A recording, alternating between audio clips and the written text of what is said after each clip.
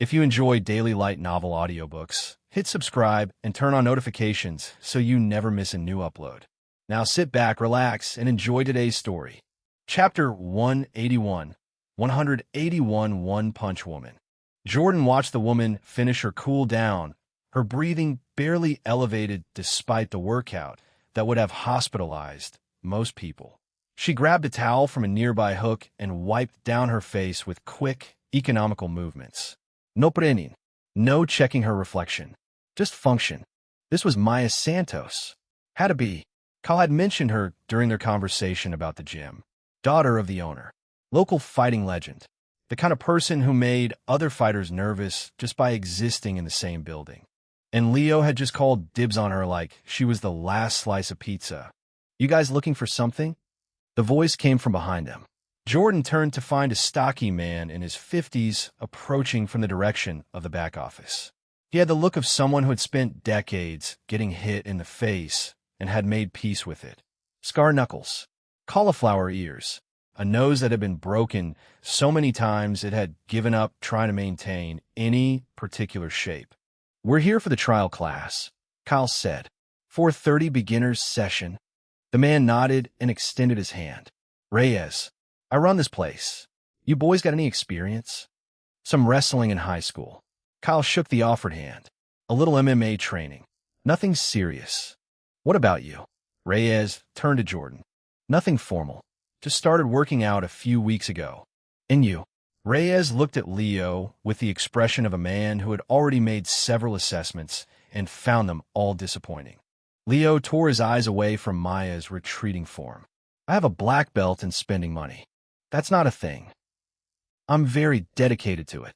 Reyes stared at Leo for a long moment, then turned back to Jordan and Kyle with the kind of resignation that suggested he had dealt with Leo's type before. "Trial class is about to start. Grab some wraps from the bin over there. Maya will be teaching the basics today." Jordan's stomach did something complicated. The woman who had been demolishing the heavy bag was going to be their instructor. The woman Leo had called dibs on. The woman who could probably snap all three of them in half without breaking a sweat. This was going to be interesting. They found a wrap bin near the entrance to the mat area. Kyle grabbed 3 pairs and handed them out with practiced ease. "You know how to wrap?" he asked Jordan. "Watch some YouTube tutorials." "That's not a yes." "It's not a no either." Kyle sighed and grabbed Jordan's hands. "Watch. You start between the fingers. Loop around the wrist twice for stability. Then across the palm. Through the fingers. Around the knuckles. Back to the wrist." Jordan watched Kyle's hands move with the competence of someone who had done this hundreds of times. The wraps tightened around his knuckles and wrist, providing support he hadn't realized he needed. "Now you do Leo." Leo held up his hands with the expression of someone being asked to perform surgery. "I don't think I need wraps. I'm probably just going to watch." "You're not watching." Jordan grabbed Leo's wrist and started wrapping. "You're participating. That was the deal." "I don't remember agreeing to any deal." "The deal was implied by your presence in my car." "That seems like a legal gray area." Jordan finished Leo's wraps with only minor difficulties and stepped back to assess his work. Not bad. Not great. Functional. The 3 of them moved toward the mat area where a small group had already assembled. 6 other people in various stages of fitness and preparedness. A woman in her 30s who looked like she did CrossFit religiously. 2 guys in their 20s who had the look of former athletes going soft. A teenager who couldn't have been older than 16. An older man with silver hair and the posture of someone who had spent 40 years behind a desk. And at the front of the group, watching them approach with dark eyes that missed nothing, stood Maya Santos. Up close, she was even more intimidating. Her sports bra revealed the full architecture of her upper body. Shoulders that could have been carved from marble. Arms that spoke of thousands of hours of work. A stomach so defined Jordan could have counted her abs from across the room. Her face was beautiful in a severe way. No softness, no warmth, just angles and intensity and the kind of focus that made Jordan feel like she was already calculating how quickly she could take him apart. New blood. Her voice was low and flat. Not hostile, not friendly, just present. "You the trial members?" "Yes, ma'am." Kyle nodded with the respect of someone who recognized superior skill. Kyle. Jordan. Thou. Maya's eyes passed over Kyle with brief acknowledgement, lingered on Jordan for a moment longer, then landed on Leo with an expression that might have been amusement if it had involved any actual change in her facial muscles. Mom. She repeated the word like she was tasting something unfamiliar. Haven't been called that in a while. Just Maya is fine. Maya. Leo stepped forward with the confidence of someone who had absolutely no right to be confident. Beautiful name. Is it Greek? Japanese? A combination that reflects your multicultural heritage in Filipino and Mexican. Maya cut him off without raising her voice. And we're starting. She turned away from Leo mid-sentence and addressed the group. This is a beginner class. We're going to cover stance, basic movement, and a few fundamental strikes. If you've never thrown a punch before, you're in the right place. If you think you already know everything, you're about to find out you don't. Her eyes swept the assembled students. Pair up. Find someone roughly your size. We'll start with stance work.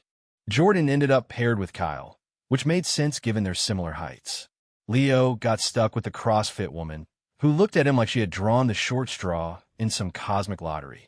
Feet shoulder-width apart. Maya walked through the group, correcting postures with quick touches and brief instructions. Lead foot forward. Back foot angled out. Weight distributed evenly.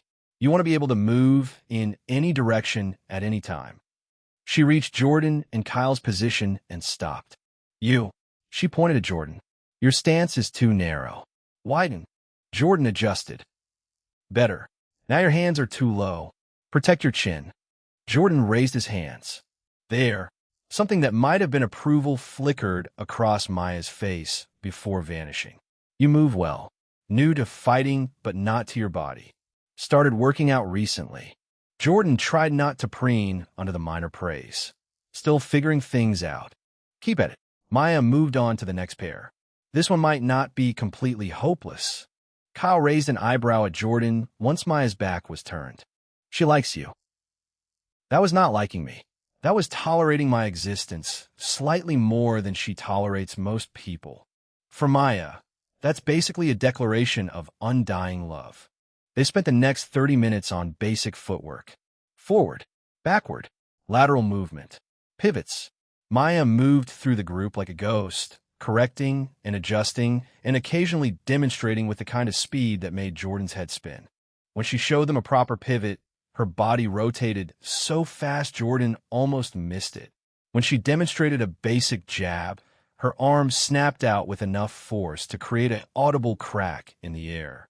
Okay, now we throw. Maya returned to the front of the group. Basic jab. Your lead hand extends straight from your chin. You rotate your shoulder, your hip, your foot.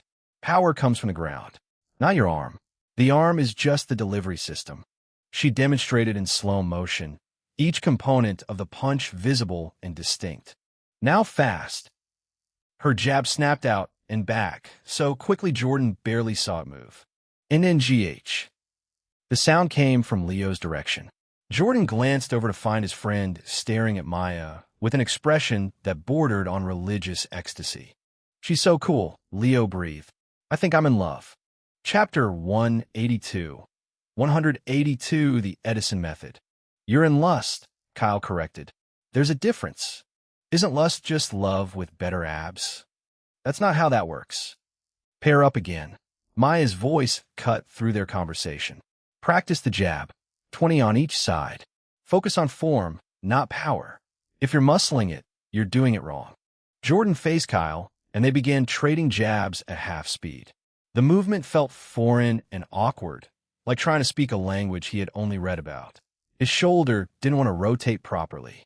His hip kept lagging behind. His foot refused to pivot at the right moment. But somewhere around rep 12, something clicked. His jab snapped out clean. Shoulder, hip, foot all rotating in sequence. The power started from the ground and traveled up through his body and out through his fist in a single unified wave. Huh. Jordan exhaled as the punch landed against Kyle's padded hands. Nice. Kyle nodded with approval. You felt that one. They continued trading, Jordan's form improving slightly with each repetition. Kyle's jabs were cleaner, more practiced, but Jordan was catching up fast. At some point, Jordan became aware of Maya watching him from across the room. Her dark eyes tracked his movements with unsettling intensity, cataloging every mistake and every correction. She said nothing, just watched. When the session ended, Jordan's arms felt like they were filled with sand. His shoulders burned. His calves ached from maintaining proper stance. He had thrown maybe 200 punches total, and his body was protesting like he had run a marathon. Good first day. Maya addressed the group. Most of you didn't embarrass yourselves. Come back Thursday if you want to continue. She walked toward the bag room without waiting for responses. Wait. Leo scrambled after her, ignoring the warning looks from Jordan and Kyle. Maya. Excuse me. Maya.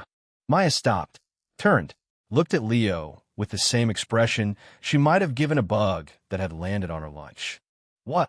I just wanted to say.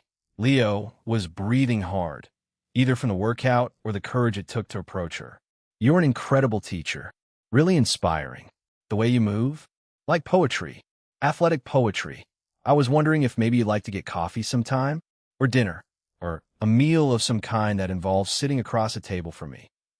The silence that followed was the loudest Jordan had ever heard. Maya stared at Leo for a full 3 seconds. Her expression didn't change. Her eyes didn't blink. She simply looked at him like she was trying to determine if he was serious. No, the word came out flat and final. I don't date. Ever. Ever. What if I? No.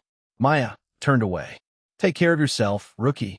She disappeared into the bag room, and Leo stood frozen in her wake like a man who had just been struck by lightning and wasn't sure if he had enjoyed it. Well, Kyle clapped Leo on the shoulder. That went better than expected. She didn't say never. Leo's voice was distant, dreamy. She said she doesn't date. That's present tense. Implies potential future change. That is not what that implies. I'm going to win her over. Lau, buddy, she could literally murder you. Everyone has to die somehow. Jordan watched his friend stare at the door Maya had vanished through and felt something complicated in his chest. Leo was delusional, completely and utterly detached from reality. The woman he had decided to pursue could break him in half without breaking a sweat, and she had already rejected him with the kind of finality that most people reserve for terminal diagnoses. And yet, there was something almost admirable about it. Leo, for all his flaws, was putting himself out there. He was taking risks, getting rejected, trying again. 3 weeks ago, Jordan would have done the same thing and gotten the same result. Maybe that was growth, recognizing when to pursue something and when to acknowledge that the universe was sending very clear signals to back off. Or maybe Leo just hadn't figured that part out yet. Come on. Jordan grabbed Leo's arm and steered him toward the exit. We need to sign up and pay. Kyle, you remember the price? $150 a month. First month free for trial members who commit. Jordan did the math in his head. $450 total for 3 memberships. Expensive, but manageable. And if the workout they had just done was any indication, it would be worth every cent. They found Reyes back at the reception desk, filling out paperwork with the slow deliberation of someone who had done administrative work enough times to hate it, but not enough times to get fast at it. Signing up. He looked up as they approached. All 3 of you? Yeah. Jordan pulled out his wallet. Monthly membership. All 3. First month is covered by the trial. Reyes pulled out 3 forms. Fill these out. Emergency contact, medical history, waivers saying you won't sue us if you get hurt. Standard stuff. They filled out the forms in silence. Leo kept glancing toward the bag room, like he expected Maya to reappear at any moment. Kyle focused on his paperwork with methodical attention. Jordan breezed through his form and handed it back first. That girl. Reyes nodded toward the bag room. Maya. She's my daughter. Best fighter I ever trained. She's incredible, Kyle said. The way she moves. Never seen anything like it. She competes. Jordan asked. Used to. Underground circuit mostly. Some official stuff when she was younger. Reyes's face clouded briefly. She's focused on teaching now, helping me keep this place running. Jordan filed that information away for later. Maya Santos, underground fighter turned instructor, daughter of the gym owner. Completely uninterested in dating, especially uninterested in dating Leo. The three of them paid for their memberships and headed back toward the car. The sun was starting to dip toward the horizon, painting the strip mall parking lot in shades of orange and gold. So, Kyle stretched as they walked. Same time Thursday? Wouldn't miss it. Jordan unlocked the Civic. Now, you actually coming back, or was that a one-time masochistic experience? Leo had been silent since Maya's rejection. Now he looked up with eyes that burned with something Jordan had never seen in him before. Thursday, Leo nodded with uncharacteristic seriousness. And every day after that, I'm going to prove her wrong. Prove her wrong about what? About not dating. Leo climbed into the back seat. She said she doesn't date. That means she hasn't met someone worth dating yet. I'm going to be that someone. Leo, she rejected you in under 10 seconds. Edison failed 1,000 times before he invented the light bulb. Edison didn't have to worry about the light bulb punching him in the face. Details. Chapter 183. 183 Pasta from Box. Jordan drove back toward campus through traffic that had tripled since they left. Kyle rode shotgun, scrolling through fight videos on his phone. Leo had fallen asleep in the back seat, his Gucci hoodie bunched up under his head like a $1,000 pillow. He's going to get his ass kicked, Kyle said without looking up from his screen. You know that, right? Probably. Maya's going to break him in half. Yep. And he's still going to show up every Thursday until she either kills him or agrees to coffee. That's the current plan. Jordan merged onto the 73, his body starting to register the full scope of damage from the workout. His shoulders felt like someone had poured concrete into his joints. His abs were threatening to file a formal complaint. You think it's stupid? Kyle locked his phone and turned to look at Jordan properly. I think Leo's wanted something his entire life without having any idea what it actually is. Food, clothes, cars, gadgets. All of it's just stuff his parents buy him. He's never had to work for anything. And now he's decided to work for a girl who looks at him like he's a stain on her gym floor. At least it's honest. Kyle shrugged. Better than buying her a Prada bag and calling it love. The words landed harder than Kyle probably intended. Jordan's hands tightened on the wheel. That was a low blow. Wasn't meant to be. Kyle's voice softened. You were in a bad place. Eliza was a snake. You learned. Now you've got Chloe and Kumiko, who actually like you for reasons that don't involve your bank account. That's progress. Jordan wanted to argue. Wanted to point out that Chloe's OnlyFans subscription had been $2,000 before they ever spoke face-to-face, or that Kumiko had literally watched him build a computer shirtless while drooling on herself. But Kyle had a point buried somewhere under the friendly roast, and Jordan was too tired to dig it up. His phone buzzed. Chloe, how was the gym? Survived. Barely. Good. Dinner at my place? I'm cooking. Jordan's brain stuttered. Chloe, cooking. In her apartment. For him. You cook? Sometimes. When I'm not ordering takeout like a normal person. What are you making? Pasta. Don't get excited. It's from a box. Box pasta sounds amazing right now. See you at 7? I'll be there. Jordan pocketed his phone and tried not to grin like an idiot. Failed spectacularly. Chloe, Kyle asked. Cooking dinner. Damn, you really did level up. The rest of the drive passed in comfortable silence. Leo woke up when Jordan pulled into the parking structure at Cooper Garment Lofts, blinking groggily and checking his phone for messages that hadn't arrived. Already home? Leo yawned. That was fast. You slept for 30 minutes. Did Maya text me? Kyle and Jordan exchanged glances. Why would Maya text you? Jordan asked carefully. You don't have her number. Oh, right. Leo rubbed his face. I should fix that. Now, buddy, she rejected you. She rejected the current version of me. Leo climbed out of the car with renewed energy. By the time I'm done training, I'll be a completely different person. Stronger, faster, more disciplined. She won't be able to resist. That's not how attraction works, says the guy with 2 girlfriends. Kyle snorted. Jordan decided not to dignify that with a response. The three of them split up in the lobby. Kyle headed for his truck in the visitors section, whistling something off-key and tuneless. Leo pulled out his phone to summon an Uber because the concept of walking 4 city blocks to his luxury apartment complex was, in Leo's carefully maintained worldview, a form of cruel and unusual punishment. Jordan watched them go, then stepped into the elevator alone. His body had opinions, loud ones. His legs were operating on a delay, each step requiring conscious thought and deliberate effort. His shoulders were filing formal complaints with his nervous system. His lower back had gone on strike approximately 30 minutes ago and showed no signs of returning to work. Every muscle group that Maya Santos had systematically broken down over the past 2 hours was now staging a coordinated rebellion against the possibility of future movement. And yet, despite all of it, Jordan felt better than he had in months. He let himself into 404 and made straight for the bathroom. The shower took longer than usual. Hot water pounded down on muscles that genuinely had no idea what they'd just been subjected to. Steam filled the space until the mirror disappeared behind a thick layer of condensation. Jordan stood there well past the point of necessity, watching water droplets race down the glass, thinking about absolutely nothing. Pure, totalis bliss. When he finally forced himself out of the shower and back into the world of coherent thought, his phone screen displayed 6:47 p.m. in cold, unforgiving numbers. 13 minutes until he was supposed to be next door. Jordan pulled on clean clothes, dark jeans, white t-shirt.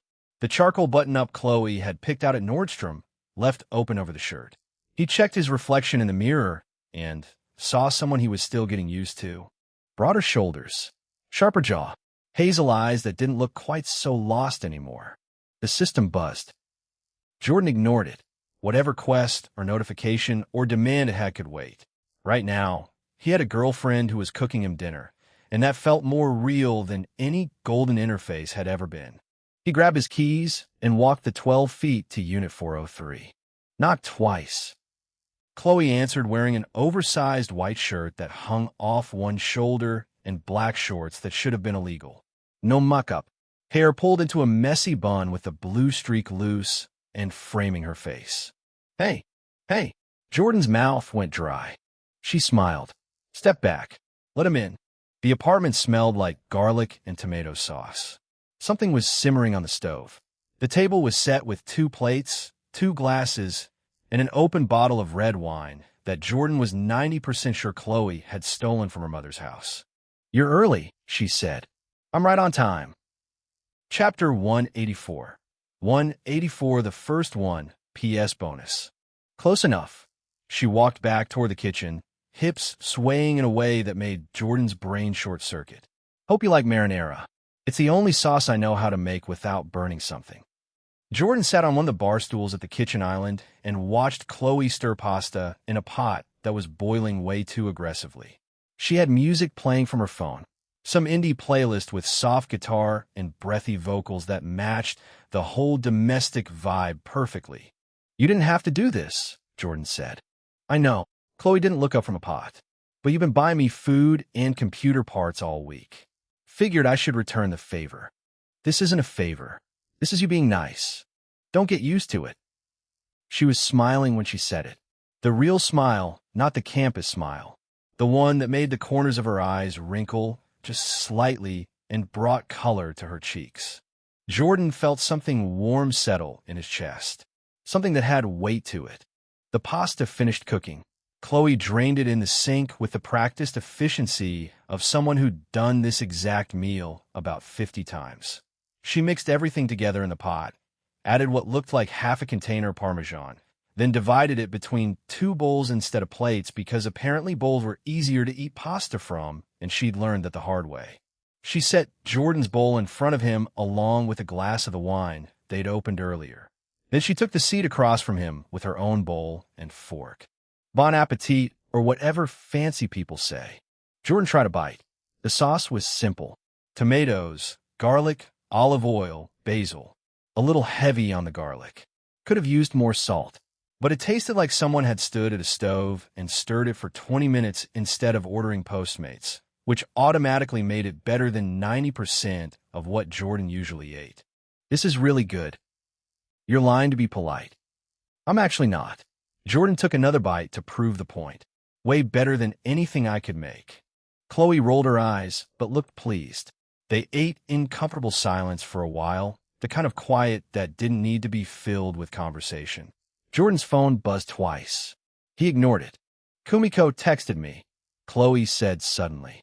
About 20 times. About what? You. Mostly. Chloe twirled pasta on her fork. How you're the sweetest boyfriend ever. How your voice makes her forget how to breathe. How you did the head pat thing again, and she almost passed out in the hallway. Jordan winced. I didn't mean to. I know. Chloe's voice was calm. She's my best friend. I want her to be happy. And you make her happy. The unspoken other half of that sentence hung between them like smoke. Jordan set his fork down. But nothing. Chloe met his eyes. I told you I'd try. I'm in it. Kumiko being happy doesn't make me less happy. It's just different. Different how? Different like. Chloe paused, choosing words carefully. I'm used to being the only one. The one you text first. The one you think about when you wake up. Sharing that is weird. Not bad. Just weird. Jordan reached across the table and took her hand. Her fingers threaded through his automatically. You're still the first one, he said quietly. You know that, right? I do now. They finished dinner without letting go of each other's hands. Chloe poured more wine.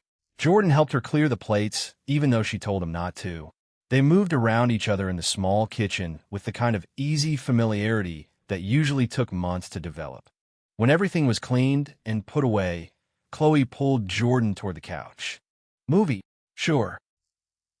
She grabbed the remote and scrolled through Netflix with one hand while her other hand stayed firmly locked in Jordan's. They landed on some action movie neither of them had seen. The kind with explosions and witty one-liners, and a plot that made zero sense if you thought about it for more than 5 seconds. Perfect. 20 minutes in, Chloe shifted closer. Her head found Jordan's shoulder. Her hand moved from his hand to his chest, right over his sternum, where she could probably feel his heartbeat. This okay? She asked quietly. Yeah. Another 10 minutes, and she was basically on top of him. Legs curled under her. Body pressed against his side. Face tucked into the curve of his neck. Jordan's hand found her waist. Slid under the hem of her oversized shirt. Warm skin and the soft curve of her hip bone. Jordan. I lied earlier. He looked down at her. About what? About being okay with Kumiko. Chloe's dark eyes met his, vulnerable and sharp at the same time. I'm not okay with it. Not really. But I'm trying. That has to count for something. Jordan's throat felt tight. It counts for everything. Good. She shifted higher, her mouth close to his ear. Because right now, I need you to forget about her. About everyone else. Just for a few hours. Can you do that? Jordan's pulse kicked up several notches. Yeah, I can do that. Chloe kissed him. Soft at first. Testing. Then harder, more insistent. Her tongue sliding against his with purpose. Her hand moved from his chest to his jaw, holding him in place while she took exactly what she wanted. Jordan's brain went offline. His hands moved on autopilot, one sliding up her back under her shirt, the other gripping her thigh. Chloe made a quiet sound against his mouth and shifted her weight, straddling his lap with practiced ease. The movie kept playing in the background. Neither of them noticed. Chloe broke the kiss long enough to pull her shirt over her head in one smooth motion. No underneath. Just her, skin flushed and breathing hard.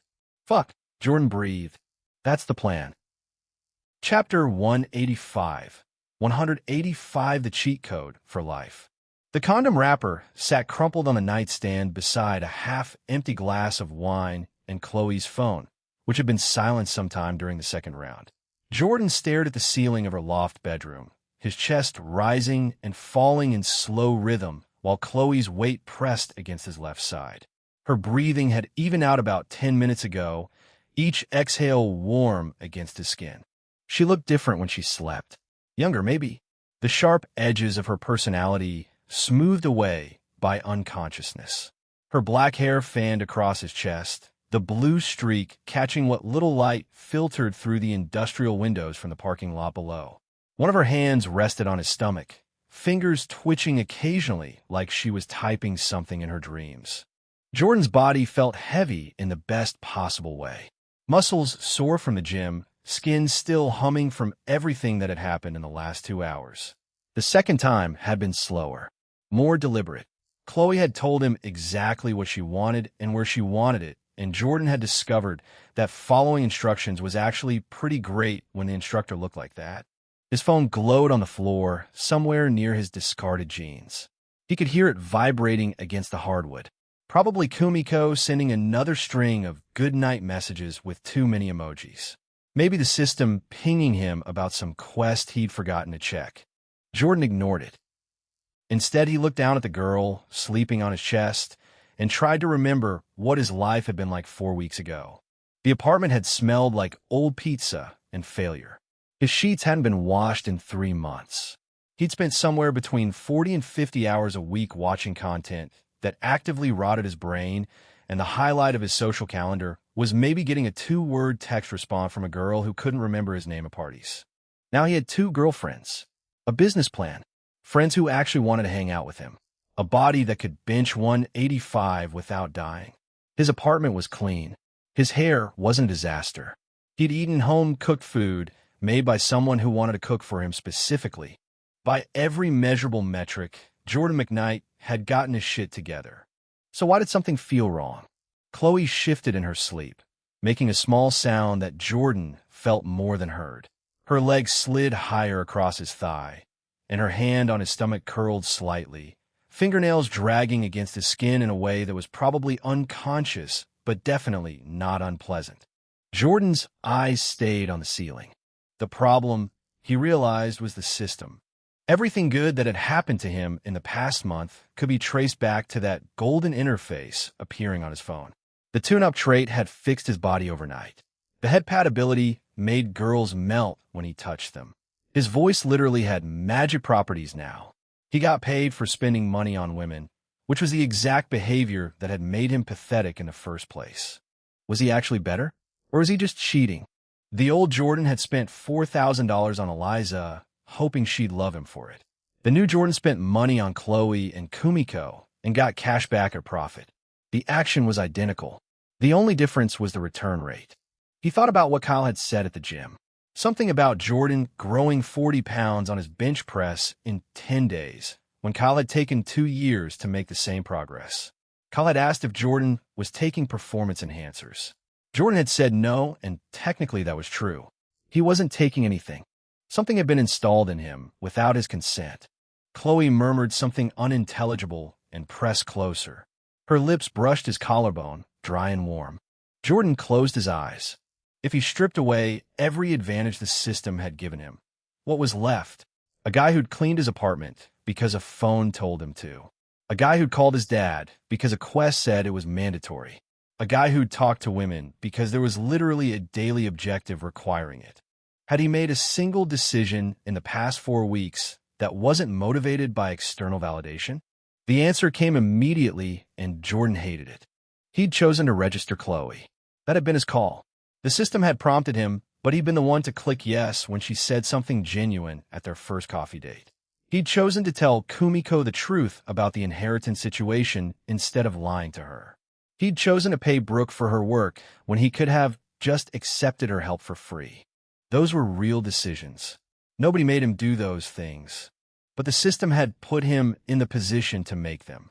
Without the tune-up trait, Chloe wouldn't have looked twice at him. Without the alluring whisper, his voice wouldn't have made Kumiko weak in the knees during karaoke. Without the cashback mechanics, he'd have run out of money weeks ago, and none of this would be sustainable. Jordan opened his eyes again. The ceiling didn't have any answers for him. Maybe that was the wrong question anyway. Maybe asking whether he'd changed was the same as asking whether a prosthetic leg counted as the person's real leg. The answer depended entirely on what you were trying to measure. If the question was whether Jordan could survive without the system, the answer was probably no. Not at this level. He'd regress back toward the version of himself who'd cried in a parking lot on Christmas while his ex walked into a love hotel with someone else. If the question was whether Jordan was making choices the old Jordan never would have made, the answer was yes. Unambiguously yes. The old Jordan would never have turned down a girl offering to buy him something, would never have insisted on paying a contractor their worth, would never have sat through an uncomfortable conversation about sharing a relationship instead of just agreeing to whatever the other person wanted. The system had given him resources. What he did with those resources was still up to him. That felt right, or at least close enough to right that Jordan could stop spiraling about it at 1 a.m. while his girlfriend drooled slightly on his chest. Chapter 186. 186, a work in progress, forever. His phone buzzed again, and again, and again.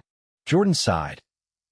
Very carefully, he shifted Chloe's weight and slid out from under her. She made a sound of protest, but didn't wake up, instead rolling on her stomach and burying her face in the pillow that still smelled like them both. Jordan watched her for a moment longer than necessary before reaching down to grab his jeans. The phone showed 7 unread messages. 3 from Kumiko, all sent within the last hour. The first was a photo of her bedroom, ceiling with the caption, "Can't sleep," and a single moon emoji. The second was longer. "I keep thinking about today, about how you fixed my ribbon, about how you said you'd try. I've never had someone say they'd try before. People either promise forever or they disappear. Trying feels honest." The third was just a heart emoji followed by "Goodnight, Jordan Cohen," and approximately 40 Z's. Jordan typed a reply without thinking too hard about it. "Good night, Kumi. Sleep well. I'll text you in the morning. Send." He watched the typing bubble appear almost immediately, disappear, appear again, then nothing. She was probably staring at her phone, trying to decide if she should respond again or if that would be too clingy. Jordan knew the feeling. He'd spent countless hours doing the exact same thing with Eliza, agonizing over whether to double text, whether she'd seen his message and was ignoring it, whether he should have added more emojis or fewer emojis or no emojis at all. The difference was that Kumiko actually liked him. Her anxiety came from a different place, not wondering if he cared, but wondering if she was allowed to show how much she cared without scaring him away. Jordan sent another message. "It's okay to respond. I like hearing from you." This time her reply came in under 3 seconds. A single emoji, the blushing face with the hearts around it. Then, "You're the best boyfriend ever, and I know you're with Chloe Chan right now. So I'm going to stop texting and go to sleep for real this time, I promise, okay? Good night. I love you both, bye." Jordan read that last part 3 times. "I love you both." She'd said it casually, thrown it in with the rest of her rambling like it was no big deal. Like loving 2 people simultaneously was just something she did now and everyone should get on board. Jordan locked his phone and set on the nightstand. Chloe hadn't moved, still face down on the pillow with her bare back exposed and the sheets tangled around her legs. The outline of her spine caught the ambient light from outside. Jordan could count her vertebrae if he wanted to. He didn't want to. Instead, he climbed back into bed and pulled the covers over both of them. Chloe made another small sound and immediately rolled toward him, seeking his warmth with the single-minded determination of someone who had very strong opinions about sleep positions. Her head found his shoulder, her arm draped across his chest, her leg hooked over his thigh. Within 30 seconds, she was breathing evenly again. Jordan lay there in the dark. Somewhere out in the city, Leo was probably still scrolling through social media, looking for any trace of Maya Santos. Kyle was sleeping in his truck because he refused to crash on anyone's couch no matter how many times Jordan offered. Brooke was either passed out at her desk or pulling an all-nighter on LLC paperwork that wasn't due for another 48 hours. Alexis was doing whatever Alexis did at night, which Jordan tried very hard not to think about because it made his brain hurt. All of these people were part of his life now. A month ago, he'd had Kyle, and maybe Leo, if Leo was bored enough to respond to texts. That was it. That was the whole list. Everyone else was either a stranger or someone who actively avoided him. Now Jordan had connections that felt real. People who checked in on him. People who wanted things from him, sure, but also people who wanted to give things back. Was that the system's doing? Partially. Probably mostly. The system had pushed him to talk to people, had tracked his social interactions like a fitness app tracking steps, had rewarded him for doing things that humans were supposed to do naturally. But the system couldn't force people to like him. Couldn't make Chloe curl up against him in her sleep. Couldn't make Kumiko send rambling texts at 1 in the morning because she couldn't stop thinking about him. Couldn't make Kyle drive across town for a boxing gym just because Jordan asked. Those were choices other people made. About him. The realization settled into Jordan's chest and stayed there. He might be cheating. He might have advantages that nobody else had. He might be playing a game where the rules were rigged in his favor. But the people in his life weren't NPCs following a script. They were real humans with real agency who had decided, for whatever reason, that Jordan McKnight was worth their time. That had to mean something, right? Chloe's hand moved in her sleep, slid lower across his stomach, stopped just above his waistband in a way that was definitely not intentional, but definitely made it harder to focus on existential questions about personal growth. Jordan exhaled slowly. Okay, maybe he wasn't fixed. Maybe he'd never be fixed. Maybe the best he could hope for was being a work in progress forever. Always improving, but never arriving at some final version of himself that had everything figured out. That sucked, but it also felt honest. The old Jordan would have obsessed over whether he deserved what he had. Would have sabotaged himself just to confirm his own worst beliefs about who he was and what he was worth. Would have pushed people away before they could leave him, because at least then the rejection would be on his terms. The new Jordan was lying in bed with a beautiful woman who had cooked him dinner and laughed at his jokes and said things to him in the dark that he was pretty sure he'd remember for the rest of his life. The new Jordan had another beautiful woman texting him goodnight messages with too many emojis because she couldn't stop thinking about headpad. The new Jordan had a business plan, a gym membership, and a 47-page market analysis written by someone who stayed up all night just to help him succeed. Was it the system's doing? Sure. Partially. Mostly. But the old Jordan wouldn't have known what to do with any of it. Would have squandered every opportunity. Would have found some way to turn gold into garbage because that's what the old Jordan did. The new Jordan was at least trying not to fuck it up. That had to count for something. Chapter 187. 187 Penalty of Social Death. The morning came too fast. Jordan woke to the sound of Chloe's alarm blaring from somewhere across the room. A persistent electronic shriek that felt personally designed to destroy any remaining peace in the universe.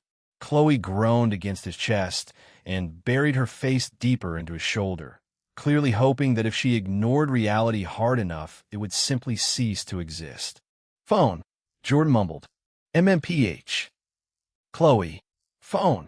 You get it. It's your phone. You have legs. Jordan considered this. He did, in fact, have legs. But Chloe was also lying directly on top of him in a way that made movement physically impossible without rolling her onto the floor. Her bare skin pressed against his from shoulder to hip, warm and soft, and very much not interested in relocating. The alarm continued screaming. If I get up, Jordan said slowly, you have to move. Don't wanna. Then the alarm keeps going. Chloe made a sound that might have been a word in some language Jordan didn't speak. Her hand found his face and pushed weakly, like she was trying to shove him off the bed through sheer willpower alone. It didn't work. Jordan's head turned slightly to the left, but otherwise he remained stationary. This is your fault, Chloe said into his collarbone. You kept me up. You literally climbed on top of me. Because you were there. That's not the defense you think it is. The alarm reached a new octave. Jordan hadn't known phones could make that sound. It felt like someone was stabbing his eardrums with a very tiny ice pick. Phoenix. Chloe pushed herself up on her elbows, her hair a disaster and her eyes barely open. The sheet slipped down to her waist, and Jordan got a very good view of exactly what he'd spent several hours appreciating last night. Phoenix. I'm up. I hate everything, but I'm up. She rolled off him and stumbled toward the desk where her phone sat, vibrating against the wood. The alarm cut off mid-shriek when she grabbed it. The sudden silence felt almost worse. What time is it? Jordan asked. 6:47. Why do you have an alarm set for 6:47? Because I have to shower before class, and if I don't set an alarm, I'll sleep until noon and miss everything. Chloe squinted at her phone screen. I have 14 texts from Kumiko. Jordan sat up. Already. She's been up since 5 apparently. Something about a dream she had where we were all in a castle, and there was a dragon, but the dragon was actually her mother, and Chloe scrolled. Actually, I'm not going to read the rest of this. It's 8 paragraphs long, and there are illustrations. She drew pictures? She drew pictures. Jordan reached for his own phone. The screen showed a preview of messages he'd missed while sleeping. Kumiko, good morning, boyfriend. I know you're sleeping, but I had the wildest dream, and I had to tell someone. Kumiko. Okay, so basically we were in a castle, right? Kumiko. And you were a knight, but like a hot knight. Kumiko. And Chloe-chan was a princess. Kumiko. And I was also a princess, but a different princess from a different kingdom. Kumiko. And there was this dragon. Jordan stopped reading at that point because the message chain continued for another 12 screens, and he could see thumbnail images of what appear to be hand-drawn illustrations depicting key scenes from the dream. She's dedicated, Jordan said. She's insane. Chloe dropped her phone on the bed and walked toward the bathroom. I am showering. Don't leave without saying goodbye. I live next door. And fair point. Jordan lay back against the pillows and listened to the sound of water starting in the bathroom. His body ached in the specific way that came from combining intense exercise with intense other activities. His arms still felt heavy from yesterday's bench press. His legs protested when he shifted positions. His abs, which he was only recently aware he possessed, made their displeasure known every time he tried to sit up. Worth it, though. Definitely worth it. His phone buzzed again. Kumiko, did you see my dream story? Kumiko, I worked really hard on the drawings. Kumiko, especially the one where you was fighting the dragon. Kumiko, you looked very heroic. Kumiko, and also shirtless. Kumiko, the shirtless part was important for the narrative. Jordan typed back, just woke up, still processing, very impressed by the dragon detail. Her response came in under 2 seconds. Kumiko, you're awake. Kumiko, good morning, good morning, good morning. Kumiko, how did you sleep? Kumiko, wait, don't answer that you were with Chloe-chan. Kumiko, actually do answer that, but only if you want to. Kumiko, no pressure. Kumiko, okay, maybe a little pressure. Kumiko, I am curious. Jordan smiled at his phone. Slept great. How did you sleep? Kumiko, I literally did not sleep. I've been drawing since 4 a.m. Kumiko, I get like this sometimes. Kumiko, my therapist calls it hyperfocus. Kumiko, my mom calls it concerning. Kumiko, I call it productive. The shower shut off in the bathroom. Jordan heard Chloe moving around, the rustle of towels, and the click of bottles being opened and closed. Hey, he called out. I'm texting Kumiko. She didn't sleep. I know. Chloe's voice came through the door. She texted me about it. Apparently, she also texted Alexis, but Alexis told her to, and I quote, never contact me before 8 a.m. again under penalty of social death. That tracks. Alexis takes her beauty sleep very seriously. Jordan filed that information away. He'd have to remember not to text Alexis before 8. Not that he was planning to text Alexis. Not that he had any reason to text Alexis. Not that his brain kept circling back to the way she'd blushed when he called her princess, or the way she'd been avoiding eye contact for the past week, or the fact that she apparently still had his Henley. None of that was relevant. At all. The bathroom door opened, and Chloe emerged wrapped in a towel, her hair wet and dripping down her shoulders. She looked significantly more awake than she had 10 minutes ago. Also significantly more naked than Jordan had been expecting given that she was supposedly getting ready for class. Why are you looking at me like that? Chloe asked. Like what? Like you forgot what I looked like. I didn't forget. I'm just. Jordan gestured vaguely at her entire situation. Appreciating. Chloe rolled her eyes, but she was smiling. She walked to her closet and started pulling out clothes, dropping the towel without ceremony. Jordan watched because he was pretty sure that's what boyfriends were supposed to do when their girlfriends dropped towels in front of them. It felt rude not to look. "Stop staring and get dressed," Chloe said over her shoulder. "You have class in an hour." "I have class in an hour and 15 minutes. You need to shower first." "I can shower at my place." "Your place doesn't have me in it." Chloe pulled a shirt over her head and turned around. The shirt was one of his. The gray Henley he'd left here 3 days ago because Chloe had claimed it as her own and refused to give it back. She hadn't even pretended she was going to return it. Just said, "This is mine now," and that was the end of the discussion. Jordan didn't mind. He kind of liked seeing her in his clothes. "Your shower argument doesn't work if you're already dressed," he pointed out. "The argument still works. You just missed your window." Chloe pulled on leggings and tied her hair back in a messy ponytail. The blue streak fell loose against her cheek. "I have to go meet with my vocal coach before class. Something about breath support exercises. For streaming. For life, apparently. Coach says I hold tension in my diaphragm." "Where else would you hold tension?" "Don't be smug." Chloe grabbed her bag from beside the door. "Text me later. And text Kumiko back. She's going to vibrate out of existence if you leave her on read for too long." Chapter 188. 188 within acceptable nutritional parameters. "I already texted her back." "Text her again. She needs reassurance. It's one of her love languages." Jordan pulled himself out of bed and found his jeans on the floor where they'd landed last night. "You're very bossy in the morning." "I'm bossy all the time.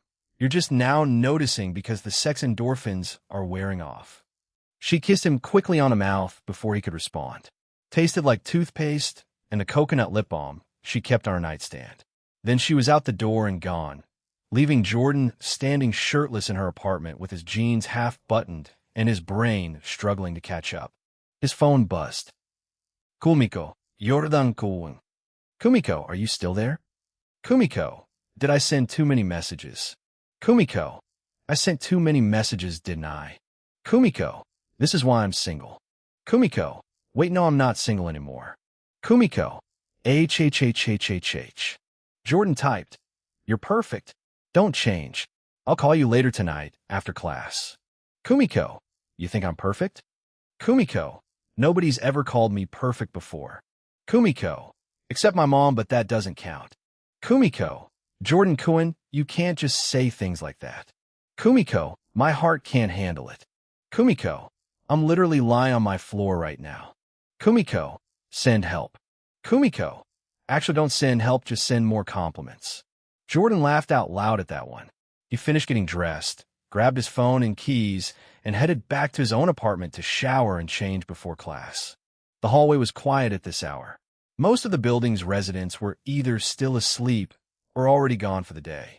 Jordan's door was exactly where he'd left it, which was reassuring. His apartment was also exactly where he'd left it, which was less reassuring because he'd been spending so much time at Chloe's place that his own home was starting to feel unfamiliar. He showered quickly, dressed in clean clothes, and checked his reflection in the bathroom mirror. The person looking back at him still didn't quite register as real. Broader shoulders, sharper jaw, eyes that weren't exhausted and dead. He looked like someone who had his life together. He did not have his life together, but he looked like he did, and apparently that was most of the battle. His phone buzzed with a new message. "Brooke, LLC paperwork has been submitted. Estimated processing time, 3-5 business days with expedited handling. I've also drafted a preliminary operating agreement based on the revenue split we discussed. Please review at your convenience and provide feedback on sections 4.2 through 4.7 regarding talent compensation structures." Jordan read the message twice. Brooke had stayed up all night to finish paperwork that wasn't due for another 2 days. She'd probably forgotten to eat breakfast. She'd definitely forgotten to sleep. He typed back, "You're incredible. Also, did you sleep at all?" "Brooke, sleep is an inefficient allocation of time during critical business formation periods. I can compensate with caffeine and strategic napping." "Jordan, that's not how sleep works." "Brooke, it is how I make sleep work. I've optimized the process." "Jordan, Brooke. Jordan. Jordan, get some rest." The LLC isn't going anywhere. Brooke, I appreciate your concern, but I have a schedule to maintain. I'll rest once the preliminary documentation is complete, which should be approximately. A pause. Then, Brooke, 4 hours from now. Jordan, what happens in 4 hours? Brooke, I pass out at my desk. It's on the schedule. Jordan stared at his phone. He couldn't tell if she was joking. With Brooke, it was genuinely impossible to know. Jordan, please eat something at least. Brooke, I have a granola bar. Jordan, one granola bar is not a meal. Brooke, it contains 190 calories and 6 grams of protein. Combined with my earlier coffee consumption, I am operating within acceptable nutritional parameters. Jordan, I'm buying you lunch tomorrow. No negociable. A longer pause this time. Then, Brooke, that is acceptable. I will add it to my calendar. Jordan pocketed his phone and grabbed his backpack. He had about 40 minutes before economics started, which gave him enough time to stop at the campus coffee shop and caffeinate himself into functionality. The walk across campus was pleasant. The January weather had warmed slightly overnight, and the morning sun felt good on his face. Students passed him going the other direction, most of them staring at phones or earbuds or the ground directly in front of their feet. Jordan nodded at a few people he recognized from class. Most of them nodded back. That still felt weird. 3 weeks ago, nobody had acknowledged his existence. Now, people smiled at him in hallways and waved at him across the quad and actually remembered his name. He wasn't sure if that was because of his physical transformation or his new social connections or just the general aura of someone who wasn't constantly radiating desperate sadness. Probably all three. The coffee shop line was mercifully short. Jordan ordered his usual dragon fruit refresher and found a seat near the window where he could watch people while pretending to be productive. His phone buzzed. Kyle, you up? Jordan, been up since 7. Chloe's alarm. Kyle, she set an alarm for you? Jordan, she set an alarm for herself. I was collateral damage. Kyle, sleeping over on a school night. Look at you being all adult and responsible. Jordan, nothing about last night was responsible. Kyle, I don't want details. Jordan, I wasn't offering details. Kyle, good. Keep it that way. Some things I don't need to visualize. Jordan smiled. Kyle's discomfort with relationship talk was one of his most consistent personality traits. The guy could discuss boxing techniques for hours, but the moment anyone mentioned anything romantic, he shut down completely. Kyle, anyway, gym later? Jordan, after class. Like 4? Kyle, works for me. Leo already texted saying he's coming. Jordan, he's still doing that? Kyle, he woke up at 5 a.m. to do push-ups. In his apartment, by himself. Jordan, Leo did push-ups? Kyle, apparently. He sent me a video. Jordan, was it sad? Kyle, it was the saddest thing I've ever seen. He did 7 before collapsing. Jordan, progress though. Kyle, if you want to call it that. Chapter 189. 189, The Healing Touch. Jordan finished his coffee and headed toward the economics building. The lecture hall was already half full when he arrived, students scattered across the rows in the specific patterns that developed over a semester. Jordan's usual seat was open, 3rd row from the back, right side. Kumiko's seat next to him was empty. Alexis's seat on his other side was also empty. He sat down and pulled out his notebook.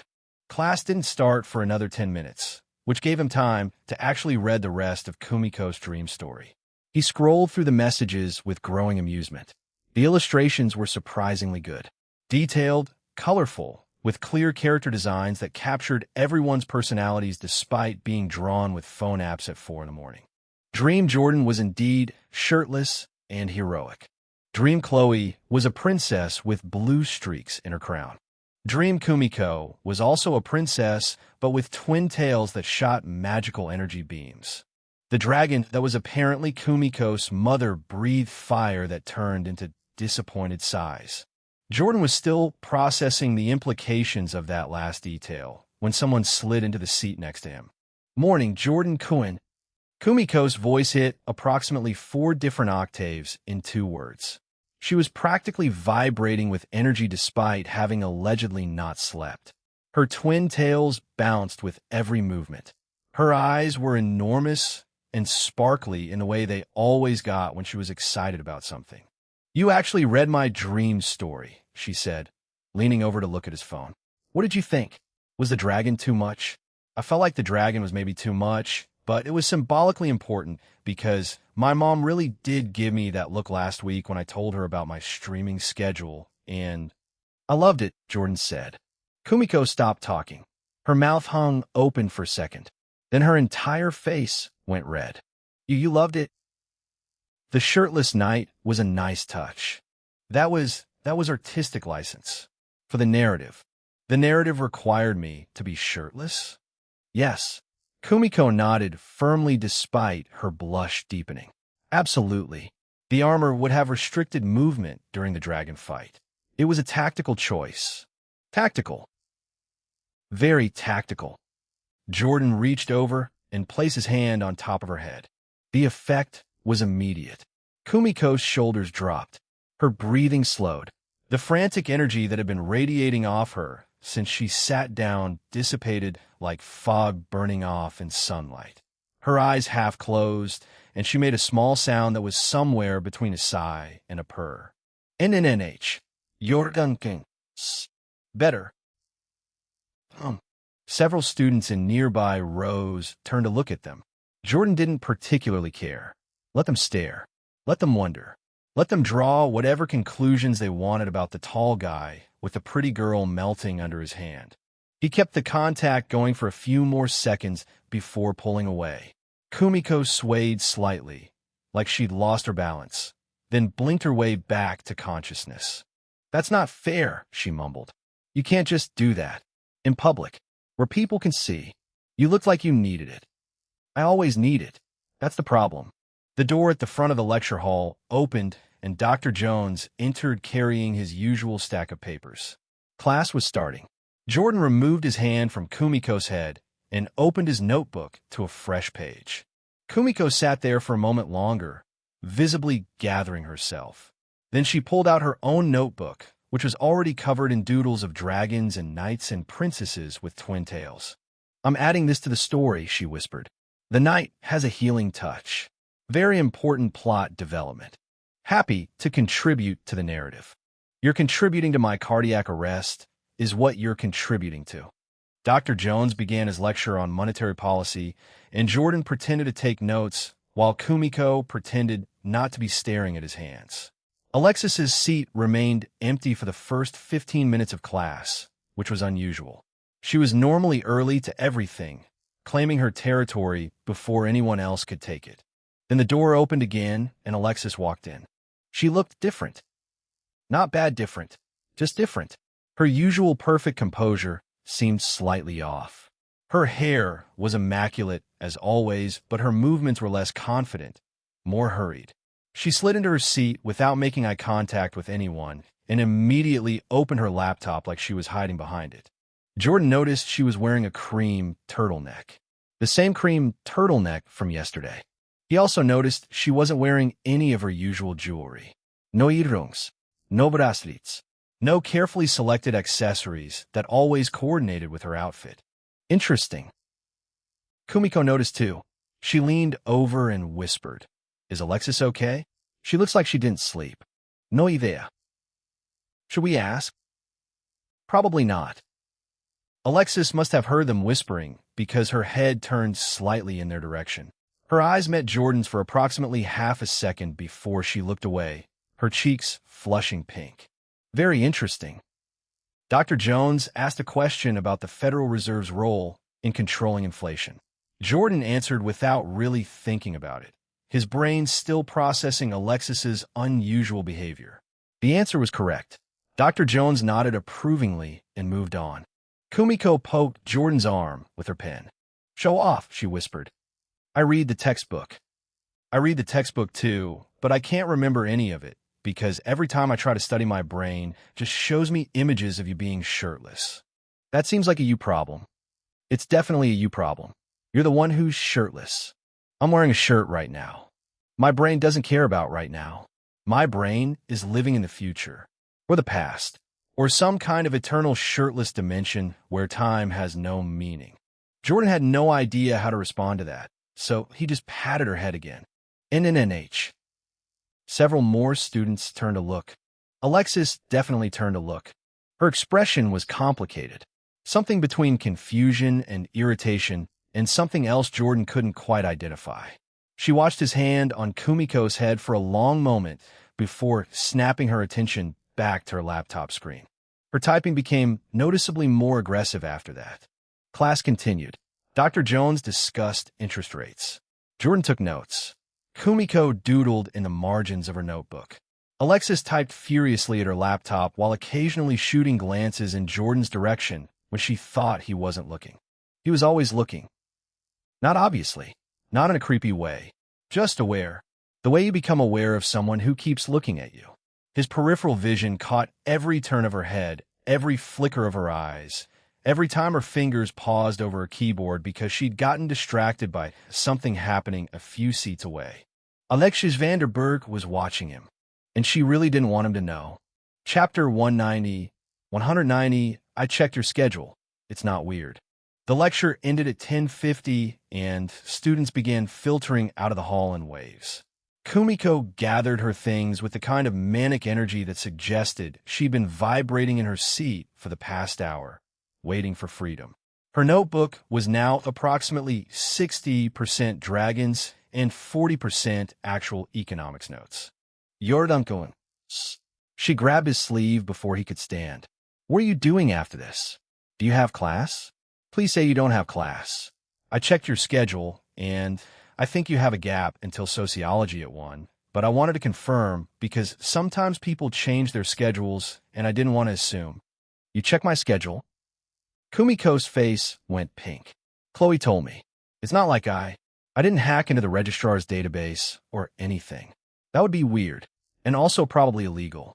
Though technically I could do it because I took a coding class in high school, and... Kumiko.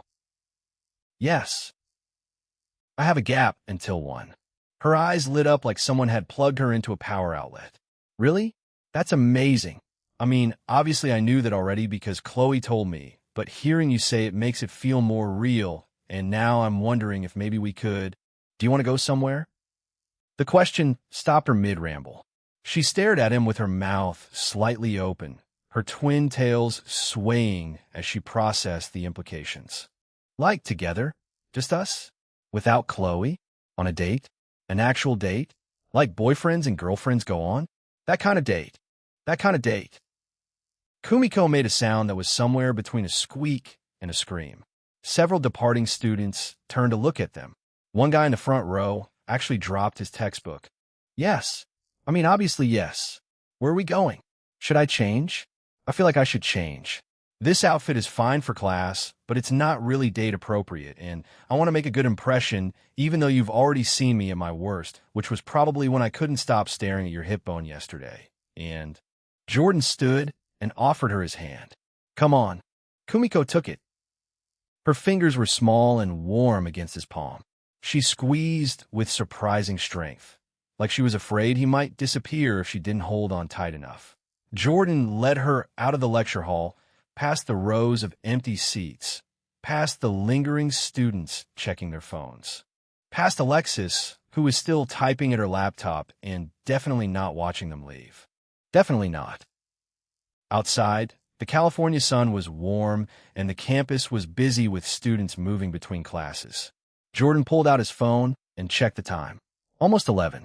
That gave them about 2 hours before he needed to be back for sociology. 2 hours wasn't much, but it was enough. Where are we going? Kumiko asked, practically bouncing as she walked beside him. Is it far? Should we drive? I have my car, but it's parked really far away, and also there might be a coffee cup situation in the back seat that I've been meaning to clean up but haven't gotten around to. The aquarium. Kumiko stopped walking. Jordan turned to look at her. She was standing completely still in the middle of the pathway, her twin tails frozen mid-swing, her eyes wide and glistening. The aquarium? Newport Beach has one near the pier. It's small, but they have a jellyfish exhibit. You want to take me to see jellyfish? I heard you like them. That was technically true. Kumiko had mentioned it in her stream 2 nights ago while designing a jellyfish-themed costume for an upcoming convention. Jordan had been watching in bed while Chloe slept beside him, listening to Kumiko ramble about bioluminescence and ethereal movement and how jellyfish represented the beauty of existing without a brain.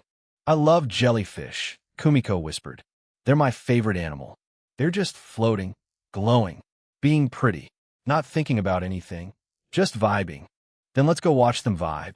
Kumiko tackled him in a hug that nearly knocked him off his feet. Her arms wrapped around his torso and her face pressed into his chest, and she made a sound that was probably supposed to be words but came out as an unintelligible series of happy noises. MMPHH. Jordan. Students walking past gave them looks ranging from amused to envious. Jordan patted Kumiko's head, which made her melt further into his chest.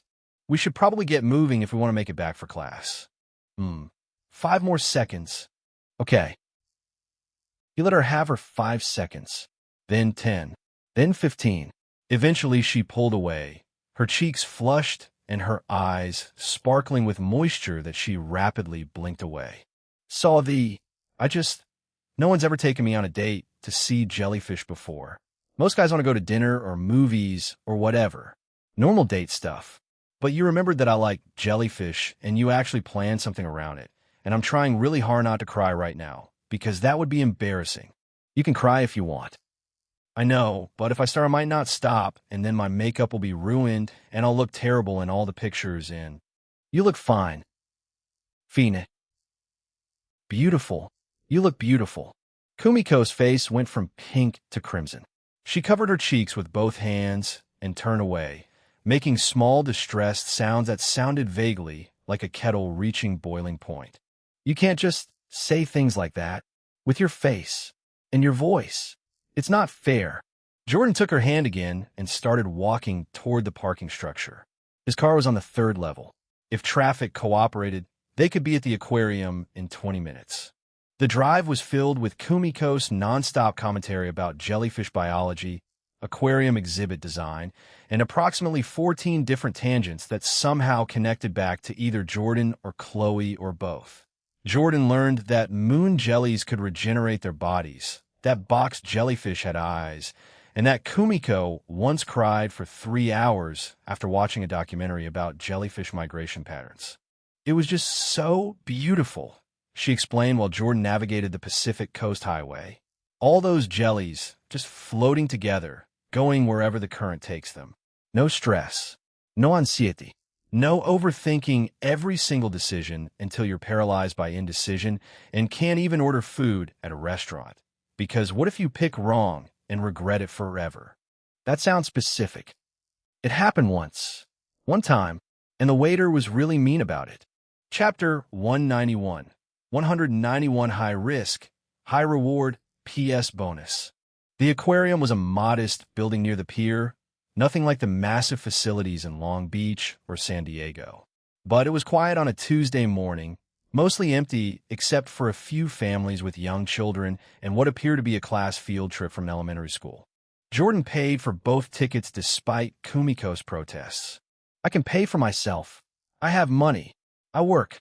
My streaming income is actually pretty good now, and I asked you out. I'm paying." Kumiko's protest died in her throat. She stared at him for a moment, then nodded slowly, her expression softening into something warm and vulnerable. "Okay," she said quietly. "Thank you, Jordan Cohen." Inside, the aquarium was cool and dim, lit primarily by the glow of the tanks. Blue light filtered through the water, casting rippling shadows across the floor. The sound of bubbling filters created a constant ambient hum that made conversation feel intimate, private, separate from the world outside. Kumiko immediately gravitated toward the jellyfish exhibit. Jordan followed, watching her more than the tanks. She pressed her face close to the glass, her breath fogging the surface, her eyes reflecting the soft purple glow of the moon, jellies drifting behind a barrier. Her twin tails swayed gently as she moved from one viewing panel to the next. "Look at them," she breathed. "They're so peaceful, just floating." not worrying about anything, not thinking about whether their boyfriend actually likes them, or if they're too clingy, or if they're annoying everyone around them with their constant talking. I like your constant talking. Kumiko turned to look at him. The blue light caught the moisture in her eyes. You do. It's interesting. You notice things other people miss. Most people think I'm annoying. Most people are idiots. A small smile tugged at the corner of her mouth. That's not very nice. I'm not very nice. Yes, you are. You're very nice. You're taking me to see jellyfish because I mentioned I liked them one time on a stream, and you actually remembered, even though you probably have a million other things to think about with your business and your girlfriends and your gym, and Jordan pulled out his phone. The system interface materialized on his screen, glowing with its familiar golden hue. He navigated to the Connections tab with the ease of someone who'd done this hundreds of times in the past month. Active connections. Chilokim topluine. Chemistry, 77%. Return rate, 1.54x. Last interaction, today. Kumiko Yamanaka, round pushpin. Chemistry, 22%. Return rate, 0.44x. Last interaction, today. Jordan stared at the numbers. 22%. Kumiko had been love-bombing him for days. Sending texts, drawing pictures, calling him the best boyfriend ever. Melting into his touch every time he patted her head. She'd literally tackled him with a hug 20 minutes ago because he offered to take her to see jellyfish. And her chemistry was at 22%. Chloe had been significantly higher when they started spending time together. Jordan remembered the numbers climbing steadily with every interaction, every date, every moment of genuine connection. The relationship had progressed in a way that felt natural, organic, like two people actually falling for each other. But Kumiko, maybe the number reflected investment? He'd spent thousands on Chloe in the early days. Dinners, gifts, the coffee date that started everything. With Kumiko, he'd spent almost nothing. She joined his life through Chloe's invitation rather than through his own financial commitment. Or maybe Kumiko wasn't actually into him. Maybe she was playing a part. The enthusiastic girlfriend, the supportive side character, going through the motions because Chloe had suggested it, not because she genuinely wanted to be there. Jordan looked at her, really looked, searching for signs of performance. She was staring at the jellyfish with an expression of pure wonder. Her hands were pressed flat against the glass like a child. Her lips moved slightly, probably narrating her own thoughts to herself. Every few seconds she'd glance back at Jordan, check that he was still there, then return her attention to the tank with a small, satisfied smile. That didn't look fake. But the numbers didn't lie. Did they? Jordan Kulwin, are you okay? Kumiko had noticed his silence. She was looking at him with concern, her head tilted slightly, her twin tails swaying. Fine, just thinking. About what? About whether you're actually attracted to me, or just going along with this, because Chloe asked you to. About whether those texts mean anything, or if they're just the romantic equivalent of customer service. About whether I'm an idiot for believing that two women could actually want to share me when I could barely get one woman to notice me a month ago. Jellyfish, Jordan said. Really? They don't have brains. Must be nice. Kumiko laughed, genuine and bright. Right? Imagine just existing without all the... She gestured vaguely at her head. Without all this. The constant thinking, the analyzing, the wondering if you're good enough, or if you're too much, or if everyone secretly hates you, but they're just too polite to say it. That sounds exhausting. It is. She turned back to the tank. That's why I like streaming. When I'm on camera, I know exactly who I'm supposed to be. Kumi Kimokas, the cute cosplay girl. The one who builds things and talks too much and gets excited about fabric swatches. There's no ambiguity, no wandering. And when you're not streaming? Kumiko was quiet for a moment. The jellyfish continued their endless drift behind the glass. When I'm not streaming, I'm just Kumiko. And Kumiko doesn't know what she's supposed to be. Kumiko has anxiety and obsessive tendencies, and she falls in love too fast and too hard, and she scares people away because she's too much. You don't scare me. She turned to look at him again, Her eyes were wet. "Give it time." Jordan stepped closer. He raised his hand and placed it on top of her head, letting his palms settle between her twin tails. The warmth of her scalp pressed into his skin. The effect was immediate. NNNHH. Kumiko's eyes fluttered closed. Her shoulders dropped.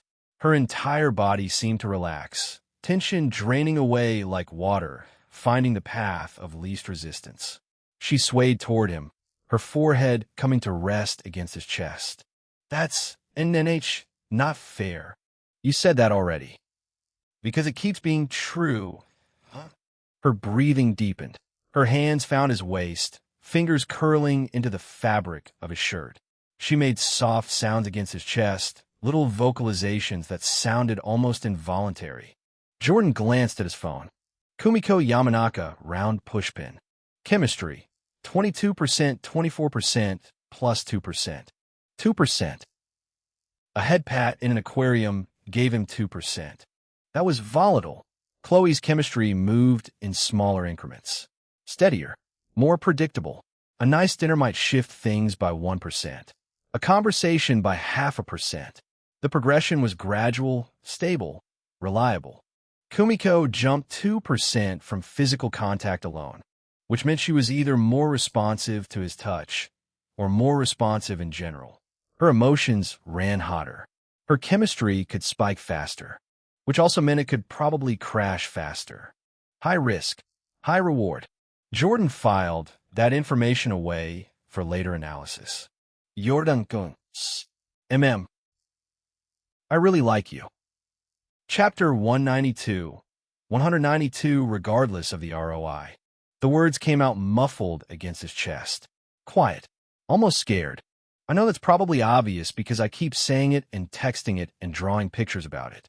But I want you to hear me say it when I'm not being weird or hyper or anxious. I like you. A lot. More than I've liked anyone in a really long time. Jordan's throat felt tight. Even though I come with complications, the complications are part of you. And I like all of you. Even the parts that are confusing or scary or make me wonder if I'm making a huge mistake. That's a lot of trust to put in someone you've known for 2 weeks. Kumiko pulled back enough to look up at him. Her face was flushed, her eyes still damp, but there was steel beneath the softness. A certainty that contrasted sharply with her usual scattered energy. My therapist says I form attachments too quickly. She says I idealize people and then get hurt when they don't live up to my expectations. She's probably right. She usually is. But Kumiko bit her lip. When you look at me, I don't feel like you're seeing someone you want to change. You just see me, the real me, the too much me, and you don't look away. Jordan didn't know what to say to that. So he kissed her instead. It wasn't planned, wasn't strategic, wasn't part of any system quest or chemistry optimization.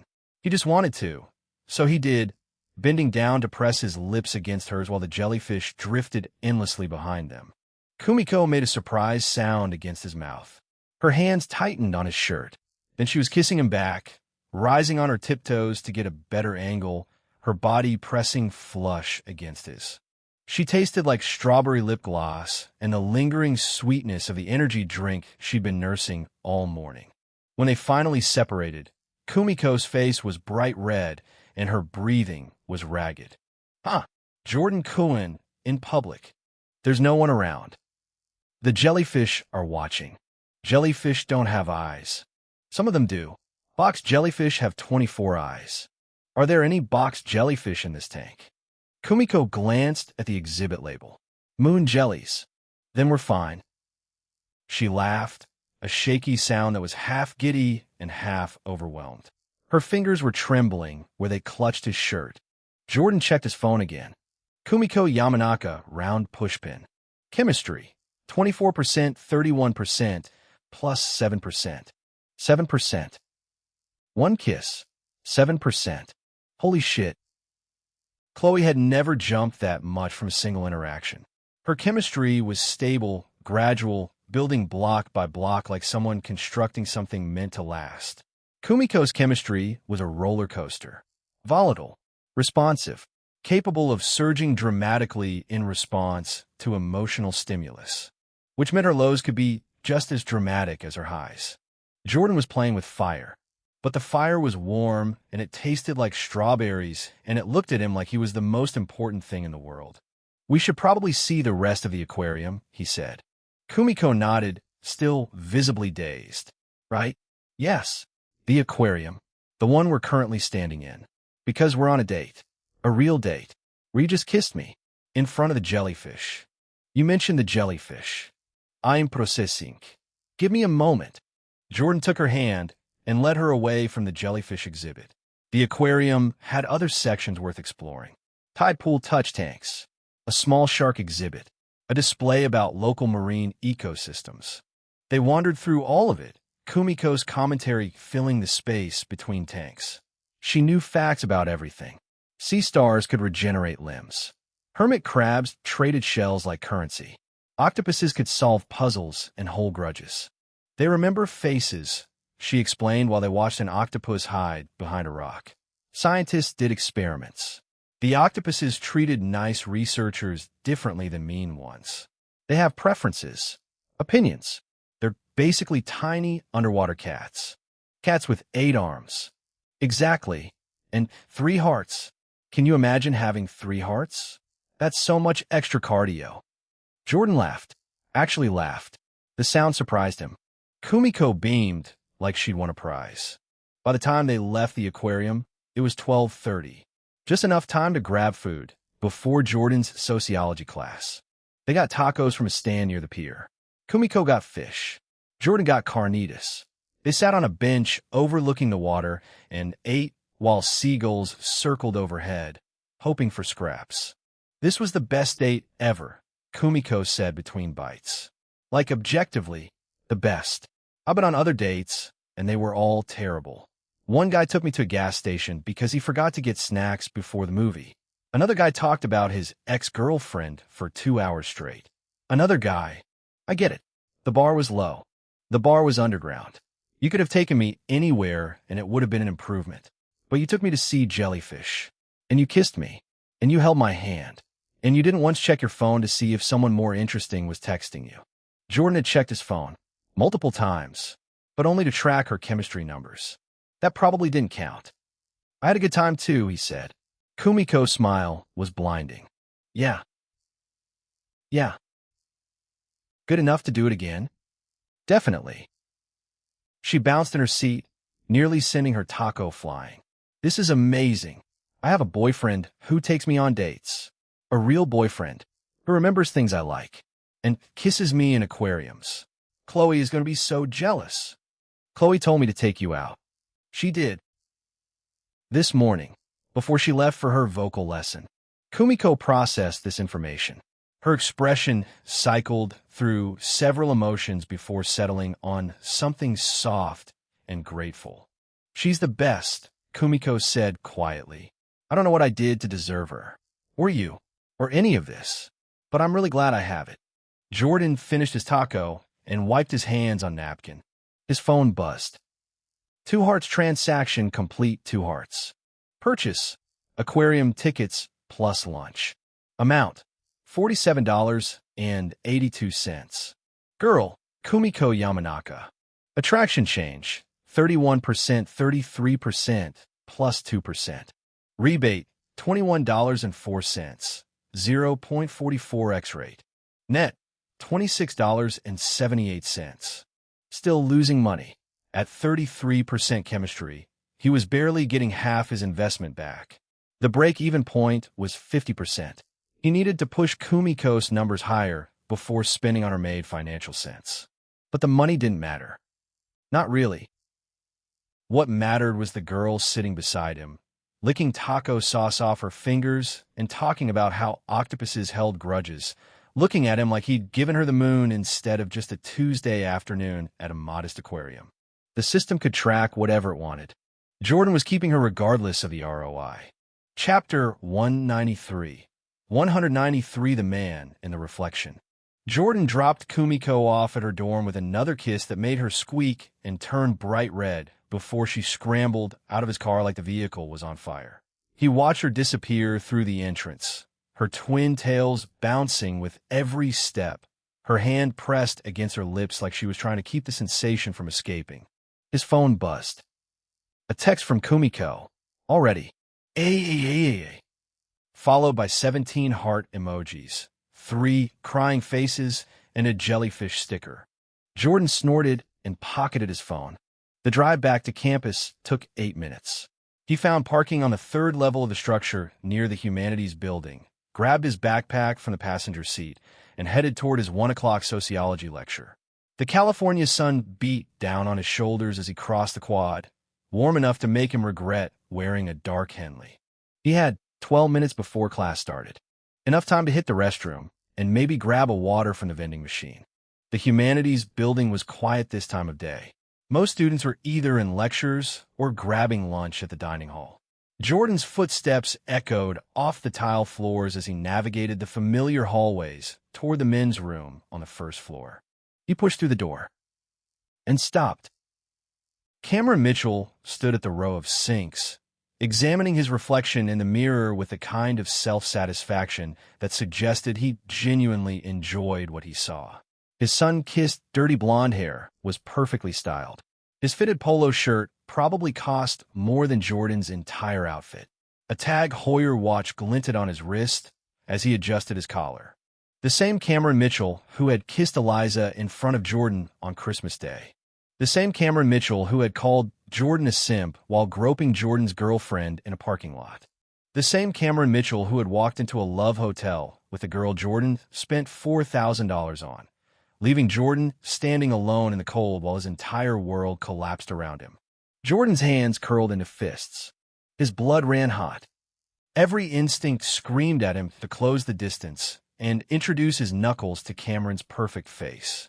Just once. Just hard enough to wipe that smug expression off and replace it with something more appropriate. Fear. Pain.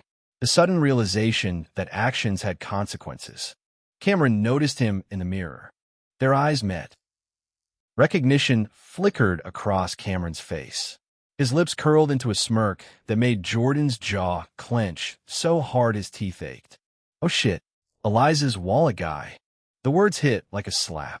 Jordan didn't move, didn't blink, just stood there in the doorway, feeling the familiar surge of rage that had lived in his chest since December 25th. Jordan, right? Cameron turned from the mirror, leaning back against the sink with his arms crossed.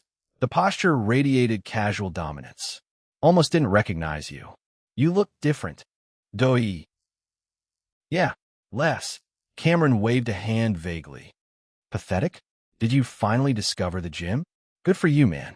Seriously, self-improvement is important. Jordan's fist tightened. One punch. Just one. He could picture it perfectly.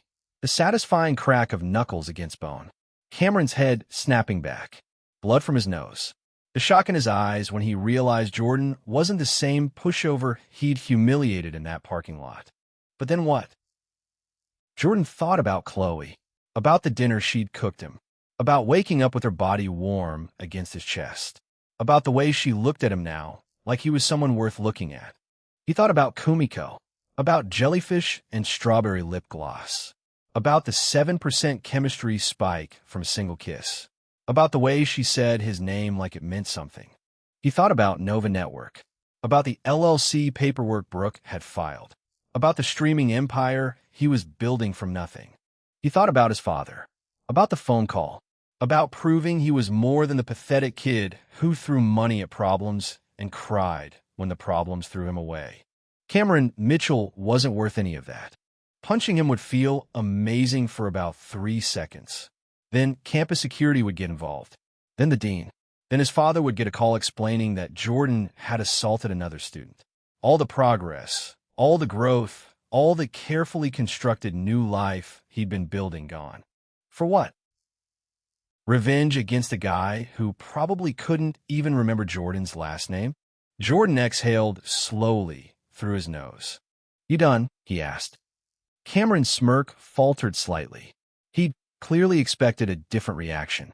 Stammering, maybe backing down. The old Jordan would have apologized for existing and scurried away like a kicked dog. The new Jordan just stared at him with flat, empty eyes. I was just leaving. Cameron pushed off from the sink, moving toward the door. He paused next to Jordan, close enough that Jordan could smell his cologne. Expensive. Probably a gift from his father. Hey, no hard feelings about the Eliza thing, right? She was fun, but honestly kind of boring. Moved on weeks ago. Jordan said nothing. Cameron's smile widened. Anyway, good seeing you, champ. Keep up the gym work. Maybe next Christmas, you'll actually find a girl who remembers your name. He clapped Jordan on the shoulder and walked out. The door swung shut behind him. Jordan stood alone in the bathroom, fists still clenched, heart pounding against his ribs like it wanted to escape. He walked to the sink and turned on the cold water. Splashed his face. Watched the droplets drip down his jaw and fall into the basin. His reflection stared back at him. Different. Cameron was right about that much. Jordan did look different.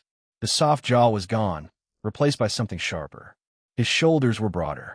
His posture was straighter. His eyes had a quality they'd lacked before. Focus. Maybe. Purpose. He looked like someone who could have punched Cameron Mitchell in his smug face. He also looked like someone who knew better. Chapter 194. 194 born on third base. Jordan dried his hands on a paper towel and headed for class. The sociology lecture hall was half full when he arrived. Professor Chin hadn't started yet.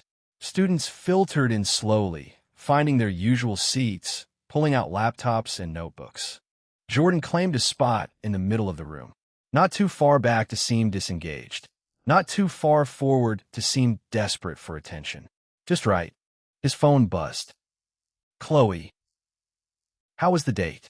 Did Kumi combust? Jordan typed back. Almost. Took her to see jellyfish. She cried. Happy tears. Very happy tears. Good. You're doing great. The simple validation hit harder than it should have. 3 words. You're doing great. From Chloe, who never said things she didn't mean. Another buzz. Kumiko this time. I can't stop thinking about it. The kiss. The jellyfish. You. I'm supposed to be in class, but I keep drawing little hearts in my notes instead of taking actual notes. My professor is going to think I'm insane. Well, more insane than usual. I already have a reputation for being the weird girl who talks too much about fabric. Now I'll be the weird girl who talks too much about fabric and draws hearts everywhere. Is this what love feels like? Because it's very distracting. Not that I'm saying I love you. That would be crazy. We've only been dating for like a day. But I might be a little in love with you. A tiny bit. A jellyfish-sized amount.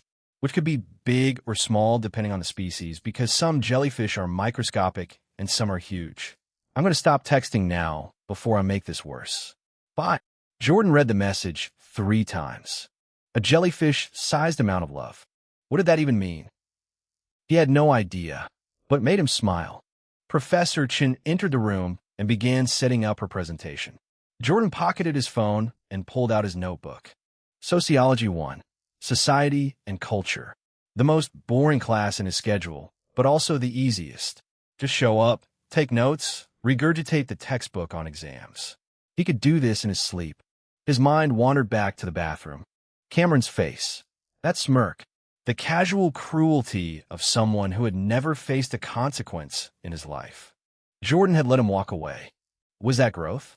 Or just cowardice dressed up in rationalization? He honestly wasn't sure. Part of him, the old part, the part that still flinched when he thought about Christmas Day, felt like he'd failed some kind of test. Real men didn't let people disrespect them.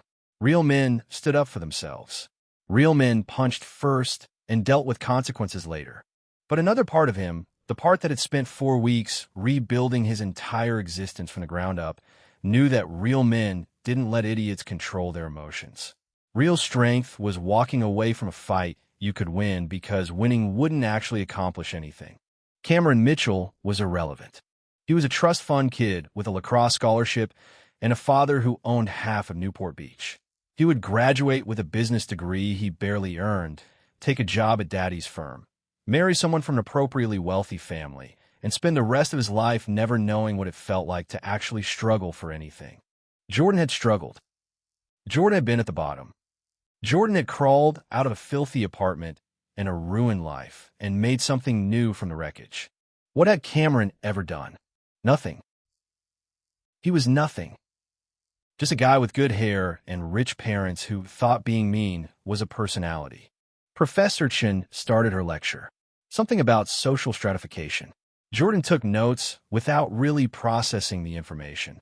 His hand moved across the page on autopilot while his brain churned through the morning's events.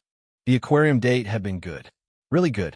Kumiko's chemistry had jumped 9 points total, from 22 to 33%. Still below break even, but the trajectory was promising.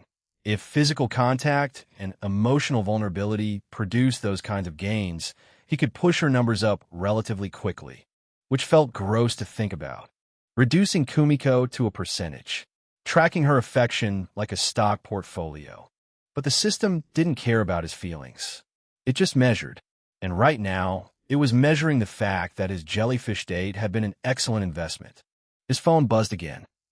Kyle. Gym at 4. You coming? Jordan typed back, already confirmed this morning. Just making sure. Leo's being weird. When is Leo not weird? Fair point. See you there.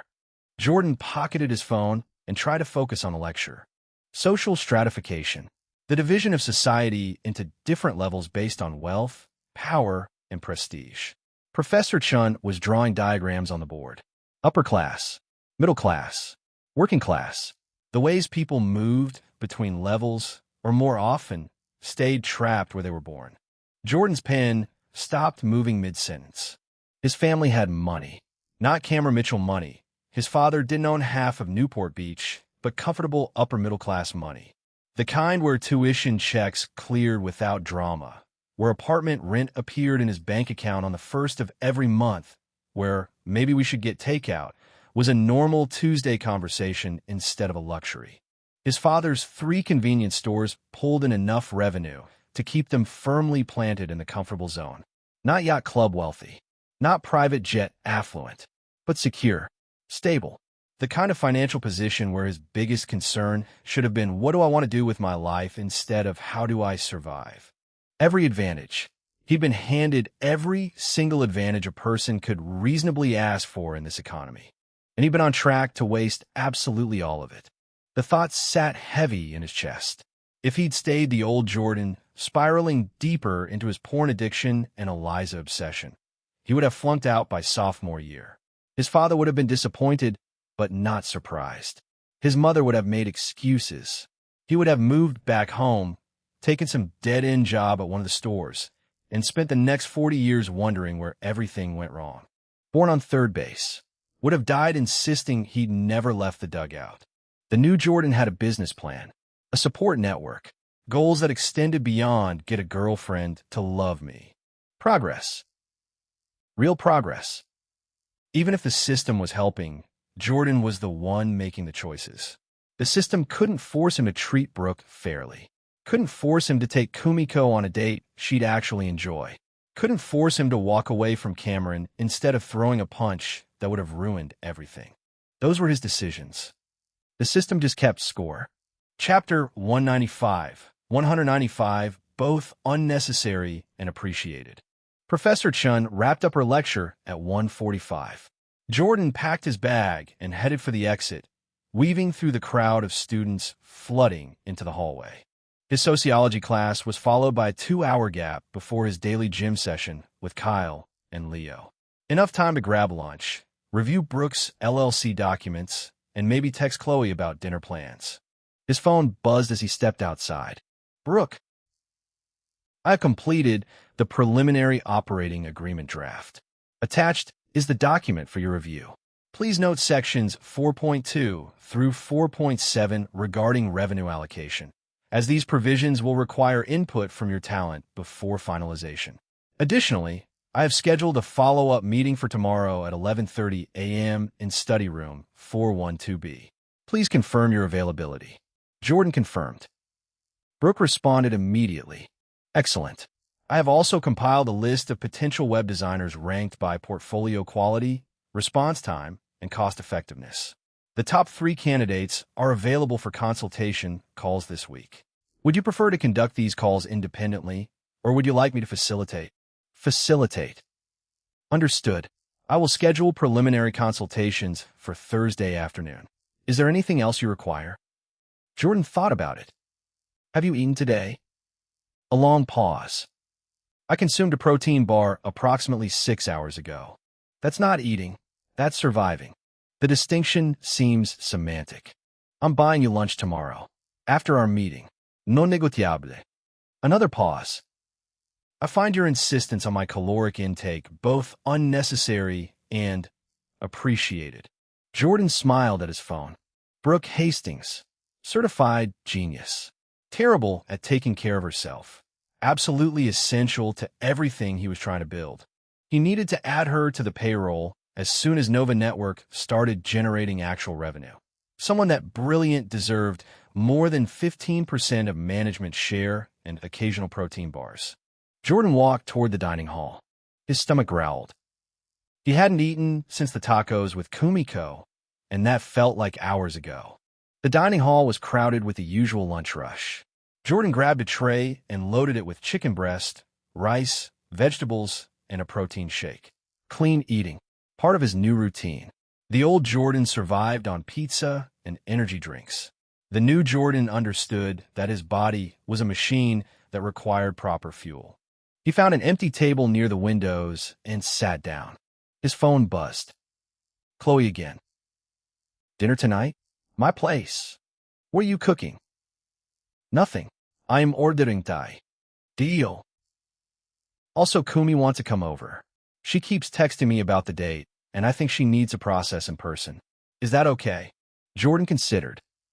Dinner with both his girlfriends. At the same time. In the same room. 3 weeks ago, the idea would have been inconceivable. Now it was just Tuesday. Sure. Tell her to bring her dream drawings. You're enabling her. I know. I love that about you. Jordan stared at the message. Love. She'd used the word casually, like it was nothing. I love that about you. A throwaway phrase. Something people said without meaning it literally. But Chloe didn't say things she didn't mean. Did she? Jordan ate his lunch and tried not to overthink. The chicken was bland. The rice was passable. The vegetables were boring. But his body needed the nutrients, and his body's needs outweighed his taste buds' preferences. He finished eating, cleared his tray, and headed back outside. 3 hours until the gym. Time to be productive. Jordan found a bench in the shade near the library and pulled out his phone. Brooke's operating agreement was attached to their text conversation. 34 pages of legal language that made his head hurt. He read through it anyway. Section 4.2. Revenue allocation for individual talent based on individual performance metrics including, but not limited to subscriber count, viewership numbers, sponsorship acquisition, and merchandise sales. Section 4.3. Collective fund allocation of 20% for operational expenses including equipment maintenance, software subscriptions, marketing expenditure, and emergency reserves. Section 4.4. Management compensation structure with provisions for performance bonuses tied to collective growth benchmarks. Jordan skimmed the rest. Brooke had thought of everything. Exit clauses, dispute resolution procedures, intellectual property ownership, non-compete provisions with reasonable limitations. The document was thorough, professional, ready for real lawyers to review and tear apart. Jordan texted Brooke. This is impressive. Thank you. I referenced 17 existing entertainment industry contracts while drafting. Would you like me to arrange consultation with an entertainment lawyer for final review? How much would that cost? Initial consultations typically range from $200 to $500, depending on the attorney's hourly rate. I have identified 3 candidates with relevant experience and reasonable fees.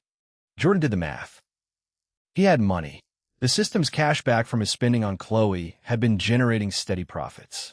But every dollar spent was a dollar that couldn't be invested in something else. Still, legal protection was important. Schedule the consultation. Understood. I will provide options by tomorrow morning. Jordan pocketed his phone and leaned back against the bench. The campus hummed around him. Students walked to and from classes. Birds chirped in the trees. The The California sun warmed his face through the gaps in the foliage. He thought about Cameron again. About that smirk. Those words. Eliza's wallet guy. The anger was still there, simmering beneath the surface. It probably always would be. Some wounds didn't heal completely. They just scarred over and ached when the weather changed. But Jordan could live with that. He could live with a lot of things now.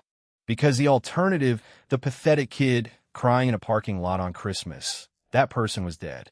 Jordan had killed him, buried him under clean sheets and gym sessions and business plans and relationships that actually meant something. The new Jordan had 2 girlfriends, a business partner, a support network, a body that could bench 185, a future that extended beyond next week. Cameron Mitchell had money and a smirk. Jordan had everything else. He pulled out his phone and texted the group chat. Gym at 4. Don't be late. Kyle responded with a thumbs up. Leo responded with a series of emojis that Jordan chose not to interpret. Kumiko responded even though she wasn't in the group chat. Wait, why am I getting this? Did you add me to something? What's that for? Can I come? Jordan realized he'd accidentally included her in the message. Wrong chat. Gym session with Kyle and Leo. Oh, have fun. Get strong. I believe in you.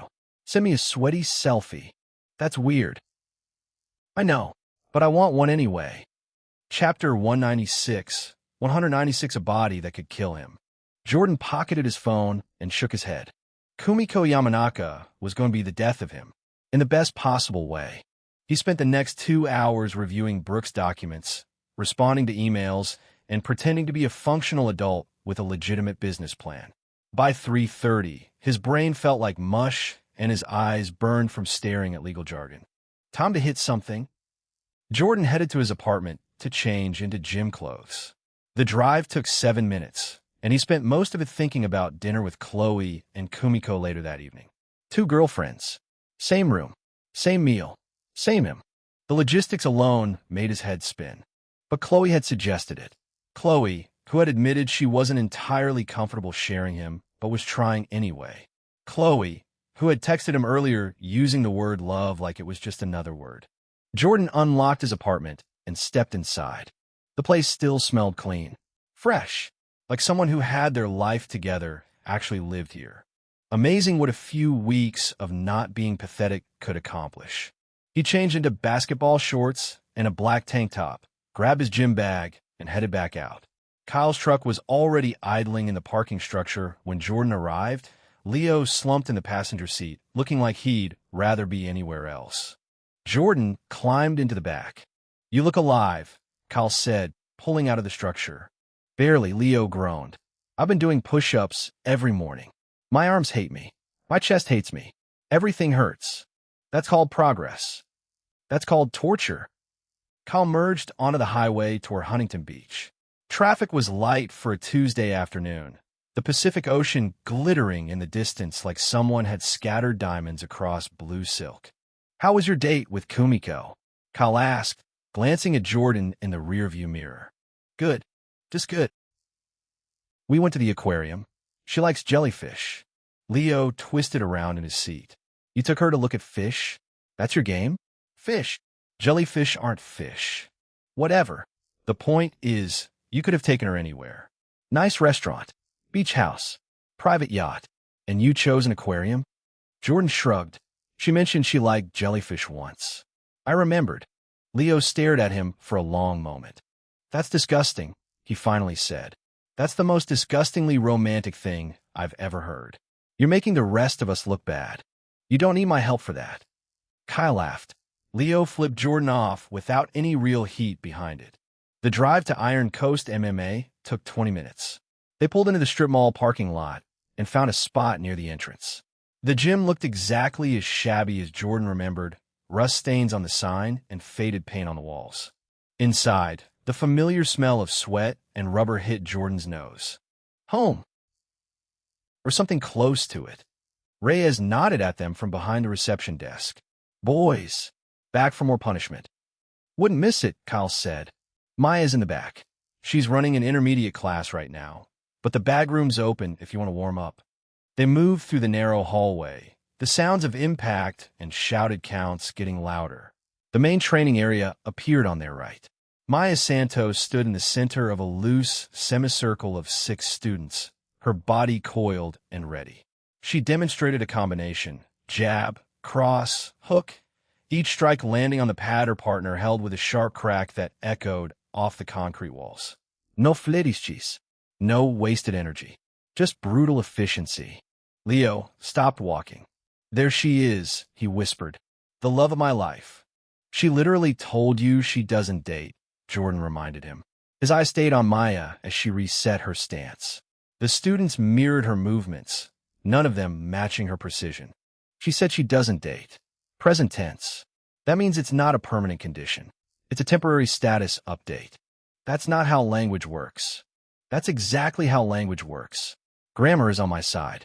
She didn't say, "I will never date." She said, "I don't date." Completely different semantic implications. Kyle grabbed Leo's arm and dragged him toward the bag room before he could launch into a full linguistic analysis. "Come on, Romeo. Let's get you warmed up before you embarrass yourself again." The bag room was cramped.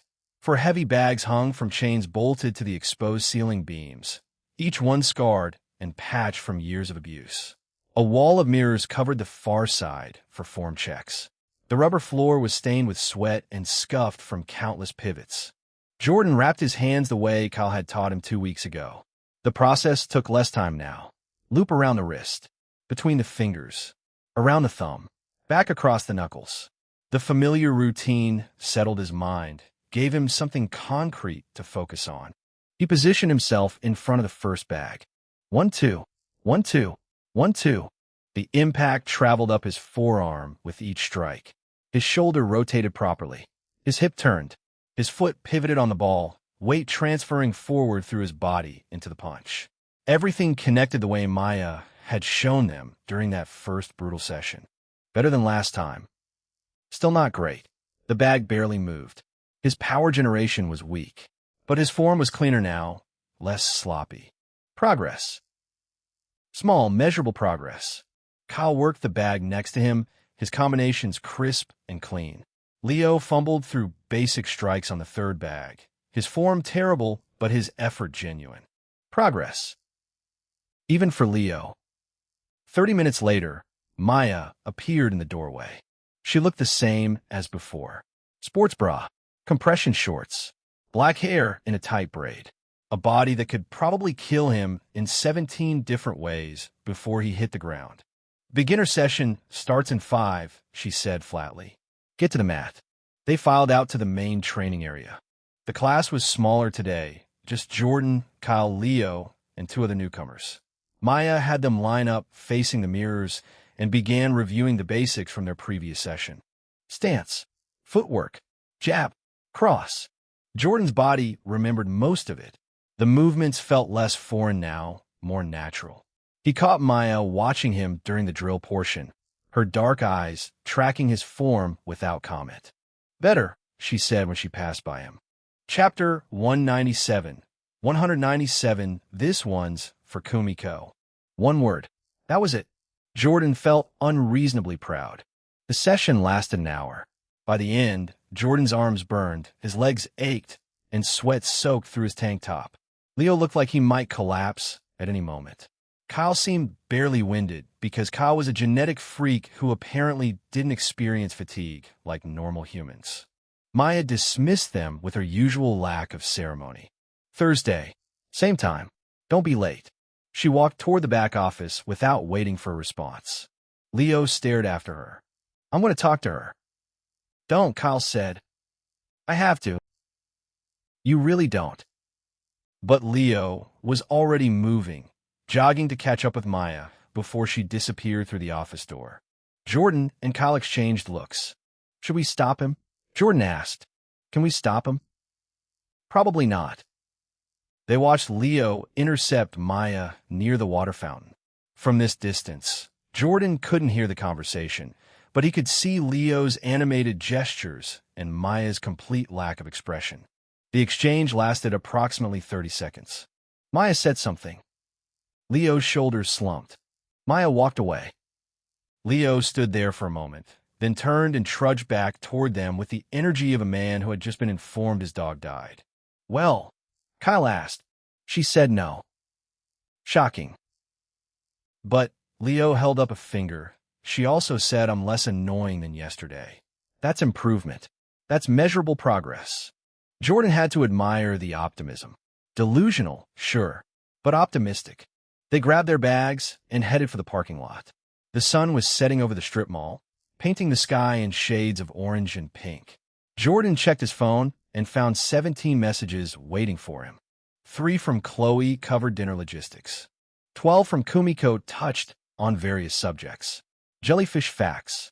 Outfit deliberations for tonight. A paragraph-long examination of why Jordan's eyes reminded her of honey swirled with forest moss, but only when the light hits them from the left. 2 from Brooke included attachments he'd review later. Jordan typed back to Chloe first. Heading back now. Should be there by 7. Perfect. Thai food arrives at 7:30. Kumi's already here. She brought drawings. Of course she did. Also, she's wearing your Henley. Jordan stopped walking. I don't remember giving her a Henley. You didn't. She took one from me, which I took from you. It's been passed around like a peace treaty. I'm running out of Henleys. Buy more. Leo reclaimed the passenger seat on the drive back, slouching low with his eyes shut. The repeated romantic failures had drained whatever energy the workout hadn't already stolen. Kyle hummed something vaguely melodic along with the radio. Jordan kept his attention on the road and considered the evening waiting for him. Dinner with 2 girlfriends. 2 girlfriends who both knew about each other, who had somehow agreed to this arrangement, who were currently hanging out together in Chloe's apartment while he drove back from the gym smelling like sweat and poor life choices. Normal people dated one person at a time, like civilized human beings. But Jordan McKnight had stopped being normal 3 weeks ago when a golden system appeared on his phone and started grading his romantic life like a particularly invasive video game. Kyle dropped Jordan off at Cooper Garment Lofts at 6:45. Have fun with your harem, Kyle said as Jordan climbed out. It's not a harem. You have 2 girlfriends who both know about each other and are eating dinner together at one of their apartments. That's literally the definition of a harem. It's a relationship with multiple participants. A harem. Jordan closed the door and flipped Kyle off through the window. Kyle laughed and drove away. The elevator ride to the 4th floor felt longer than usual. Jordan checked his reflection in the mirrored walls. Sweaty, tired, in desperate need of a shower. He stopped at his apartment first, stripped out of his gym clothes, and stepped under the hot water. The spray pounded against his sore muscles, loosening the tension accumulated from an hour of punching things. 10 minutes later, he was dressed in clean jeans and a blue button-up that Chloe had picked out for him during their Nordstrom trip. His hair was still damp, but looked intentionally messy rather than accidentally disheveled. Good enough. He walked to Unit 403 and knocked. The door flew open to reveal Kumiko Yamanaka practically vibrating in place, her entire body radiating an energy that could only come from someone who'd eaten an entire bag of candy in one sitting and chased it with a boba tea. Jordan, she threw herself forward before he could react. Jordan's arms came up instinctively, catching her as she collided with his chest. Her whole body pressed against him, face burrowing into the soft cotton of his button-up like she was trying to physically merge with him. The scent of her strawberry shampoo, mixed with something sweet and floral, filled his nose. Those ridiculous twin tails of hers brushed against his jaw. A chin-in-in-in. She made this contented noise against his sternum, the vibration traveling through his ribs. You smell like soap. Good soap. Not that cheap stuff that smells like a mall kiosk. I showered, Jordan said, because stating the obvious seemed safer than acknowledging how tightly she was holding him. I noticed. It's very nice. Very boyfriend appropriate. She pulled back just enough to look up at him, her doe eyes wide and sparkling. Chloe Chan told me you went to the gym with Kyle Cohen. Did you get stronger? Did you punch things? Did you think about me while you were punching things? Did you dedicate any of your punches to me?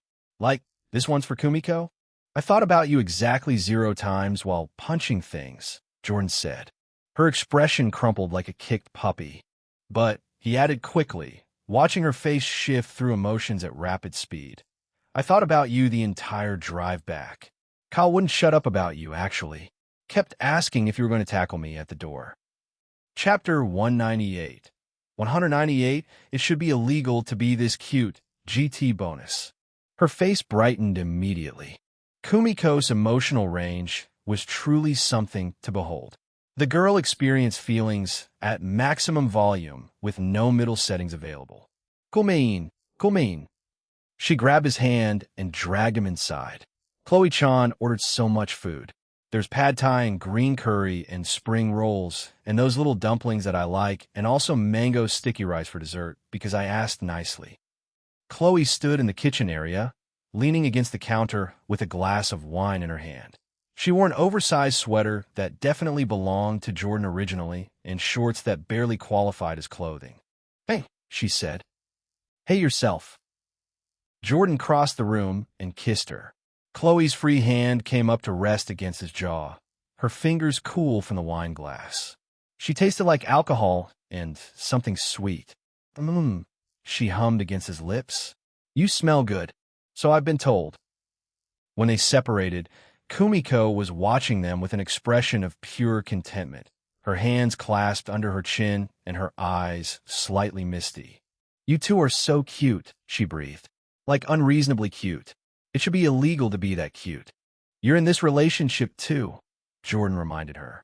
I know, but watching you kiss Chloe-chan is different from being kissed myself. Both are good. Both make my heart do the thing. The thing. Kumiko pressed her palm against her chest. You know, the thing. Where it beats really fast, and I feel like I might die, but in a good way. That thing. Jordan looked at Chloe. Chloe shrugged. She's been like this since she got here. I think she's still processing the aquarium date. It was a really good date. Kumiko insisted. There were jellyfish, and tacos, and kissing. All the best things in life. The doorbell rang. Chloe set down her wine glass. That's the food. Kumi, can you get plates? Yes, ma'am. Kumiko bounced toward the kitchen while Chloe went to answer the door. Jordan stood in the middle of the apartment and tried to process the surreal normalcy of the moment. Two girlfriends. Thai food. Tuesday evening. This was his life now. The thought made him want to laugh. Chloe returned with several bags of takeout containers, the smell of spices and coconut filling the apartment. Kumiko had set 3 places at the small dining table, complete with napkins folded into tiny triangles, because apparently that was something she did. They sat down together. Jordan ended up between them, Chloe on his left and Kumiko on his right. The table was small enough that their knees touched underneath.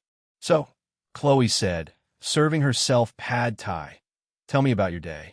And don't skip the part where Cameron Mitchell tried to start something in the bathroom.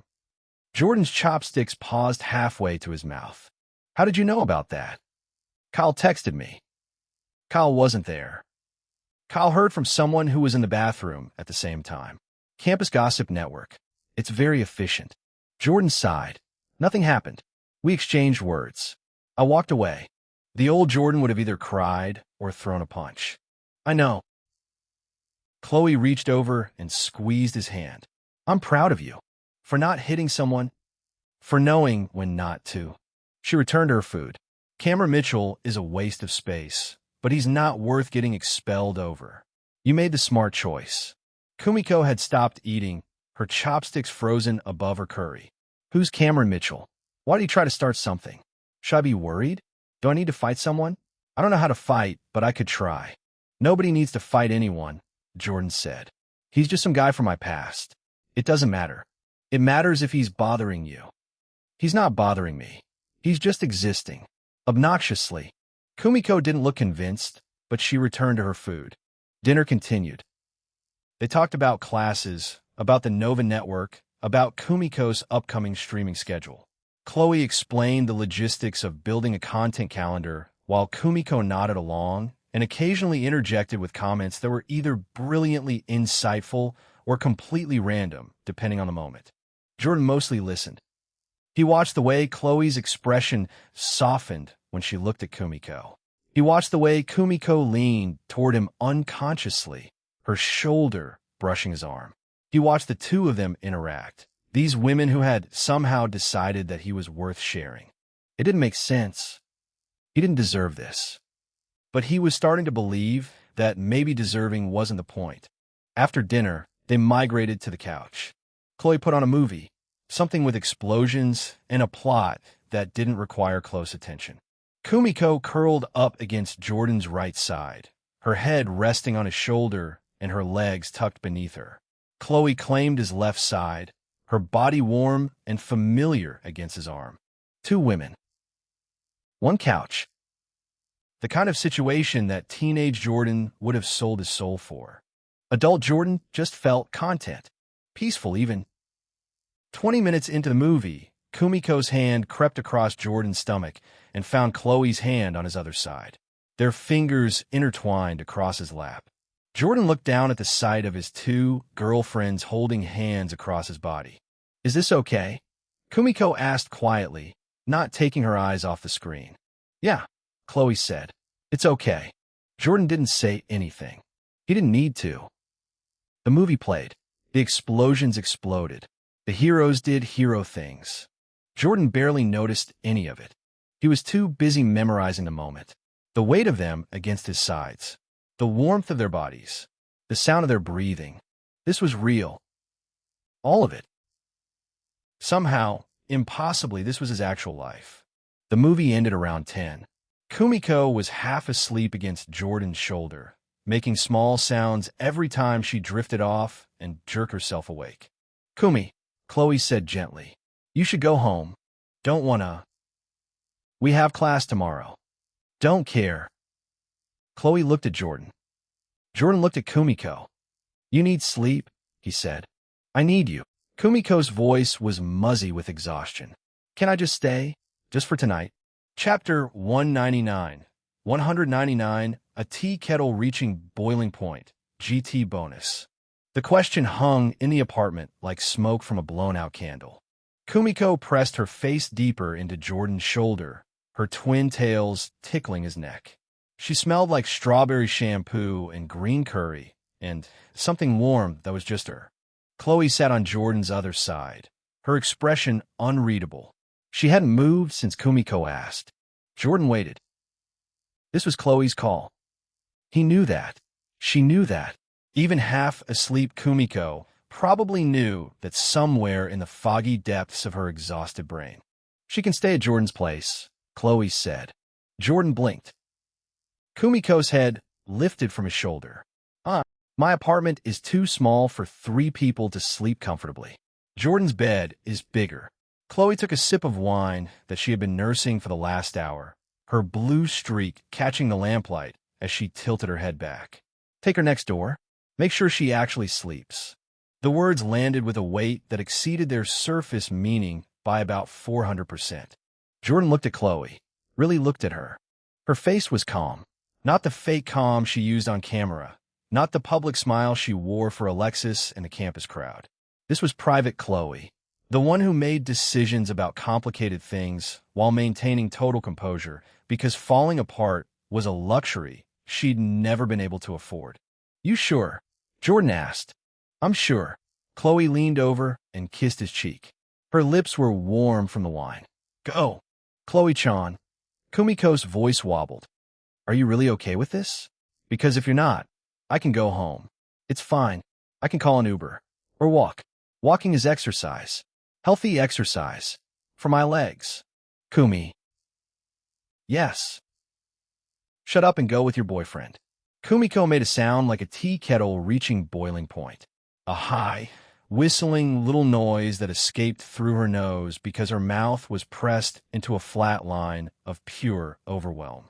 "Okay," she whispered. Jordan stood up first and offered his hand to Kumiko. She took it with both of hers, her fingers cold and slightly trembling. He pulled her to her feet, and she swayed against him, her head barely reaching his collarbone in her platform sneakers. "I'll see you in the morning," Chloe said from the couch, reaching for the remote. "My alarm goes off at 6:47. If you're not awake by then, I'm banging on the wall. Romantic, Jordan said. I'm a romantic person. You're terrifying. Also true. Chloe smiled. The real one. The one that reached all the way to her eyes and made her look younger than 18. Good night, Jordan. Night. Good night, Chloe-chan. I love you. Thank you for sharing him. I promise I'll take good care of. Kumi. Door. Now. Kumiko squeaked and let Jordan guide her toward the exit. He grabbed his keys from the counter on the way past. The hallway of the Cooper Garment Lofts was quiet at 10:15 on a Tuesday.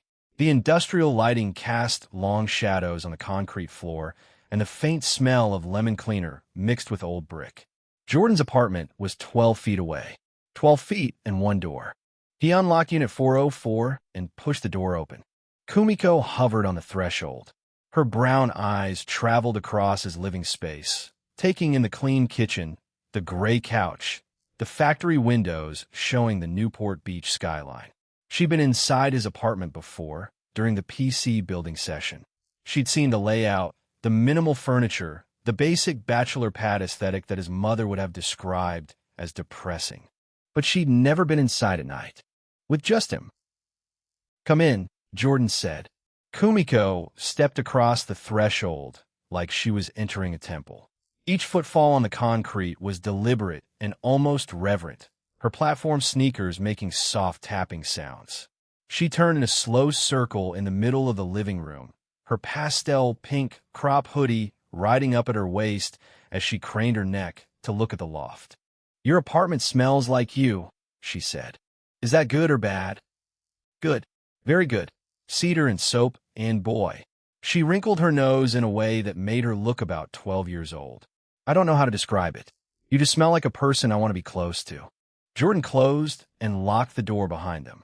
The sound of the deadbolt engaging seemed very loud in the quiet apartment. Kumiko turned to face him. The distance between them was about 6 feet. She stood in a patch of ambient light from the kitchen, her hair slightly mussed from leaning on his shoulder during the movie. One of her pink ribbons had come loose, and the left twin tail was sagging toward her ear. I should fix that, Jordan said. Fix what? He closed the distance and reached for the loose ribbon. His fingers found the silky fabric and the warm hair beneath it, and he retied the bow with a care that surprised even him. The ribbon slid into place against her black hair, neat and straight. Kumiko stopped breathing. Her entire body went still the way it always did when he touched her head. Her eyes glazed over, her lips parted, and a tiny, involuntary MNH escaped her throat. Jordan's head pat trait hummed through his fingertips. He felt it in his wrist, his forearm, the center of his chest. A low vibration that traveled from his hand into Kumiko's skull and spread through her nervous system like warm water filling a bathtub. Her shoulders dropped, her jaw unclenched. The constant vibrating anxiety that powered Kumiko Yamanaka like a nuclear reactor went offline, and what remained was just a girl, small and soft, and leaning into his palm with her whole body weight. "NNNN," she sighed. "Better." Her eyes were half closed. Her lips curved into a dreamy smile. "It's nice." Jordan removed his hand before the moment tipped from tender into dangerous. Kumiko swayed forward. "Bed's upstairs," he said. Her eyes snapped open. Full focus. Instant sobriété. The pink in her cheeks went from faint blush to full crimson in about half a second. "Be bed," she repeated. "You said you wanted to stay. I assumed that meant sleeping." "Right. Sleeping. Yes. That is what I meant. 100% sleeping and nothing else. 0% anything else. Completely and totally just unconsciousness in a horizontal position. You're spiraling." "I'm spiraling." Jordan took her hand and led her toward the stairs. Chapter 200. 200 Just Kumiko, GT bonus. His loft bedroom looked the same as always. Dark gray sheets that Chloe had picked out for him. A nightstand with a charger and a glass of water. The window above the bed showing a rectangle of Newport Beach sky, starless and amber from the light pollution. Kumiko stood at the top of the stairs and stared at his bed like it was the final boss of a dungeon she'd been grinding toward for weeks. I need to borrow something one girl at a time. He held it out to Kumiko. She took it with both hands, held it against her chest, buried her nose in the fabric, and inhaled deeply. "Oh," she said. "What?" "Nothing. It smells like you. I'm having a moment." "Take your moment in the bathroom. First door on the left downstairs." Kumiko clutched the Henley like a sacred artifact and descended the stairs with rapid, pattering footsteps. Jordan heard the bathroom door close, followed by what sounded like a muffled scream into a towel. He sat on the edge of his bed and pulled out his phone. A golden notification blinked at the top of the screen. He swiped it open. Heart with ribbon cashback infinity. Active connections. Chlokim topluine. Chemistry, 77%. Return rate, 1.54x. Last interaction, today. Kumiko Yamanaka round pushpin. Chemistry, 33%. Return rate, 0.66x. Last interaction, today. Jordan stared at the numbers on his phone screen and did the mental math he'd been avoiding all night. 33%. Up 11 points from the moment he'd registered her at the aquarium entrance. The jellyfish date had done serious work. The soft kiss under the blue lights had moved the needle harder than anything since. And now Kumiko was in his apartment after midnight, wearing nothing but his Henley, about to climb into his bed. The old Jordan would have been calculating projected returns at 50%, at 75%. At the moment, the third slot unlocked. New Jordan locked his phone and set it face down on the nightstand. Whatever happened tonight would happen because both of them wanted it, not because a golden interface on his phone screen approved of the transaction or promised future profitability on emotional investment. The system could grade this in the morning. Right now, he was just Jordan, and she was just Kumiko, and the bathroom door was opening downstairs. Kumiko's footsteps came up the stairs. Slow this time. Deliberate. She appeared at the top of the landing, and Jordan forgot every single thought in his head. The gray Henley hung past mid-thigh on her. Just the Henley. Her legs were bare from the hem down, pale and smooth, her thigh-high socks discarded somewhere downstairs along with her skirt and hoodie. The neckline was too wide for her small frame and had slipped off one shoulder, exposing her collarbone and the delicate line where her neck met her shoulder. She'd taken her hair out of its twin tails, and her black hair fell loose past her shoulders for the first time Jordan had ever seen, framing her heart-shaped face in dark waves. She looked like a completely different person. Not the bouncing, hyperactive cosplayer. Not the anime-obsessed girl who drew stick figures and squealed at headpats. Just Kumiko. Borrowed legs. Borrowed shirt. Dark hair loose around her shoulders. "It's high," she said. Jordan swallowed. She padded across the floor on bare feet. Each step made a soft sound on the hardwood. She stopped at the foot of the bed, her fingers twisting the hem of the Henley. "Which side?" she asked. "Left." Kumiko circled to the left side and climbed onto the mattress. The sheets rustled under her weight, which was barely anything at all. She pulled the gray comforter up to her chin and lay perfectly rigid, staring at the ceiling with eyes the size of dinner plates. Jordan killed the overhead light and lay down beside her. Darkness. Just the glow of the city through the window and the green light from his phone charger on the nightstand. Kumiko was 3 inches away. He could feel the heat radiating from her body, could hear her breathing, quick and shallow. Jordan Guns. Yeah. My heart is beating really fast. Mine too. Really? A pause. You don't seem nervous. I'm very good at hiding it. Another pause. Longer this time. Can I? Kumiko's voice dropped to something barely above air. Can I come closer? Yeah. She moved across the 3 inches like she was crossing an ocean. Her body made contact with his side, her head finding the hollow between his shoulder and his chest. Her arm draped across his stomach, tentative at first, then more firmly as she settled into the shape of him. She was so small. That was the thing that hit Jordan the hardest. Chloe was 5'6" and fit against him like a matching puzzle piece, all curves and warmth and confident ownership. Kumiko was 5'4" in shoes, and without the platforms, she was even shorter. This fragile little creature whose entire body weight barely registered against his torso. "You're really warm," she murmured into his chest. "MMHM. And big." "Thanks." "That wasn't... I didn't mean..." She buried her face in his shirt. "I meant tall and wide, in the shoulder area, which is normal for boys. I mean men. I mean you." Jordan wrapped his arm around her and pulled her closer. His hand found the small of her back where the Henley had ridden up, and his palm pressed flat against her bare skin. Kumiko inhaled sharply. "Ah, too much." She shook her head against his chest. "Don't stop." His thumb traced a slow line along the curve of her spine. Each vertebra was a tiny bump beneath soft skin. Kumiko's fingers curled into his shirt, bunching the fabric at his stomach. "Jordan Guns. Nobody's ever held me like this before."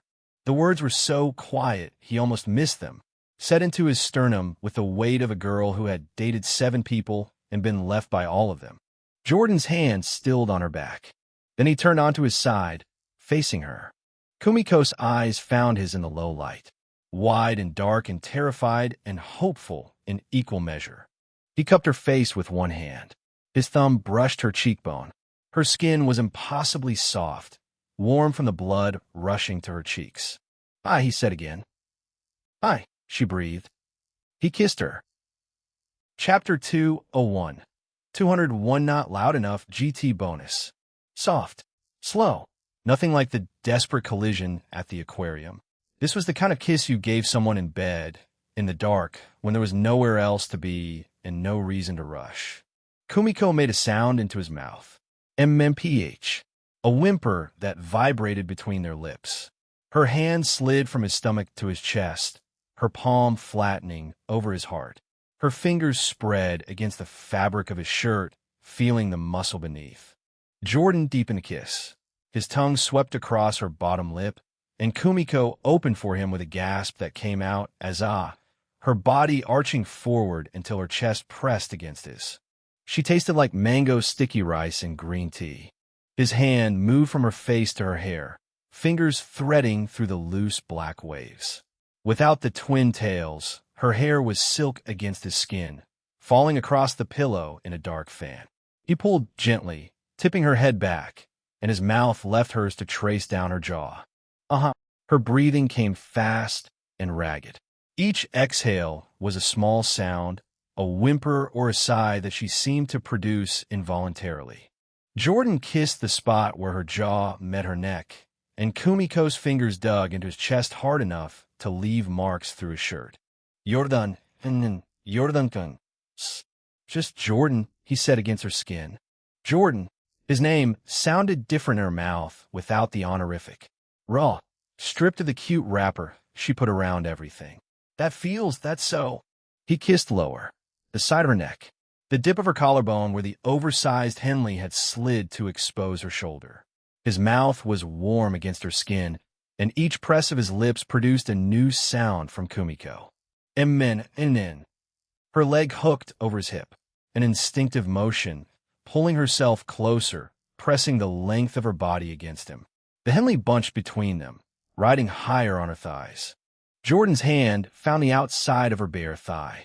His fingers curled around the back of her leg, feeling the soft muscle flex as she pulled him closer. "Oh," Kumiko whispered, just that single syllable, loaded with something enormous. Jordan pulled back to look at her face. Her cheeks were deep red. Her lips were parted and slightly swollen from the kissing. Her eyes were glassy, unfocused, her pupils blown so wide that the brown iris was barely visible. Her dark hair spread across his gray pillowcase like ink on stone. She was the most beautiful thing he'd ever seen in low light. "Kumi. Is this okay?" She nodded. Fussed. Frantic. "Yes. Very yes. The most yes I've ever been about anything." His hand tightened on her thigh. Kumiko's back arched, her hips pressing forward against him. When she felt him through the thin fabric of his shorts, her eyes went wide. "Oh," she said again. but different this time. Higher. Almost a squeak. Yeah. That's your... Mm. Her face was so red it practically glowed in the dark. Can I see? Jordan sat up and pulled his shirt over his head. The city light from the window caught the planes of his chest, the definition of his abs, the V-line that disappeared into the waistband of his shorts.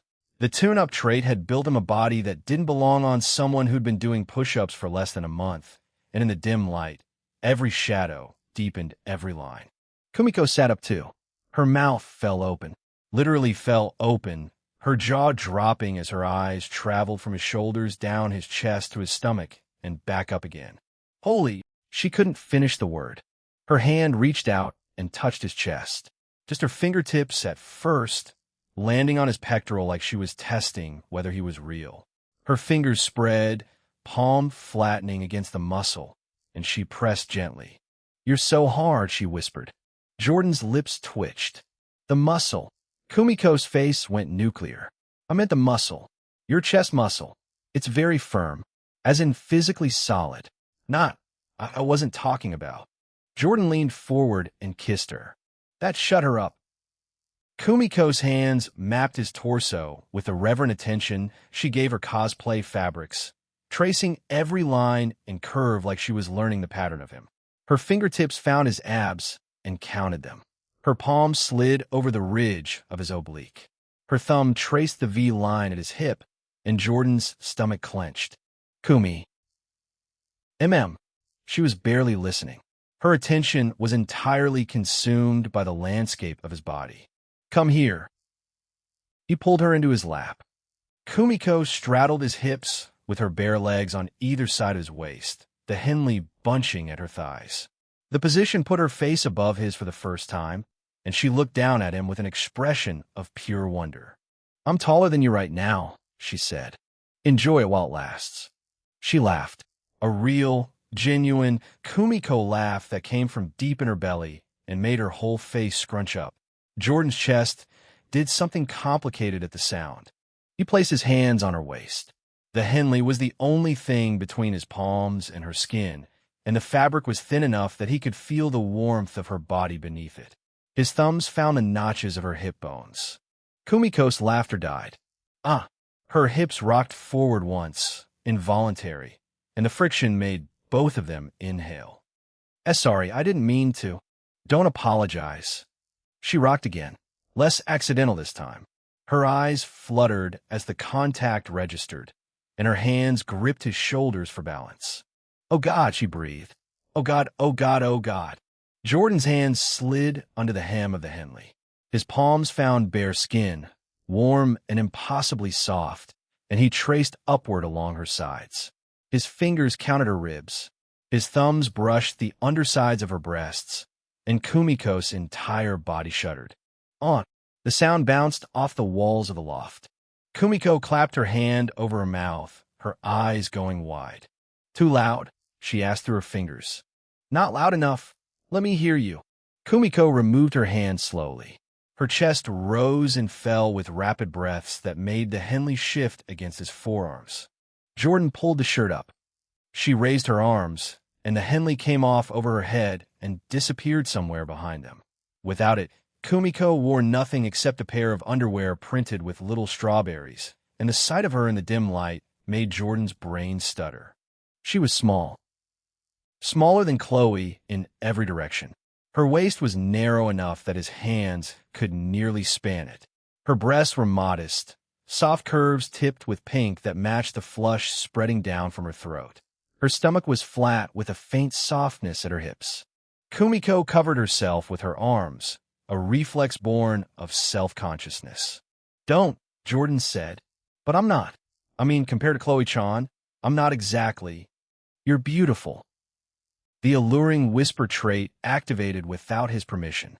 The words came out lower, warmer, with a resonance that bypassed conscious thought and landed somewhere in the base of Kumiko's spine. Her arms lowered, her breath caught, her pupils dilated until her eyes were almost black. "Say it again," she whispered. "You're beautiful, Kumi." "Ah!" She melted forward, her forehead pressing against his. Her bare chest met his skin against skin, and the contact sent electricity racing through both of them. Nobody's ever said that to me like they meant it. I mean it. She kissed him. This kiss had teeth. Kumiko's mouth was hungry in a way her previous kisses hadn't been, her tongue pushing past his lips, her hands gripping the back of his neck. The shy girl who squeaked at head pats was gone. Whatever lived beneath the surface of Kumiko Yamanaka, whatever engine of passion and obsession powered her through 100-hour cosplay projects and 4 a.m. drawing sessions, it was running now. She rolled her hips against him and moaned directly into his mouth. Eminem, Jordan grabbed her hips and pulled her tighter against him. The friction through his shorts and her strawberry underwear made her gasp, her fingers yanking at his hair. More, she panted. Please. More. Chapter 202. 202 now, please now, GT bonus. Jordan's brain fired one last coherent thought through the fog of Kumiko grinding against him. Condom. Right. Because the last time he let the moment carry him without thinking, he'd painted Chloe's sheets like a Jackson Pollock and spent 20 minutes explaining why baby wipes weren't going to cut it. The ceaseless discharge trait turned every orgasm into a biohazard event, and Jordan refused to explain to Kumiko's mother why her daughter was pregnant 3 weeks into a relationship that technically started over jellyfish. He lifted Kumiko off his lap. She made a noise like someone had stolen her favorite stuffed animal, her hands reaching for him. 1 second. Where are you going? Why are you leaving? Did I do something wrong? Was it the hip thing? I could stop doing the hip thing. Please don't leave, Kumi, I'm getting a condom. I'm literally going 2 feet. Oh.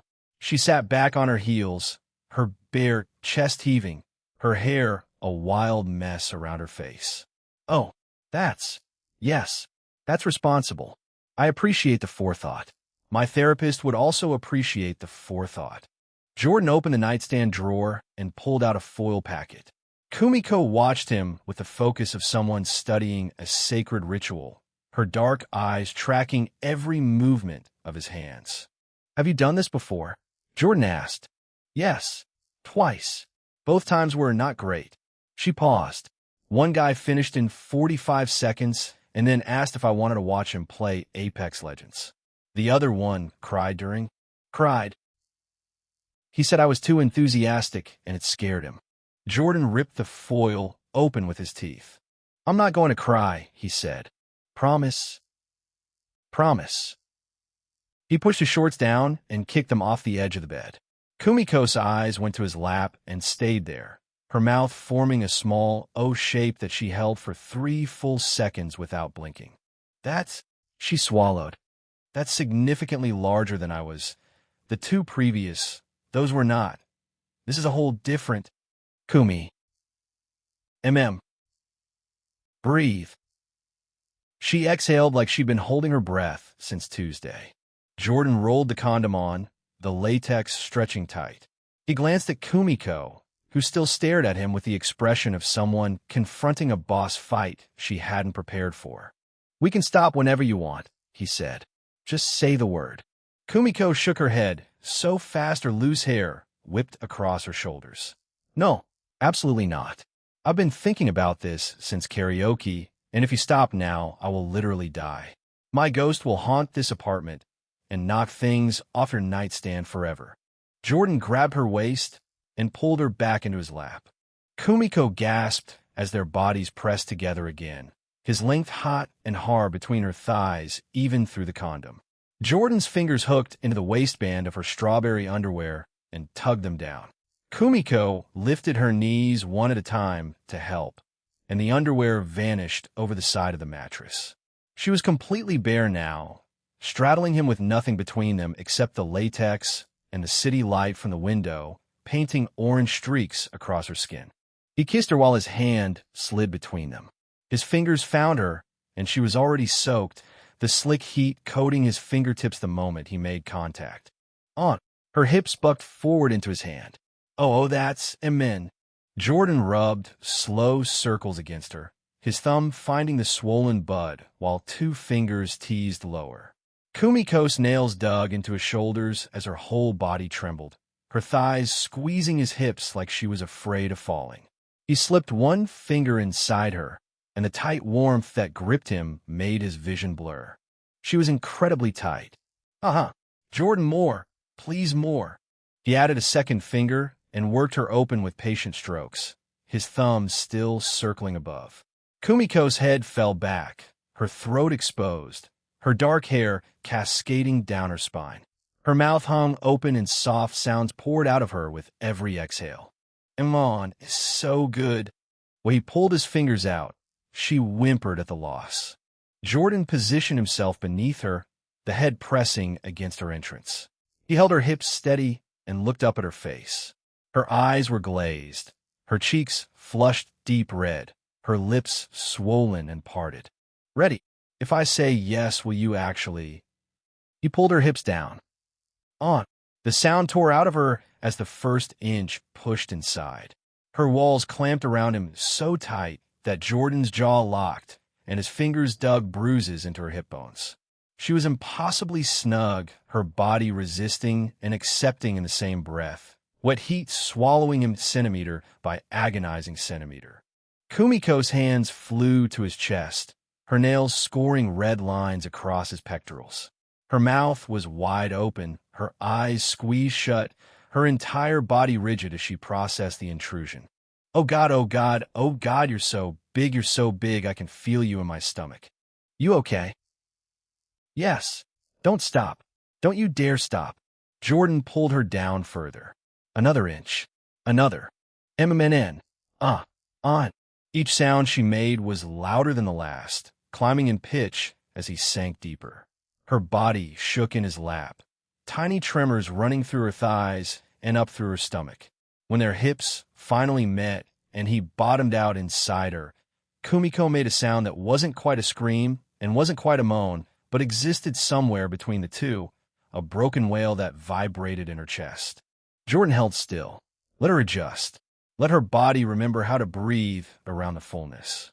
Kumiko's forehead dropped to his shoulder, her breath coming in short, wet gasps against his skin. Higher. I can feel you everywhere. Tell me when. She took 3 ragged breaths. 4. Then her hips rolled forward on their own, a tiny experimental motion that made both of them groan. Now, she whispered. Now, please now. Chapter 203. 203, a perfect ring of red GT bonus. Jordan lifted her hips and pulled her back down. PLAP. The sound of their bodies connecting was obscene in the quiet loft, skin meeting skin with wet force. Kumiko's voice cracked on impact. Again. He lifted her and brought her down, harder this time, his hips thrusting up to meet her descent. PLAP. On. Again. PLAP. MNN. Jordan found the rhythm. Not gentle, not careful. He fucked up into her with force that made the bed frame creak beneath them, his hands controlling her hips, lifting her until just the tip remained inside before slamming her back down onto the full length. PLAP. PLAP. PLAP. PLAP. The noise was relentless. Vet. Filthy. Every collision produced a fresh wave of sound from Kumiko, whose vocal range apparently covered several octaves Jordan hadn't known she possessed. JORD Onin. So deep. You're so deep. Jordan leaned forward and bit the side of her neck. Jordan's teeth sank into the tender skin where her throat met her shoulder. Not a love bite. A claim. His mouth worked against her neck with deliberate pressure, teeth pressing deep enough to leave welts, to mark her, while his tongue soothed the abused flesh in alternating pulses of pain and relief. All while his hips never stopped driving into her, maintaining the relentless upward thrust that had her entire body jerking with each collision. Kumiko's scream tore through the loft. Raw, unfiltered, her fingers twisted into his hair and yanked, pulling so hard Jordan's scalp burned, but the pain only sharpened his focus. Her back arched off his lap in a desperate curve, her spine bending at an angle that looked physically impossible as the dual assault of penetration and possession shredded whatever composure she'd been clinging to. AHH. On. Oh God. Jordan. Jordan. His name became a prayer in her mouth. A chant, each syllable punctuated by the force of his cock splitting her open, by the suction of his lips against her skin, by the scrape of his teeth marking territory on her body that nobody else would ever touch. Jordan released the first bite. A perfect ring of red indentations decorated her throat, already darkening toward purple. Beautiful. He moved lower, finding the sharp jut of her collarbone where it pressed against her skin, and his tongue traced the line of bone with slow deliberation before his teeth closed around the flesh just above it. He pulled, sucked, left another mark to match the first. Kumiko's pussy clamped down on him like a vice. The sudden pressure was so intense Jordan's vision actually blanked for a second, white static flooding his peripheral sight as her inner walls contracted around his shaft with crushing force. He could feel every individual spasm, every desperate flutter of her body trying to milk him, to pull him deeper, to keep him inside forever. PLAP, PLAP, PLAP, PLAP, PLAP. The bed frame groaned beneath them. Protested. The headboard slammed against the shared wall with Unit 403 in a steady rhythm that had zero subtlety, zero discretion. The sound of wood meeting drywall echoed through the loft with each brutal thrust, a percussion section to accompany Kumiko's vocals and the wet slap of their bodies connecting. Jordan bit down harder and fucked Kumiko through another scream as he pushed Kumiko onto her back. She went down with a yelp, her loose hair spreading across the dark gray sheets, her arms falling above her head as Jordan loomed over her. He grabbed her thigh and pushed her leg up toward her chest, opening her further, and the new angle made her entire body jolt. On. Right there, Jordan, don't stop. He didn't stop. Jordan drove into her with everything he had, the bed frame slamming against the wall in a steady percussion that matched the wet sounds of their bodies colliding. Kumiko's small frame bounced beneath him with every thrust, her breasts moving with the force of impact, her stomach tensing and releasing. And Jordan could see it. Every time he drove forward, the outline of his cock pressed against the skin of her lower belly. A visible ridge that appeared and disappeared with each stroke, the proof of how deep he reached inside her, pushing against her from within. The sight was so obscene that Jordan's brain short-circuited for a full second. Kumiko looked down and saw it too. Her eyes went wide. Her hand moved to her own stomach, palm pressing flat against the skin right where the outline appeared. She felt him through her own body wall, her fingers registering each thrust as a physical bump against her palm, the shape of him moving beneath the surface of her belly. I can feel you from the outside. Kumiko's voice trembled, disbelief and arousal mixing into something incoherent. Oh my God, oh my God, oh my God. Her voice broke into a high, continuous whine that climbed higher and higher as her body tightened around him like a vice, her walls contracting in rapid, desperate pulses. I'm gonna, Jordan, I'm. Come for me. The words came out in his alluring whisper register, low and warm and resonating in the space between her ears like a physical thing. The acoustic frequency bypassed her conscious resistance and went straight to the primal part of her brain that controlled everything below the neck. Kumiko's back arched off the mattress so hard that only her shoulders and heels remained in contact with the sheets. Her spine curved into a bow that shouldn't have been anatomically possible, her chest pushing up toward the ceiling as her head pressed back into the pillow. Her eyes rolled back, the brown irises disappearing as her pupils dilated to maximum and then vanished behind white, her eyelids fluttering in rapid, uncontrollable spasms. Anahant. Her whole body seized. Not trembled, not shuddered. Seized like every muscle from her jaw to her toes, it fired at once and forgot how to release.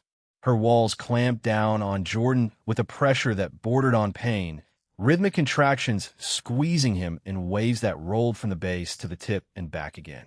Her legs locked around his waist, her heels digging into the small of his back. Her fingers found his arms and gripped hard enough that her nails broke skin. Her mouth stayed open in a silent scream, all sound having left her body along with her ability to see or think or exist as a functional human being. She convulsed for what felt like a full 10 seconds, her hips jerking against his in involuntary spasms, each one pulling him deeper into the catastrophic tightness of her orgasm. And that was what finished Jordan. Chapter 204, 204 Post-Natural Disaster Cleanup. The first spurt hit the condom with enough force that he felt the latex stretch. SBLLRRT. A thick, slow, massive pulse of cum that filled the reservoir tip and kept going, expanding the condom against Kumiko's inner walls. The warmth spread inside her, separated by only a thin membrane, and she gasped at the feeling even through the haze of her own orgasm. WH. SBLLRRT. The second rope was bigger than the first. The condom ballooned, the latex straining to contain the volume.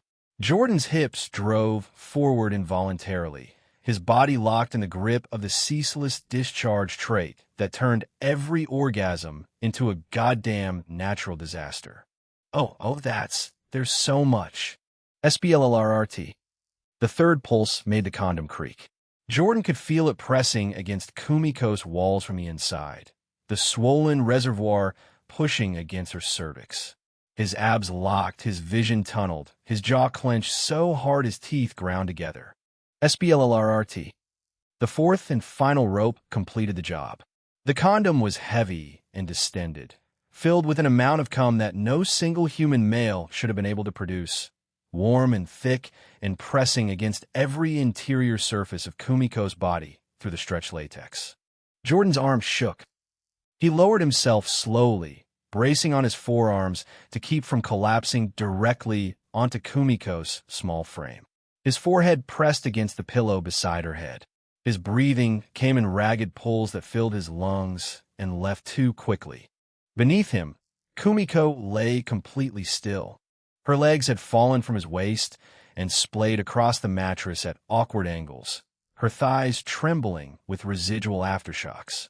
Her arms rested above her head where they'd landed during her orgasm, limp and boneless, her fingers still curled loosely against the pillow. Her chest rose and fell in shallow, rapid movements that grew slower with each passing second. Sweat covered every inch of exposed skin, catching the amber glow of the city light filtering through the window and making her body gleam like polished bronze.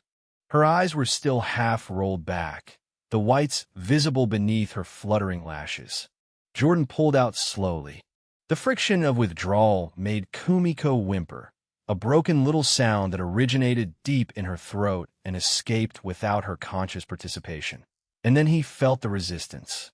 Her walls clamped around the swollen condom instinctively, the overfilled latex balloon catching against the tightness of her body like it had been vacuum sealed inside her. Pop!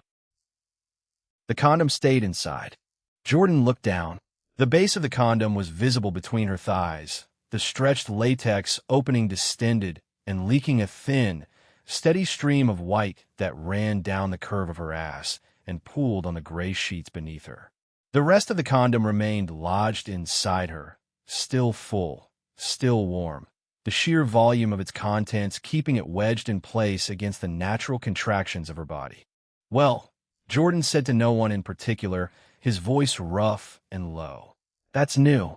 He reached down carefully, thumb and forefinger pinching the visible base of the condom where it peeked out from between her folds. He pulled with a slow, gentle motion that reminded him of extracting a water balloon from a too small opening. Kumiko's body released it with a wet, obscene sound that echoed in the quiet room, and the full weight of the thing settled in Jordan's hand like a water balloon filled with warm yogurt. The condom was distended to nearly twice its original size. The reservoir tip stretched into a translucent balloon of milky white that sagged heavily and threatened to slip from his grip. Jordan tied it off and dropped it in the small plastic wastebasket beside the nightstand. It hit the bottom with a dull thud that sounded far heavier than it should have. He looked down at Kumiko. She lay on her back with her dark hair tangled across the pillow and her skin flushed from her cheeks to her navel. Bite marks dotted her neck and collarbone in a constellation of red and purple that would be impossible to hide with anything less than a turtleneck. Her lips were swollen and parted, each exhale carrying a tiny sound that was barely more than air. Sweat gleamed in the hollow of her throat and between her breasts and in the creases of her hips. Her thighs were wet with the combined mess of their encounter, and the gray sheets beneath her bore a spreading stain. Her eyes were open, but only in the technical sense. The brown irises had returned, but they stared at the ceiling without focusing on anything, her gaze distant and glassy. Her pupils were still enormous. Her whole body twitched in occasional aftershocks, small involuntary jerks that traveled through her stomach or her thigh before subsiding. Her chest rose, fell, rose, fell. Barely conscious was being generous. Kumiko looked like someone who had been unplugged from the Matrix and hadn't figured out which reality she'd landed in. Jordan grabbed the washcloth from the bathroom, ran it under warm water, and returned to the bed. He cleaned her gently, wiping between her thighs and across her stomach where sweat had pooled. Each touch of the cloth made her flinch and sigh, her nerve endings still firing at maximum sensitivity. When he finished, he tossed the washcloth toward the bathroom door and lay down beside her. Kumi. No response. Kumiko. Her lips moved. Sound came out, but it wasn't a word. More of a vowel that her mouth attempted and abandoned halfway through. You alive? Her hand moved, slowly, like a limb being controlled via satellite delay. It found his chest and pressed flat against his sternum, her fingers spreading over his heart. MNN. I'll take that as a yes. Her head turned toward him on the pillow. Her eyes focused, lost focus, focused again. A smile spread across her face, lazy and wrecked, and so purely happy that something in Jordan's chest cracked open. Jordan Cohen, she mumbled. I thought we agreed on just Jordan. Jordan. She tried to move closer to him, but her body only managed a weak wiggle. My legs don't work. That'll come back. Will it? Probably. Okay. Her eyes drifted closed, and the smile stayed on her face. Best date ever. Chapter 205. 205 Maladaptive Attachment Behavior. Kumiko Yamanaka did not sleep. Her body wanted to. Every muscle from her jaw to her ankles had been liquefied and reconstituted into warm pudding, and the sheets smelled like cedar and soap and Jordan, and the pillow beneath her cheek held the indent of a shoulder from where she'd been lying moments ago. Her nervous system had been reset to factory settings. Her brain should have been offline for the next 12 hours minimum. But Kumiko did not sleep. She lay on her side, facing Jordan in the darkness of his loft. Her body curled into a comma beneath his gray comforter, and she watched him breathe. His chest rose, fell, rose again. The city light from a window painted amber stripes across his torso, highlighting the ridges of muscle that Kumiko still could not believe existed on a real human man who also happened to be her boyfriend. One arm rested above his head on the pillow, the bicep catching shadow in a way that made her stomach do a slow roll. His jaw was relaxed in sleep. The sharp line of it softened just enough to make him look younger. His lips were parted slightly. A single strand of dirty blonde hair had fallen across his forehead. Kumiko memorized the angle of that strand. She memorized the exact distance between each freckle on his left shoulder, the 3 she'd discovered tonight while her mouth was busy leaving marks on his collarbone. She memorized the rhythm of his breathing, for counts in and 5 counts out, with a tiny hitch between the 3rd and 4th exhale that only happened when he was deeply asleep. She memorized the position of his hand where it rested on the mattress between them, palm up, fingers loosely curled, the knuckles she'd kissed while he was finishing inside her, still faintly pink from his boxing session earlier. Her phone sat on the nightstand beside her. She picked it up with careful fingers, moving slowly enough that the mattress wouldn't dip beneath the shift in weight. The screen lit up. 2:47 a.m. 3 hours since they'd collapsed together. 2 hours and 43 minutes since Jordan's breathing had evened out into sleep. 2 hours and 43 minutes of Kumiko lying perfectly still while her brain cataloged every visible surface of the man beside her. She opened notes on her phone and typed with one thumb, the brightness turned down to minimum so the glow wouldn't reach his face. Coffee order: Mango Arizona, convenience store, or Mango Dragon Fruit Refresher with coconut milk, Starbucks.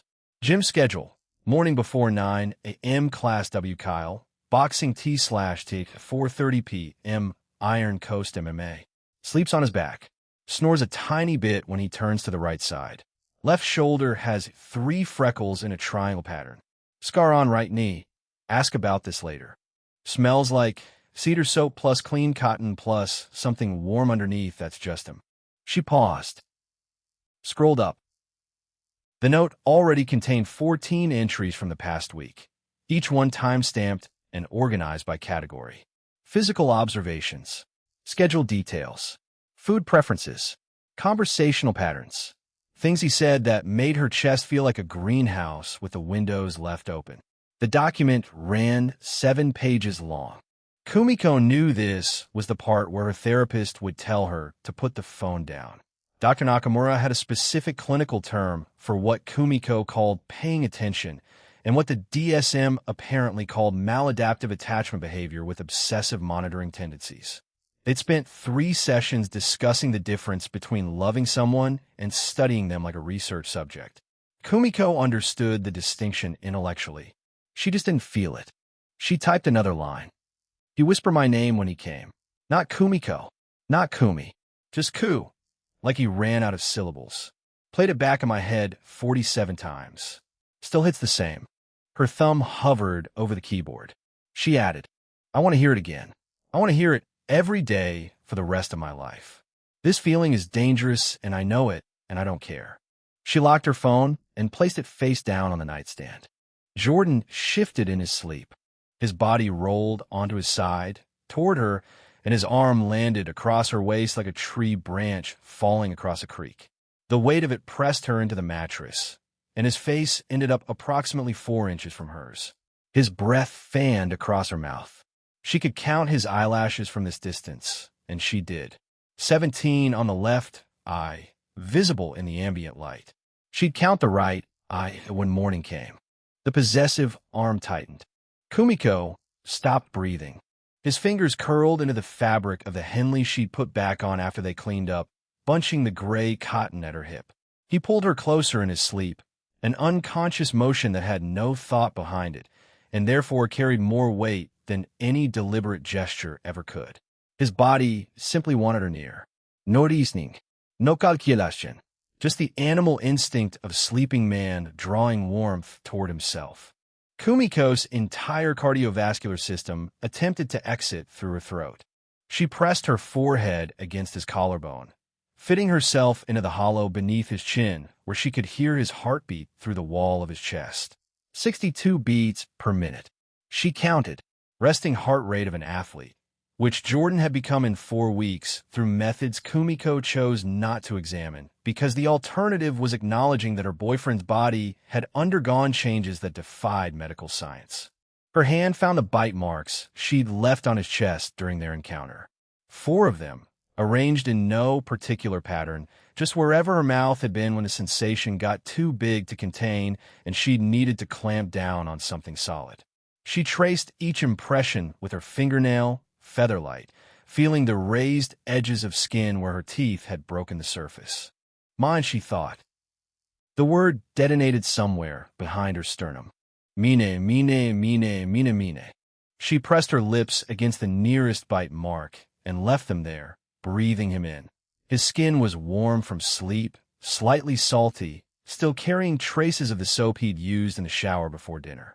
Beneath the soap, the unnamed chemical compound that her olfactory system had identified and imprinted on during their first hug outside the aquarium. Kumiko knew she should be scared of what she felt. Her history suggested that this level of attachment, at this velocity, with this degree of obsessive focus, predicted catastrophic emotional collapse within 3 to 6 weeks. The pattern was well documented, both clinically and through painful personal experience. She had 7 ex-relationships that followed the same trajectory. Initial euphoria, rapid escalation, overwhelming intensity, terrified withdrawal from the other party, and then the crash. Every single time. But Jordan had not withdrawn. Jordan had fixed her ribbon. Jordan had taken her to see jellyfish because she'd mentioned them once during a stream that most of her viewers skipped past. Jordan had looked at her body, all 5 feet 4 inches of it, the small breasts and narrow hips, and the way she covered herself out of instinct, and he called her beautiful in a voice that vibrated in the center of her ribcage and made her believe it. Jordan was currently holding her in his sleep with one arm, like she was something worth keeping. Kumiko's eyes burned.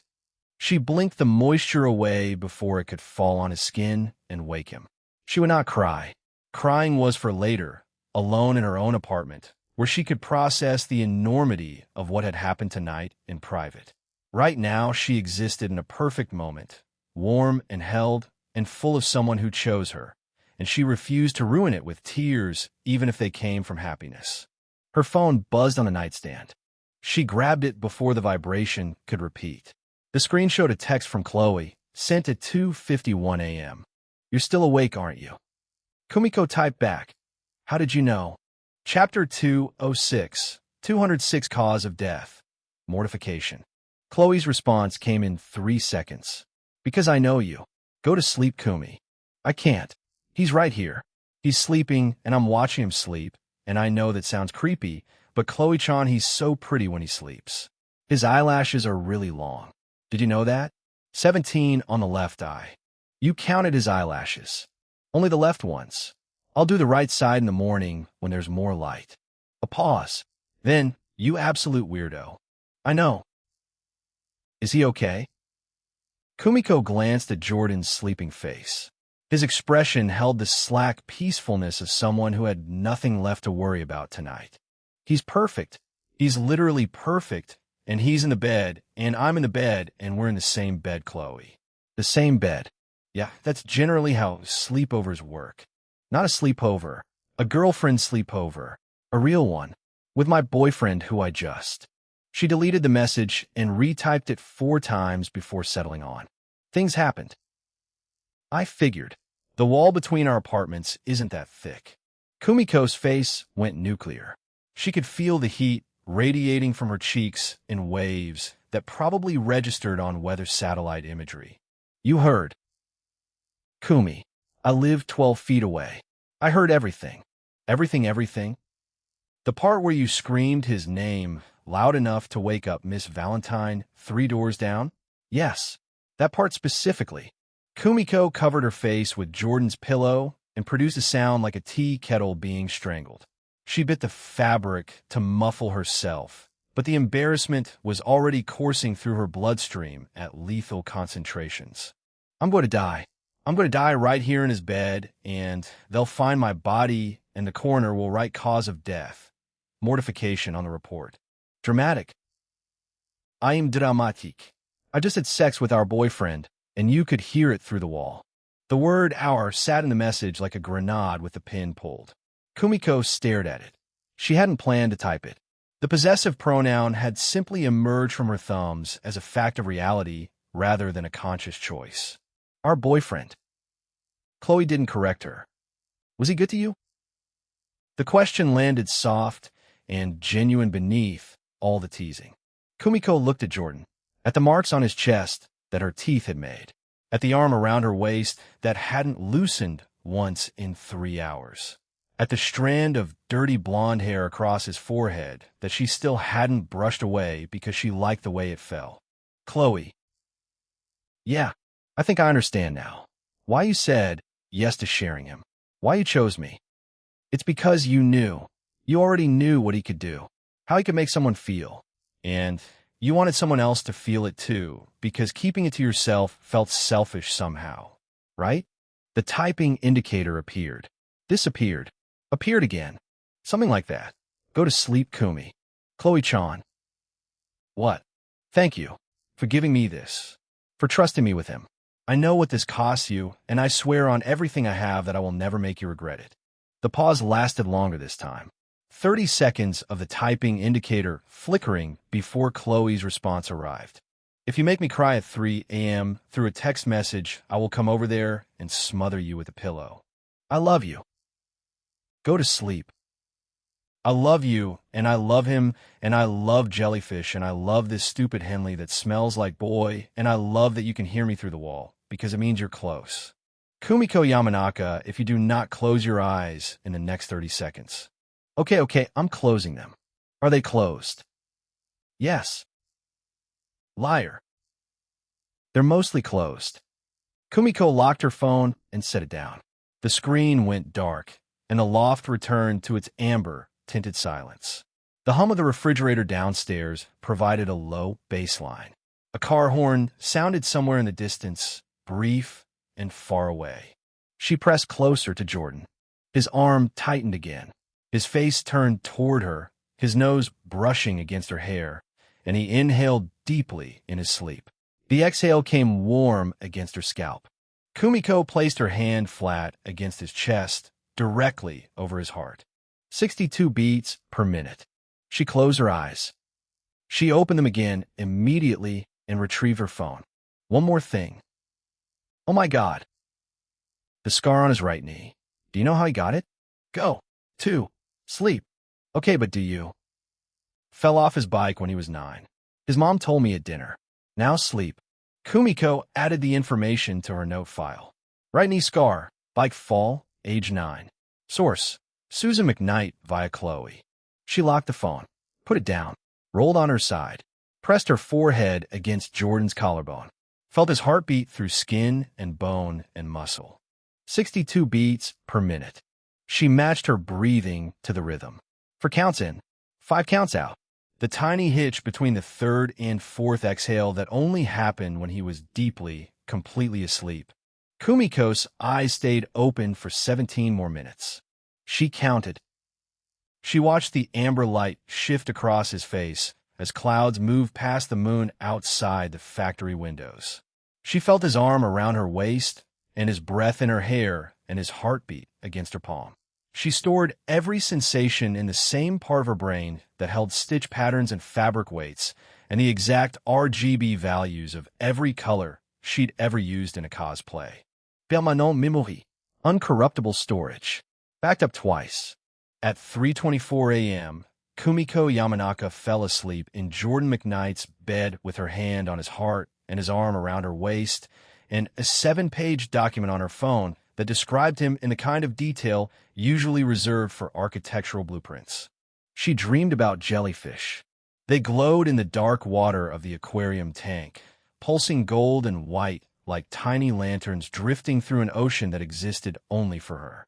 Jordan stood beside her at the glass, his reflection overlapping with the jellies so that the bioluminescent light seemed to come from inside his chest.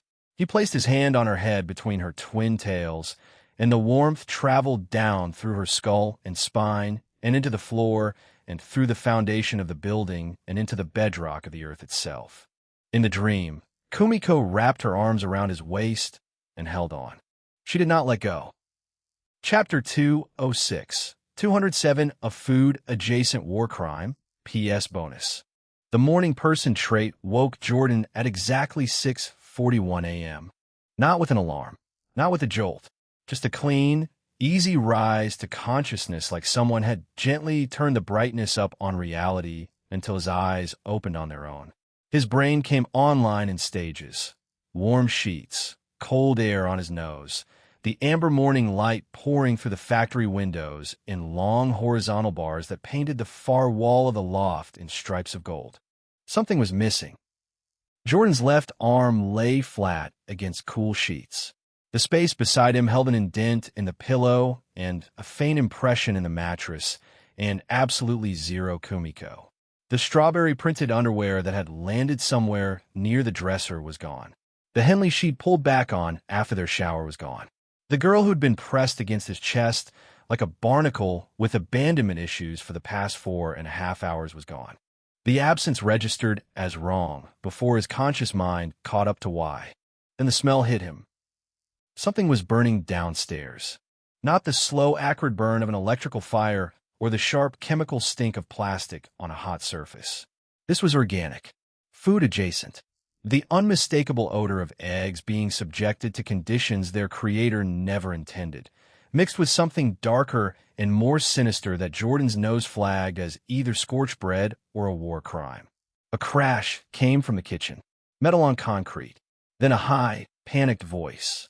Aya, no, no, no, no, no. Come back, come back. Why are you doing this to me? I was being so gentle with you. Jordan sat up.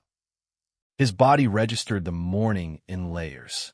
First came the low, pleasant burn radiating from his lower back, the kind that spread when he shifted his weight on the mattress. Then his abs, tight and sore from hours of tension he hadn't known he was carrying until Kumiko had wrapped her legs around him and turned basic anatomy into an endurance sport. The claw marks across his ribs stung when he twisted to look at them, for parallel scratches where her fingernails had raked his skin during the part of the night when her brain had stopped giving her hands instructions and her hands had just started doing whatever they wanted. He counted the marks now in the morning light, for crescent-shaped indentations pressed into the meat below his rib cage, already fading from angry red to a softer pink. The bite mark on his collarbone had bloomed into a proper bruise overnight, purple with a yellow-green corona spreading outward like a watercolor stain. She'd marked him, claimed territory on his skin the same way Chloe had 2 nights ago. The comparison sat his chest for a second before another crash rattled up from the kitchen, followed by the distinct metallic ring of a spatula bouncing off concrete. Stay in the pan. This is a pan. This is where eggs go. Why do you hate me? Jordan grabbed the basketball shorts draped over his desk chair and pulled them on in 2 efficient movements. The hardwood bit cold against the soles of his feet when he stood. He crossed to the top of the stairs and looked down into the disaster zone that used to be his kitchen. Kumiko Yamanaka stood in front of his stove wearing only his gray Henley and her strawberry underwear. No socks, her bare feet leaving small damp prints on the concrete where she'd apparently been pacing. Her hair hung loose and wild around her shoulders in a black curtain that she kept pushing out of her face with the back of her wrist because both her hands were occupied. The left held a spatula at arm's length like a sword she wasn't sure how to swing. The right gripped the handle of a frying pan that was producing smoke at a volume that suggested the eggs inside had moved past the cooking stage and entered the cremation phase. She had not noticed him yet. The kitchen island between them held a battlefield of debris. A carton of eggs with 3 missing and 1 cracked directly onto the counter in a puddle of yolk. A bread bag torn open from the wrong, end with 4 slices scattered across the surface. A stick of butter still in its wrapper with a single gouge taken out of the top as if she'd attacked it with a spoon. And a coffee mug full of what appeared to be hot water with no actual coffee in it. The toaster sat on the far counter with 2 slices of bread jammed into a single slot at an angle that guaranteed neither would toast evenly. The toaster light was not on. She hadn't plugged it in. Okay, Kumiko said to the frying pan, her voice carrying the tone of someone negotiating with a hostage taker. Okay, we're going to flip now. We discussed this. I watched the video 3 times, and the lady said just gentle wrist motion, like calligraphy. She flicked her wrist. The egg, which had fused to the pan's surface through a combination of inadequate butter and excessive heat, tore in half. 1 portion launched sideways off the edge of the pan and landed on the stovetop with a wet slap. The other remained welded to the nonstick surface that had clearly given up on being nonstick several minutes ago. No, Kumiko wailed, jabbing at the remains with the spatula. You were supposed to be an omelet. I told you were going to be an omelet. The video said 3 eggs, and I used 3 eggs, and I added salt like it said, and I... She trailed off and stared at the counter where the 3rd egg sat in its puddle of raw yolk. I used 2 eggs. I used 2 eggs, and the shell is... Where did the shell go? Jordan watched her lean over the pan and squint into the smoking ruins. Oh no. Oh no, no, no, no, no. Chapter 207. 208. She's a professional liar. She found the shell. Jordan could not remember the last time he smiled this hard at 6:43 in the morning. The old Jordan wouldn't have been awake at 6:43. The old Jordan didn't have anyone who would break into his kitchen before dawn and wage a losing war against his cookware for the privilege of feeding him something terrible. The old Jordan had nothing in his refrigerator except expired condiments and a smoothie that had separated into geological strata. This version of Jordan had a girl in his Henley and strawberry underwear, standing barefoot in his kitchen, talking to eggs. He descended the stairs slowly enough that his feet didn't make noise on the wood. Kumiko's back faced him, her attention consumed by the smoking disaster in her hands. The Henley hit her at mid-thigh.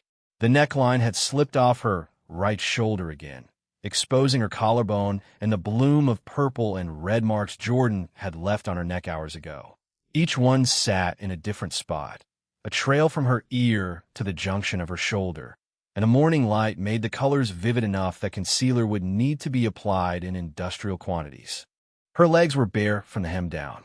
No socks, no shoes, just pale skin and small feet, and the slight flex of her calf muscles as she rose on her toes to peer deeper into the pan. Jordan came up behind her and slid his arms around her waist. Kaya! The spatula launched from her grip like a javelin. The pan jerked sideways, and the surviving egg fragment slid off the surface and joined its companion on the stovetop. Kumiko's entire body seized and then melted backward against his chest as recognition replaced terror, her head tipping back against his shoulder and her heart jackhammering so hard he could feel it through the Henley. Gigi Jordan, you can't do that. I almost died. My soul left my body. It went to heaven and came back, and now I have to explain to God why I was screaming while holding a spatula. Morning. His voice came out deeper than he intended, rougher. The alluring whisper trait colored the single word with enough texture to make Kumiko's shoulders drop 3 inches and her spine curve against him in a reflexive arch. NNGH. She made the sound against her own will, her eyes fluttering. That's not fair. You can't use the voice this early.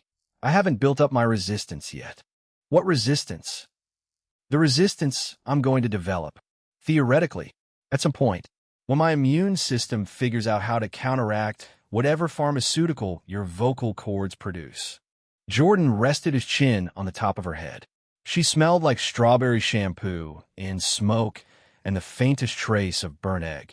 His arms tightened around her waist, and Kumiko's hands came up to rest on his forearms, her small fingers wrapping around the muscles there and squeezing.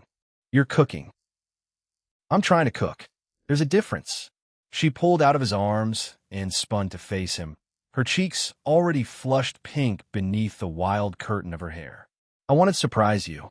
I set an alarm for 5:45, and I looked up how to make a Western omelet, because Chloe Chan said you like eggs, and I found this video by this lady who makes everything look easy, but she's a liar. Jordan, she's a professional liar.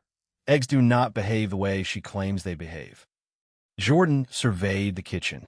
The egg yolk puddle on the counter, the scattered bread, the mug of plain hot water, the cracked egg remnants fused to his stovetop, the smoke still rising from the pan that sat at an angle on the burner. How long have you been down here? Kumiko looked at the ceiling. 40 minutes. 40 minutes. She had been fighting his kitchen for 40 minutes. At 5:45 in the morning, after staying up until 3 a.m. counting his eyelashes.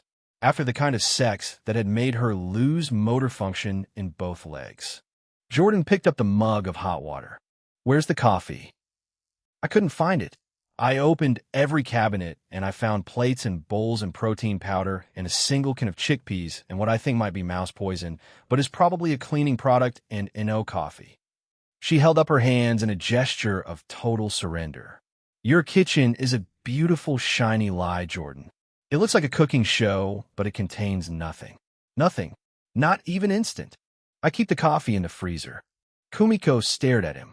Why would you keep coffee in the freezer? Keeps it fresh. Is that true? That sounds made up. My mom does it. Kumiko processed this information with visible intensity, her lips moving as she filed the data somewhere in whatever sprawling database she maintained about the McKnight family. Jordan reached past her and opened a freezer, retrieving the bag of ground coffee his mother had sent him during the first week of the semester. It was half empty. Chloe had been using it. "You couldn't find the coffee," Jordan said, pouring grounds into the filter. "So you boiled water and put it in a mug and just stared at it?" "I was going to figure something out. I thought maybe there was tea somewhere, but there was only the mouse poison cleaning product, and I wasn't going to risk it. I have too much to live for now." She pressed both palms against his bare chest and looked up at him with enormous brown eyes ringed by dark circles and lit from within by something manic and fond. "I have a boyfriend. I have a bed that smells like boyfriend. I have hickeys in places I didn't know could get hickeys. I refuse to die from accidentally drinking cleaning product before I've experienced at least one more week of this." Jordan started the coffee maker. Then he looked at the stovetop. "Wanting to handle the eggs?" 209 The love is in the tilting. "Yes." Kumiko said it instantly and without shame. "Yes, please. Immediately. Right now. Before I burn your apartment down and we both die in a fire and Chloe has to identify our bodies." Jordan scraped the egg remains off the stovetop and into the trash, then washed the pan in the sink with hot water and actual soap, while Kumiko watched him with the expression of someone observing a religious ritual. "You washed it first? Before cooking? Is that a step?" "It's the step where you remove the previous egg's corpse from the cooking surface." The video didn't show that part. The video assumed you wouldn't need to commit egg murder before making an omelet. Jordan dried the pan, set it on the burner at medium heat, and dropped a proper pat of butter in. The butter melted and slid across the surface in a thin, golden layer. He cracked 3 eggs into a bowl with one hand each, the shells splitting clean and dropping into the trash without any fragments entering the mix. Kumiko's mouth fell open. "How? How did you do that?" "With one hand. I used both hands in a prayer, and I still got shell in mine." "Practice." "You said you never cooked before Chloe." "My mom showed me eggs when I was 12. Jordan whisked the eggs with a fork, adding a splash of milk and a pinch of salt. "She said every man should know how to make 3 things: eggs, rice, and an apology. Your mother is a genius, and I love her." Jordan poured the eggs into the pan. They sizzled on contact, the edges turning white as the center stayed liquid and golden. He tilted the pan to spread the mixture evenly, using the spatula Kumiko had launched across the kitchen to gently push the cooked edges toward the center. "You tilt it," Kumiko said, fascinated. "The pan? You're tilting it." She didn't tilt it in the video. "Different technique." "You have a technique?" "For EGGS. Everybody has a technique for eggs." "I don't have a technique. My technique is chaos and prayer." Jordan added a handful of shredded cheese from a bag he found in the fridge, watching as the residual heat from the eggs began softening the edges of the shreds before he even folded. He tilted the pan one more time, letting gravity help the omelet fold over itself in a smooth semicircle, the cheese stretching between the layers in thin, translucent webs. The exterior had reached that precise shade of golden yellow that existed between undercooked pale and overcooked brown. He gave the pan a small shake to loosen the omelet from the surface, then slid it onto a white ceramic plate in one continuous motion. The whole process from cracked eggs to finished omelet had taken less than 3 minutes. The omelet sat there radiating heat, steam rising from the seam where melted cheese was already beginning to ooze out and pool on the plate. Kumiko stared at it like it had personally insulted her entire bloodline. "That's not fair," she whispered, her voice taking on the wounded tone of someone who had just witnessed a fundamental violation of natural law. "That's so unfair. I fought that pan for 40 minutes. 40 minutes. I used both hands, all my focus, and several desperate prayers to kitchen gods I don't even believe in. And you just 3 minutes with your stupid perfect hands and the tilting." She gestured vaguely at the pan, at Jordan, at the universe itself. Nobody mentioned tilting in the video. "Here." Jordan pushed the plate across the island toward her, the ceramic making a soft scraping sound against the granite. Eat. That's your breakfast. Kumiko's hands flew up in protest, nearly knocking over the pepper shaker Jordan had used earlier. I made it for you. Well, I try to make it for you, and I produced a biohazard that may require professional disposal. But the intention was for you, and now you made a perfect omelet with your perfect technique, and you're just giving it to me? How does that make any sense? What kind of backwards breakfast logic is that? I'll make another one. Jordan was already reaching for the egg carton again, pulling out 2 more eggs with the same one-handed efficiency that had made Kumiko question her entire understanding of physics. Sit down, Kumi. The nickname slipped out. Not Kumiko. Not the full formal name with its 4 careful syllables. Just Kumi, soft and short and familiar, the way Chloe sometimes shortened it in texts. Kumiko sat down so fast she nearly missed the stool. She ate the omelet in small, deliberate bites, her bare feet swinging 6 inches above the floor because the stools were too tall for her without platforms. Every few bites, she made a humming sound of appreciation that vibrated in her throat and nose. The coffee maker beeped, and Jordan poured 2 mugs, adding cream and 1 sugar to Kumiko's after she described her preference as sweet but not Starbucks sweet. Jordan plated his own omelet and sat across from her at the island. Morning sun filled the apartment through the factory windows, warming the concrete floor and turning the chrome kitchen fixtures into small, bright stars. The smoke had dissipated. The toaster still held its 2 jammed bread slices in their crooked formation. The butter stick sat on the counter with its single spoon gouge. Kumiko had egg yolk on her right elbow. She hadn't noticed. "This is really good," she said between bites, pointing her fork at the omelet with genuine wonder. Like, genuinely good. Not good for a boy cooking good. Actually good. Restaurant good. It's eggs and cheese. It's love, eggs and cheese. There's a difference. The love is in the tilting. Jordan took a sip of coffee and watched her over the rim. Her hair was a disaster. Her mascara from last night had smudged beneath her left eye, giving her a faint raccoon look.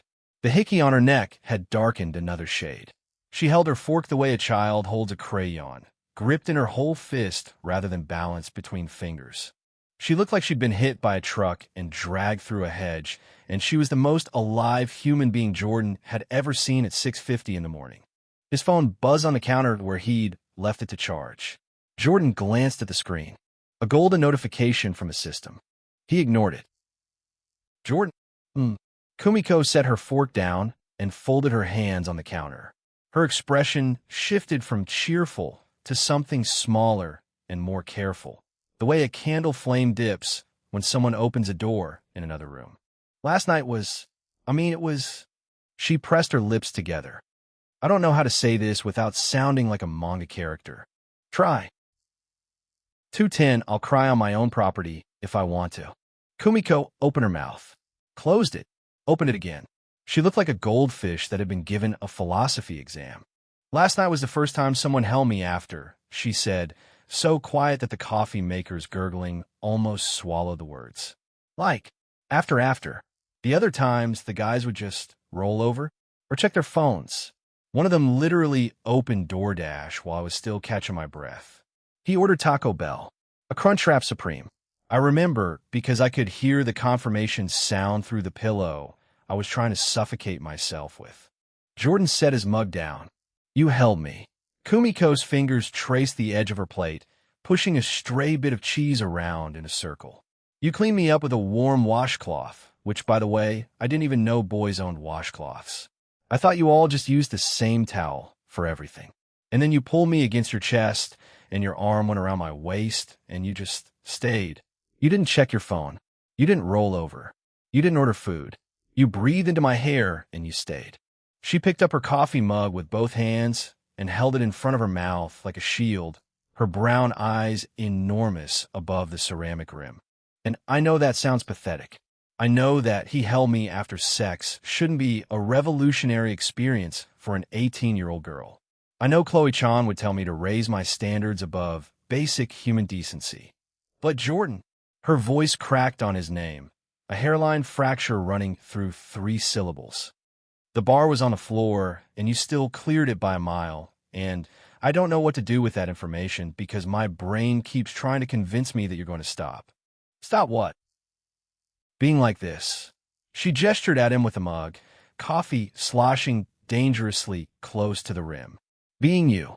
The eggs and the washcloth and the jellyfish and the ribbons and the "you're beautiful" in that stupid voice that makes my kneecaps dissolve. My brain keeps running probability models on when you'll get bored of me because everybody gets bored of me. Jordan, that's the data, 7 for 7, 100% failure rate. And I know that's a me problem and not a you problem, but I can't turn it off, and I'm sorry I'm ruining breakfast with my emotional baggage, but you asked me to try and... Jordan reached across the island and put his hand on top of her head. The effect was instantaneous. The head pat trait activated the moment his palms settled between the loose waves of her black hair, and Kumiko's entire body went slack like someone had found her off switch and flipped it. Her shoulders dropped 4 inches. Her grip on the coffee mug loosened until it rested against her lower lip instead of being clutched like a lifeline. The constant low-frequency vibration of anxiety that powered every one of Kumiko's waking moments went silent, replaced by something warm and slow that spread from the crown of her skull, down, through her spine, and into the soles of her bare feet. NNH. A small sound escaped her. Not quite a sigh, not quite a moan. Something in between that belonged exclusively to this girl and this specific gesture and this particular moment in a kitchen that smelled like burnt eggs and fresh coffee. Jordan kept his hand there for 5 full seconds. Then he removed it. Kumiko swayed on the stool. Her eyes had gone half-lidded and glassy, her pupils wide enough to drown in. A strand of hair stuck to her lip where the coffee steam had made her skin damp. "That's cheating," she mumbled, though she was smiling now. That real smile that turned her entire face into something incandescent. "You can't just disable my anxiety with your magic hand every time I have a feeling speech." I spent 40 minutes on that speech. I rehearsed it in the bathroom mirror at 4 a.m. Kumi. I'm not going to get bored of you. You don't know that. I know I woke up and my first thought was, where did she go? And my second thought was, something is on fire. And my third thought was, she's trying to cook for me, and she's going to burn down the building, and I need to go help her before the fire department arrives. That's 3 thoughts, and you were in all of them. Kumiko's bottom lip trembled. Her eyes filled. "Don't cry into the omelet," Jordan said. "I put cheese in that." "I'm not crying." A fat tear rolled down her left cheek and landed directly on the remaining triangle of egg. "That's condensation from the coffee steam. It's a physics phenomenon. You're crying into my omelet. It's my omelet now. You gave it to me. I'll cry on my own property if I want to." Jordan let her cry, not because he didn't care, but because he'd learned something in the past 4 weeks that the old Jordan never understood. Sometimes people needed to feel their feelings without someone trying to fix the feeling. Chloe had taught him that. Chloe, who processed her emotions in complete silence, and then emerged fully formed, like she'd never been upset at all. Kumiko processed hers out loud, in real time, with maximum volume and minimum filter, tears and laughter, and snot all mixed together in a cocktail of overwhelming sincerity that would have sent the old Jordan into a panic spiral. The new Jordan poured her more coffee and waited. After about 90 seconds, Kumiko wiped her eyes with the hem of his Henley, exposing her stomach and the line of her strawberry waistband in a gesture so unself-conscious it made Jordan's chest do something complicated. She sniffed twice, loudly, and then picked up her fork and resumed eating the omelet like nothing had happened. "I want to learn," she said between bites. "Learn what?" "How to cook eggs. Your way." With the tilting, she pointed her fork at the stove with forensic intensity. "I want you to teach me so that next time I can make you breakfast without committing a food-adjacent war crime." Jordan grinned. "Next time, 211 ke mistri, 22%, 42%, PS bonus." Kumiko's cheeks went pink from her hairline to her jaw. "I mean, if there's a next time." which I'm not assuming there will be because assumptions are dangerous, and Dr. Nakamura says I should practice sitting with uncertainty instead of projecting desired outcomes onto. There's going to be a next time. The fork stopped moving halfway to her mouth. A piece of cheese hung from the tines like a tiny golden flag of surrender. Really? Really? Kumiko put the fork down. Then she put her elbows on the counter and her face in her hands and made a sound like a tea kettle reaching boiling point, a high-sustained note of pure emotion that went on long enough for Jordan to finish his coffee and pour himself a second cup. When she resurfaced, her eyes were bloodshot and her nose was red, and the raccoon mascara situation had gotten significantly worse. "Okay," she said. "Okay. Cool. Great. Amazing. I'm Fine. This is fine. You look like you fought a raccoon. I feel like I fought a raccoon, and the raccoon won, and then the raccoon made me breakfast and told me I was beautiful." She paused. That metaphor got away from me. Jordan's phone buzzed again on the counter. He could feel the golden notification pulsing at the edge of his awareness, the system reminding him of its existence with its usual corporate cheerfulness and inconvenient timing.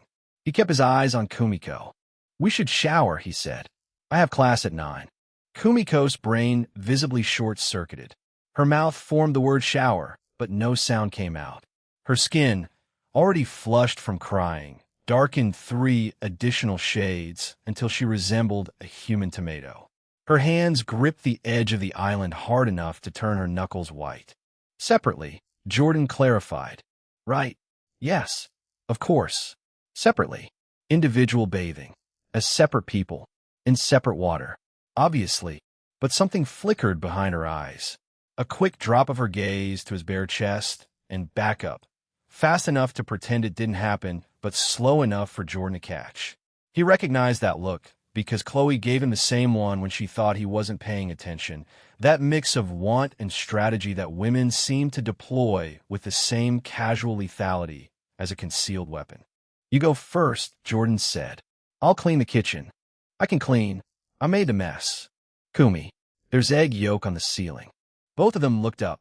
A single splatter of yellow marked the white surface directly above the stove, an achievement that defied basic physics and suggested Kumiko had somehow generated enough force with a spatula to launch an egg vertically at terminal velocity. "Ow!" Kumiko whispered, genuinely mystified. "Go shower." Kumiko slid off the stool and padded toward the bathroom. She made it 4 steps before stopping and turning around. She stood in the kitchen doorway with her loose hair falling over one shoulder and his Henley hanging to mid-thigh, and her bare legs and her bare feet and her bitten lip and those enormous dark eyes that contained more feeling than most people experienced in a calendar year. "Jordan." "Yeah." "Thank you for the eggs." She wasn't talking about the eggs. "Anytime, Kumi." She disappeared into the bathroom. The door clicked shut with a soft finality. 2 seconds later, the water started running, followed by what could only be described as the auditory equivalent of someone trying to express joy through clenched teeth and sheer force of will. The muffled, squealing noise that filtered through the door suggested Kumiko was screaming directly into her own hands, probably while jumping up and down, possibly while also kicking her feet in the air like an overexcited cartoon character. Jordan stood in his kitchen and gave himself exactly 3 seconds to acknowledge what was happening. Kumiko Yamanaka had slept in his bed, worn his clothes, cried into his breakfast, fought his kitchen appliances for 40 minutes to make him an omelet she categorically did not know how to cook. She drew stick figures of him during lectures when she thought no one was looking. She'd memorized his coffee order through pure observation, the way ornithologists studied bird migration patterns. She looked at him with the kind of raw, unfiltered devotion that made his chest feel like someone had replaced his lungs with something 3 sizes too large and still expanding. 3 seconds. That was the time limit. Any longer, and he'd start thinking about what it meant, what it could mean, what the system was probably going to tell him it meant, and he'd already hit his quota for existential relationship panic before 10 a.m. He grabbed the sponge and attacked the egg yolk. The kitchen restoration took 12 minutes of concentrated effort. Jordan scraped congealed egg protein off the stovetop with the edge of a spatula, wiped down the counter in systematic horizontal passes, mopped up the yolk puddle that had somehow migrated 6 inches from its point of origin, unplugged and replugged the toaster after extracting 2 jammed bread slices with a butter knife and the kind of careful precision usually reserved for bomb disposal. Returned the butter to the fridge where it belonged instead of on the counter, slowly liquefying, disposed of the eggshell fragments Kumiko had distributed across 3 separate surfaces like some kind of calcium-based treasure hunt, and finally deployed the step stool to reach the ceiling splatter with a damp paper towel. The stool made him pause. He was 6'2", and he still needed it to reach the ceiling. Kumiko was 5'4" on a good day, maybe 5'6" in those platform boots she wore to every class. Her head came up to his collarbone. When she'd hugged him this morning, her face had pressed directly against his sternum, and she'd fit there the way puzzle pieces clicked into place when you finally found the right orientation after trying 17 wrong ones. Jordan stepped down from the stool and folded it back up. He put the sponge in the sink. The kitchen looked normal again, like the battle of breakfast had never happened, like there wasn't a Japanese girl currently showering 10 feet away, wearing nothing but water and the memory of his Henley hanging off her shoulders. His phone buzzed on the counter. Once. Twice. He ignored it. The system could wait 30 seconds. He needed to finish wiping down the coffee maker, which had somehow acquired a fine mist of egg white despite being nowhere near the stove. Kumiko's chaos had a blast radius. His phone buzzed a third time. Jordan dried his hands and picked it up. The golden system interface filled his screen with its familiar warm glow. Heart with ribbon cashback infinity. Active connections. Chilokim topluine. Chemistry, 77%. Return rate, 1.54x. Last interaction, today. Kumiko Yamanaka, round pushpin. Chemistry, 42%. Return rate, 0.84x. Last interaction, today. Jordan stared at the second line. 42%. She'd been at 33 last night when he checked after the aquarium date. 9% increase in less than 12 hours. The sex had spiked her by 4, and the emotional aftermath and breakfast had added another 5 on top of that. 9 points in one night. With Chloe, gaining 9 points had taken an entire week of dates, conversations, and intimate connection. Kumiko's chemistry climbed like a stock during a market bubble, volatile and responsive to every micro-interaction. The math was obvious. At this rate, Kumiko would hit 50% within a week, which meant break even on spending. By the time she reached 77 to match Chloe's current level, Jordan would be pulling 54 cents profit on every dollar. The system loved what was happening. The system was probably running a victory lap somewhere in its golden digital void, celebrating the optimization of its metrics. Jordan locked his phone without checking the quest log or the gacha or any of the other features designed to gamify his romantic life into a spreadsheet of returns and multipliers. The bathroom door opened. Steam billowed out into the hallway like the world's most humid entrance queue. Kumiko emerged wearing his Henley again, her damp hair clinging to her neck and shoulders, her skin pink and warm from the hot water. She'd attempted to fix her mascara situation and achieved a partial success. The raccoon eyes downgraded to a mild panda. Her feet left wet prints on the concrete as she crossed to where Jordan stood by the kitchen island. "Your shampoo smells like a forest," she announced. "I used approximately 1/3 of the bottle because I have a lot of hair and I wanted to smell like you for the rest of the day. Also, your conditioner is almost empty and you should buy more. Also, I found a rubber duck on the shelf in the shower and I have questions." "That's Chloe's." "Chloe-chan has a rubber duck?" "Chloe has a rubber duck named Gerald that she claims was placed there ironically, but she gets upset if you move him." Kumiko absorbed this information with the gravity it apparently deserved, filing it away in whatever mental database she maintained on the people she loved. "Gerald," she repeated. "I respect Gerald." Jordan walked past her toward the bathroom. When he passed close enough for their arms to brush, Kumiko's breath caught, and her whole body listed toward him like a compass needle pointing north. He stopped, looked down at her. She looked up at him. Water droplets clung to her eyelashes. Jordan leaned down and pressed his lips against her forehead. A simple kiss. No tongue, no heat, no agenda behind it. Just his mouth against the warm skin above her eyebrows, lingering for 2 full heartbeats before he pulled away. Huh. Kumiko made a sound that belonged in a manga panel. Her face collapsed into an expression of such pure, devastating happiness that Jordan's chest physically ached.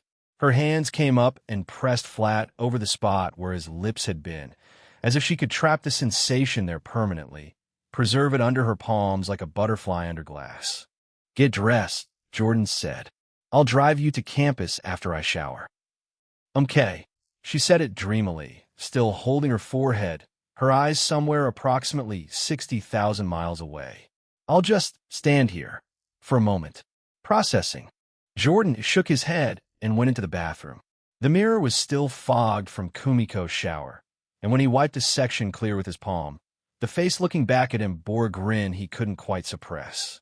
The bite mark on his collarbone stared back at him, purple and real, and belonging to a girl who counted his eyelashes while he slept and fought frying pans for 40 minutes and cried happy tears into his breakfast.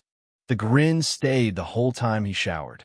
When Jordan came back upstairs with a towel around his waist, Kumiko was sitting on the edge of his bed. She'd retrieved her skirt and hoodie from wherever she'd left them the previous night and reassembled herself into something approaching campus presentable. Her hair was up in twin tails again, the pink ribbons tied in the bows Jordan recognized as her signature. The Henley had vanished, replaced by her pastel pink crop hoodie zipped to her sternum. The hickeys on her neck stood out like neon signs against her skin, a constellation of possession that no turtleneck or scarf could realistically cover. She was looking at her phone. Her thumbs moved at speeds that suggested she was either texting at championship level or experiencing a minor seizure. "Chloe-chan says good morning," Kumiko reported without looking up. She also says, and I'm quoting directly, "Tell Jordan if he doesn't bring me coffee, I will end him." With a knife emoji. Noted. She also says the walls are very thin. Jordan's ears went warm. She says specifically that she heard. Kumiko squinted at the screen, her lips moving as she read. She heard, quote, Kumiko screaming like she was being murdered by a ghost at approximately 11:47 p.m., and that Miss Valentine knocked on Chloe-chan's door at midnight to ask if everyone in the building was safe. And Chloe-chan had to explain that nobody was being murdered and the sound was coming from the neighboring unit and was recreational in nature. Jordan stared at the ceiling. "Recreational in nature," Kumiko repeated, her voice climbing 4 octaves into a register that could shatter crystal. "Chloe-chan told our 60-year-old neighbor that the sounds coming through the wall were recreational in nature. I'm going to die. I'm going to walk into the hallway, and Miss Valentine is going to be standing there, and she's going to know, and I will spontaneously combust, and they'll have to scrape me off the walls." "Get dressed," Jordan said for the second time that morning. "We leave in 10.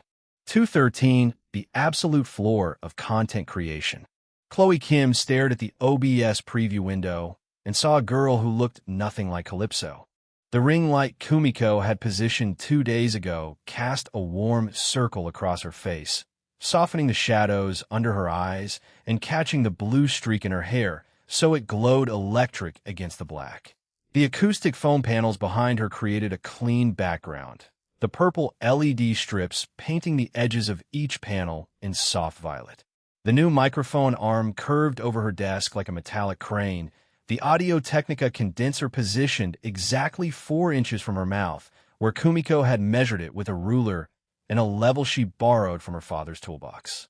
Stellar Notes' Twitch channel page sat open in her browser tab. 0 followers, 0 views, 0 everything. Chloe's finger hovered over the Go Live button in OBS. Her stomach had been doing backflips since she woke up alone in her bed at 7:15, the indent on the pillow beside her still warm from where Jordan had slept 2 nights ago. He'd gone back to his apartment last night because Kumiko was staying over, and Chloe had lay in her own bed listening to the sounds through the wall until she put AirPods in and cranked Mitski loud enough to drown out everything except her own thoughts. Which, honestly, were worse than the sounds. She'd spent the morning rehearsing. Not in the way she rehearsed as Calypso, where she practiced camera angles and lighting setups and the exact degree of lean that maximized her cleavage without triggering Twitch's content guidelines. This rehearsal involved sitting in front of her webcam for 30 minutes, opening her mouth, and saying absolutely nothing because every potential introduction sounded like garbage. Hey guys, I'm Stellar Note. Welcome to my first stream. Sounded like every generic streamer intro that had ever existed. What's up everyone? It's your girl Stellar. Made her want to peel her own skin off. So, hi. Was technically words at least. Chloe checked the time on her phone. 11:47 a.m. Her communications lecture had ended at 11, and she'd speed walk home to the Cooper garment lofts with her backpack bouncing against her spine. Jordan was supposed to be in his Management 1A class right now, with Dr. Ashford, the professor who could freeze lava with her eyes. Kumiko had texted the group chat at 10:03 a.m. with 17 good luck messages, each containing a different sticker of a cartoon cat wearing a headset. Alexis had responded with a single period, which for Alexis constituted enthusiastic support. Chloe's hands were clammy.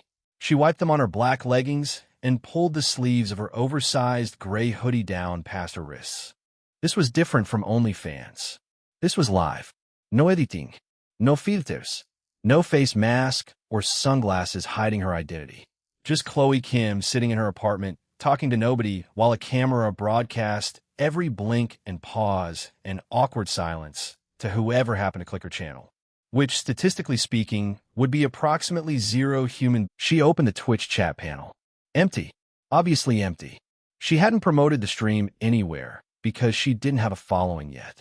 Kumiko had suggested posting on her cosplay Instagram, but Chloe refused. The Stellar Note brand needed to grow organically, on its own merits, separate from any existing audience or identity. Jordan's business partner, Brooke, had included a section in her 47-page document about the importance of authentic audience building in the first 30 days, with a footnote citing a correlation between purchased followers and long-term channel death. Chloe pulled the microphone closer, then pushed it back, then pulled it closer again. Okay. She said the word out loud to nobody. Okay, Chloe, you've taken your clothes off on camera for 180,000 strangers. You can talk about your day for 2 hours fully clothed. She clicked go live. The preview window gained a red dot. A small counter appeared in the corner of the OBS display. 0 viewers. The number stared at her. Chloe stared back. Hey, She addressed the empty void of the internet with the vocal confidence of someone ordering at a drive-thru for the first time. I'm Stellar Note. This is my first stream ever on this platform. So, 0 viewers. I'm going to be doing just chatting today because I don't actually have any games installed on this computer yet. My friend built this PC for me like 4 days ago, and I've been too nervous to actually use it for anything except checking if OBS works. Which it does. Apparently. Since you're watching. Or nobody's watching. I genuinely cannot tell. 0 viewers. Chloe's throat tightened. She reached for the glass of water she'd placed just out of frame and took a sip. The ice had already melted. She'd poured 40 minutes ago during her rehearsal phase and forgotten about it. So, a little about me. I'm 18. I'm a freshman at a university in Southern California that I'm not going to name because I enjoy having a functional social life. I'm a communications major, which basically means I'm paying $45,000 a year to learn how to talk to people, and I'm spending my first ever stream proving that the investment has yielded 0 returns. The viewer counter ticked. 1 viewer. Chloe's heart jumped into her throat. Someone had found her. Some actual human being on the planet had navigated to her empty channel with 0 clips, 0 followers, and 0 history, and decided to watch. Or they'd click by accident and would leave in 3 seconds. Either way. Oh, hello. 1 person. Welcome to the stream. You are literally my first viewer in the history of this channel's existence. So, congratulations, I guess. You've witnessed the absolute floor of content creation. It can only go up from here. The chat window remained blank. The viewer count held steady at 1. Chloe felt the old instinct rising in her chest. The Calypso instinct. The voice in her head that calculated engagement metrics and subscriber retention curves and suggested she lean forward to improve the camera angle. She pushed it down so hard her jaw ached. I started this channel because I want to do something different with my life. I used to do other content online that I'm not going to talk about. And I decided I wanted to try something where people could actually see my face and hear my real voice and judge me for who I am instead of other things. The viewer count changed again. 2 viewers. 214 viewer count. 2 humans. 2 actual people choosing to spend their finite time on Earth watching an 18-year-old girl ramble into a microphone in her apartment. 2 viewers. We're growing at 100% rate. At this pace, I'll have 4 viewers by the end of the hour and 8 by tomorrow, and by next month, I'll be competing with Pokemon. The math works out. I'm a communications major, not a math major, but I'm pretty sure that's how percentages function. A message appeared in chat. Jordan404, nice setup. Chloe froze. She recognized the username immediately. Jordan had created his Twitch account 2 days ago at her desk, while Kumiko directed the process. The 404 was his apartment number. He'd spent approximately 40 seconds choosing the name before Kumiko declared it perfect because it contained a hidden reference to the HTTP error code for pages not found, which Kumiko interpreted as poetic commentary on Jordan's journey from invisible nobody to main character. Someone in chat says nice setup.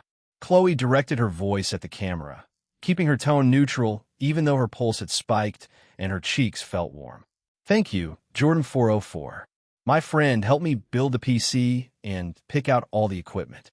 She's incredibly smart and patient and also possibly insane because the process took like 6 hours. She glanced at the clock in the corner of her monitor. 11:53 a.m. Jordan's management won. A lecture ran until 12:15. He was watching her stream during Dr. Ashford's class. The same Dr. Ashford who had publicly humiliated Jordan for looking at his phone 2 weeks ago. The same Dr. Ashford who could apparently sense electronic devices from across a lecture hall, like a predator sensing fear. Jordan404. Sound quality is really good too. He says the sound quality is good. Chloe adjusted the mic arm slightly, a nervous habit. I spent way too much money on this microphone. Someone told me audio quality matters more than video quality for streaming, and apparently she was right because this thing picks up everything. Watch. Chloe tapped her fingernail against the desk surface. The microphone reproduced the sound with startling clarity. See? You can hear that. You can probably hear me breathing. You can definitely hear the traffic outside my window if I stop talking for more than 2 seconds, which is a skill I'm still developing. The viewer count shifted. 3 viewers. 3. A full trio of human beings. Chloe felt something ridiculous and wonderful bloom in her stomach. The same feeling she used to get when her father took her to the dry cleaners and let her press the button that started the conveyor belt, watching the plastic wrap clothes circle through the machine in their orderly procession. Something moving. Something she'd set in motion. Kumi Kumokas. He stellar note. OMG, OMG, OMG, your first stream. Oh my god. Chloe covered her mouth with her hand, laughing. Kumiko. Kumi Kumokas in the chat. She's the friend who built my PC. She's the best person I know. Kumiko, aren't you supposed to be in class right now? Kumi Kumokas. Professor canceled. I'm watching from the library bathroom because I couldn't wait to see you live. Kumi Kumokas. You look so pretty. Kumi Kumokas. The lighting is perfect. The purple LEDs are chef's kiss. Chloe felt heat crawl up her neck. She says the lighting is perfect. She positioned every single light in this setup with a ruler. Not a metaphorical ruler. An actual physical ruler with centimeter markings. Jordan404. She measured twice. Kumi Kumokas. I always measure twice. The 2 messages appeared almost simultaneously in chat. A small conversation between Jordan and Kumiko playing out in her viewer window. Chloe watched the exchange with a complicated feeling she couldn't name. Her boyfriend and her best friend the two people she loved most in the world, both cutting class to watch her talk to a camera. The sweetness of it sat right next to the anxiety, because Jordan was absolutely going to get his phone confiscated by Dr. Ashford, and Kumiko was sitting in a library bathroom at her university lying about a canceled class. Both of you need to go back to your actual responsibilities. I appreciate the support, but I refuse to be the reason either of you fails your courses. Jordan 404. Dr. Ashford stepped out for 5 minutes. I'm fine. Kumi Kumokas. My responsibility is you right now. Chloe shook her head at the camera, but she couldn't stop the smile pulling at the corners of her mouth.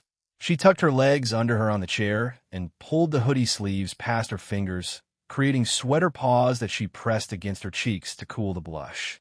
Okay, so for anyone watching who isn't a personal friend or family member, which is statistically nobody at this point, let me tell you what this channel is going to be. I'm planning to do just chatting streams a few times a week, talking about life, school, whatever's happening. Eventually, I want to add cooking streams because I've been learning Korean recipes from my mom, and I think food content translates well to live formats. I might play games sometimes, but honestly, I'm terrible at most games, so that would be more of a comedy stream than a skill showcase. The viewer count held steady at 3. Chloe forced herself not to check it every 5 seconds. Kumiko had warned her about this during the equipment setup, explaining that new streamers obsess over the viewer number and it poisons their content because the audience can sense desperation like dogs smell fear. I also sing. I've been taking vocal lessons for about 2 years now. My coach, Karina, she's amazing. My dad used to say I'd hear my voice on the radio someday, and... Chloe paused. The words caught somewhere between her chest and her throat. And I'm keeping that promise, even though he's not here to hear it. The chat went quiet for a moment. Kumi Kimokas, Chloe Chan, Jordan 404. Your dad will be proud of you right now. Chloe blinked hard. Once, twice. The ring light blurred into a soft circle of white. She reached for her water glass and took a long drink, using the motion to buy herself 3 seconds of composure. The glass clicked against the desk when she set it down. Got a little real there. First stream, no filter, you get the raw version. Stellar note, terms and conditions include occasional emotional vulnerability. Noti funds. She pulled up her Spotify on the second monitor, angling it so the screen wasn't visible on camera. You know what? Let me play some music. My friend says having background music makes dead air less painful. She's been streaming for 2 years, and she knows things. Soft lo-fi beats filled the room through her speakers, low enough that the microphone picked them up as ambient texture. Chloe's shoulders dropped half an inch. Better. Okay, so what do people talk about on just chatting streams? I feel like I should have prepared material, like a comedian with a set. Except I'm not funny. I'm told I'm funny by people who are obligated to find me funny because of our personal relationships. Jordan 404, you're funny. That's Exhibit A, biased source. Kumi Kumokas, you're the funniest person I know and am not biased at all. Exhibit B, even more biased. The viewer counter blinked. 2 viewers. 1 person had left. 215 the chat does not need to know. Chloe watched the number drop and felt something cold slip through her ribs. Someone had clicked onto her stream, stayed for approximately 4 minutes, and decided she wasn't worth their time. They'd evaluated her and found her lacking and moved on to one of the 10,000 other channels offering content created by people who knew what they were doing. This was the reality Kumiko had described. For every viewer who stayed, dozens would leave. The algorithm didn't care about Chloe's feelings or her father's promise or the $2,000 of equipment arranged around her desk. The algorithm cared about watch time, click-through rates, and concurrent viewer averages. Looks like we lost someone. Chloe addressed the camera with a steadiness she didn't feel. 2 viewers now, which is fine. That's still 2 more people than I expected. When I pressed the Go Live button, I genuinely thought I'd be talking to myself for 2 hours. Kumi Kumokas, their loss. We're the real ones. Chloe smiled at the chat. Kumiko's loyalty sat in her chest like a warm stone. My friend called us the real ones. She says stuff like that unironically, and she means every word. That's the kind of people I want in this community. Small, genuine, weird. I'd rather have 2 viewers who actually care than 2,000 viewers who are just scrolling past. The counter ticked back up. 3 viewers. A new username appeared in chat. Michael_Chapman_7680. Found you through the just chatting category. Love the vibe. How long have you been streaming? Chloe's heart kicked. A real viewer. Not Jordan, not Kumiko, but an actual stranger who had navigated the vast wasteland of Twitch's browse page, clicked on a thumbnail belonging to a channel with 0 followers, and typed a genuine message. Oh, Miguel Shabman set sees buid zeru. Welcome. Chloe sat up straighter in her chair. This is literally my first stream ever.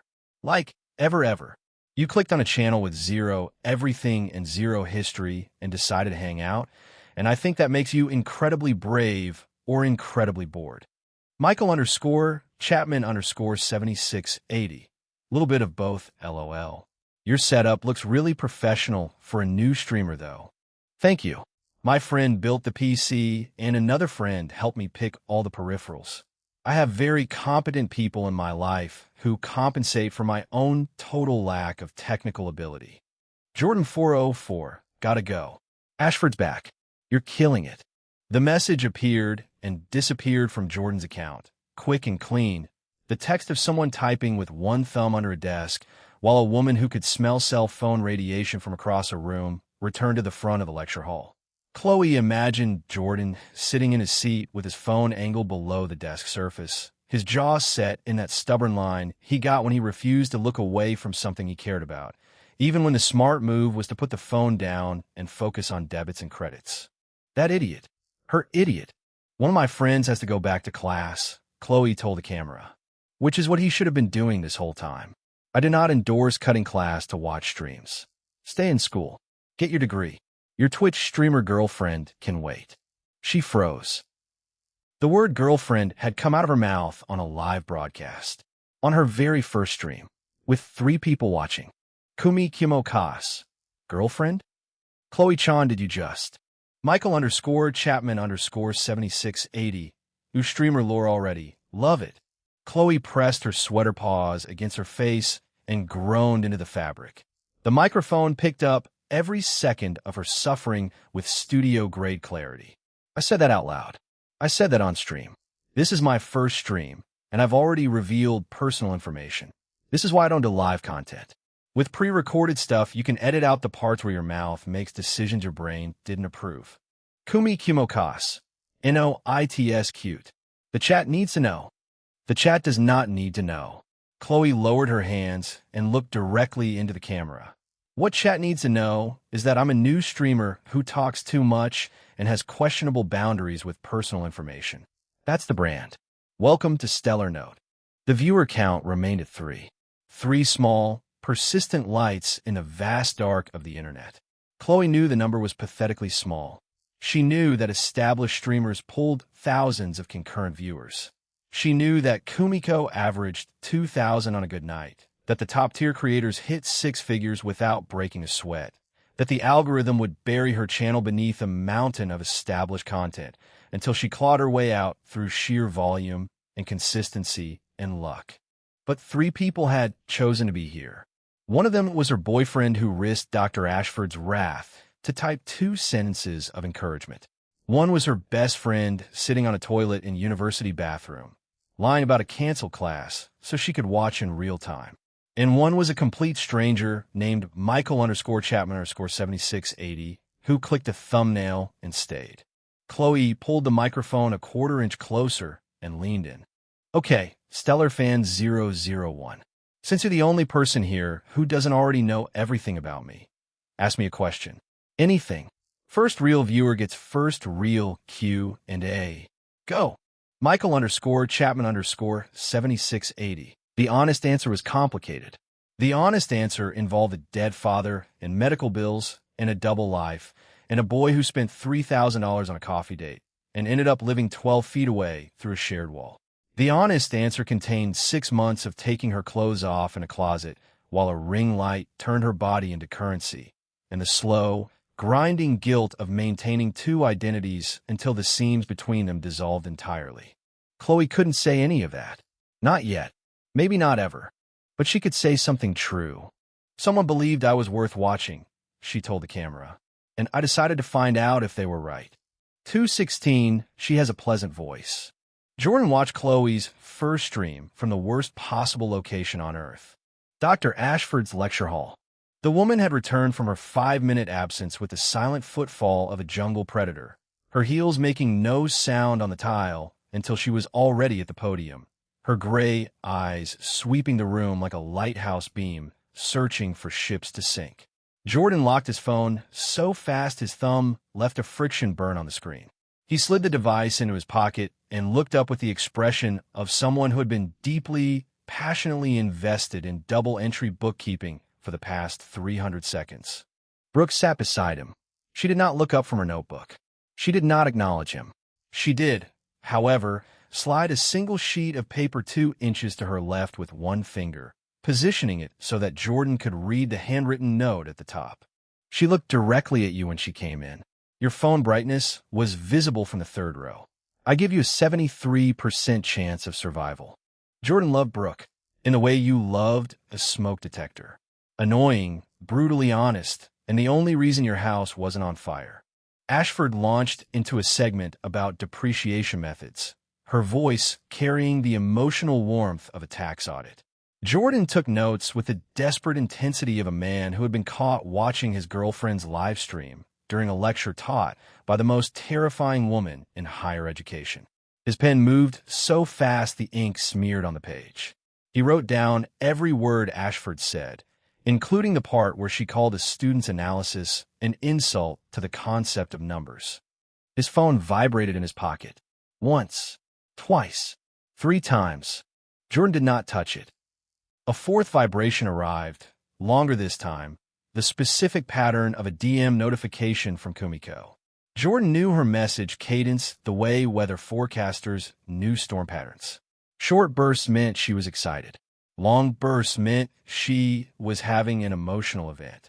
This particular vibration sequence, for rapid taps followed by sustained buzz, meant Kumiko had seen something that made her brain produce dopamine at a rate that required immediate external validation. Jordan did not touch his phone. Ashford wrote MACRS on the whiteboard in letters large enough to read from the parking lot. Mr. McKnight. Jordan's spine turned to rebar. Would you care to explain to the class why the modified accelerated cost recovery system allows businesses to front-load depreciation in the early years of an asset's useful life? Jordan looked up. Ashford stood at the podium with her arms crossed and her chin tilted at the exact angle that preceded academic destruction. Her ash-blonde bob caught the fluorescent light. Her gray eyes had the warmth of a January sidewalk. The entire class turned to look at him. Brooke's pen stopped moving for the first time all lecture. 2 rows back, Cameron Mitchell leaned forward with the expression of someone anticipating entertainment. Jordan opened his mouth. The answer came from somewhere deeper than his textbook knowledge. Maybe it was 4 weeks of actually attending class and doing the readings. Maybe it was Brooke's 47-page market analysis rewiring his brain for business logic. Maybe it was the specific kind of focus that arrives when a woman who could vaporize your GPA with a red pen asks you a direct question. MECRS front loads depreciation because assets lose the most value in the first few years of use. A delivery truck depreciates faster in year 1 than year 7 because usage patterns, maintenance costs, and obsolescence all compound early. Jordan paused. The IRS allows accelerated depreciation to incentivize capital investment. If a business knows it can write off a larger portion of a purchase in the first 5 years, it's more likely to buy new equipment, which stimulates economic activity. The trade-off is lower deductions in later years, which is why companies have to plan their tax strategy across the full recovery period, not just optimize for year 1. Ashford stared at him for 4 seconds. Her expression did not change. Her posture did not shift. She could have been carved from marble. Adequate. She turned back to the whiteboard. Jordan exhaled so hard his lungs flattened against his rib cage. Brooke wrote a new note on her paper. Survival probability revised to 94%. Well done. Cameron's smirk had died somewhere around the word obsolescence. The remaining 30 minutes of class passed without incident. Jordan took meticulous notes about straight line versus declining balance methods, his handwriting growing steadier as the adrenaline faded from his system. When Ashford dismissed the class at 10:45 with her usual absence of warmth or encouragement, Jordan packed his notebook and pen with the care of someone handling evidence. Brooke gathered her materials in her own methodical fashion, each item returning to the same compartment of her bag from which it had been removed. She stood, adjusted her glasses with one finger, and looked at Jordan with an expression that contained several layers of meaning. Your phone has been vibrating for the last 22 minutes. 11 separate notifications. The interval pattern suggests 2 different contacts, one sending rapid sequential messages and one sending longer individual communications. You counted. I observa bien stimuli. The counting is involuntary. Pulse long here bay over her shoulder. I will have the revised operating agreement in your inbox by this evening. Sections 4.2 through 4.7 have been restructured based on comparable talent management contracts I sourced from public filings.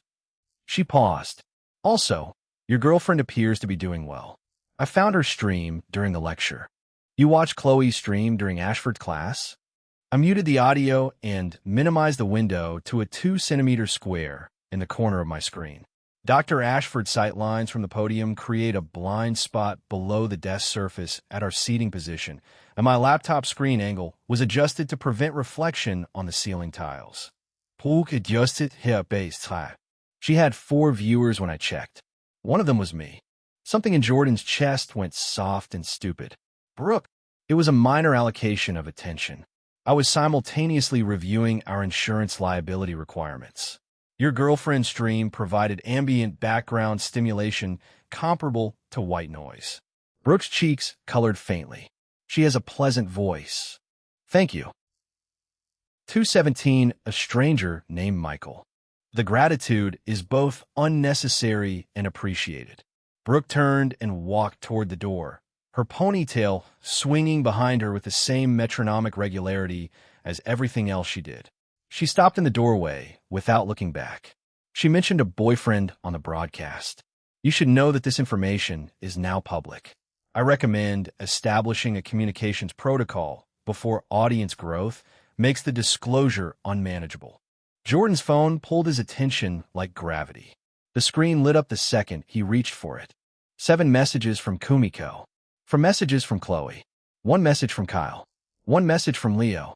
1 message from his mother. Jordan opened Kumiko's messages first.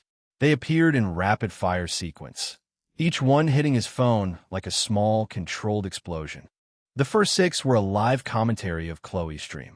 Kumiko had transcribed every word with the dedication of a court stenographer, added her own annotations in parentheses, inserted 7 hand-drawn emojis. The hearts had little sparkles, and included a screenshot of the viewer count at its peak. For viewers, Kumiko had circled the number in red and added 3 exclamation points. The 7th message arrived 3 minutes ago and filled his entire screen. Jordan Cohen, she said, girlfriend on stream. She called you her boyfriend on the internet. In front of people. Okay, it was 3 people, but still. Does this mean I could tell people too?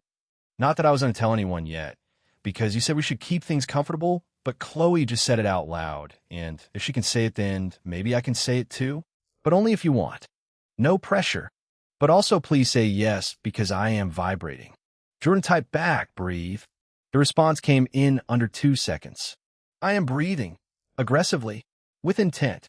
Jordan smiled at his phone in the empty lecture hall. 2 rows away, a student packing up their laptop gave him a weird look. Jordan didn't care. He opened Chloe's messages next. The first one, sent 40 minutes ago. I said boyfriend on stream. The second message arrived 38 minutes ago, on purpose. The third landed 35 minutes ago, mostly on purpose. The fourth appeared 2 minutes ago. Call me when you're out of class. We should probably talk about this before Kumiko explodes and tells the entire internet. Jordan dialed as he pushed through the double doors of Business Building 310. California afternoon hit him like a physical presence. The sun hung high and merciless, baking concrete pathways until heat shimmered off them in visible waves. Palm trees cast skeletal shadows across the quad. Students moved in scattered groups, carrying coffees and textbooks, and the oblivious energy of people whose biggest problem was a Wednesday evening statistics assignment. Not managing a polyamorous relationship, while building a streaming empire, while hiding a magical phone application from the two women who trusted him most. Chloe answered halfway through the second ring. Before you say anything, I know. You know what? That I said it on stream. That I shouldn't have done that.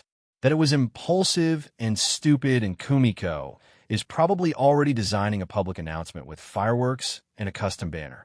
Chloe's voice carried the specific exhaustion of someone who had spent the last 40 minutes running a mental postmortem.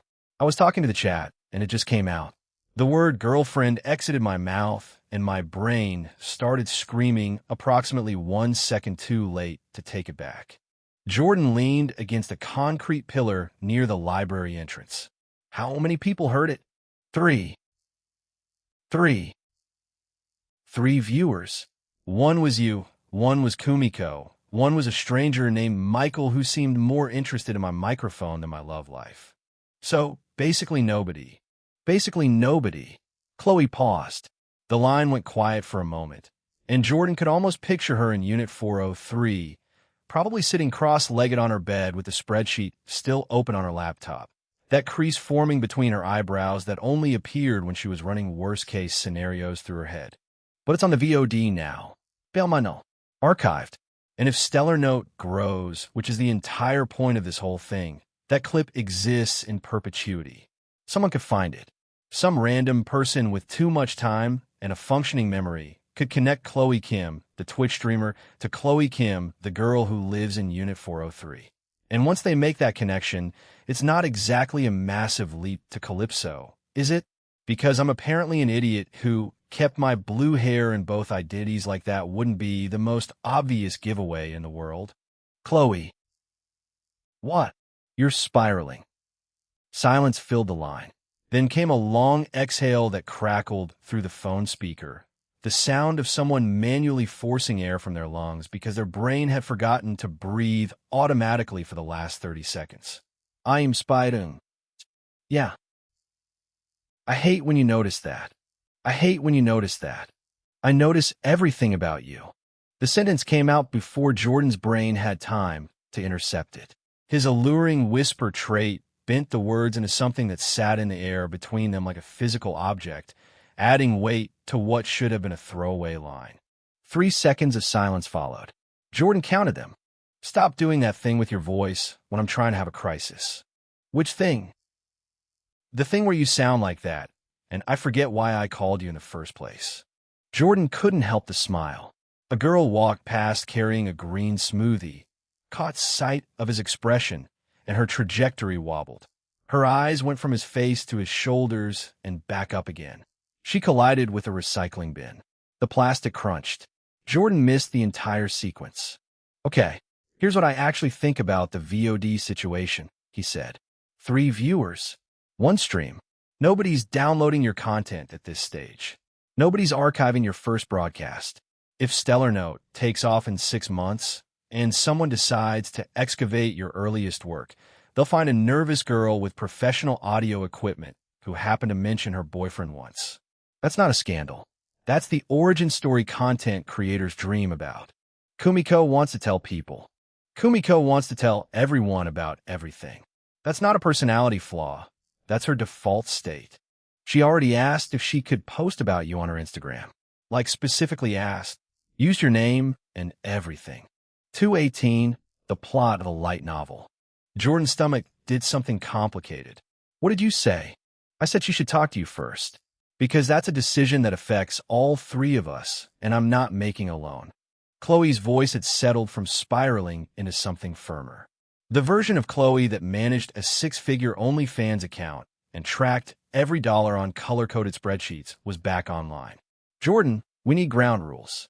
Real ones. not just we'll figure it out energy, actual rules about what we share publicly, what stays private, and how we handle it when Kumiko's excitement override kicks in and she posts a stick figure drawing of you with hearts in the caption. She already posted that. I know. It got 400 likes. Jordan rubbed the back of his neck. A knot of tension sat between his shoulder blades, courtesy of last night's activities with Kumiko and this morning's interrogation by Ashford. Okay, here's what we do. Tonight, after your stream, after dinner, after whatever Kumiko needs to process, the three of us sit down and write actual rules. On paper, with bullet points if you want. You can make a spreadsheet. I love spreadsheets. I know you do. This is why you're my boyfriend. Jordan laughed, and the sound felt real and loose in his chest, the kind of laugh that came from a place he couldn't fake. A month ago, nobody on this campus would have recognized the sound of Jordan McKnight laughing. A month ago, Jordan McKnight didn't laugh. He scrolled through Reddit threads about a girl who didn't care about him and watched someone else's content and counted the hours until he could stop being conscious. Now he was leaning against a library pillar in the sun, talking to his girlfriend about their shared girlfriend social media impulse control, and the laugh that came out of him was genuine and warm and maybe a little unhinged because his life had become the plot of a light novel written by someone with a very specific fetish and zero sense of pacing. How did the rest of the stream go? Jordan asked. I talked for another hour after you left. Kumiko stayed the whole time. Michael stayed for about 30 minutes and then left, which is honestly amazing for a zero-follower channel. A couple other people drifted in and out. Peak viewers was 6. Chloe's voice shifted into something quieter, something that didn't belong to Calypso or Campus Chloe, but to the version of her that existed only in private, only with Jordan, only when nobody else could hear. It felt good, different from what I used to do, less like a performance and more like, I don't know, talking. You're good at talking. I talk for a living. 2 livings, technically. How many followers at the end? 12. 12 viewers on day 1. 0 promotion. 0 content. 0 audience? Chloe, that's actually good. Kumiko said the same thing. She said most new streamers get 0 for their first 3 weeks, and that 12 followers from a cold start is above the 75th percentile for just chatting debuts. Chloe paused. She cited a statistic. She cited an actual statistic. I think you're rubbing off on her. Brooke might be rubbing off on her, actually. She sent Kumiko that market analysis. The 47-page one. Kumiko read the whole thing. Of course she did. That girl absorbs information like a sponge absorbs water. She probably memorized the charts. Chloe's tone softened further, dropping into a register Jordan recognized as the one she used right before she said something that cost her say. Jordan. Yeah. Thank you for watching. Even if it was only for 5 minutes during Ashford's class, and even if you almost got caught, and even if your message was only 2 lines. She swallowed, the sound audible through the phone. You were my first viewer. Before Kumiko. Before Michael. Before anyone. You were there. Jordan's throat went tight. His phone felt warm against his ear.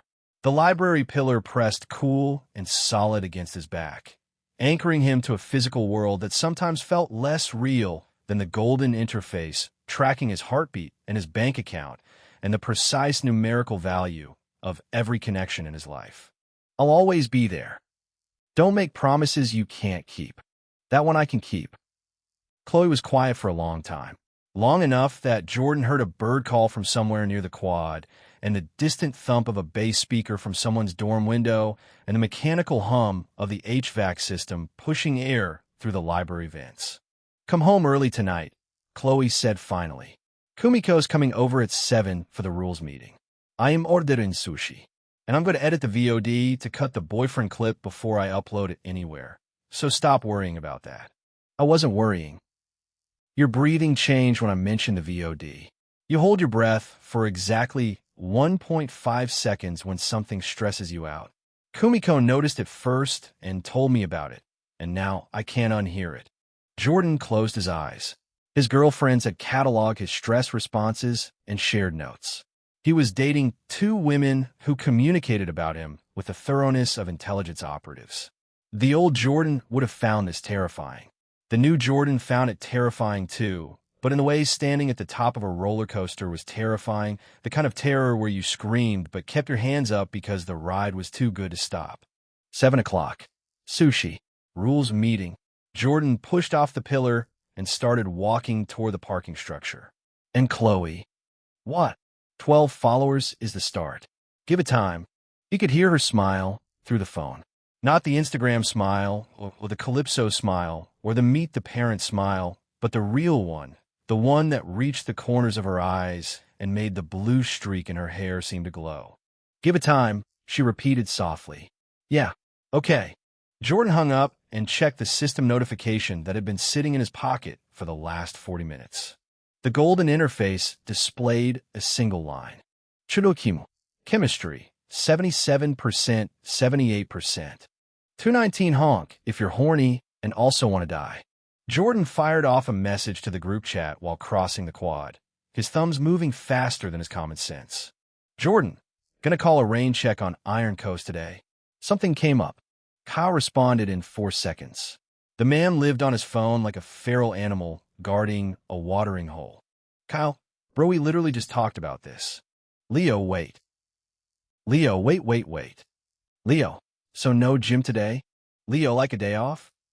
Lao, foul jay. Jordan could practically see Leo's face lighting up from across campus, that round boyish grin splitting his cheeks as he mentally composed his DoorDash order. Probably a double quarter pounder with extra sauce and a shake so thick it required 2 hands and a prayer. Jordan almost felt guilty. Almost. Kyle. Leo, you can go ahead and skip. Leave me alone with Maya for some one-on-one time. The typing indicator from Leo's end vanished. Reappeared. Vanished again. Then a wall of text hit the chat like a freight train. Leo, like hell you are. Leo, we are going now, Kyle. Leo, right now. Leo, I am putting on my shoes.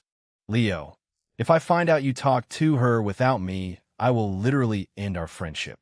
Leo, I am not even joking. Leo, Kyle. Leo, Kyle, are you reading this? Leo, don't you dare leave without me. Kyle, face with tears of joy. Kyle, too easy. Kyle, picking you up in 20 Leo. We're real shoes this time, not the Gucci slippers. Leo, those are slides, and they cost more than your truck payment. Jordan pocketed his phone and laughed, the sound bouncing off the concrete walls of the parking structure as he pushed through the stairwell door onto the 3rd level. Kyle had played Leo like a fiddle, and the melody was still ringing. Leo would sprint to Iron Coast on broken glass if it meant keeping Kyle away from Maya Santos, which meant Kyle had effectively weaponized jealousy into the world's most reliable fitness motivator. The man was a genius hiding behind protein powder and bad haircuts. Jordan's white Civic sat in its usual spot near the pillar, sandwiched between a Tesla that cost more than his tuition and a lifted Jeep with an anime girl sticker on the rear window that Jordan respected on a spiritual level. He pulled his keys from his pocket and pressed the unlock button, the familiar chirp echoing through the mostly empty level. Then he heard it. A grinding mechanical noise from 2 rows over. Metal on metal. The desperate whine of a starter motor begging for death. The engine turned over once, caught for half a second, and then died with a pathetic wheeze that sounded like a dying cat being stepped on by a bigger, meaner cat. Vamos, pedazo de mierda. The voice was female, young, absolutely furious, and the Spanish that followed was colorful enough that Jordan's 2 semesters of high school Spanish picked up about every 3rd word, most of which would get him grounded if his grandmother ever heard them. Another attempt. The starter whined. The engine coughed. Nothing. Arranca, puta madre.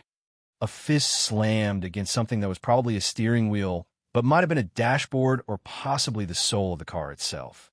Jordan walked toward the sound because the old Jordan would have gotten in his Civic and driven away, and the new Jordan had a pathological inability to mind his own business that had already gotten him 2 girlfriends, a business partner, and a 60-year-old neighbor who now knew what recreational noises sounded like at midnight.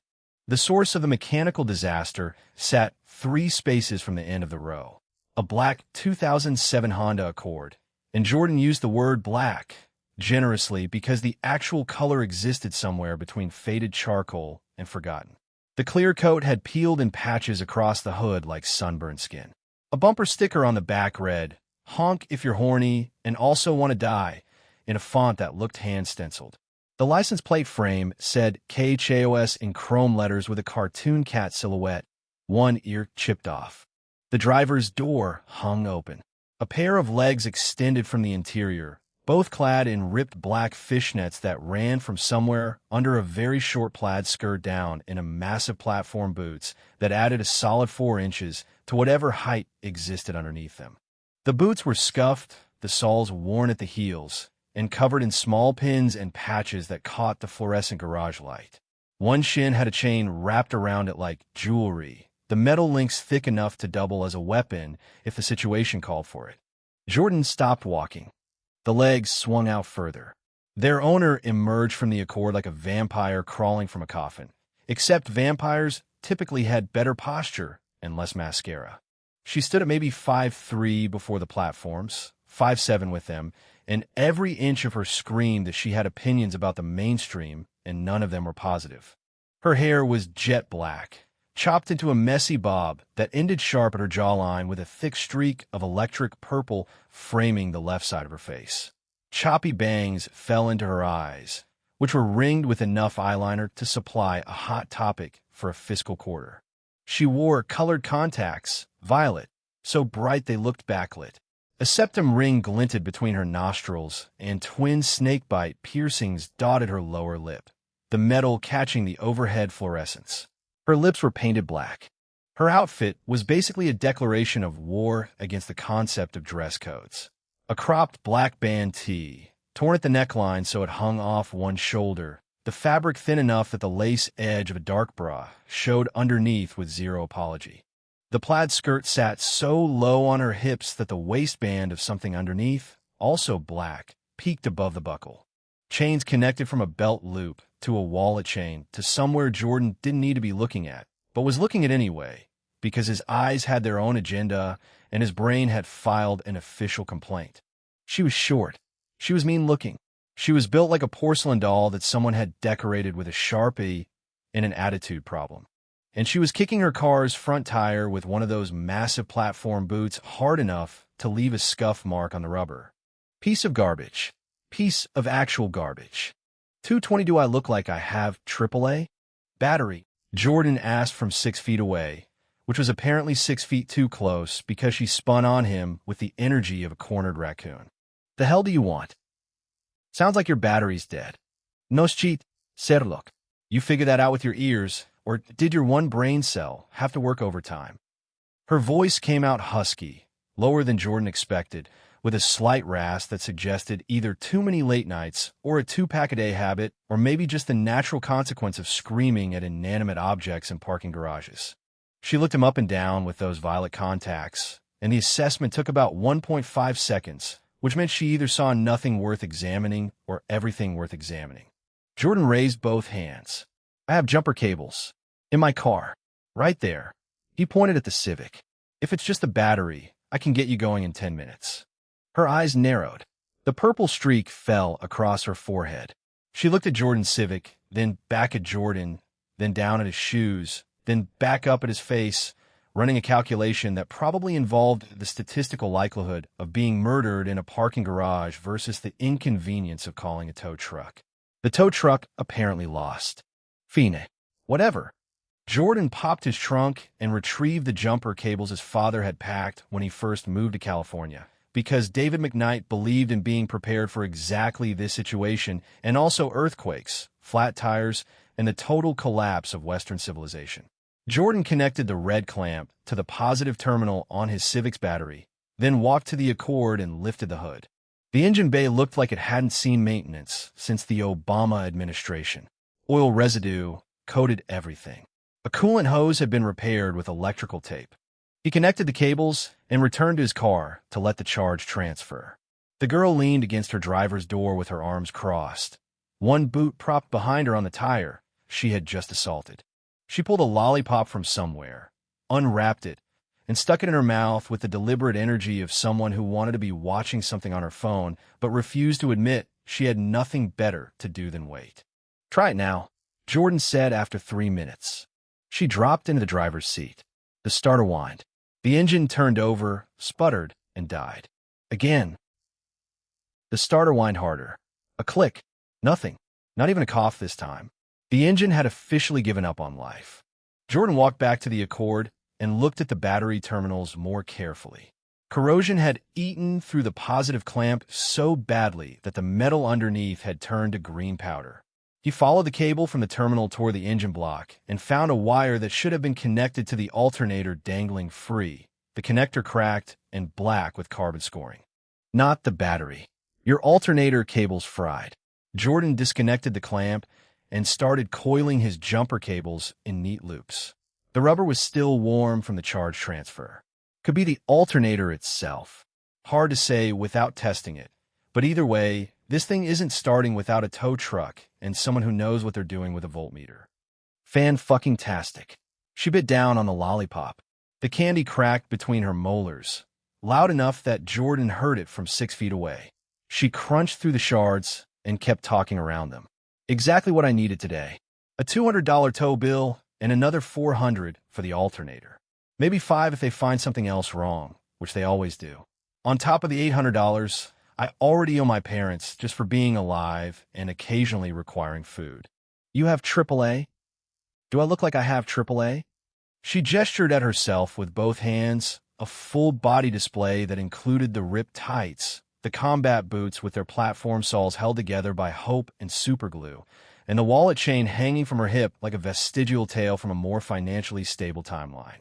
Jordan looked at the Accord again, at the duct-taped side mirror, at the bumper sticker collection that included 3 different Warped Tour years and something in Japanese he couldn't read, at the girl standing next to it in an outfit that cost either $20 at a thrift store or $200 at Hot Topic, and he genuinely could not tell which. "No," he said. "At least you're honest about it." She pulled the lollipop stick from her mouth and flicked it toward a storm drain grate 3 feet to her left. It sailed past, bounced once off the asphalt, and rolled to a stop near the rear tire of her car. She looked at it, made no move to pick it up. Apparently littering was not high on her list of moral concerns today. "Great. Fantastic. Love this for me. Guess I'm walking home in fishnets and platforms because my life is a series of excellent decisions that keep paying dividends." "Where do you live?" The question came out of Jordan's mouth before his brain authorized it. This kept happening. His impulse control had improved in some areas. Double texting, unnecessary apologies, buying smoothies for people who didn't ask, but apparently offering assistance to strangers had not yet made it onto the list of behaviors requiring pre-approval from his frontal lobe. She stopped looking at the lollipop stick and started looking at him instead. The violet contacts turned her stare into something uncomfortably direct, like being examined by a creature from a planet where eye contact was a form of combat. Her expression mixed suspicion with something else, something that might have been curiosity or might have been the specific kind of interest a person developed right before deciding whether you were useful or just another waste of time. Her tongue came out and ran across her lower lip. Both snakebite piercings. Left side, right side, slow and deliberate. "Why, you offering?" "I'm offering a ride, not a marriage proposal." Her mouth twitched. Just one corner. The snakebite piercings caught the light as her lip moved. "I live off Brookhurst, near the Raising Cane's." Jordan ran the geography. Brookhurst was about 15 minutes from campus, 20 in traffic, roughly the same direction as his apartment complex. Not far. Not close enough to walk in platform boots and fishnets without attracting either attention or blisters. "I'm heading that direction. I can drop you." She stared at him. The violet contacts made the stare more intense than it had any right to be, like being evaluated by a very judgmental alien. Her tongue ran across her lower lip, hitting both snakebite piercings in sequence. And Jordan's brain registered this observation and immediately filed it under information that serves no productive purpose but will be remembered anyway. "What's it going to cost me?" $10. $221 my phone is a liability, PS bonus. $10? For a ride from a stranger in a parking garage. Uber would charge you $25 minimum during surge pricing, which it is right now, because there's an event at the convention center. Jordan had no idea if there was actually an event at the convention center. The city always had something going on downtown. She wouldn't know either way, and confidence sold the lie better than facts ever could. $10. Cash or Venmo? I accept both. You're charging me for a ride. Her voice had a flatness to it. Not quite disbelief, but more like she was testing to see if he'd back down. I'm not a charity. Gas isn't free. My time isn't free. Jordan gestured at his Civic with one hand, casual, like this was the most reasonable transaction in the world. Car's clean, air conditioning works, and I won't try to make conversation if you don't want me to. That's worth $10 easy. Probably more. She stared at him. The fluorescent light above them buzzed through another cycle. That particular frequency that meant the bulb was dying, and someone from facilities should have replaced it 3 months ago. Someone on a lower level leaned on their horn. 2 long blasts that echoed up through the concrete. Her eyes went from his face down to his shoulders. The fitted black tee wasn't hiding anything, which was the point, then lowered to his waist and the way the jeans sat on his hips. Then back up, fast, like she just remembered she was supposed to be annoyed instead of cataloging. You're kind of dick. I've been told. Jordan kept his expression neutral. The Oldham would have apologized, backtracked, offered a discount, something to smooth the edges. The Newham waited. Fina. $10. She shifted her weight, the platform boots making a scuffing sound against the concrete. But I'm sitting in the back. It's your funeral. The back seat doesn't have AC vents. You'll cook back there. Then I'm sitting in the front. She adjusted the strap of whatever bag she had on her shoulder. But if you try anything, I have mace in my bag, and I will use it without warning or hesitation. Noted, Jordan unlocked his car with a key fob. The Civic's lights blinked once. She walked over to the dead Accord, opened the passenger door, and grabbed a backpack from the seat. Black Jansport, covered in patches and enamel pins that Jordan could make out even from this distance. Anime characters he vaguely recognized, political statements he didn't care enough to read, one that just said "NO" in capital white letters on a black background. She locked the dead car, though Jordan wasn't sure what anyone would steal from it besides the bumper sticker and maybe the spare tire. Then she turned and walked toward his Civic. Her stride was the kind that said she owned the parking garage.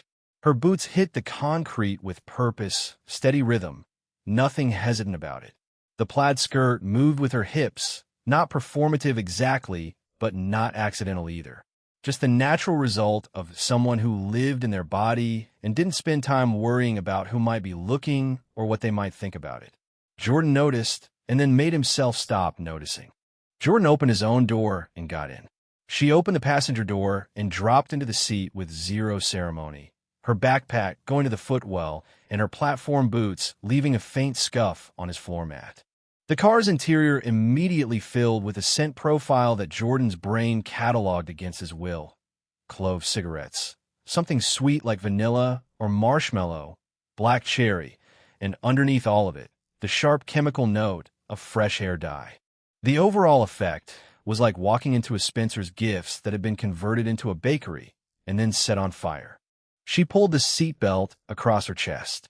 The strap bisected her crop top in a way that made the lace edge of her bra even more visible, the dark fabric pressing against skin that was pale enough to suggest she and the sun had a professional disagreement.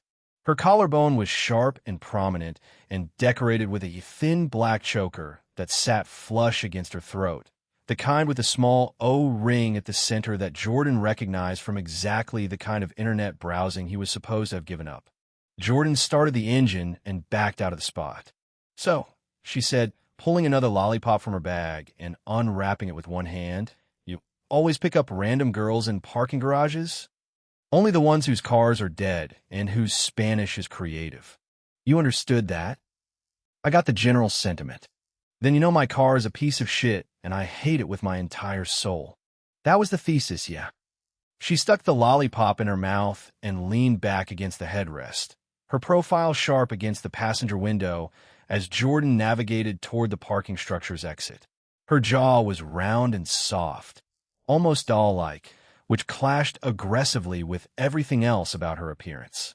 The snakebite piercings caught the changing light as they spiraled down the ramp, chrome dots that bookend a mouth currently wrapped around strawberry-flavored candy.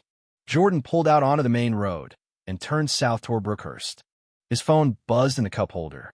He glanced at the screen and saw Kumiko's name above a preview that read, "Jordan Kuhn, I just realized I left my strawberry underwear at your..." He flipped the phone face down so fast he nearly knocked over his Arizona. The girl in his passenger seat noticed. Of course she noticed.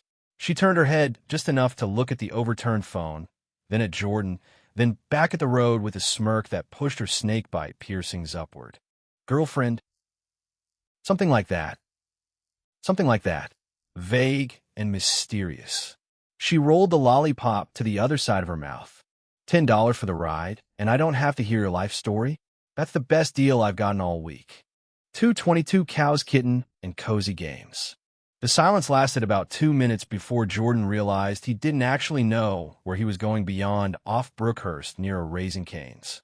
He could have pulled up maps, but that would require unlocking his phone, and his phone currently contained a preview notification about Kumiko strawberry underwear that he absolutely did not need his passenger seeing.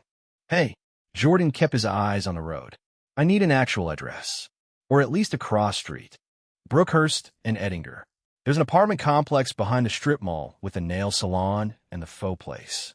She shifted in her seat, one platform boot coming up to rest against the dashboard. Jordan opened his mouth to tell her to get her feet off his car, then closed it. The boots were scuffed to hell anyway. What was one more scuff? Got it.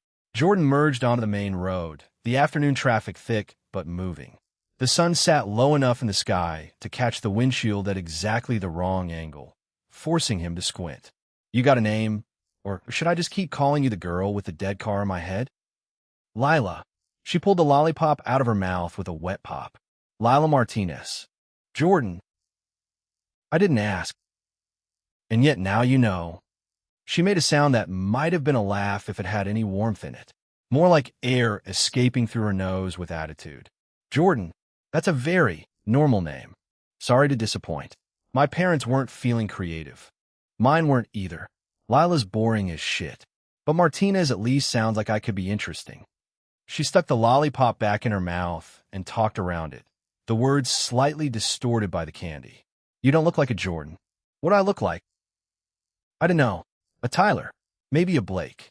Her violet contacts caught the light as she turned to examine him more directly than anyone had examined him in recent memory. Something preppy.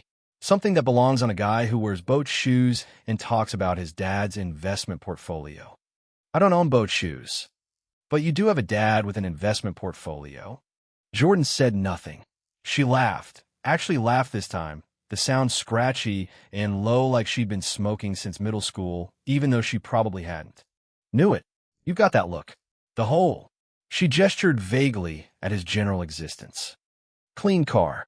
Nice clothes that fit. Haircut that cost more than $20. Your money. I'm a college student." A college student with money. She shrugged one shoulder, the motion causing her crop top to ride up another half-inch and expose a sliver of pale stomach. A small tattoo sat just above her hip bone, black ink that Jordan couldn't make out from this angle. Nothing wrong with it. Just calling like I see it. Jordan switched lanes to avoid a minivan that was doing 15 under the speed limit for no discernible reason. The driver was on her phone. Of course she was. "What about you?" Jordan asked. "You've got the whole." He mimicked her vague gesture with one hand. "Thing going on." The thing. The aesthetic. The look. I listened to My Chemical Romance in 7th grade and never recovered energy. Lila's head whipped toward him so fast her purple streak swung across her face. For a second, Jordan thought she was genuinely offended. Then her black painted lips split into a grin that showed teeth, sharp and delighted and a little bit feral. "Okay, that was good. I'll give you that one. I have my moments. Most guys who try to roast my appearance go for the obvious shit. Oh, you're so dark and scary. Are you a vampire? Do you worship Satan?" She rolled her eyes so hard Jordan worried they might actually get stuck. "Basic bitch energy. No creativity. I am higher than basic bitch energy." Clearly, she settled back in her seat, her posture loosening by a fraction. Still guarded, still sharp around the edges, but less like she was waiting for him to say something stupid so she could verbally eviscerate him. The MCR thing was a good read, though. I was actually more a Fall Out Boy girl, but same general vibe. Dance Dance or Sugar We're Going Down. Thanks FRTH MMRS. Solid choice. Traffic slowed to a crawl as they approached an intersection. Jordan's eyes drifted to the center console where Lila had set her phone, screen up, either because she didn't care if he saw or because she wanted him to see. The lock screen wallpaper was some anime character Jordan didn't recognize, pink hair and cat ears, but that wasn't what caught his attention. The notification bar was a disaster, absolutely cluttered with app icons and alerts. Discord, Twitter, Instagram, TikTok, and sitting right there between Spotify and what looked like a banking app with a concerningly low balance preview, the distinctive purple icon of the Twitch creator dashboard. Jordan's brain connected dots faster than he could stop it. Oh, he kept his voice casual. You stream? Lila's body language changed immediately. Not defensive exactly, but aware, like a cat that had been lounging, suddenly remembering it was supposed to be a predator. You scrolling through my notifications? They're right there. You put your phone face up. Maybe I wanted to see if you'd look. Did I pass or fail? Jury's still out. She picked up her phone and turned it over, screen down, but the damage was done. Yeah, I stream. Why, you want my Twitch handle so you can sim in my chat? I have enough things to spend money on. Who said anything about spending money? You did, when you called me money 30 seconds ago. Lila's tongue pushed the lollipop to her cheek, creating a bulge that stretched her skin.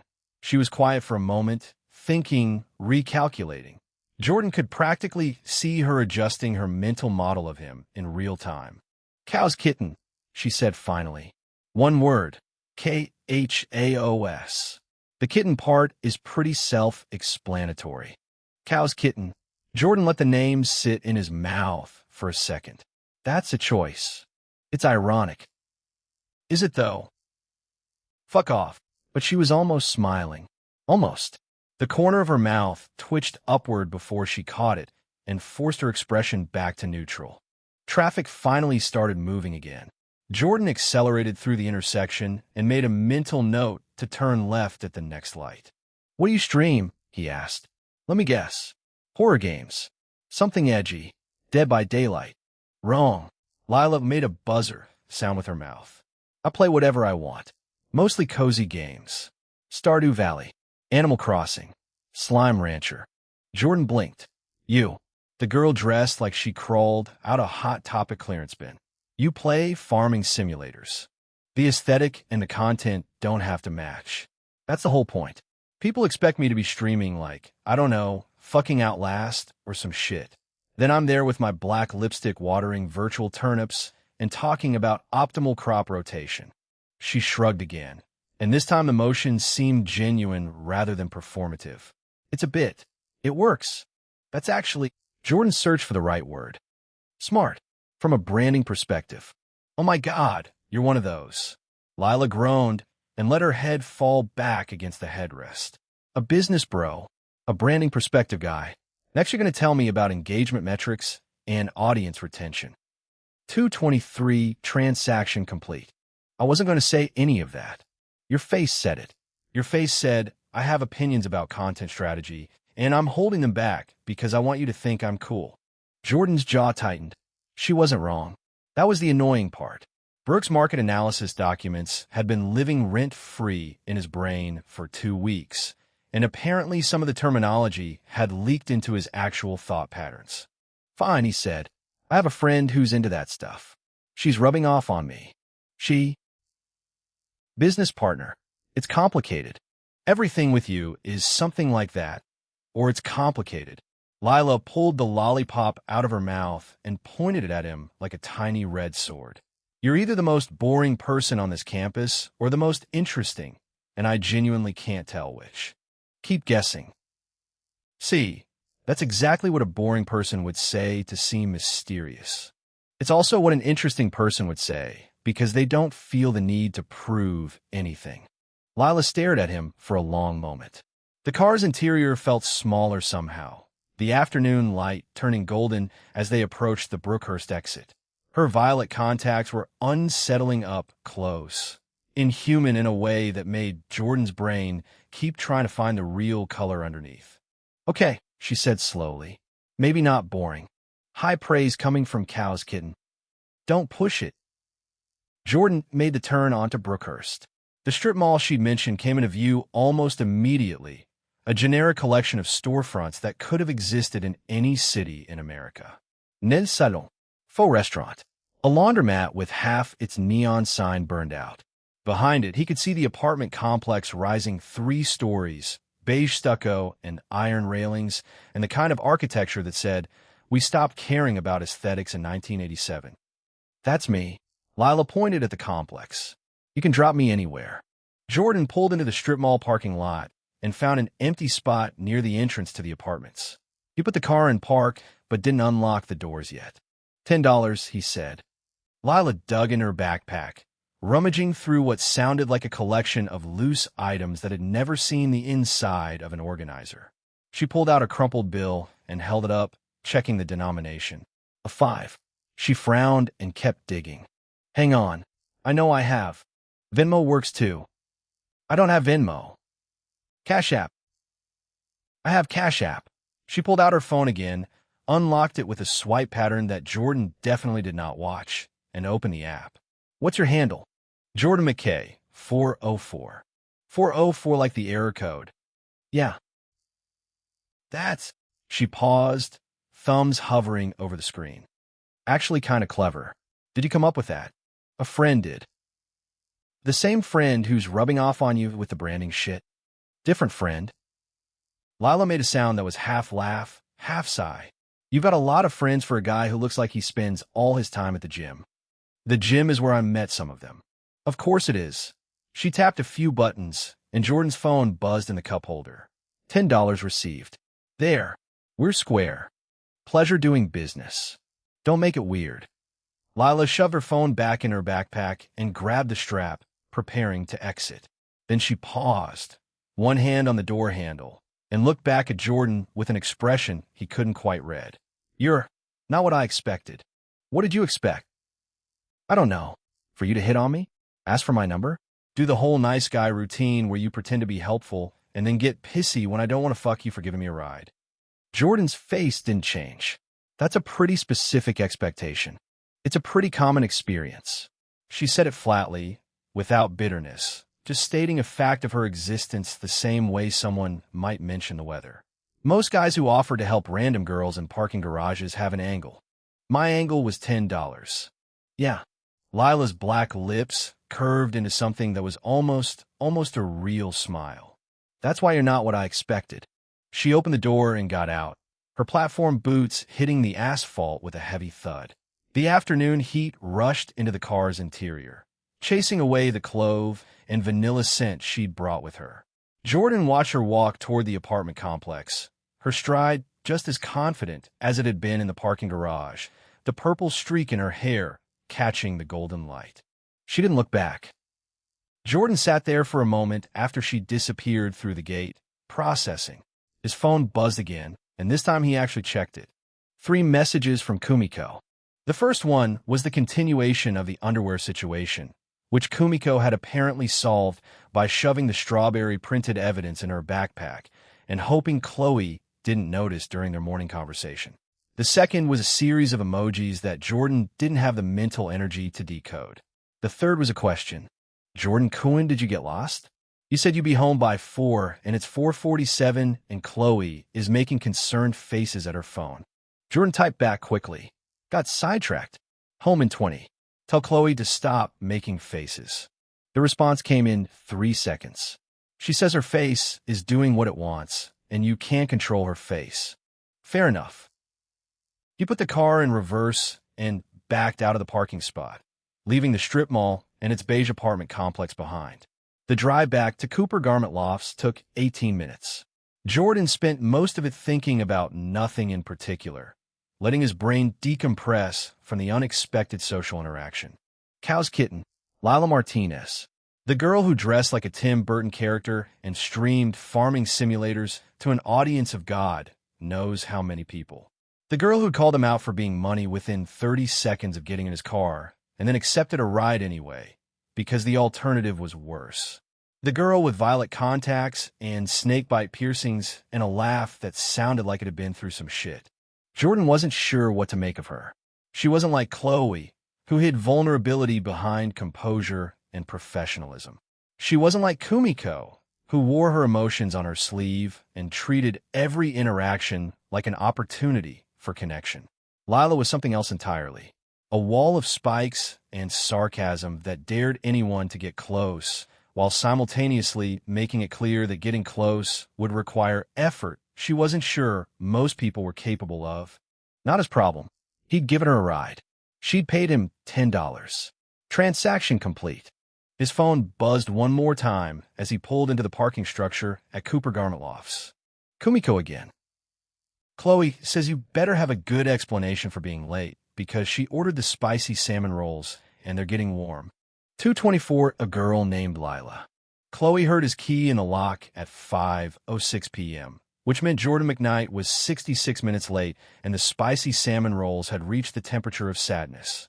She sat cross-legged on the sectional with her laptop open to the Stellar Note Twitch Analytics dashboard, which currently displayed numbers so small they would have made a first grader feel like a math genius. 12 followers. For peak concurrent viewers. One VOD that she'd already scrubbed of any footage containing Jordan's chat messages, because Kumiko had pointed out that his username literally contained his apartment number and Chloe's paranoia had done the rest. Kumiko occupied the other end of the couch with her legs folded beneath her, wearing the lavender cardigan from earlier and a pair of shorts so small they might as well have been a suggestion. Her twin tails were freshly retied with matching ribbons, and her phone rested face up on the cushion beside her, its screen illuminating every 3 seconds with a new notification she was desperately trying not to check. The bite marks on Kumiko's neck had been attacked with a truly heroic amount of concealer. From certain angles, you almost couldn't tell that Jordan had tried to devour her collarbone like a medium-rare steak approximately 16 hours ago. Chloe had heard it all, every single sound, through the wall, for 47 minutes. She was fine. The lock clicked, and Jordan shouldered through the door carrying his gym bag in one hand and his phone in the other, his dirty blonde hair windswept from whatever adventure had consumed his afternoon. He wore the same black tank top and basketball shorts he'd texted about earlier, his shoulders still slightly flushed from what Chloe assumed was the boxing session he'd mentioned canceling. 66 minutes, Chloe said without looking up from her laptop. I know. The salmon is room temperature. I know. Room temperature salmon is a health code violation, Jordan. I'll eat it anyway. He dropped his gym bag by the door and toed off his shoes. The motion pulled the tank top across his chest, and Chloe's traitorous eyes tracked the fabric for exactly 1 second before returning to her screen. He'd gotten bigger again. The tune-up trait, or whatever he was calling the thing he refused to explain, was still doing its work, and his shoulders now strained the seams of shirts that had fit him 2 weeks ago. Kumiko's head snapped up the instant Jordan crossed the threshold, her entire body orienting toward him the way a satellite dish locks onto a signal. Her face went through its usual sequence: recognition, joy, violent blush, attempted composure, failed composure, wider blush. Yordankoan. Hey, Kumi. The nickname landed and Kumiko's spine went rigid. Her blush spread from her cheeks down past the neckline of her cardigan. She opened her mouth, closed it, and pressed her palms flat against her own face. You can't just say that with your whole voice and expect me to function. I said 2 syllables. 2 devastating syllables. Jordan walked to the kitchen island and picked up one of the sushi containers, popping the lid and examining the salmon with the clinical disinterest of someone who genuinely did not care about food temperature. He ate a roll standing up, chopsticks in his right hand, phone screen dark on the counter beside him. Chloe closed her laptop. Where were you? Jordan chewed, swallowed. Gave someone a ride. Someone. A girl whose car died in the parking structure. The words landed in the living room with the subtlety of a brick through a window. Kumiko stopped pressing her face and looked up.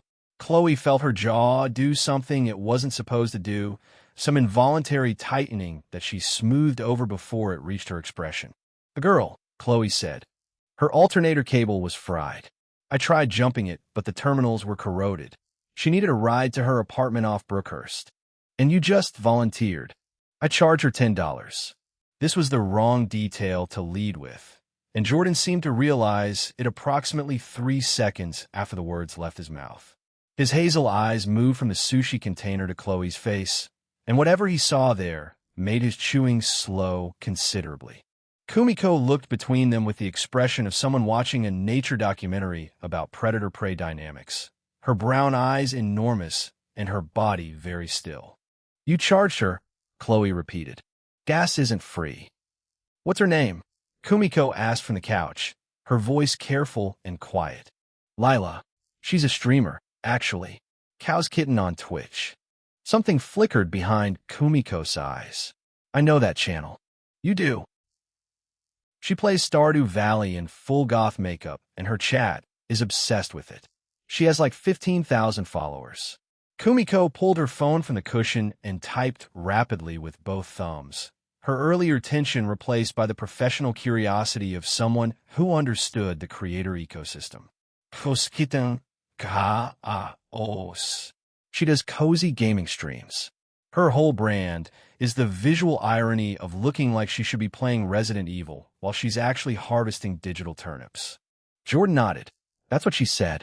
Chloe watched this exchange with the calm exterior of someone who had spent 6 months maintaining a double identity and could compartmentalize with the best of them. Internally, a familiar heat built behind her sternum. Not rage, not jealousy exactly, more like the feeling she got when she opened her spreadsheet and discovered a number that didn't match the formula. A variable she hadn't accounted for. 15,000 followers, Chloe said. Kumiko looked up from her phone. 17,200, actually. She gained some this month. 17,000. More than Kumiko's 10. More than Chloe's 12. Chloe's mind did what it always did. It ran the numbers. A third creator with 17,000 dedicated followers who played an entirely different content category would bring audience diversity, cross-promotion potential, and instant credibility to a brand that currently existed only as Brooke's paperwork and Jordan's ambition. Lila Martinez would be perfect for the third woman. Chloe hated that she understood this. 225, don't say it. "Show me her channel," Chloe said to Kumiko. Kumiko scooted across the couch and held her phone between them. The Cow's Kitten Twitch page loaded with a custom banner featuring a cartoon cat with violet eyes perched on a mushroom, surrounded by Gothic calligraphy. The offline screen showed the same cat sleeping on a gaming setup that looked expensive and meticulously clean despite the chaotic aesthetic of the brand. Recent VOD thumbnails displayed Lila in various angles, her sharp bob and purple streak vivid against dark backgrounds, her face always featuring the same deadpan expression that somehow read as both bored and magnetic. Chloe scrolled through Lila's past broadcasts. The content was exactly what Kumiko described. Cozy games played with sarcastic commentary.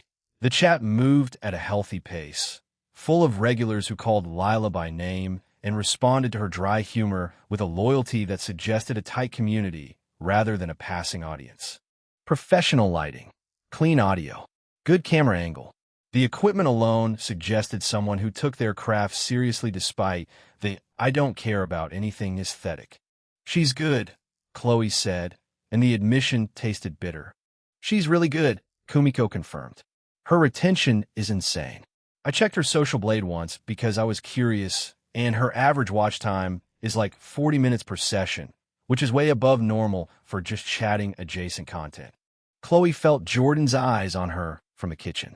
He'd stopped eating and now stood with his hip against the counter, his arms folded across his chest in a way that made the muscles in his forearms look like something from a fitness magazine. His expression held that particular quality Chloe had learned to identify over the past 2 weeks. The look of a man who had arrived at the same conclusion she had, and was now waiting to see if she would voice it first. The bastard. He'd already thought about recruiting her. Chloe could see it in the way his jaw sat, relaxed but alert, the set of his shoulders, the direction of his gaze. Jordan McKnight had picked up a random girl in a parking garage, driven her home for $10, and was now standing in Chloe's kitchen wondering if his girlfriend would greenlight a business decision he'd already half made. The worst part was that his instinct was correct. "Don't say it," Chloe said. Jordan raised his eyebrows. "I didn't say anything. You're thinking it's so loud I can hear it from here." "Thinking what?" "That she'd be a good fit for Nova Network." Jordan's mouth did the thing it did when he was trying very hard not to smile and failing. The left corner lifted first, just barely, and then the right followed a half-second later. Chloe wanted to throw a salmon roll at his face. "The thought crossed my mind," he said. "It sprinted across your mind. It did lapse. I wasn't going to bring it up tonight. We have a rules meeting." "We do have a rules meeting." Chloe stood from the couch and walked to the kitchen, planting herself directly in front of Jordan with her arms crossed in a mirror of his posture. The height difference between them meant she had to tilt her chin up to maintain eye contact, and even after 2 weeks of dating, the sheer size of him at 6'2" still produced a physical response in her that she refused to dignify with acknowledgement. "But before we do the rules meeting, I need you to tell me something. Anything. Do you like her like that?" Jordan held her gaze. His hazel eyes carried flecks of gold in the late afternoon light that filtered through the factory windows, and Chloe watched them for the micro-expressions she'd cataloged during weeks of studying his face. The tiny shift around his orbital muscles when he lied, the way his nostrils flared almost imperceptibly when he withheld information, the subtle movement of his Adam's apple when he swallowed a truth he wasn't ready to share. None of those tells appeared. "No," Jordan said. "It didn't. I saw a girl with a dead car and I helped. That's it." Chloe studied him for 3 more seconds. Then she uncrossed her arms and reached past him to grab a salmon roll from the container, biting into it with the mechanical efficiency of someone fueling a body rather than enjoying food. "Okay," she said through a mouthful of rice. "Okay. I believe you." Something in Jordan's posture released. Not a sigh. Exactly. But a loosening across his shoulders and down through his spine that Chloe had learned to read as genuine relief rather than performed relaxation. He reached forward and tucked a strand of her black hair behind her ear, his thumb grazing the skin just below her earlobe. The touch was brief and warm, and Chloe's stomach did something inconvenient that she blamed on the salmon. "Thank you," he said. "Don't thank me. Thank the fact that you're a terrible liar, and I've been watching your face for 2 weeks. I'm not that terrible. Jordan, your lying skills are genuinely, objectively terrible, and the only reason I'm still here is because I find that quality endearing rather than concerning." Kumiko appeared beside them like a ghost in platform sneakers, her phone still in her hand, and her eyes bright with the particular intensity she got when her brain was operating at maximum capacity. "I followed Cow's Kitten," Kumiko announced, "and I'd met her from my Kumi Kimokase account asking if she'd be interested in a collab." Chloe turned slowly. "You did what?" "I'd met her. She's really talented, and her aesthetic would complement ours so well. Imagine a stream where she's playing Stardew Valley, and I'm doing a Stardew cosplay in the background while you do commentary. The chat would lose their minds." "Kumiko." "Yes. We have not discussed whether Nova Network is recruiting. We have not established brand guidelines. We have not finalized the operating agreement. Brooke sent a 34-page document that nobody except Brooke has read." "I read it," Jordan said. "You skimmed it." "I read sections 4 through 7 very carefully, because Brooke told you those were the important parts." She was right. 226 rules for a relationship with footnotes. Chloe pressed her fingers against her own temples. The sushi sat heavy in her stomach. The laptop glowed softly on the couch cushion where she'd left it, and the purple LED strips Kumiko had installed cast everything in the room with a violet hue that made the moment feel like it belonged in a dream sequence rather than real life. 12 followers. That's what Chloe had. 12 people in the entire world who had clicked follow on Stellar Note during a debut stream where she'd accidentally called Jordan her boyfriend and then panicked about it for 40 minutes. Kumiko had 10,000 across platforms. This Lila person had 17,000. And Jordan was standing in her kitchen with protein powder on his shorts and an expression that said he'd already started building something bigger than any of them could see. Chloe hated how much she trusted him. She hated how his voice made her pulse shift gears when he said her name. She hated that he'd registered her in some golden phone application that tracked their relationship like a stock portfolio, and that she still didn't fully understand what that meant or what it was doing to either of them. She hated that he was probably right about the girl with the purple streak and the dead car.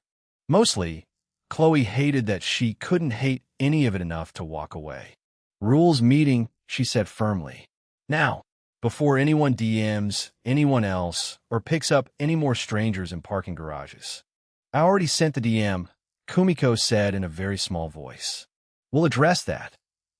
Jordan grabbed the sushi containers and moved them to the coffee table, while Chloe retrieved her laptop and opened a fresh document.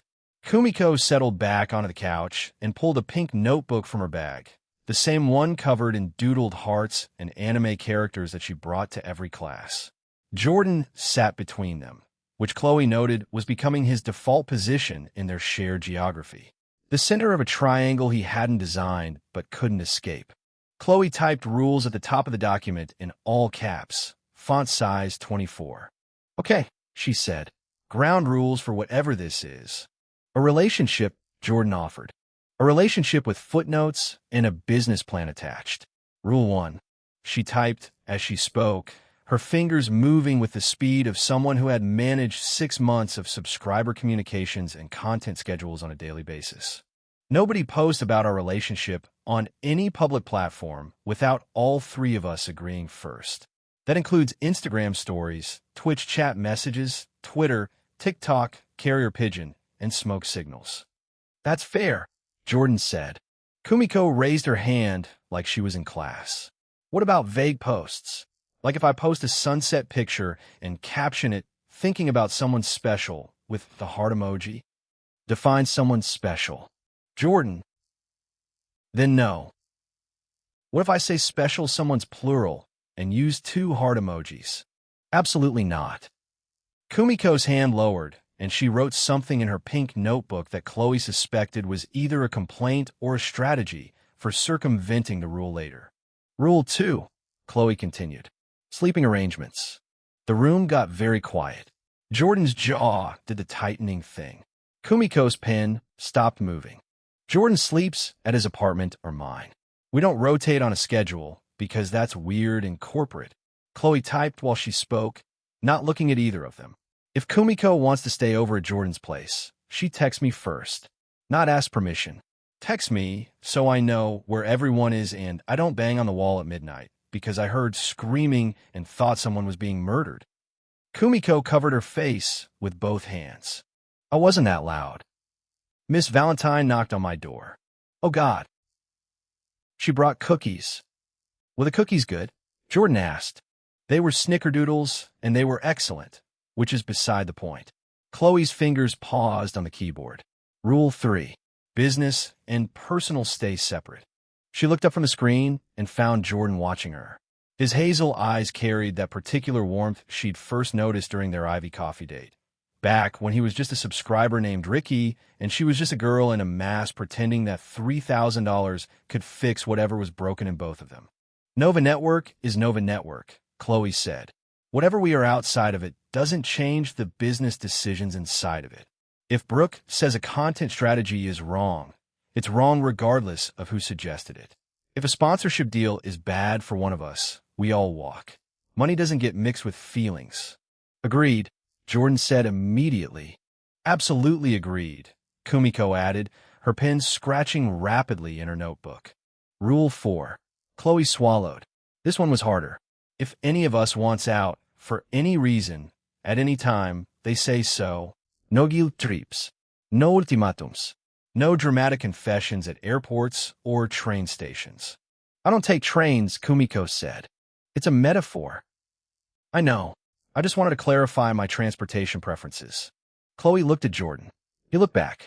She'd spent her entire adult life making rules. Rules for Calypso. Rules for Chloe Kim. Rules for when to post, and what to wear, and how much skin was too much skin, and which version of herself belonged to which audience. She'd built a fortress of protocols and spreadsheets and burner phones to keep every piece of her life in its designated compartment. Jordan McKnight had walked through every wall she'd ever built. He'd knocked on her door with a sugar excuse. He'd sat on her couch and watched horror movies. He'd told her a stupid lie about an inheritance, and she believed him because the alternative was admitting that something about the lie was true even if the details were wrong. Rule 5, Chloe said quietly. We don't lie to each other.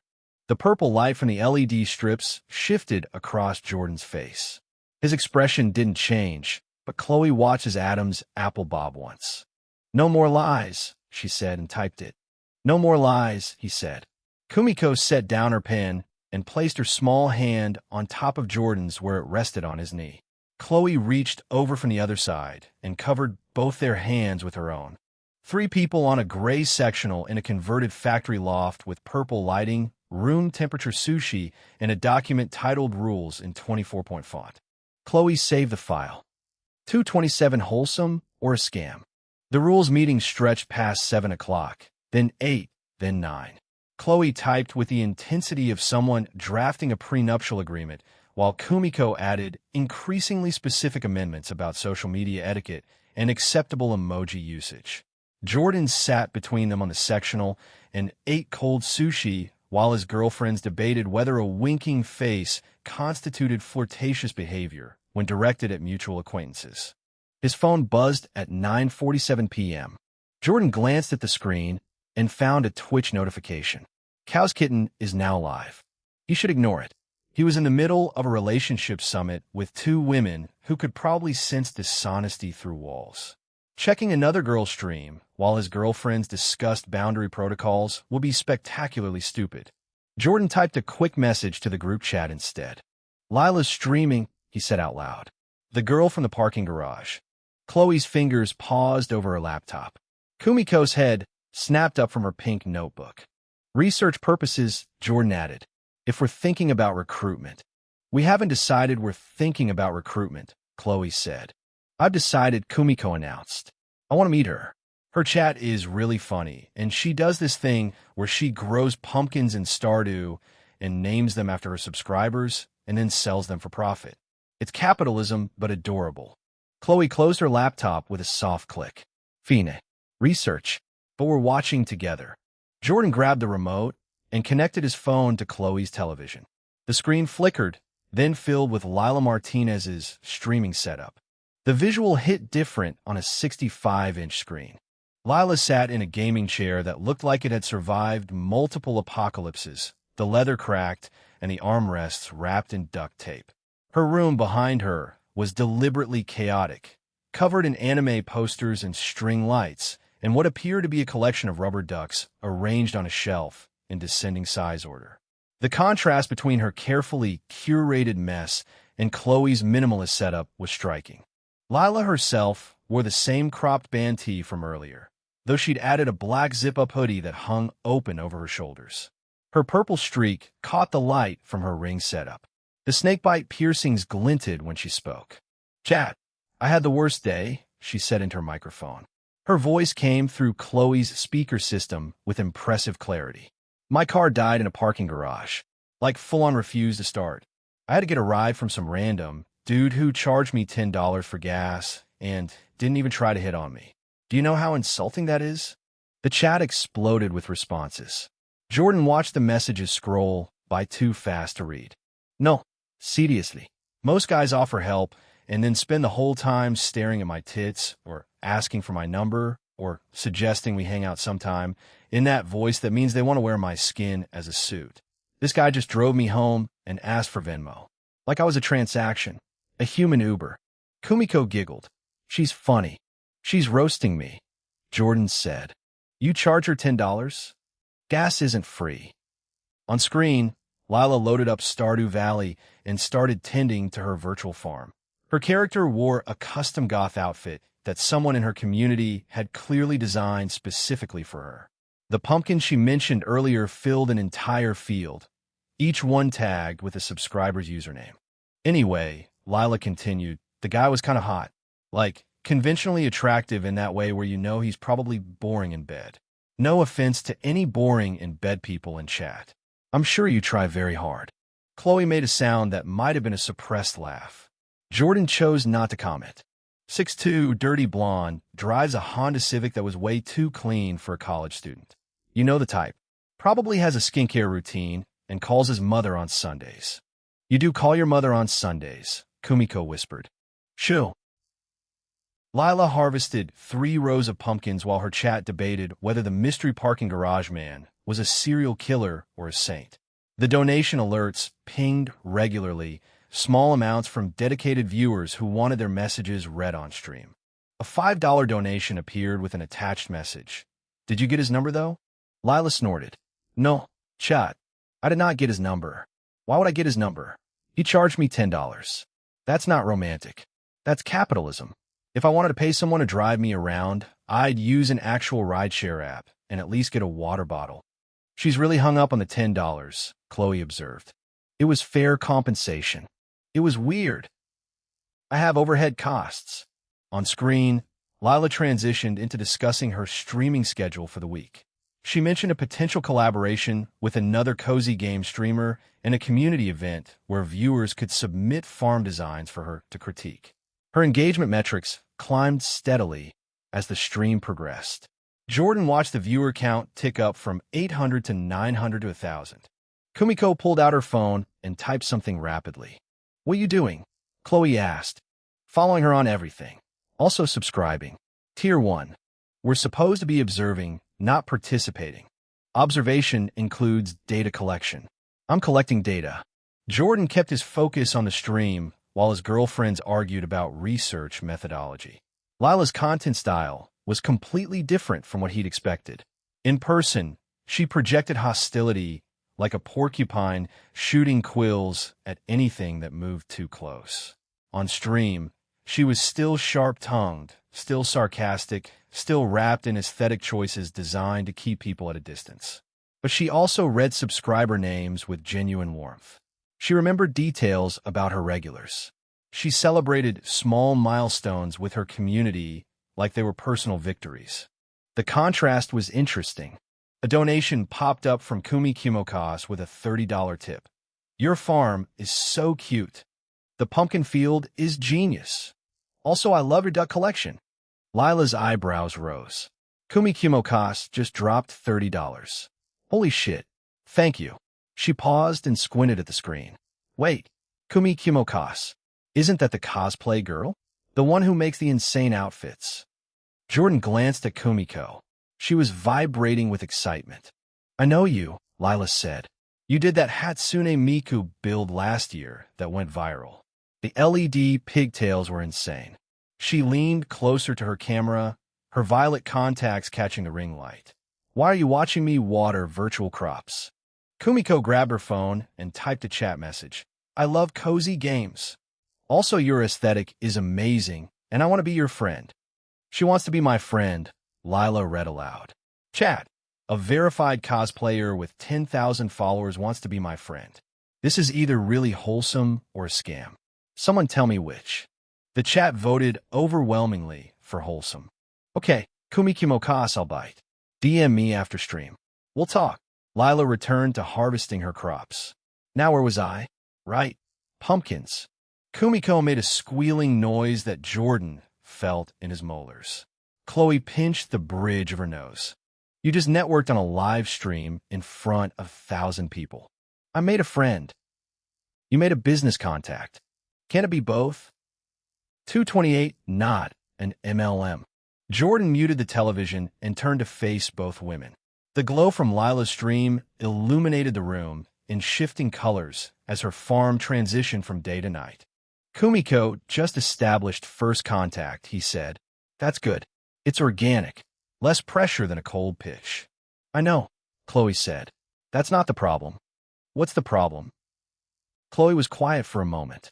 Her blue contacts caught the light from the screen, And Jordan remembered that her real eye color was brown, that the blue was a choice, a version of herself she'd constructed for an audience that might never know the difference. The problem is we don't have anything to offer her yet, Chloe said finally.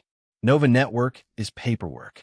It's Brooke's operating agreement and your ideas and my 12 followers. We don't have sponsorships. We don't have a track record. We don't have proof that any of this works. We have a plan. Plans aren't products. They're if you sell them right. Chloe's jaw tightened. Jordan recognized the expression. It was the same one she wore when she talked about her OnlyFans subscriber counts, or her family's dry cleaning business, or any of the dozens of invisible calculations running behind her eyes at any given moment. I know what it feels like to pitch something you don't have yet, she said. I did it for 6 months. Sold a fantasy to 180,000 people who wanted to believe a girl in a mask was their girlfriend. It works until it doesn't. And when it stops working, you're left with nothing but the gap between what you promised and what you actually delivered. The room went quiet. Even Kumiko stopped typing. Jordan reached over and took Chloe's hand.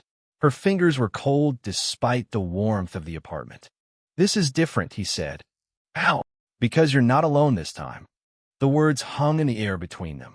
Chloe's expression shifted, something vulnerable flickering behind the professional mask she wore like armor. Kumiko scooted closer on the couch until her knee pressed against Jordan's thigh. We'll build it together, Kumiko said softly. All 3 of us. And Brooke. And maybe Lila if she's not too scary. She's extremely scary, Jordan confirmed. But you like her. I gave her a ride. That's not liking someone. That's basic human decency. You remembered her streaming handle. She told me in the car. You told us about her before we asked. Jordan opened his mouth to argue and then closed it. Kumiko was smiling at him with that knowing expression she got when she'd figured something out before he was ready to admit it. The thing was, he didn't like Lila Martinez. Not in the way Kumiko was implying. He barely knew the girl. She'd insulted his car, questioned his motivations, and called him boring in bed on a public stream watched by over 1,000 people. That wasn't the foundation for attraction. That was a series of red flags arranged in a pattern that spelled stay away. But she was interesting.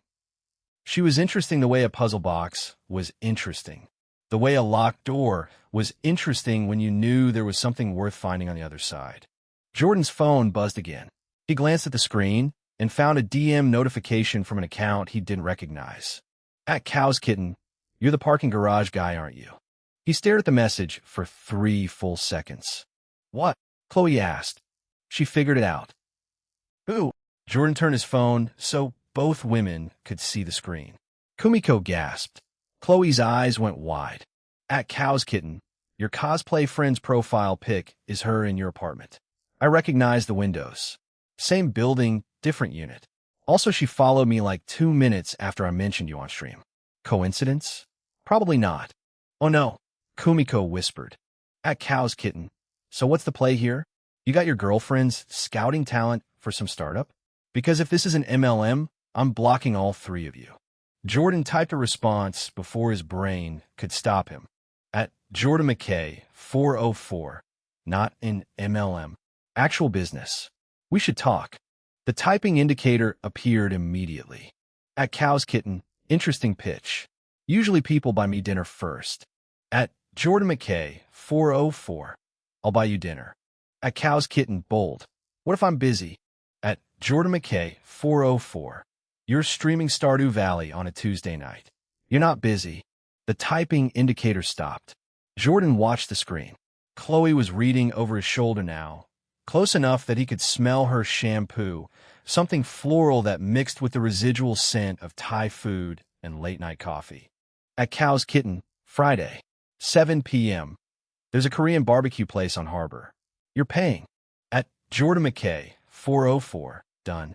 At Cow's Kitten, bring your cosplay friend. She seems fun. Leave the other one at home. She has business face in all her pictures, and that makes me nervous. She doesn't want me there, Chloe said flatly. She doesn't know you yet. She said I have business face. You do have business face. It's a compliment. Chloe did not look complimented. Kumiko was already typing in a different window. I told her we're both really nice and that Chloe makes amazing spreadsheets and that Jordan is good at cooking eggs. Please stop helping. She sent a thumbs up emoji. That's positive. Jordan locked his phone and set it face down on the coffee table. The television still showed Lila's stream, muted but still running. She was building a chicken coop now, her avatar placing fence posts with rhythmic clicks. Tomorrow at 7, Jordan said. Korean barbecue. Both of you come. We'll figure out the pitch together. She specifically said not to bring me. Since when do you follow instructions from strangers? Chloe's lips twitched. Almost a smile. Fine, she said, but I'm ordering the most expensive thing on the menu. Fair. And you're explaining the $10 thing. Because that was weird and I want to hear how you justify it to someone's face. It was fair compensation for gas and time. It was socially bizarre. It was pragmatic. It was both. Kumiko clapped her hands together. This is going to be so fun. Our first real business meeting. Should I bring my portfolio?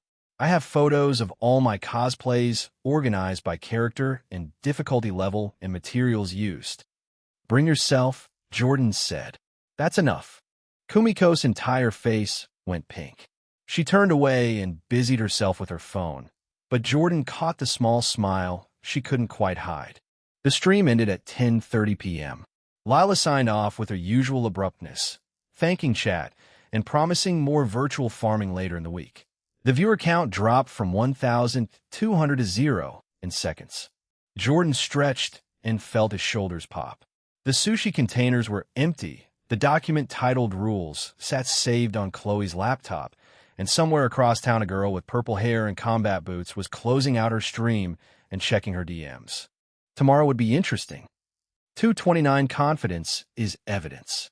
Kumiko gathered her things around 11, stuffing her pink notebook into her bag and double-checking that she had her phone charger. Jordan walked her to the door while Chloe cleaned up the kitchen, the clinking of dishes providing background noise to their quiet goodbye. Tonight was nice, Kumiko said at the threshold. Even the boring parts where Chloe explained copyright law. The copyright law part was important. It was still boring. Jordan leaned down and pressed his lips against her forehead. The contact was brief, barely 3 seconds, but Kumiko's entire body went soft against him. Her eyes fluttered closed, and a tiny sound escaped her throat, something between a sigh and a whimper. NNNH. Jordan pulled back before his hand could find her head again. The head pat trait was useful but dangerous. Using it in the hallway of an apartment building at 11 p.m. felt like playing with matches next to gasoline. Text me when you get home, he said. I live close. Text me anyway. Okay. Kumiko's voice was slightly breathless. I love you. The words landed in Jordan's chest like a physical weight. Not bad weight, just present. Real in a way that still caught him off guard, even after hearing them before. I know, he said. Kumiko smiled, wide and genuine, and then she was gone down the hallway with her bag bouncing against her hip. Jordan closed the door and found Chloe watching him from the kitchen. The purple LEDs cast shadows across her face, highlighting the sharp line of her jaw and the curve of her shoulder where the oversized sweater had slipped again. You're good at that, she said. Good at what? Making people feel wanted. It's not a skill. It's just paying attention. Same thing. Chloe finished wiping down the counter and draped the towel over the sink edge. She moved toward Jordan with the deliberate grace of someone who knew exactly how her body occupied space, each step placing her closer until they stood inches apart in the living room. I'm not jealous, she said. I didn't ask. I know, but I wanted to say it anyway. I watched you kiss her, and I didn't feel jealous. I felt. She paused, searching for the right word. Warm. Warm. Like something good is happening, and I'm part of it instead of watching from outside.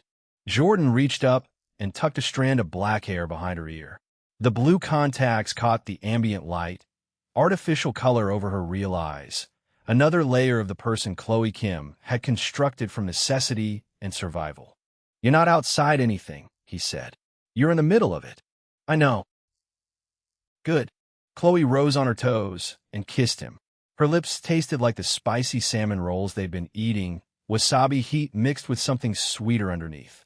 Her hands found his chest, palms flat against his shirt, fingers spreading over his heartbeat. Jordan pulled her closer. His hands settled on her hips, thumbs finding the curve of bone beneath the thin material of her sleep shorts. The contact made her breath catch, a small hitch that vibrated against his mouth.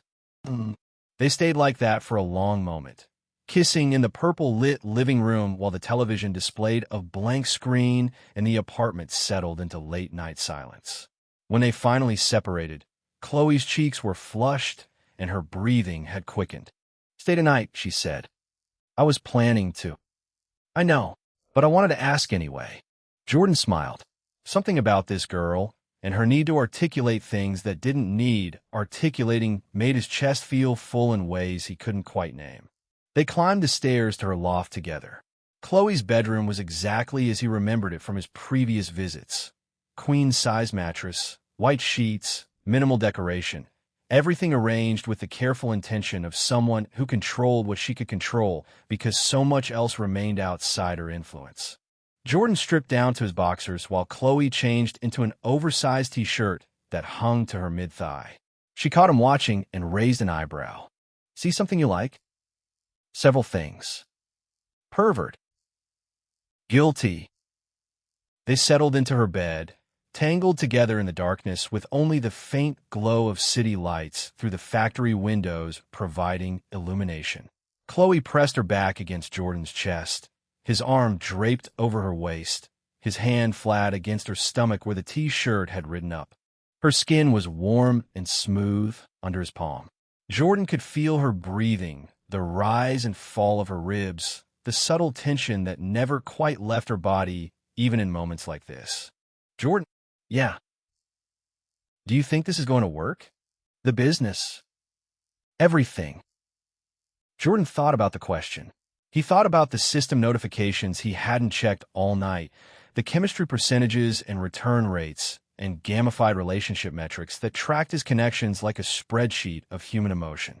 He thought about Chloe's 12 followers and Kumiko's love confession and Lila Martinez calling him boring in bed on a public stream. "Yeah," he said finally. "I think it's going to work." "You sound sure." "I am sure."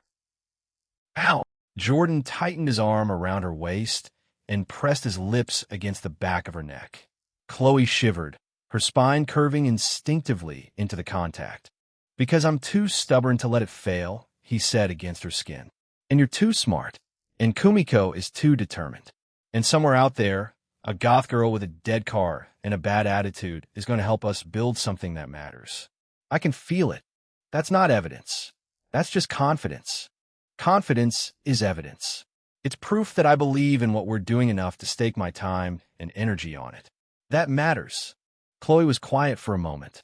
Her hand found his where it rested on her stomach, her fingers lacing through his. "Okay," she said softly. "Okay. Okay, I'll trust you. For now. Until you give me a reason not to." Jordan smiled into her hair. The scent of her shampoo filled his lungs, floral and clean, and underneath it the warm smell of her skin. "I won't," he said. "You better not." "I won't." 2:30 The seat is taken. Jordan's alarm went off at 6:47 a.m., which meant Chloe's alarm went off at 6:47 a.m., which meant Jordan woke up with an elbow in his ribs and a mouthful of black hair. MMRPH. Chloe's arm shot out and slapped the nightstand 3 times before finding her phone. The alarm died. Jordan lay still, breathing through his nose, waiting for his girlfriend to remember he existed. "You're warm," Chloe mumbled into her pillow. "That's because I'm alive. Stay alive. Stay warm. Don't move. I have econ at 9. Skip it. Can't. Professor Jones takes attendance now because too many people skipped last week." Chloe groaned and rolled over, pressing her face into Jordan's chest. Her breath was warm through his shirt, and her body was soft against his side. The morning light coming through the factory windows turned her skin golden and made the blue streaks in her hair look almost purple. Jordan's phone buzzed on the nightstand. Then again. Then a third time in rapid succession. "Kumiko," Chloe said without looking. "Probably." "Tell her I said good morning." Jordan reached over Chloe's shoulder and grabbed his phone. The screen displayed 3 messages from a contact, labeled with a small heart emoji next to the name. The first message read, "Good morning, Jordan Cohen. I hope you slept well. I slept for exactly 6 hours and 14 minutes, which is optimal according to the sleep cycle article Brooke sent me." The second message read, "I am currently eating toast with strawberry jam because strawberries remind me of happiness, and also because my roommate finished all the grape jelly again." The third message read, "I will see you in Econ 2. I saved you a seat. It is in the 3rd row, which is close enough to seem engaged, but far enough that Professor Jones cannot see if you check your phone." Jordan typed a response, "Good morning." Chloe says hi. "See you in class." The reply came in 4 seconds. "Tell Chloe I love her, and I love you, and I love toast." Jordan showed Chloe the screen. She made a sound that might have been a laugh and might have been a groan. "She's too much in the morning. She's too much all the time. That's her entire thing. I love her anyway." "Me too." Chloe tilted her head up and kissed Jordan's jaw. Her lips were dry from sleep, but the contact still sent a small spark through his nervous system. The alluring whisper trait hummed in his throat, wanting to respond, and Jordan clamped down on it before he said something that would make them both late for class. "Shower," Chloe said. "You smell like me. Is that a bad thing?" "It's a distracting thing. Kumiko will notice, and then she'll ask questions, and then she'll spiral, and then we'll spend the entire lecture passing notes about whose scent you're wearing today." Jordan considered this. Kumiko absolutely would do that. "Shower," he agreed. The bathroom in Chloe's apartment was identical to his own, white tile and chrome fixtures, and a shower that took exactly 90 seconds to heat up. Jordan stood under the spray and let the water run over his shoulders, washing away the pleasant ache from yesterday's boxing session and the lingering warmth of Chloe's bed. His body had changed dramatically since the tune-up trait activated. Where he used to see soft edges and undefined muscle, he now saw definition and structure. His abs formed a visible grid under his skin. His shoulders had broadened. His arms showed the beginning of actual biceps rather than the formless sticks they used to be. Jordan ran his hand over his stomach and counted the ridges. Still there. Still real. Still his. The system notification appeared in the corner of his vision like a ghost, gold text floating against the steam. Quest progress. Path to becoming Adonis. Physical activity. 0.90 minutes remaining. Hygiene level 1. Complete. Hygiene level 2. In progress. Jordan brushed his teeth in the shower because efficiency mattered and because Chloe's toothbrush holder only had room for one. He'd started keeping a spare at her place 3 days ago. The domesticity of it still felt strange, like wearing clothes that fit perfectly but belonged to someone else. By the time Jordan emerged from the bathroom with a towel around his waist, Chloe had already dressed and was applying makeup at her vanity mirror. She wore a cropped white sweater and high-waisted jeans that made her legs look approximately infinite. Her blue streaks were tied back with a small clip that probably cost more than Jordan's entire outfit. "Clothes are on the bed," she said without turning around. Jordan looked at the bed. A neatly folded stack of fabric sat on the gray sheets. Dark jeans, white button-up, his own clothes, cleaned and pressed. "When did you do laundry?" "Yesterday while you were giving rides to parking garage girls." "You didn't have to." "I know." Jordan dressed while Chloe finished her makeup. The routine felt comfortable in a way that made him slightly nervous. 3 weeks ago, he'd been crying into takeout containers and watching OnlyFans content in a darkroom. Now he had a girlfriend who did his laundry and another girlfriend who saved him seats in lecture halls. "Ready." Chloe checked her phone. Kumiko says she's already at Bluffs Hall. She got there 20 minutes early to claim optimal seating. Of course she did. They walked to campus together, hands brushing occasionally, but not holding. Public displays of affection remained complicated given their various secrets and the small-town nature of Pacific Crest Academy's gossip network. Anyone who saw them would assume they were friends, maybe study partners, definitely not whatever they actually were. Bluffs Hall 150 was a tiered lecture hall with seating for 95 students and a professor who read directly from slides with the emotional investment of a man waiting for his pension to vest. Dr. McCall Jones stood at the podium reviewing his notes as students filtered in, his gray beard and corduroy jacket, completing the image of someone who had given up on making economics interesting approximately 15 years ago. Jordan spotted Kumiko immediately. She sat in the third row, exactly where she'd promised, with her pink notebook open and her twin tails freshly tied with ribbons that matched her lavender cardigan. Her face lit up the moment she saw Jordan enter, and she raised one hand in a small wave that somehow contained the energy of a full-body tackle. The seat next to her was occupied by a bag. Specifically, a very expensive bag. More specifically, a Goyard tote that probably cost more than Jordan's monthly rent. Jordan approached the row. That seat taken, 231 Harrison Van Allen III.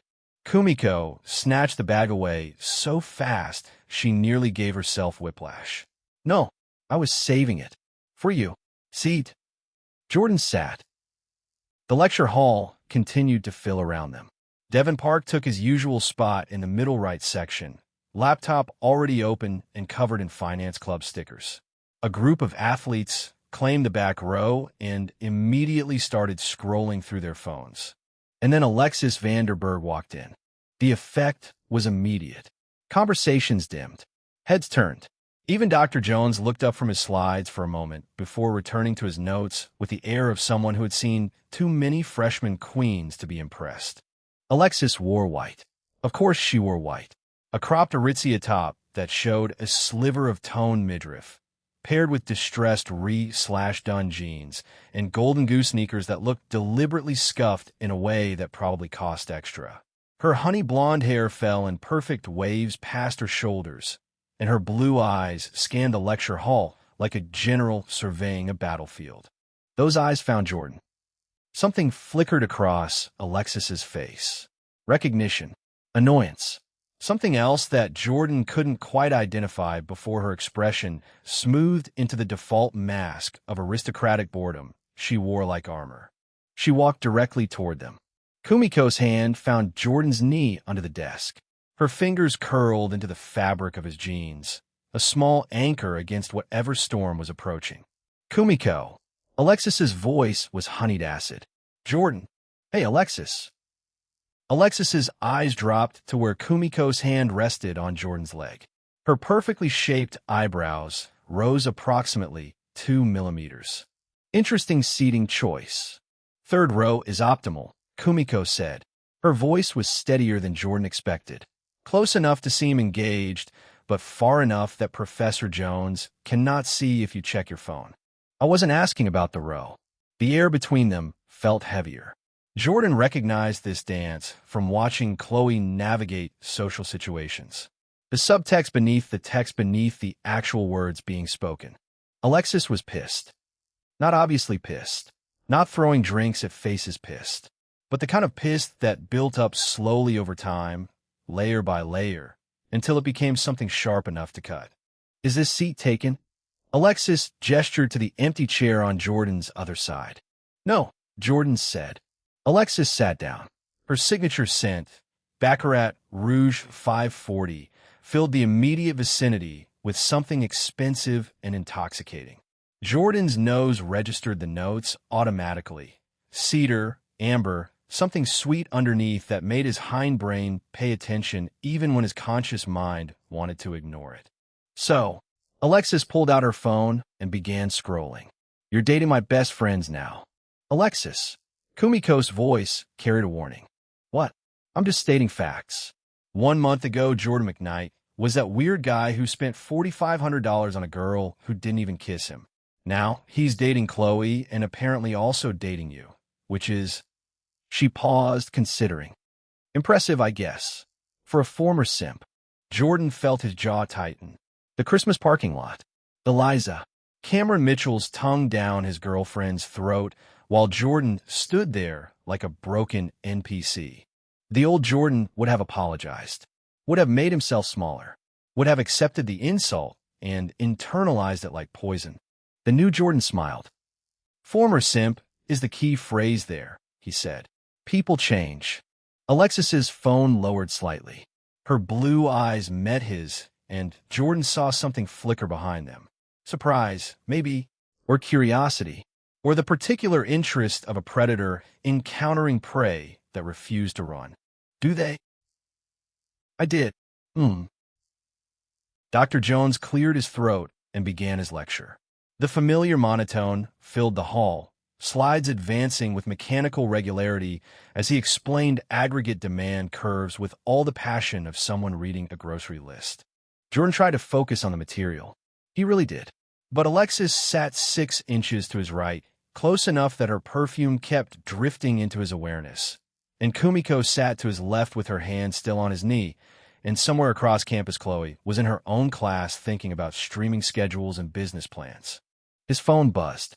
A message from Kumiko, despite the fact that she sat directly next to him. "Alexis is being weird." Jordan typed back, "Define weird." "She keeps looking at you when she thinks I am not looking." Jordan risked a glance to his right. Alexis's eyes were fixed on her phone, scrolling through what appeared to be Instagram. But her head was tilted slightly in his direction. "Listening." He typed, "Maybe she's just interested in the lecture." Kumiko sent back a string of skeptical emojis. The lecture continued. Dr. Jones droned on about fiscal policy and government spending multipliers.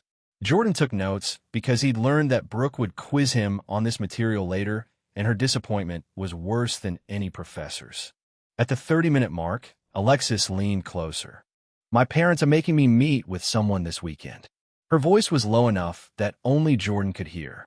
"Calligraphy and tea ceremony lessons. With my potential future husband." Jordan kept his eyes on the slides. "Congratulations." "His name is Harrison. Harrison Van Allen III. The disgust in her voice was barely concealed. "He's 23 and already works at his father's investment firm. Drives a Porsche. Has a summer house in the Hamptons.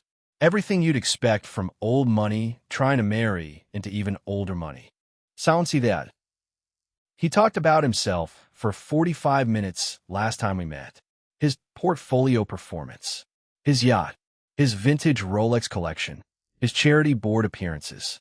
Alexis's nails clicked against her phone case. Not once did he ask me a single question about myself. Jordan wasn't sure why she was telling him this. They weren't friends. They were barely acquaintances. The only connection between them was Chloe and Kumiko, and apparently Jordan dating both of them had done something to Alexis's mental calculus. "That sucks," he said finally. "It does. You could say no." Alexis laughed. The sound was sharp and humorless and drew a brief glance from Devon Park 2 rows back. "You don't say no to a Vanderbilt arrangement. My father would disown me. My mother would never speak to me again. My entire social position would collapse overnight." She paused. "Not that you'd understand that. Your family owns convenience stores, right? 232 no secret, PS bonus." "Yeah," he said. 3 of them. My dad works 12-hour days to keep them running. My mom does too. They pay for my tuition by saving every dollar they could for 18 years. Jordan turned to face Alexis directly. "I'm proud of them." Alexis's expression flickered. The mask slipped for just a moment, revealing something underneath that looked almost like longing. Then the walls went back up. "How touching." Her voice was cold again. Distant. The American dream in action. Something like that.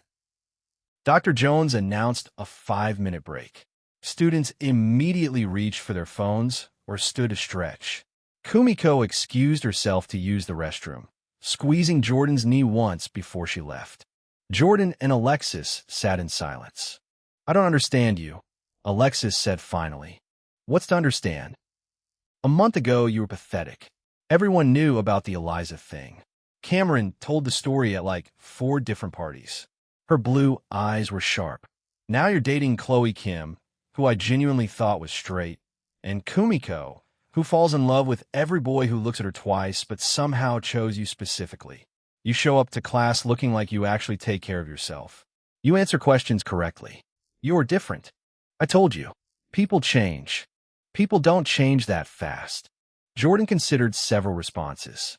He could tell her about the system, about the chemistry percentages and the quest notifications and the trade upgrades that had literally rebuilt his body from the inside out.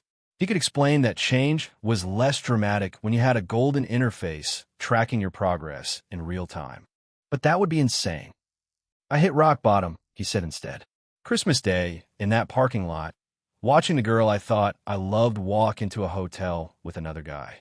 I stood there for 20 minutes just existing. And then I went home and didn't leave my apartment for 2 weeks. Alexis was watching him now. Really watching, not just observing. And then one night, I looked in the mirror and decided I was done being that person. Not because of Eliza. Not because of Cameron. Because I hated who I'd become. So I started changing. Jordan shrugged. Working out. Eating better. Actually going to class. Talking to people like they were people instead of potential sources of validation. That's it. That's it. No secret. No magic formula.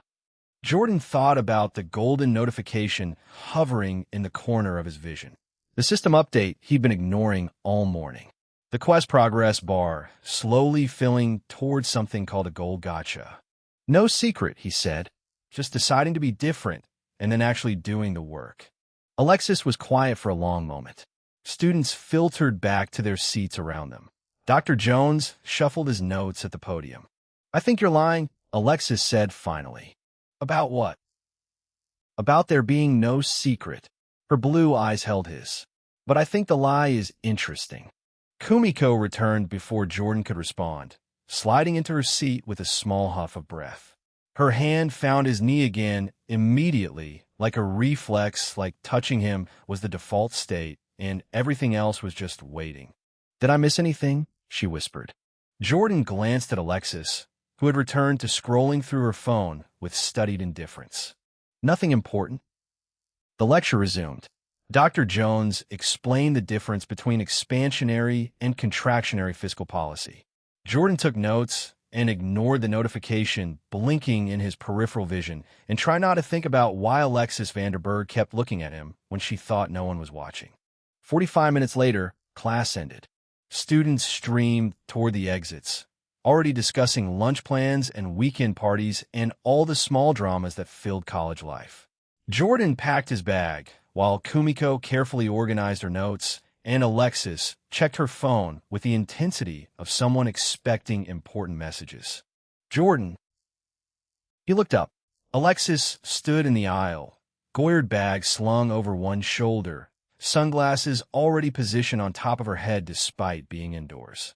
Yeah. If you hurt Chloe or Kumiko, she paused, and for a moment the mask slipped completely. The threat in her eyes was real. I'll make Christmas look like a pleasant memory. Understand. Understood. Good. Alexis turned and walked away, her heels clicking against the lecture hall floor. Students parted for her automatically, a school of fish making way for the shark in their midst. Kumiko watched her go with a complicated expression. She is being protective, Kumiko said slowly. I think, in her own terrifying way. Alexis does not know how to express emotions normally. Her family trained her to see vulnerability as weakness. So she converts care into threats because threats feel safer. Kumiko tilted her head. I read an article about attachment styles. She has avoidant tendencies with disorganized features. Jordan stared at his girlfriend. You analyze Alexis's psychological profile? I analyze everyone's psychological profile. It helps me understand why people act the way they do. Kumiko smiled. For example, you have secure attachment tendencies with occasional anxious features, probably from childhood experiences of conditional approval. That's extremely accurate. I know. I am very observant. They walked out of Bluffs Hall together, stepping into the California sunshine. The campus sprawled around them, palm trees and modern architecture, and students moving between classes with the particular energy of people who had places to be. Jordan's phone buzzed. He pulled it out and found a system notification waiting. Quest ticket milestone reached. Current tickets, 97. Gold gotcha threshold, 100. You are 3 tickets away from your first gold gotcha pull. Recommended actions to complete daily quest requirements. Physical activity, 90 minutes remaining. Hygiene level 2, complete. Grooming, complete. Social, ein Drittel conversations complete. Alexis van der Beek. Jordan dismissed the notification and pocketed his phone. 3 tickets away from something called a gold gotcha. The system hadn't explained what gold tier rewards contained, but if bronze gave him dramatic tumbleweed and silver gave him headpad, gold probably contained something actually useful. Jordan Kuwe. Kumiko tugged at his sleeve. You are making your thinking face. I don't have a thinking face. You do. Your eyebrows go closer together, and your jaw does this tiny clenching thing, and your eyes get slightly unfocused. Kumiko demonstrated by scrunching her own face into a vague approximation. Like that. That looks nothing like me. It looks exactly like you. Chloe agrees. You talked to Chloe about my thinking face? Kumiko's cheeks flushed pink. I said nothing. You heard nothing. This conversation did not happen. Kumiko. I have class in 15 minutes, and I need to walk very fast in the opposite direction. Now, goodbye, Jordan Cohen. I love you. Please forget everything I just said. 233 the girl in the back left corner. Kumiko vanished around the corner of the library building before Jordan could process what had just happened. 1 second she was there, twin tails bouncing and cheeks flushed pink. The next second she was gone, leaving only the faint scent of strawberry shampoo and the memory of her mortified expression. Jordan checked his phone. 9:47 a.m. 13 minutes until Math 31B. His least favorite class on a schedule already packed with things he tolerated rather than enjoyed. Professor Nguyen wrote on the whiteboard like she was trying to break the sound barrier, her chalk screaming across the surface while students scrambled to copy equations they barely understood. The classroom smelled like desperation and energy drinks. Nobody talked. Nobody made eye contact. Everyone just suffered in silence for 50 minutes and then fled the moment class ended. Jordan started walking toward the STEM building. The California sun beat down on the back of his neck. Students moved around him in clusters, laughing about things he didn't care about, complaining about problems he couldn't relate to. A month ago, he would have been one of them. Head down, shoulders hunched, trying to be invisible while simultaneously hoping someone would notice him. Now he walked with his spine straight and his chin up. The tune-up trait had done more than fix his body. It had rewired something fundamental in the way he carried himself. He didn't shuffle anymore. He didn't apologize for taking up space. He existed in the world like someone who belonged there, and people noticed. A girl walking the opposite direction did a double take as they passed each other. Her eyes traveled from his face to his shoulders to somewhere lower before snapping back up with a guilty flush. Jordan kept walking. He wasn't used to being looked at yet. The old Jordan had been invisible by design, a ghost haunting the edges of social situations. The new Jordan apparently registered on whatever radar women used to identify potential targets of interest. The system had not prepared him for this. Actually, that was wrong. The system had prepared him extensively. It just hadn't warned him how weird it would feel. STEM Building 203 loomed ahead, a brutalist concrete structure that looked like it had been designed by someone who hated both students and sunlight. Jordan climbed the stairs to the second floor and pushed through the heavy wooden door into a hallway that smelled like whiteboard markers and academic suffering. Room 203 sat at the end of the hall. Jordan entered and scanned the space with a quick assessment that had become automatic over the past few weeks. 85 seats arranged in tiered rows. Multiple white boards covering the front wall, already marked with leftover equations from a previous class. Professor Nguyen's desk sat empty, her briefcase positioned next to the podium. The room was about half full. Students had claimed their usual spots with the territorial intensity of animals marking their hunting grounds. Jordan identified the key players immediately. Front row, dead center, Sienna Cross. Mixed race, stylish glasses, natural hair pulled back in a way that said she had better things to do than worry about aesthetics, but still looked good anyway. Computer science major. ran a YouTube channel about study tips that had something like 50,000 subscribers. She sat with perfect posture and a mechanical pencil already in hand. Her notebook opened to a fresh page covered in neat, color-coded sections. Sienna was smart, like actually smart, the kind of smart that made professors pause and reconsider their assumptions. She corrected Dr. Nguyen twice last week, both times politely, both times correctly. The professor had looked annoyed and impressed in equal measure. Middle left section, Ethan Watanabe, engineering major, Devin Park's cousin, which meant he probably knew all the campus gossip Jordan didn't care about. Ethan sat with three other guys who radiated the same stressed, exhausted energy of people who had chosen majors that actively tried to destroy them. They had a study group that met Thursdays at the library. Jordan had considered joining once. Then he'd seen the bags under their eyes and reconsidered. Back left corner, alone, a girl Jordan didn't recognize. He paused. She sat hunched over her desk like she was trying to physically shrink into a smaller version of herself. An oversized gray hoodie swallowed her frame, the sleeves pulled down past her wrists so only her fingertips were visible. Her hair was dark brown, pulled back in a simple ponytail that looked like an afterthought. No muck-up, no jewelry, nothing that would draw attention in any direction.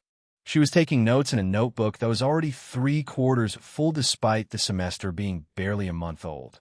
Her handwriting was tiny and precise, covering every available inch of paper with equations that looked significantly more complex than anything Dr. Nguyen had covered in class.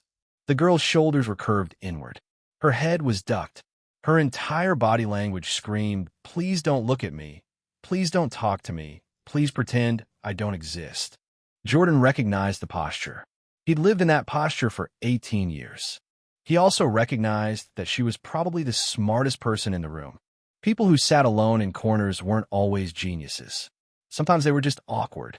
Sometimes they were dealing with problems that had nothing to do with intelligence.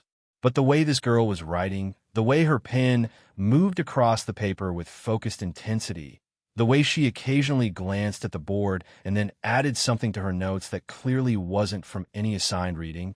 Yeah, she knew things. Jordan made a decision. He walked past the empty seats near the front where normal people sat. He walked past the middle section where the study groups congregated. He climbed the stairs to the back left corner and stopped next to the empty desk beside the girl in the oversized hoodie. This seat taken, the girl's entire body flinched like he'd fired a gunshot. Her pen skittered across the page, leaving a jagged line through 3 equations. Her head jerked up, and Jordan got his first clear look at her face. She was pretty, not in the obvious, polished way of girls like Alexis or even Chloe. Pretty in the way that a painting was pretty when you found it in a dusty corner of an antique shop, forgotten and undervalued. Large brown eyes that seemed to absorb everything around her. Delicate features partially hidden by loose strands of hair that had escaped her ponytail.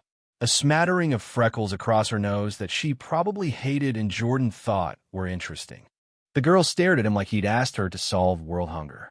"I what?" "The seat." Jordan gestured at the empty desk. "Is someone sitting here?" 230 for me. "No, I mean, nobody sits here. Nobody ever sits here. This is the back corner." People avoid the back corner because Dr. Nguyen calls on people randomly, and statistically, she favors the left side of the room, which means sitting here increases your chances of being called on by approximately 12%, and most people would rather sit in the middle where they can hide in the crowd, but the middle actually has higher call-on rates because... She stopped talking abruptly. Her face went from pale to crimson in about half a second. "I'm sorry. I do that. The talking thing. When I'm nervous. Which is always. I'm always nervous. Not that you make me nervous specifically. I mean, you do, but everyone makes me nervous. It's a general condition. I have anxiety diagnosed. I take medication. Not that you needed to know that. I don't know why I said that. Please forget I said anything. Please just sit somewhere else so I can die in peace." Jordan sat down. The girl made a sound like a small animal being stepped on. "I'm Jordan," he said. "I know." He raised an eyebrow. "You know, you're Jordan McKnight. Unit 404 at the Cooper Garment Lofts." business economics major with a focus on entrepreneurship. You dated Eliza Hartwell for 2 months before she left you for Cameron Mitchell on Christmas Day. You spent $3,000 on an OnlyFans coffee date that somehow turned into an actual relationship with Chloe Kim, who lives in Unit 403 next to you. You're also dating Kumiko Yamanaka, which is either a polyamorous arrangement or a very complicated situation that gossip hasn't fully clarified yet. Your GPA last semester was a 2.7, but you've been attending classes more consistently this semester, so that's probably going to improve. You answer questions correctly now. You look different. People have noticed. The words came out in a single unbroken stream, delivered to the desktop rather than to Jordan's face. The girl's ears were bright red. That's comprehensive, Jordan said. I notice things. I don't mean to. I just do. Information goes in, and it stays there, and I can't make it stop. She finally looked at him, her brown eyes wide with something between horror and resignation. I'm not stalking you. I swear I'm not stalking you. I just have a really good memory, and people talk in hallways, and I hear things, and it's fine. My brain just files it all away like a really aggressive librarian who refuses to throw anything out, and sometimes I accidentally say things that I shouldn't know because normal people don't remember random details about strangers, but I'm not normal. I've never been normal. My therapist says I have to accept that I process information differently, but accepting it doesn't make it less weird when I accidentally reveal that I know someone's entire life history from passive observation. What's your name? The girl stopped talking. Her mouth opened and closed twice before any sound came out. Ava, she said quietly. Ava Moreno. Nice to meet you. Ava Moreno. Ava stared at him like he'd just performed a magic trick she couldn't explain. Why are you being nice to me? Why wouldn't I be? Because nobody is nice to me. Not intentionally. Sometimes people are accidentally nice because they don't realize they're talking to me until it's too late, but then they figure out I'm weird and they leave. That's usually how it goes. You should probably leave now. Save yourself the trouble of figuring it out later. Jordan leaned back in his chair. I'm not leaving, but I'm going to need an accountant. Ava blinked. What? An accountant. Someone who understands numbers. Someone who can look at a spreadsheet and see patterns that other people miss. Jordan gestured at her notebook. You're doing differential equations that aren't on the syllabus. In a Calculus 2 class. For fun, apparently. Ava's face cycled through about 8 different emotions in 3 seconds. Confusion. Surprise. Wariness. Something that might have been hope, quickly suppressed.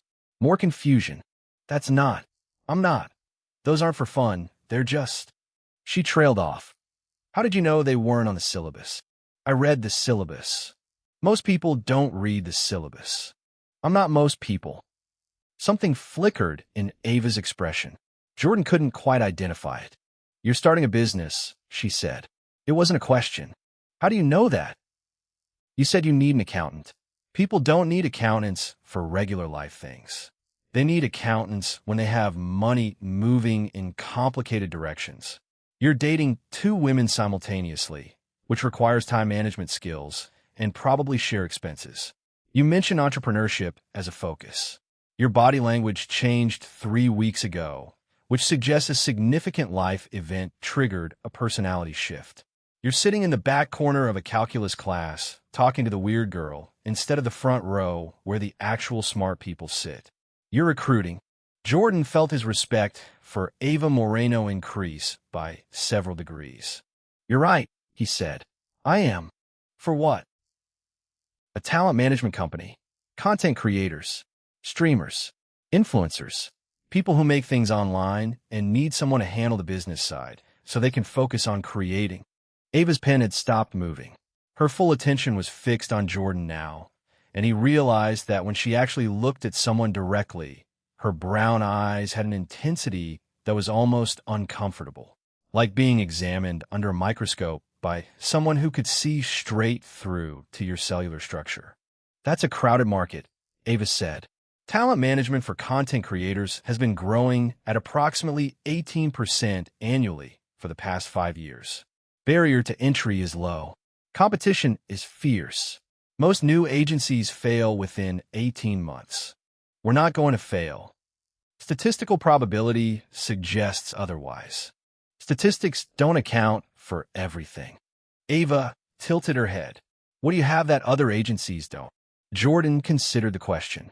He could tell her about Chloe's work ethic and business instincts, about Kumiko's creativity and obsessive attention to detail, about Brooke's analytical mind and the 34-page operating agreement currently sitting in his email inbox, about the mysterious goth girl with 17,000 followers who they were meeting for Korean barbecue tomorrow. But that wasn't really the answer. Me, Jordan said. 235 weird words. Ava's eyebrows rose. That's arrogant. It's accurate. Those aren't mutually exclusive. No, they're not. The classroom door opened. Professor Nguyen entered with her usual brisk efficiency, heels clicking against the linoleum floor as she marched toward the podium. She was a small woman, Vietnamese American, with sharp features and sharper expectations. Her wedding ring caught the fluorescent light as she opened her briefcase and retrieved a thick stack of papers that could only be graded exams. The class went quiet. Ava's attention snapped to the front of the room. Her pen was already moving again, ready to capture whatever equations were about to appear on the whiteboard. Her posture shifted slightly, becoming even more hunched, even more invisible. Jordan noticed she was shaking. Not obviously, not dramatically, just a fine tremor in her hands that she was clearly trying to suppress. Her grip on the pen was too tight. Her breathing was too shallow. The anxiety she'd mentioned wasn't just a quirky personality trait. It was a constant companion, always present, always demanding attention. He recognized that too. Professor Nguyen began writing on the board. The chalk screamed. Students scrambled for their notebooks. The familiar rhythm of academic suffering resumed. Jordan took notes. He paid attention to the lecture. He answered a question correctly when Dr. Nguyen called on him, which earned him a surprised look from several classmates and a small nod of approval from the professor. But part of his mind stayed focused on Ava Moreno. She was brilliant. That much was obvious. The equations flowing across her notebook were leagues beyond what anyone else in the room was capable of producing. She understood concepts that the professor was still building toward, connecting dots that most students couldn't even see. She was also completely, utterly isolated. No friends, no study partners, no one who sat near her or talked to her or acknowledged her existence. She existed in a bubble of her own making, protected from the world by layers of hoodie fabric and averted gazes. Jordan knew what that felt like. He'd built his own bubble once, filled it with video games and Reddit posts, and the comfortable numbness of not trying. It hadn't protected him from anything. It had just delayed the inevitable collapse until Christmas Day in a hotel parking lot. Ava needed someone to pull her out. Not because she was broken, not because she needed saving, but because talent like hers shouldn't be wasted hiding in the back corner of a classroom, invisible to everyone who might appreciate it. And also because Jordan genuinely needed an accountant. The lecture ended at 10:50 exactly.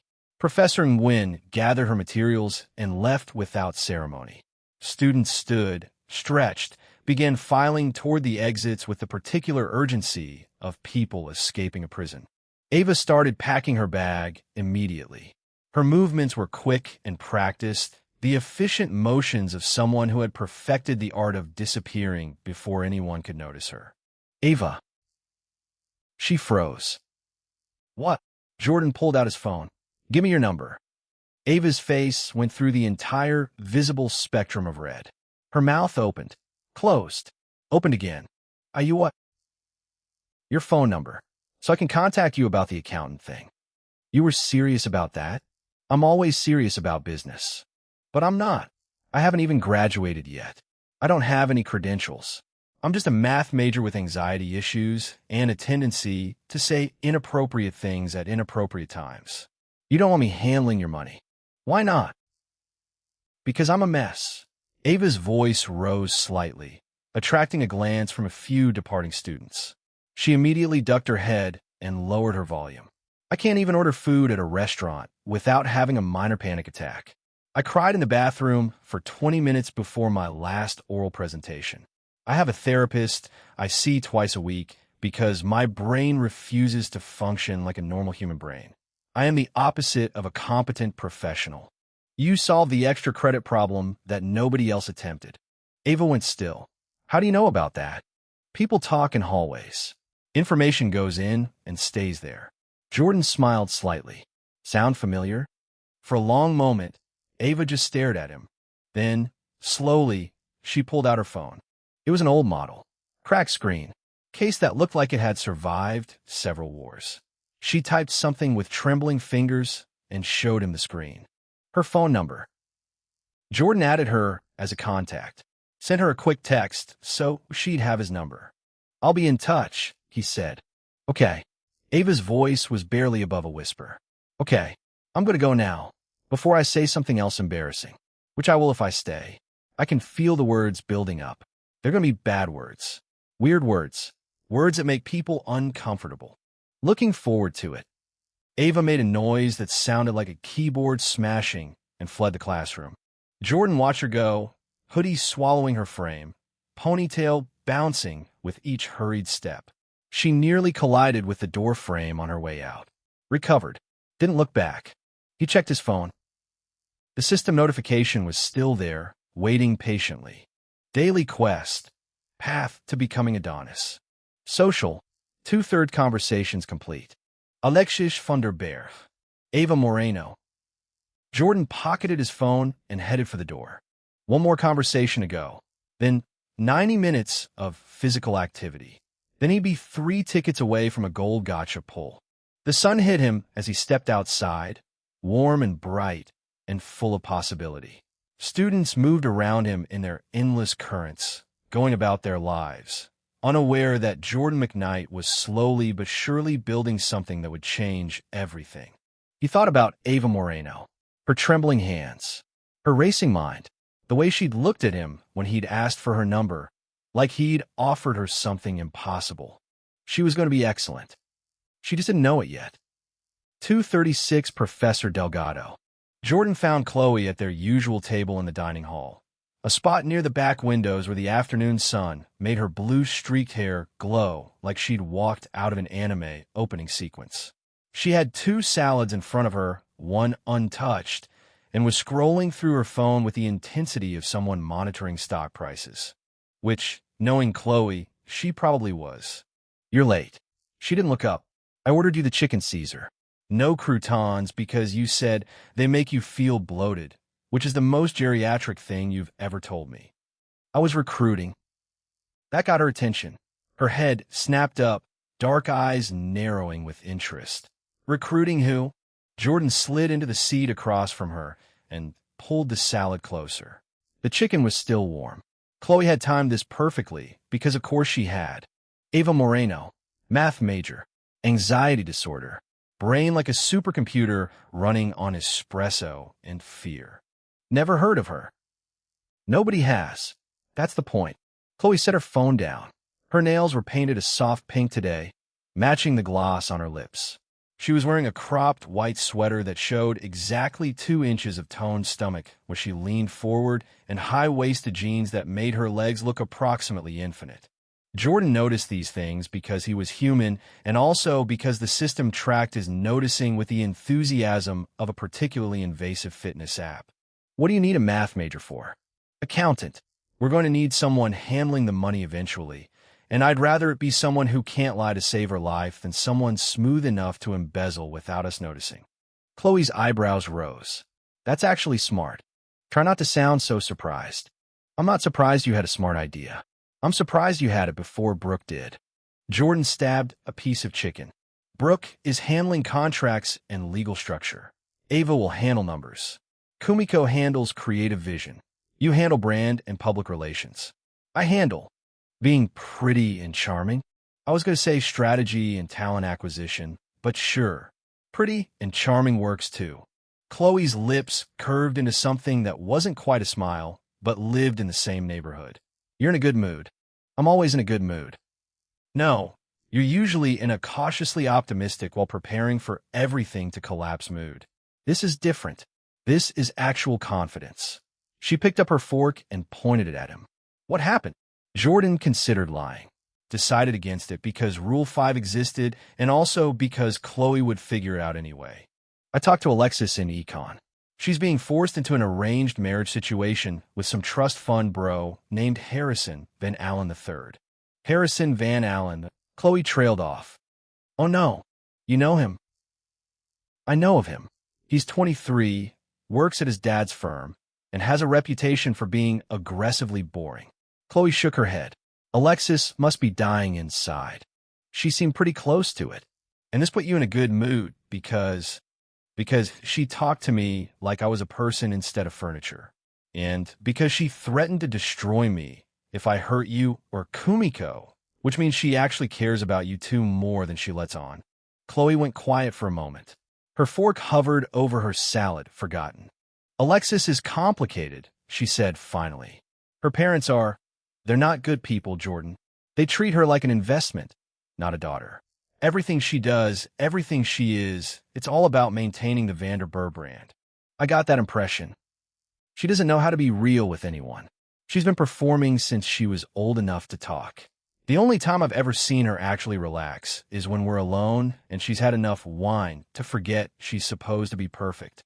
Jordan filed that information away. It matched what he'd observed, what he'd intuited from the brief cracks in Alexis's armor during their conversation. You're a good friend to her.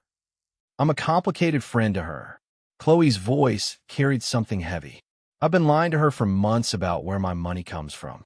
She thinks I'm from a well-off family. If she ever finds out the truth, she'll either understand or she won't. But you can't control that.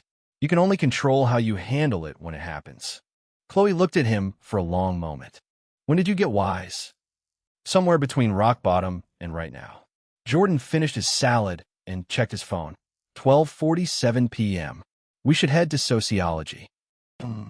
Chloe gathered her things, sliding her phone into her designer bag with practiced grace. Professor Delgado said she's doing something special today. Wouldn't tell us what. That's ominous. That's Delgado. She loves drama. They walked to Humanities Building 120 together, close enough that their shoulders occasionally brushed, but not quite holding hands. The campus was busy with the lunchtime crowd, students moving in clusters, laughter and conversation filling the warm January air. Jordan noticed the way people looked at them. Not at him specifically, but at them as a unit. The tall guy with the newly defined jaw and the pretty influencer with the blue streaks in her hair. They made a striking pair, and the gossip networks of Pacific Crest Academy were undoubtedly already buzzing with speculation. Let them buzz. Humanities 120 was a small seminar room, maybe 40 seats arranged in a U-shape around a central podium.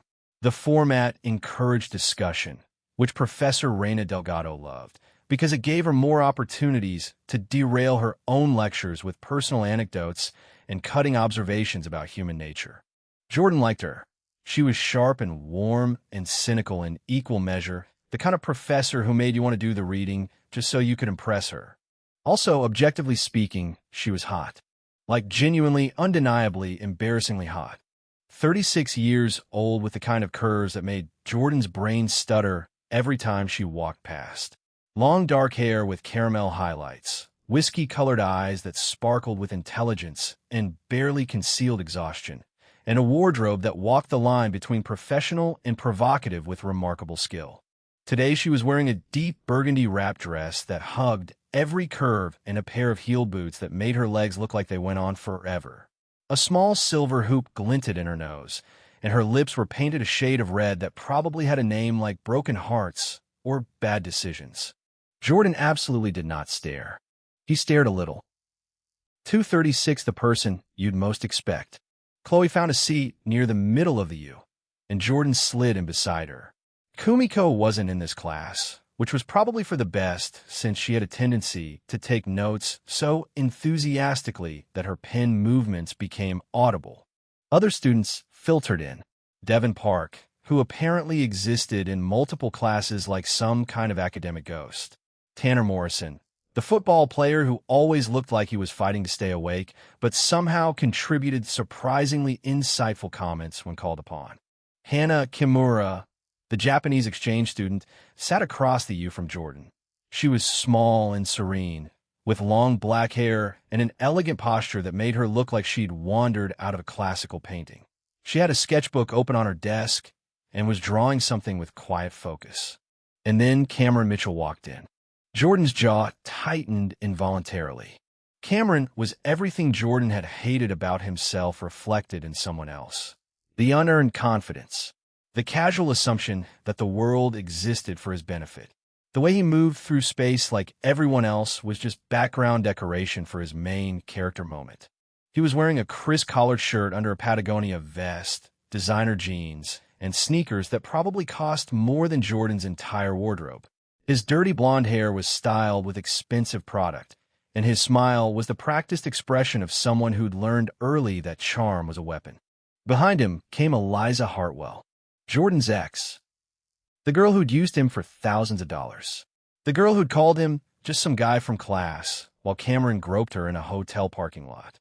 The girl who'd never actually kissed him, never held his hand, never done anything to suggest their relationship was real. She looked the same. Honey blonde hair in perfect beachy waves. Pretty face with a practiced smile. Clothes that were aspirational without quite reaching the Tier 1 level she so desperately wanted to inhabit. But something was different. Her eyes found Jordan immediately. They stayed there, not with contempt or dismissal, the way she'd looked at him on Christmas Day. Something else. Something that looked almost like regret, mixed with confusion, mixed with a third emotion Jordan didn't want to identify. He held her gaze for exactly 2 seconds. Then he looked away. He'd spent enough time on Eliza Hartwell. He'd spent enough money and emotion and self-respect on a girl who saw him as an ATM with legs. She didn't get to matter anymore. She didn't get to make him feel anything. Professor Delgado swept into the room at exactly 1 p.m., coffee cup in one hand and a stack of papers in the other. Her heels clicked against the floor as she moved to the podium, setting down her materials with the casual confidence of someone who knew she owned every room she walked into. "All right, people." Her voice was warm and slightly raspy, the kind of voice that made you lean in to hear better. "I hope you all ate something substantial, because we're about to make your lives significantly more complicated." A murmur ran through the class. Delgado smiled, showing teeth. "Next week, we're doing debates." The murmur became a groan. "Oh, don't give me that." She waved a dismissive hand. "You're all communications and business and whatever else majors. If you can't argue a point in front of 40 people, you're going to have a real hard time in the workforce." She picked up her stack of papers and began walking around the U, distributing sheets to each student. The topic is economic inequality and social mobility. Specifically, whether the American dream is still achievable or whether it's become a myth that perpetuates systemic disadvantage. Jordan accepted his paper. It was a detailed brief outlining both sides of the debate, along with suggested reading and research directions. "You'll be working in pairs," Delgado continued. "I've already assigned partners. No trading. No planning. No, my partner is a total idiot emails at 3 a.m. Yes, I've gotten those. Yes, they were about the person you'd expect." She glanced at Cameron, who had the grace to look slightly embarrassed. "When I call your name and your partner's name, raise your hand so you can see each other. Then figure out when you're meeting to prepare." She consulted her list. Chloe Kim and Hana Kimura. Chloe's hand went up. Across the U, Hana raised hers as well, her serene expression unchanged. They made brief eye contact and nodded at each other. Jordan felt a small relief. Hannah seemed nice, quiet but observant. Chloe would do fine with her. Cameron Mitchell and Tanner Morrison. Cameron's hand rose with the casual arrogance of someone who expected to be called first. Tanner, in the back row, gave a sleepy wave.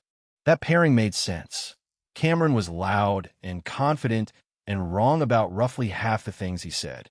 Tanner would balance him out with actual insight and the kind of calm demeanor that came from regularly getting hit by 300-pound men. Jordan McKnight and... Jordan waited. "Please not, Eliza." Please not Eliza. Please literally anyone except Eliza. Eliza Hartwell. Of course. Of course it was Eliza. The universe, the system, whatever cosmic force controlled Jordan McKnight's life, had apparently decided that today was the day for maximum emotional chaos. His hand went up. Across the room, Eliza's hand rose as well. Their eyes met again. Eliza's expression was impossible to read, a combination of nervousness and defiance, and something else, something that flickered across her face too quickly for Jordan to catch.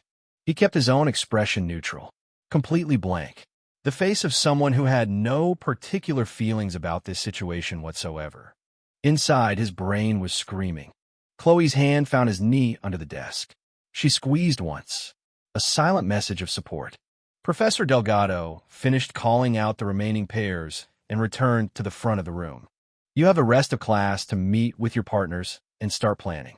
I expect preliminary thesis statements emailed to me by Friday. Questions? Silence. Excellent. Get to work. 2:37, the Jordan you knew is gone. The room erupted into motion as students stood and rearranged themselves to sit with their partners. Chloe gave Jordan's knee another squeeze before rising to join Hannah across the U. Jordan stayed in his seat. Eliza was going to have to come to him. She did. She walked over with careful steps, her designer bag clutched against her side like armor.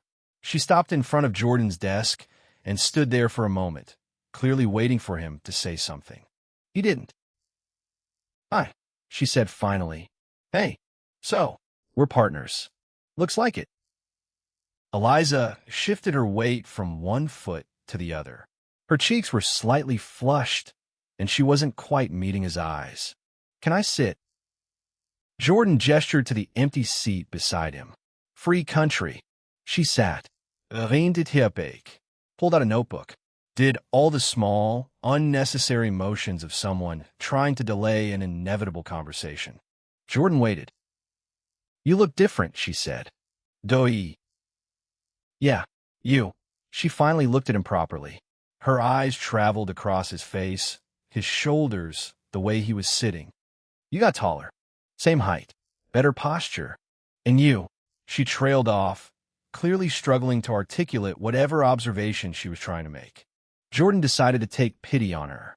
Not because she deserved it, but because they had a project to complete, and sitting in awkward silence for 50 minutes wouldn't accomplish that. I changed some things, he said. Diet, exercise, general approach to life. After Christmas. Yeah. The word hung between them. Christmas. The day Jordan had stood in a hotel parking lot and watched his entire worldview collapse into rubble. Eliza's face crumpled slightly. Jordan, don't. She stopped. We're not doing this. Jordan's voice was calm, flat, the voice of someone who had already processed their emotions and moved on. We're not having a heart-to-heart about what happened between us. We're not relitigating the past. We're partners for a debate project. That's it. Eliza's jaw tightened. I was going to apologize. I don't need your apology, but I want to give it. And I want a lot of things I'm not going to get. Welcome to life. Jordan pulled out his own notebook and opened it to a fresh page. Economic inequality and social mobility. Which side do you want to argue? Eliza stared at him. He could feel the weight of that stare, the confusion and frustration, and something else, something that might have been respect, or might have been irritation, or might have been a combination of both. Who are you? She asked quietly. I'm Jordan Mtzenite. We've met. No, I mean, she shook her head. The Jordan I knew would have let me apologize. He would have said it was okay, even if it wasn't. He would have bent over backward to make me feel better about the situation. The Jordan you knew spent $4,500 on a girl who never kissed him. Jordan met her eyes directly. That Jordan's gone. Eliza flinched. Good. Now. Jordan tapped his pen against the blank page. Which side? A long moment passed. Eliza's expression shifted through several emotions before settling into something that looked almost like acceptance. I'll argue that the American dream is still achievable, she said. You can argue it's a myth. Works for me.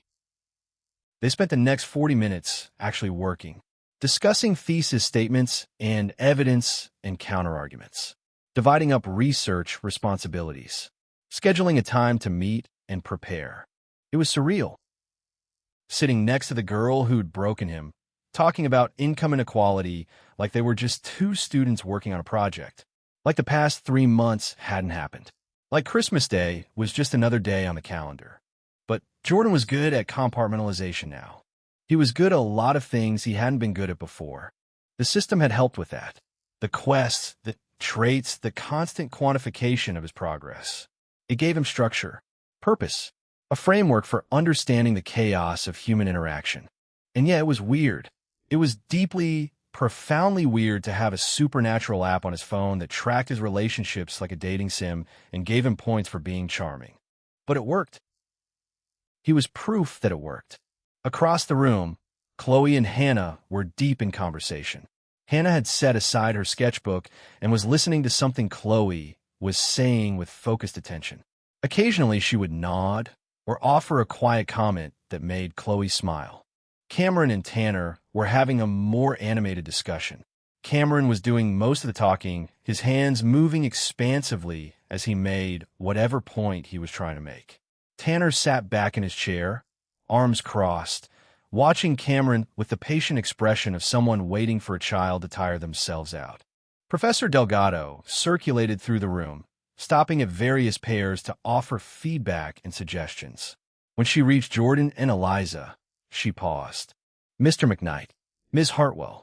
Her whiskey eyes moved between them, reading something in the space that separated their chairs. How's the partnership going? Productive, Jordan said. Delgado's gaze lingered on him for a moment longer than necessary. I've noticed you're participating more in class lately. It's nice to see. I'm a changed man. Clearly, a small smile curved her red lips. Don't forget, thesis statements by Friday. I'm expecting big things from both of you. She moved on to the next pair. Eliza watched her go, then turned back to Jordan. She likes you. She's my professor. Professors can like students. Not in the way you're implying. Eliza made a skeptical noise, but didn't pursue it. At 1:50 p.m. exactly, Delgado called time. Students began packing up, conversations continuing as they gathered their things and headed for the door. Jordan stood, collected his notebook, prepared to leave. Jordan.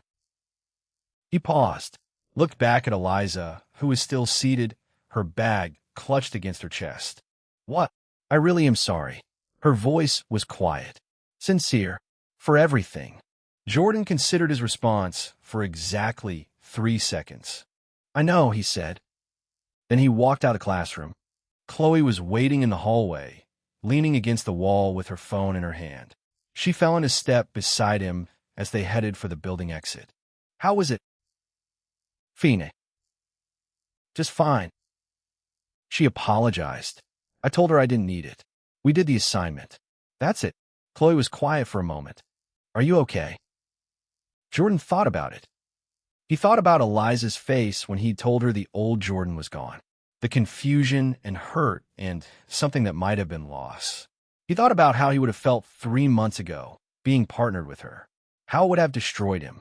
How he would have spent the entire class period desperately trying to earn back an affection that had never really existed.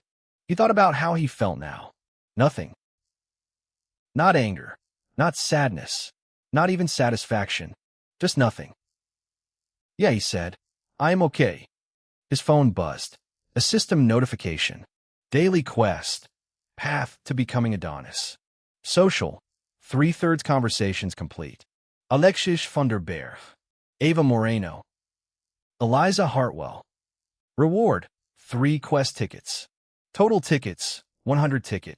Gold gotcha. Unlocked. Jordan smiled. Actually, he said, I'm better than okay. 238 Iron Coast.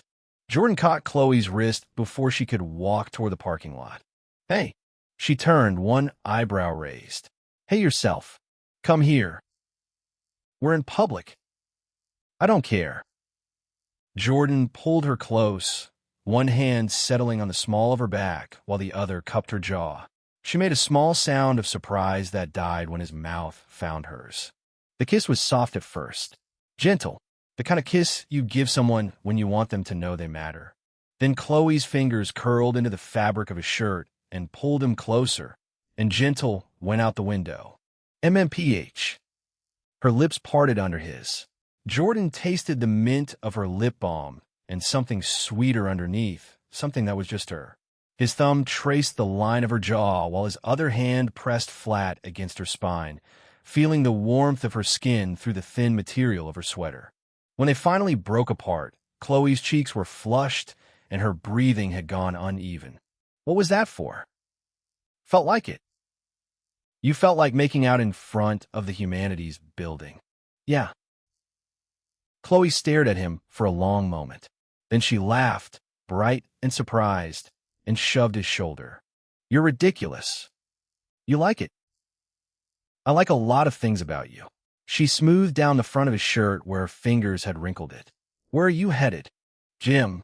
Need 90 minutes for my daily quest. Chloe's expression shifted into something knowing. The boxing place? Iron Coast. That's the one. Kyle and Leo went yesterday, flying solo today. Her eyes traveled down his body in a way that made his skin warm. Text me when you're done. Kumiko and I are going over content schedules for the week. Will do. Chloe rose on her toes and pressed a quick kiss to the corner of his mouth. Don't get your face broken. I like your face. Noted. She walked away, her hips swaying in a way that was definitely intentional. Jordan watched her go until she disappeared around the corner of a library building. His phone buzzed. Daily quest. Path to becoming Adonis. Physical. 0.90 minutes remaining. Get moving, idiot. Jordan snorted and headed for the parking structure. The drive to Iron Coast took 17 minutes. Jordan spent the time with his windows down and his radio off, letting the warm California air wash over him while his brain processed the events of the day. Ava Moreno, the girl who could solve differential equations in her sleep but couldn't order food without having a panic attack. Jordan had seen her type before, back when he'd been one of them. The kind of person who hid their talents behind walls of insecurity because being invisible felt safer than being seen. He was going to fix that. Not because he was some kind of hero, not because he had a savior complex, but because Ava Moreno was useful, and useful people deserved to know they were useful. Simple as that. Then there was Alexis Vanderberg, the ice queen of Pacific Crest Academy, melting around the edges when she thought no one was watching. Arranged marriage to some trust fund idiot named Harrison Van Allen III. Parents who treated her like a stock portfolio instead of a daughter. Jordan almost felt sorry for her. Almost. And finally, Eliza Hartwell, his ex. The girl who'd taken $4,500 from him and given nothing back but humiliation and heartbreak. She'd apologized. Jordan had told her he didn't need it. Both statements were true. He pulled in the Iron Coast parking lot at 2:34 p.m.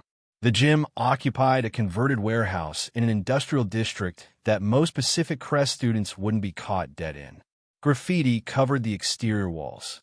The sign above the door was hand-painted and chipped. A homeless guy was sleeping on a bench across the street. Jordan loved this place. He pushed through the front door, and the familiar smell hit him immediately. Sweat, leather, industrial cleaner. The soundtrack of fists meeting heavy bags and the rhythmic skip of jump ropes. The main floor was mostly empty at this hour. A few guys working the heavy bags in the corner. An older man shadow boxing in front of the mirror. The weight area held two women doing squats with impressive form. No caído. No Leo. Good. Jordan needed focus today, not Leo's complaints about being too sore to move or Kyle's attempts to get him to talk about his feelings. He headed for the back room where the boxing rings were set up, and stopped. Maya Santos stood in the center of the nearest ring, her hands wrapped in red tape, her body glistening with sweat. She was working a sequence on a heavy bag that hung from a chain in the corner of the ring, her fists connecting with the leather in a rhythm that was almost hypnotic. Thwack, thwack, thwack, thwack. Her form was perfect. Each punch flowed into the next with zero wasted motion. Her footwork kept her balanced and mobile, never standing still, always shifting. She wore black compression shorts that ended mid-thigh and a sports bra that left most of her torso exposed. The muscles in her back rippled with each impact. Her abs, visible and defined, contracted and released in perfect time with her breathing. Maya Santos was terrifying. Maya Santos was also really, really hot. Jordan pushed that thought down deep and walked toward the ring. Maya didn't stop hitting the bag, didn't acknowledge his presence, just kept working, her braids swinging with each movement, sweat dripping down the curve of her spine. Jordan leaned against the ropes and waited. Thwack, thwack, thwack, thwack, thwack. The final hit sent the heavy bag swinging wide. Maya caught it with one hand, steadied it, and finally turned to face him. Her dark eyes found his. No surprise, no worms, just that same intense focus she brought to everything. McKnight. Santos. You're alone. Observant. 239. The house cat still has claws. P.S. bonus. Maya grabbed a towel from the corner of the ring and wiped her face. The motion pulled her sports bra tight against her chest, and Jordan very carefully did not look. Your friends aren't coming. Came yesterday. I need the hours. Hours. 90 minutes of physical activity. Daily requirement. Maya's eyebrow twitched. It was the closest thing to a smile she ever gave. Requirements. Like you're following a training program. Something like that.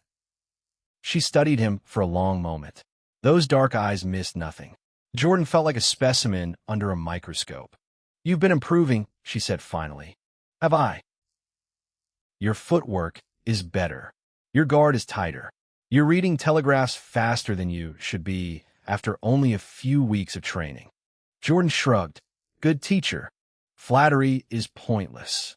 It's not flattery if it's true. Maya made a sound that might have been amusement. Hard to tell with her. Get in the ring. It wasn't a request. Jordan ducked through the ropes and stepped onto the canvas. The surface gave slightly under his feet, familiar now after weeks of getting his ass kicked in this exact spot. Maya tossed him a pair of hand wraps from a bucket in the corner. Wrap up. Start with the heavy bag. I want to see where you are. Jordan caught the wraps and started winding them around his hands the way Khaled taught him. Left hand first, between the fingers, around the wrist. Secure the thumb. Maya watched him work with that unblinking intensity she brought to everything. Faster. Jordan picked up the pace. Tighter around the knuckles. He adjusted. When he finished, Maya nodded once. Approval. Probably. Bake. 3 rounds. 3 minutes each. I'll call time. Jordan moved to the heavy bag and settled into his stance. Feet shoulder-width apart. Knees slightly bent. Hands up. Chin tucked. Begin. Jordan threw his first jab. The impact traveled up his arm, familiar and satisfying. He followed with a cross, then a hook. 1, 2, 3. Basic combination. The bag swung, and he moved with it, circling, keeping his guard up. Faster. He picked up the tempo. Rotate your hips on cross. He adjusted his form. Better. 3 minutes of constant motion. 3 minutes of fists connecting with leather. 3 minutes of Maya's voice in his ear, correcting, adjusting, demanding more. Time. Rest.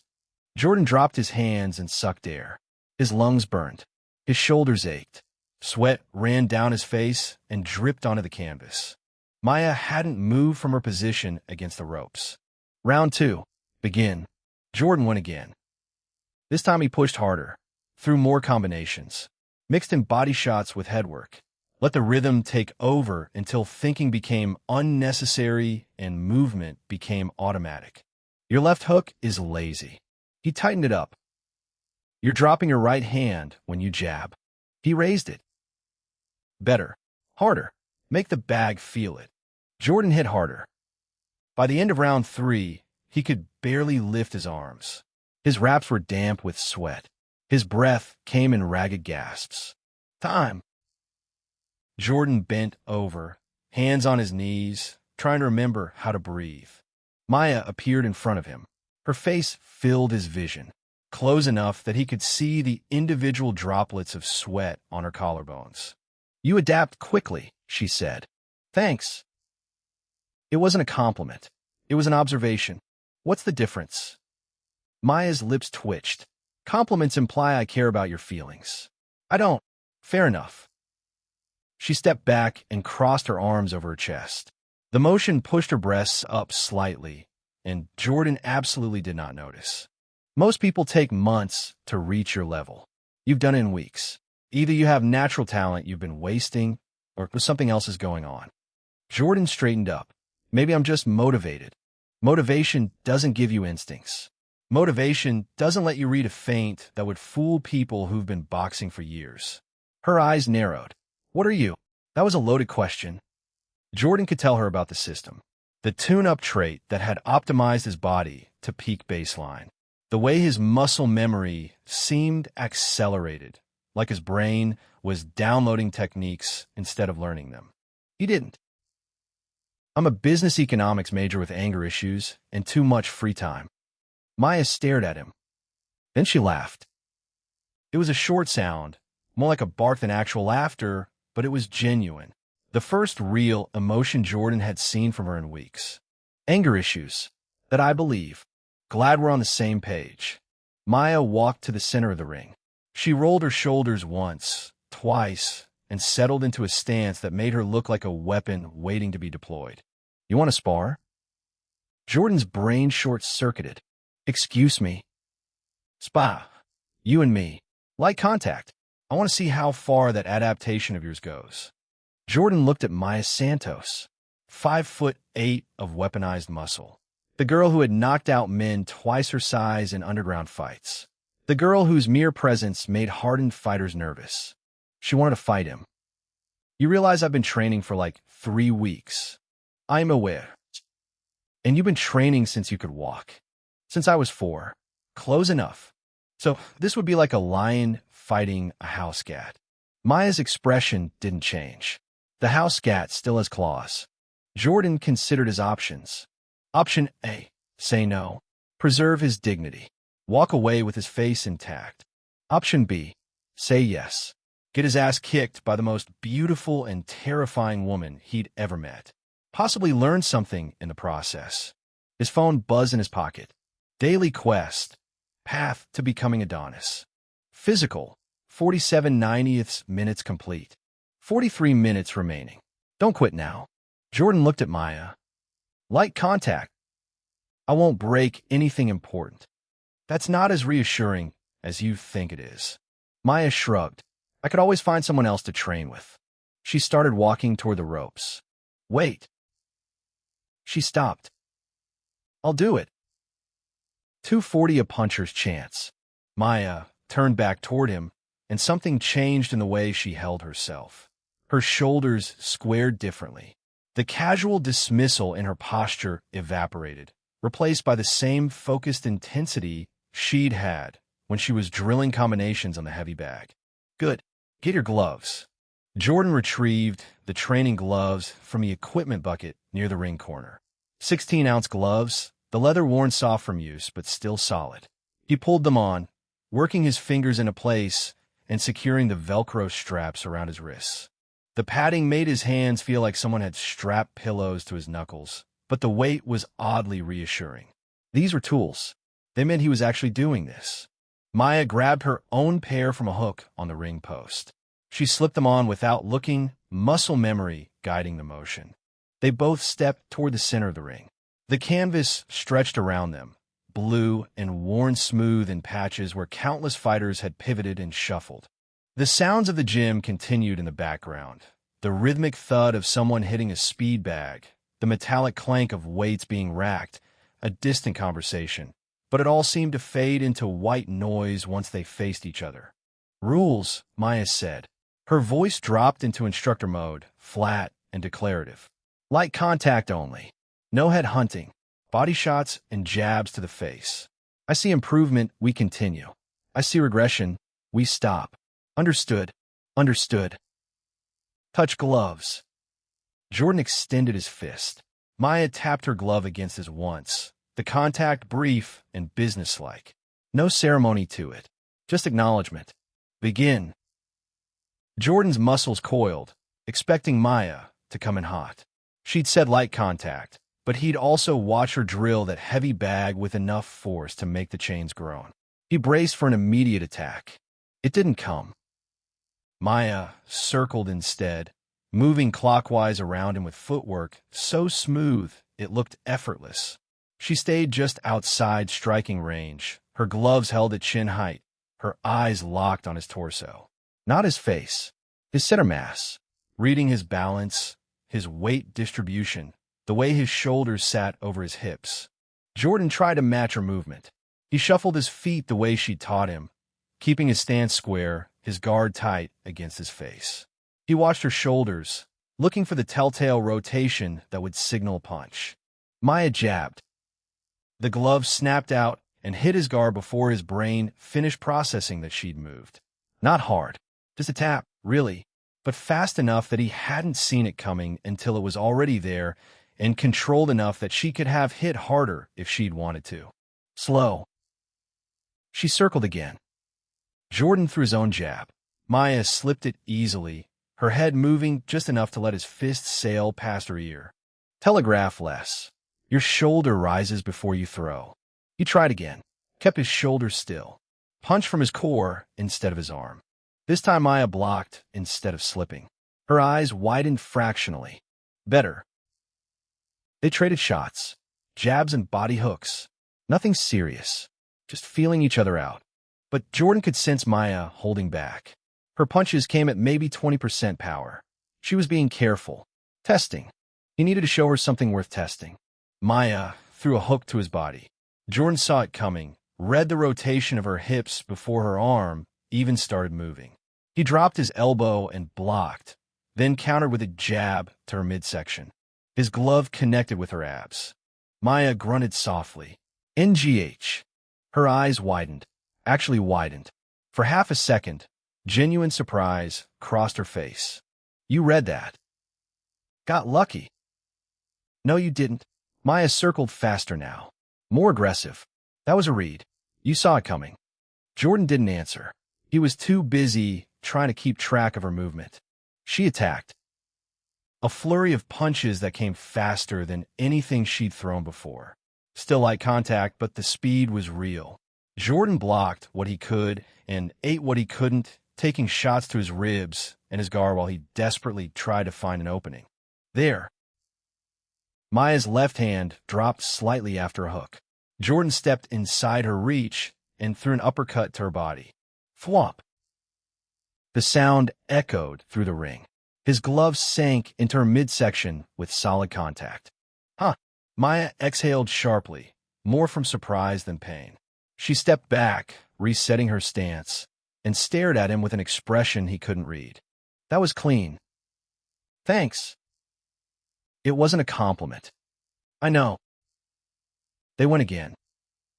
This time Maya pushed harder. Her punches came faster, sharper.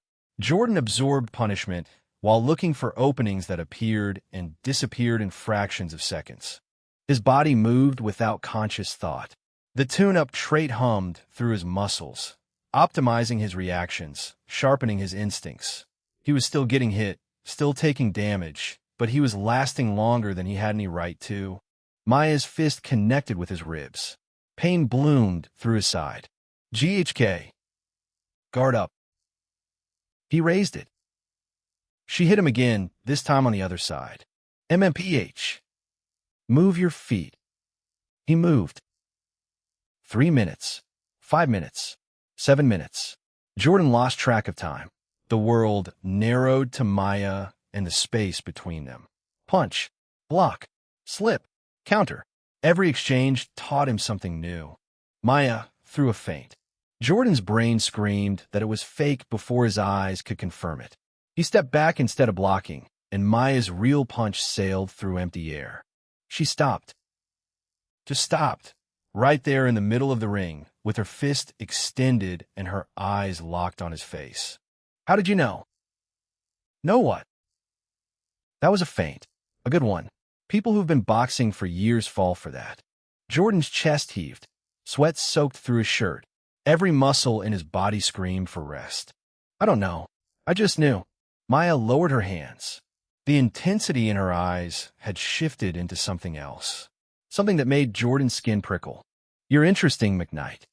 Is that a compliment? It's an observation. She pulled off her gloves and tucked them under her arm. Same time tomorrow. I want to see more. Jordan blinked. More. More of whatever that is. She gestured at him vaguely. Whatever's making you improve this fast. I want to understand it. What if I can't explain it? Then I'll beat the explanation out of you. She said it casually, like discussing the weather. Jordan believed every word. Fine. Same time tomorrow. Maya nodded once. She ducked through the ropes and dropped to the gym floor, landing with the easy grace of someone who'd done it 1,000 times. Jordan watched her walk toward the women's locker room. Watched the muscles in her back shift under sweat-slick skin. Watched the sway of her braid as it brushed against her spine. His phone buzzed. Daily quest. Path to becoming Adonis. Physical. 90/90th minutes complete. Congratulations. You didn't die. Bonus. Survive sparring with Maya Santos. Plus 3 quest tickets. Total tickets. 103 ticket. Gold gotcha unlocked. Jordan stared at the notification. 100 tickets. Gold gotcha. Whatever that meant. He'd find out tonight. 241. I just hit the jackpot. Jordan sat on a bench near the locker room, towel draped over his shoulders, staring at his phone like it contained nuclear launch codes. 103 tickets. Gold gotcha required 100. He could wait until tonight. Go home. Shower. Change. Pull the gotcha in the comfort of his apartment with Chloe and Kumiko watching. That would be the smart thing to do. Jordan had never been accused of being smart.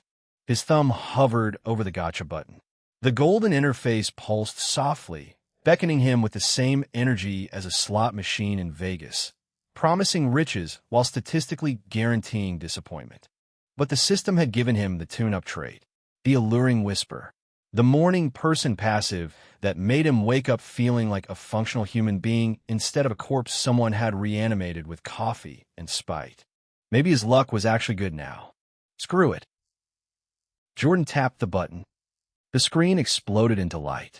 Golden particles swirled across the display, forming shapes that dissolved and reformed like someone had poured glitter into a tornado. Sound effects played from his phone speaker, a triumphant fanfare that made the guy using the cable machine nearby glance over with mild confusion. Jordan angled his body to block the screen from view. The last thing he needed was some random gym bro asking why his phone was having a seizure. The animation continued for what felt like an eternity. Golden rays, spinning symbols, a dramatic pause that stretched his patience thinner than a freshman's budget. Then the result appeared. Gold gotcha result. Business asset. Hada no Yuansen. Legendary item. Jordan read the description once. Read it again. Read it a third time because his brain refused to accept what his eyes were telling him. A fully realized, self-sustaining luxury onsen business. Retroactive integration into all public records, zoning laws, and local history. Mineral springs with unique dermatological restorative properties. Pre-vetted staff of 5 loyal attendants. 5 loyal attendants. Jordan scrolled down to the staff roster and felt his soul leave his body. Ayaka Tachibana, General Manager. J. Cup, the embodiment of the Yamato Nadeshiko ideal in public and a playful sadist in private. Rina Sato, Bookkeeper. D. Cup, cool and logical Kaderi with absolute loyalty. Tomo Ishikawa, Head of Maintenance. F. Cup, energetic tomboyish janky girl. Yumi Nakamura, Lead Attendant. C. Cup, shy, sweet-natured Dondra. Kaori Suzuki, Kitchen Manager. H. Cup, warm and nurturing big sister type. Jordan closed his eyes. Opened them. The description remained unchanged. The system had just given him a hot springs resort staffed entirely by anime archetypes with bust sizes listed in centimeters. This was either the greatest gift in human history or an elaborate setup for his complete destruction? Probably both. A notification appeared at the bottom of the screen. Asset has been deployed. Location: 2847 Coastal Highway, Newport Beach. Business is currently operational and awaiting owner inspection. Jordan's fingers moved before his conscious mind could stop them. He opened Google Maps and typed in the address. 25 minutes away. The blue line traced a path from Iron Coast Gym through surface streets and onto the highway, ending at a pin labeled Hada, No Yuansen, with a 4.9-star rating and 217 reviews. 217 reviews. For a business that had existed for approximately 30 seconds. Jordan clicked on the reviews. The most recent one, posted 4 hours ago, read, Best hot springs experience in Southern California. The staff is incredibly attentive and the water left my skin feeling amazing. Will definitely return. The system had not only created a business, it had created a business with history, with reviews, with a reputation that stretched back far enough to feel real. Jordan thought about going home first, showering, changing into something that wasn't soaked through with sweat from getting his ass kicked by Maya Santos. Then he thought about what was waiting for him at that address. Shower can wait. He grabbed his gym bag and headed for the exit. The drive took 23 minutes with traffic. Jordan spent most of it cycling between excitement and terror, occasionally glancing at his phone to confirm the location still existed and hadn't vanished like a fever dream. The highway curved along the coastline, offering glimpses of the Pacific between buildings and palm trees. Newport Beach unfolded around him in shades of white and blue, all expensive architecture and carefully maintained landscaping. His Honda Civic felt increasingly out of place as the property values climbed. The GPS announced his arrival just as Jordan spotted the sign. Ada no Yuansen. The characters were written in elegant brushwork on a wooden placard, positioned beside a stone pathway that led toward a building Jordan could only describe as aggressively Japanese. Traditional architecture rose from the manicured grounds, all dark timber and curved roof lines and sliding paper screens. A bamboo water feature trickled somewhere out of sight, the sound carrying on the salt-tinged breeze from the nearby ocean. Jordan parked in a lot that held a Mercedes, 2 BMWs, and something Italian that probably cost more than his parents' house.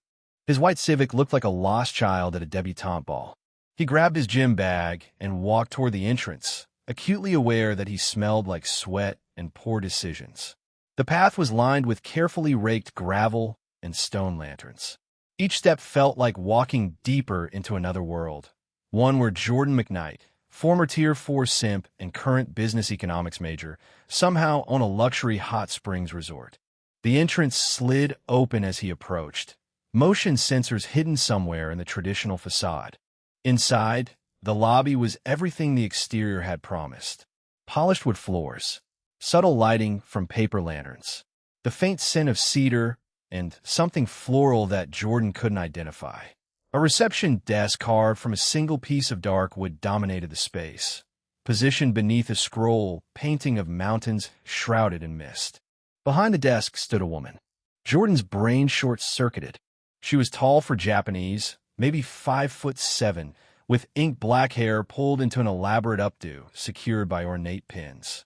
Her face was porcelain perfection, all delicate features and full lips curved into a smile that managed to be serene and knowing at the same time. She wore a traditional kimono in deep purple with silver embroidery, the fabric clinging to curves that the garment absolutely should not have been able to contain. Her bust strained against the kimono in a way that made Jordan's mouth go dry. Jacob, the system had not been exaggerating. Welcome back, Master. 242, the onsen manager and the lovable chef. Her voice was honey and silk, warm enough to melt steel, yet carrying an undertone of something Jordan couldn't quite identify. Amusement, maybe, or anticipation. What? Smooth, Jordan. Real smooth. The woman's smile widened slightly. We have been expecting your arrival, Master. I am Ayaka Tachibana, the general manager of Hada no Yu. It is my pleasure to serve you. She bowed, and the motion caused her kimono to shift in ways that Jordan desperately tried not to notice. He noticed anyway. Right. Yeah, of course. Jordan cleared his throat and tried to remember how sentences worked. I am Jordan Mtsenite, the owner. Indeed you are, master. Ayaka straightened, her dark eyes meeting his with an intensity that made his skin prickle. We received notification of your impending visit this afternoon. The staff has been preparing to welcome you properly. Notification? The registry updated approximately 30 minutes ago. Ayaka gestured toward a door behind the reception desk. If you would follow me, I will provide a tour of the facilities and introduce you to the rest of our team. Jordan followed, mostly because he couldn't think of anything else to do. The hallway beyond the reception area was lined with more traditional artwork and subtle lighting. Their footsteps made almost no sound on the polished floor.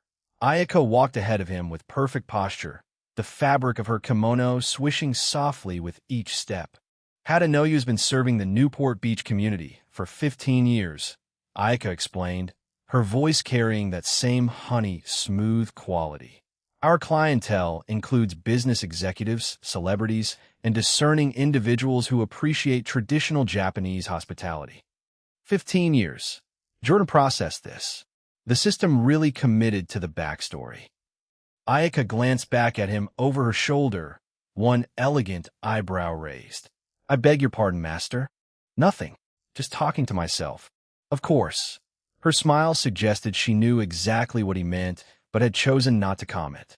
We offer a variety of services, including traditional onsen bathing, massage therapy, aromatherapy treatments, and private dining experiences.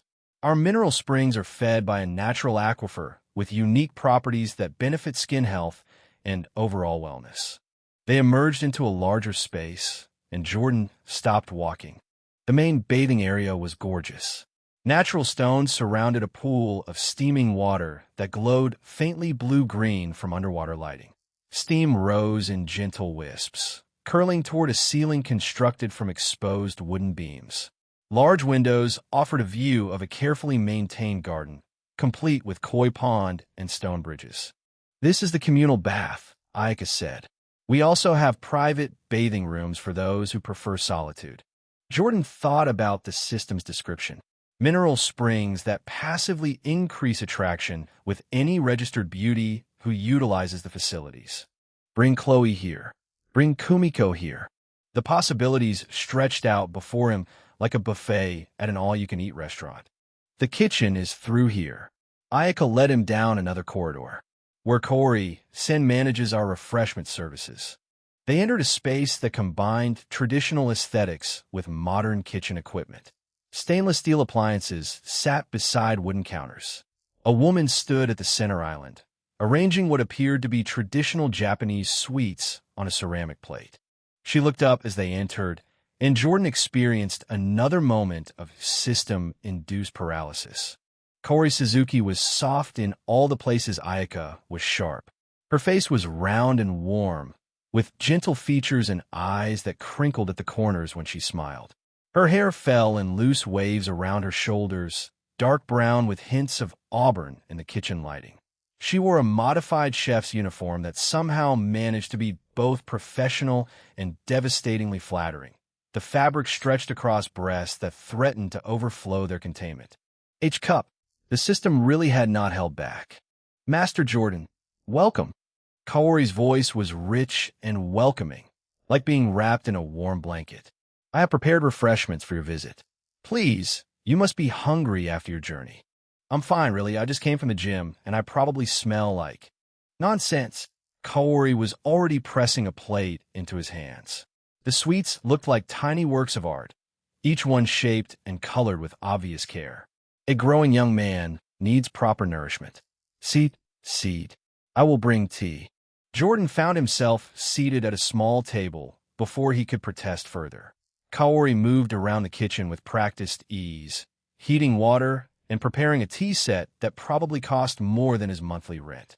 Kaori-san has been with us since the establishment's founding, Ayaka said, still standing with that perfect posture. Her culinary skills are exceptional. You flatter me, Ayaka-san. Kaori set a cup of tea before Jordan, leaning close enough that he could smell her perfume. something floral and sweet. I simply cook with love. Her breasts were approximately 6 inches from Jordan's face. He stared at his tea like it contained the secrets of the universe. Rena, Sen should be completing the monthly financial review shortly. Ayaka continued, apparently oblivious to Jordan's distress. I will introduce you once she is available. Financial review, right?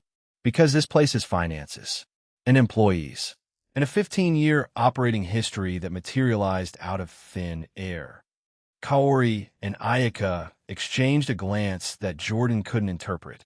The master seems weary from his travels, Kaori said. Perhaps a bath would be beneficial? An excellent suggestion. Ayaka's smile returned, that same knowing curve of her lips. I could prepare a private room if master would prefer. I really shouldn't.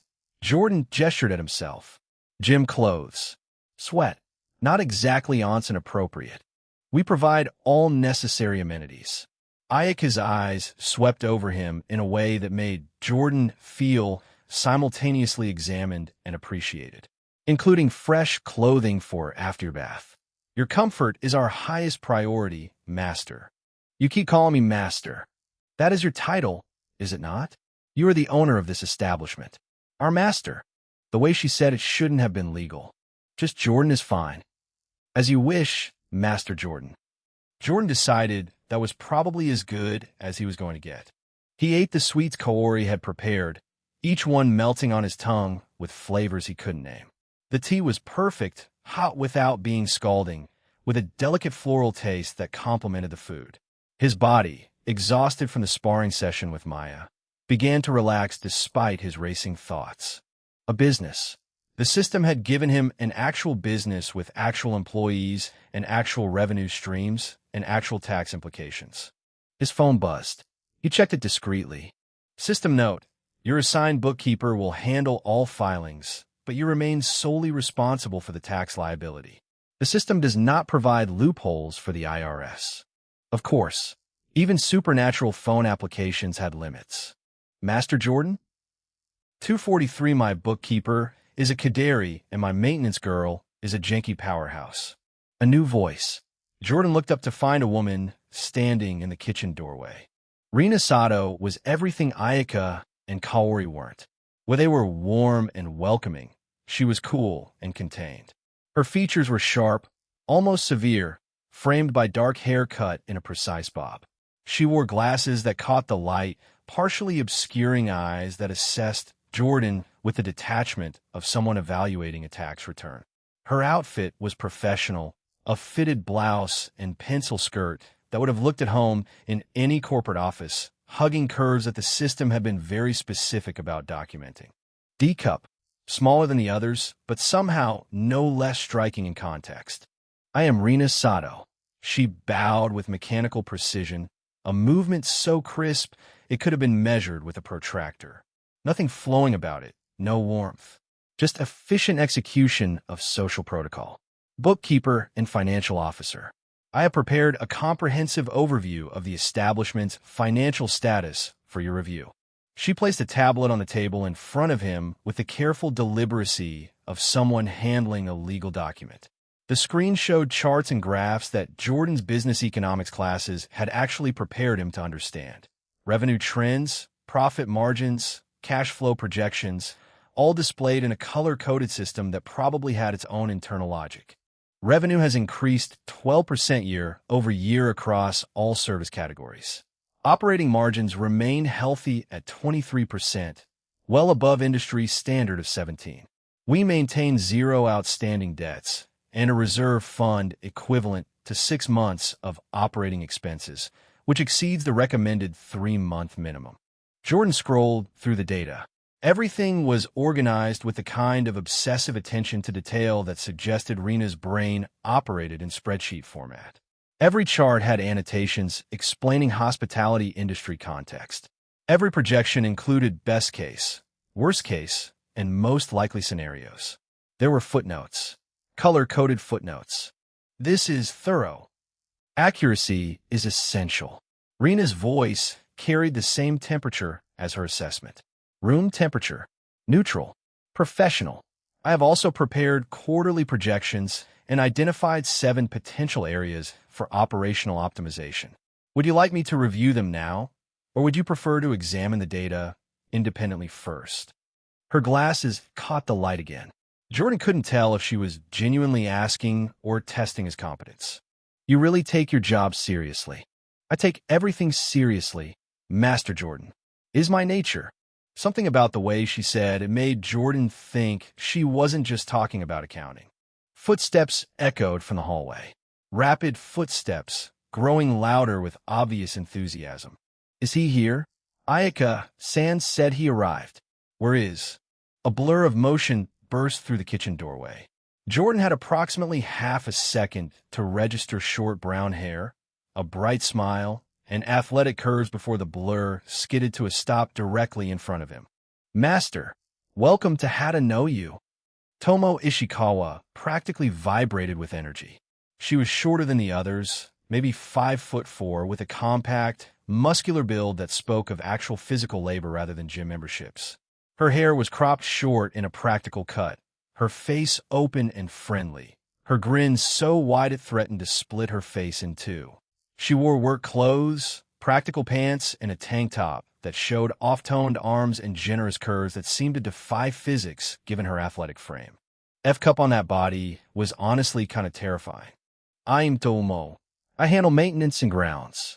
Ayaka-san said you'd be inspecting the facilities, so I double-checked everything this morning, and the springs are perfect, and the gardens are trimmed, and I fixed that squeaky floorboard in the west wing, and... Tomo. Ayaka's voice cut through the torrent of words. Perhaps allow Master Jordan to breathe. Right. So Tomo took exactly one step back. I just got excited. We've been waiting forever to meet you, and now you're finally here, and you're taller than I expected, and... Tomo. Breathing. I'm breathing. Tomo made a visible effort to calm herself. The grin remained at full intensity. It's really nice to meet you, Master. Nice to meet you, too. Jordan found himself smiling despite his confusion. Tomo's energy was infectious, like being around a golden retriever in human form.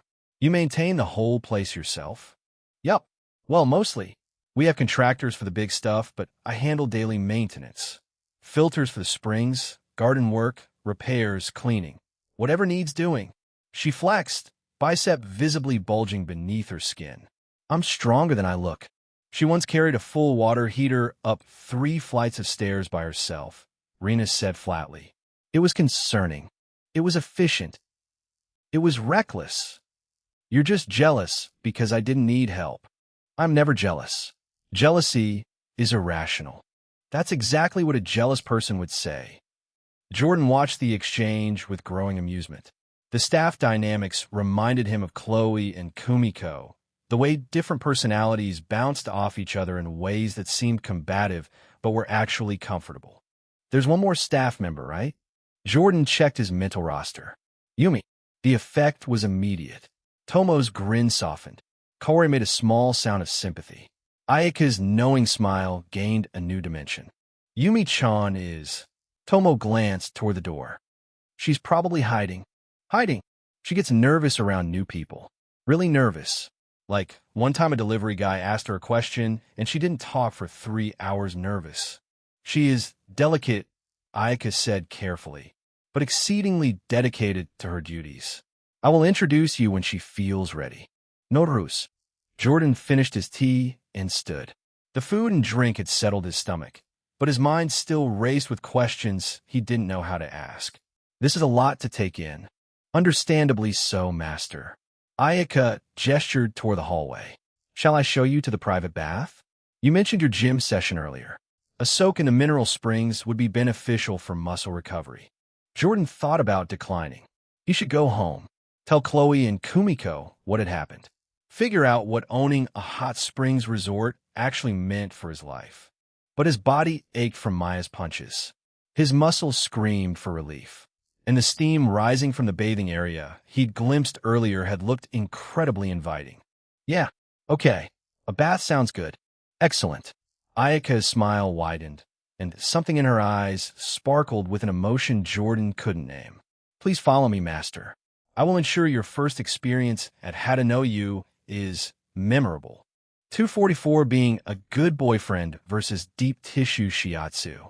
Jordan paused at the entrance to the private bathing area, his hand already reaching for his phone.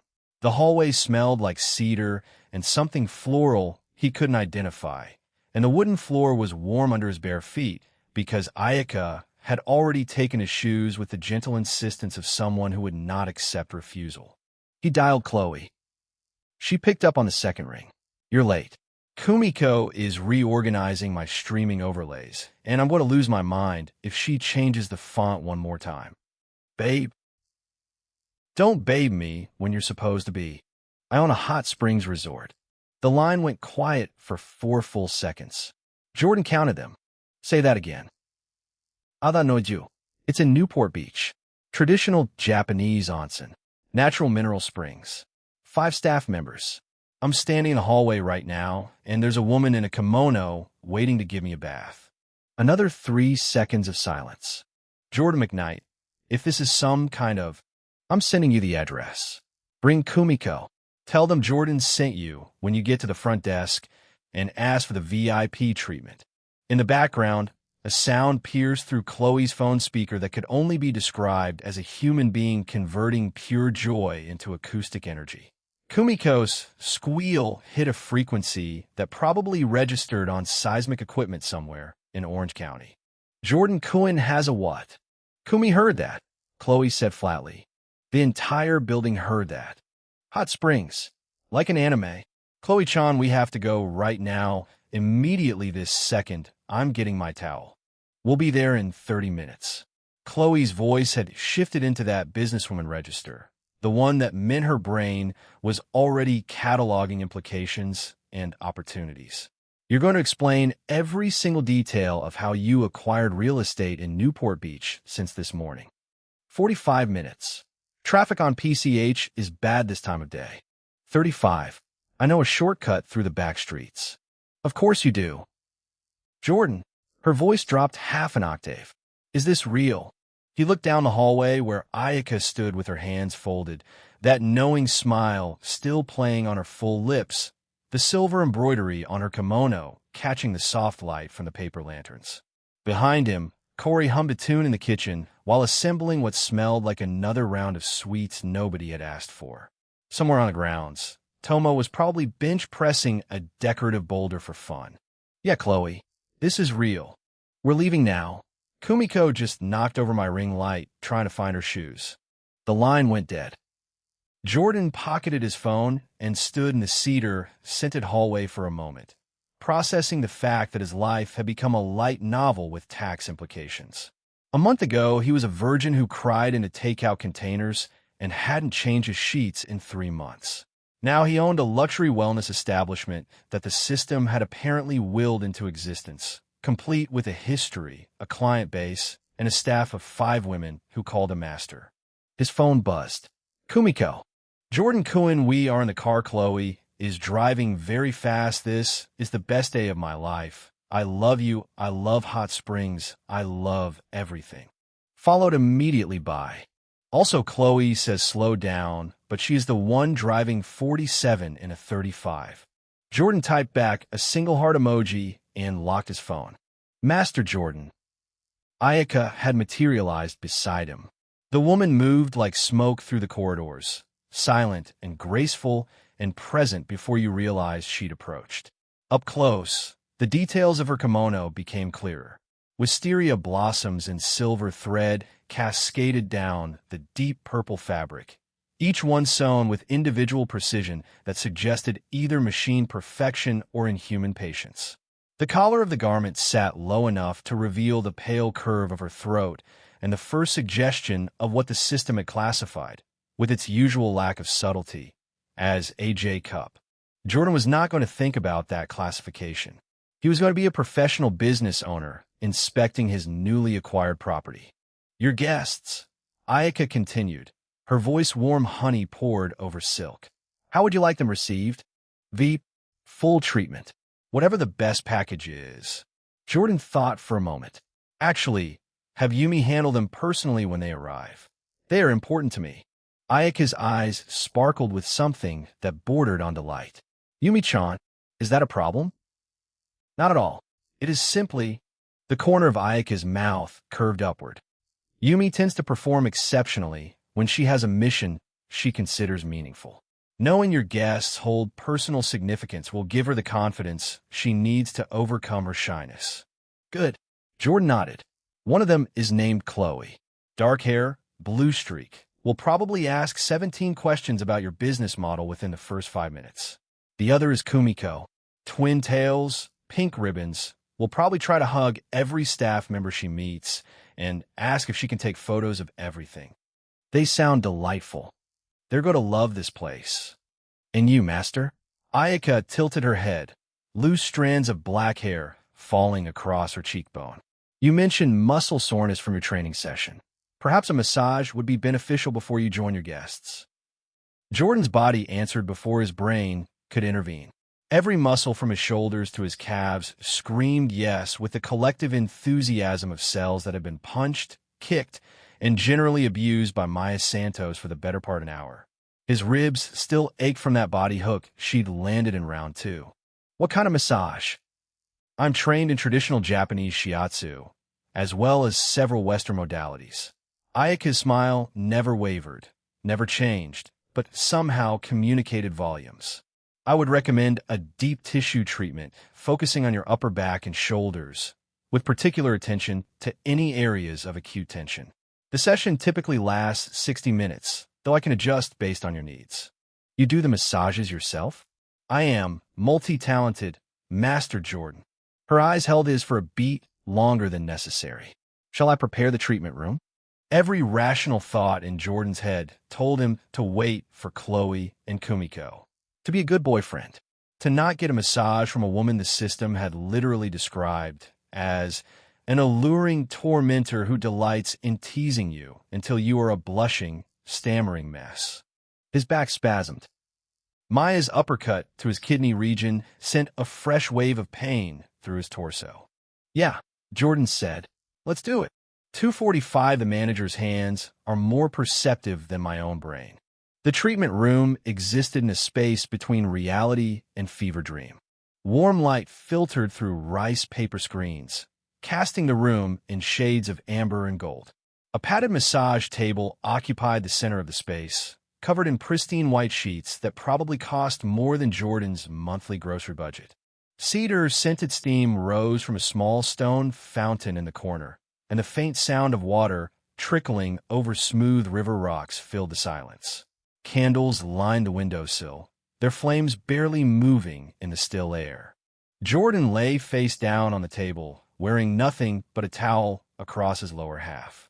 The cotton pressed against his skin, warm from a heated cabinet. Ayaka had retrieved it from before instructing him to undress and position himself while she prepared the oils. He heard her return before he saw her. The whisper of fabric against polished wood. The soft click of a bottle being uncapped.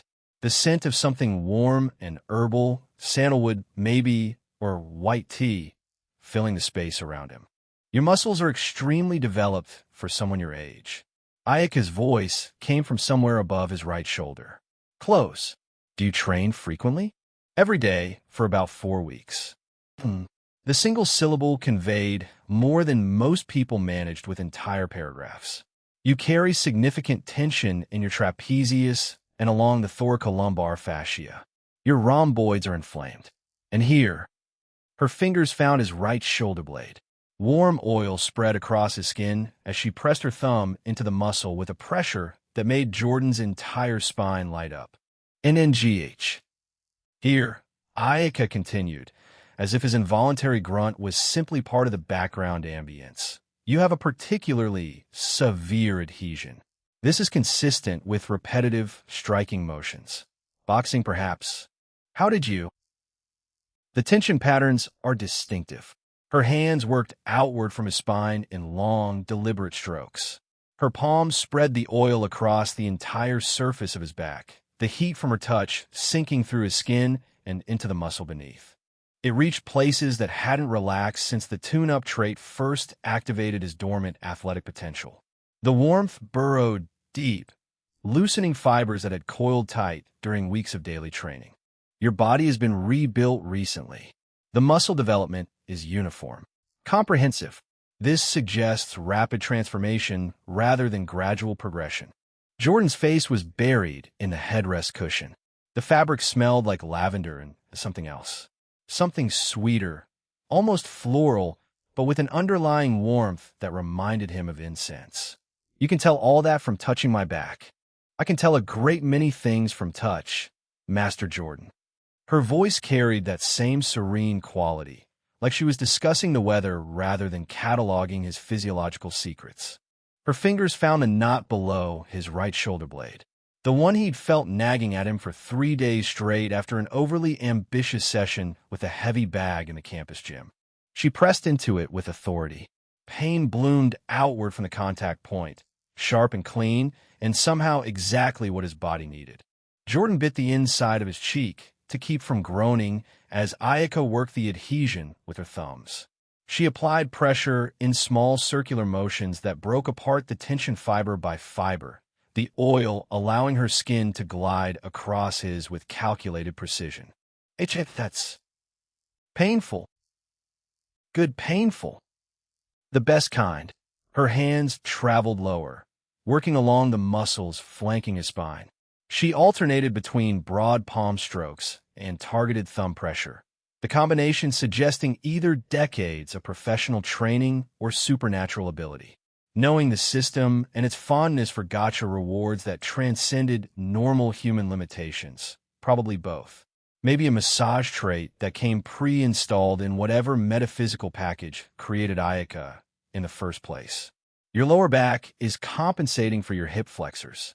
You sit in lecture halls too long without stretching afterward. You're reading my life story through my muscle tissue. Bodies are honest in ways that people rarely are. Her thumbs pressed into the 2 dimples above his waistband, and Jordan's hands gripped the edges of the table. They record every impact, every posture, every habit. A good masseuse does not simply release tension. She reads the narrative that tension tells. Ayaka repositioned herself, and Jordan felt the shift in her proximity rather than saw it. The warmth of her body radiated against his left side as she leaned into a long stroke that traveled from his lower back to his neck, her forearm pressing flat against his spine and applying force with her body weight. The pressure forced air from his lungs in a sound that was embarrassingly close to a moan. Phew. You're responding well. Ayaka's voice carried a smile Jordan couldn't see. Most first-time clients resist the deeper work. You accept it naturally. Her hands returned to his shoulders, kneading the muscle on both sides of his neck with her fingers while her thumbs traced the ridges of his cervical vertebrae. Jordan's tune-up, enhanced physique meant his muscles were denser than a normal 18-year-old's, more resistant to pressure, but Ayaka compensated by leaning her full weight into each stroke.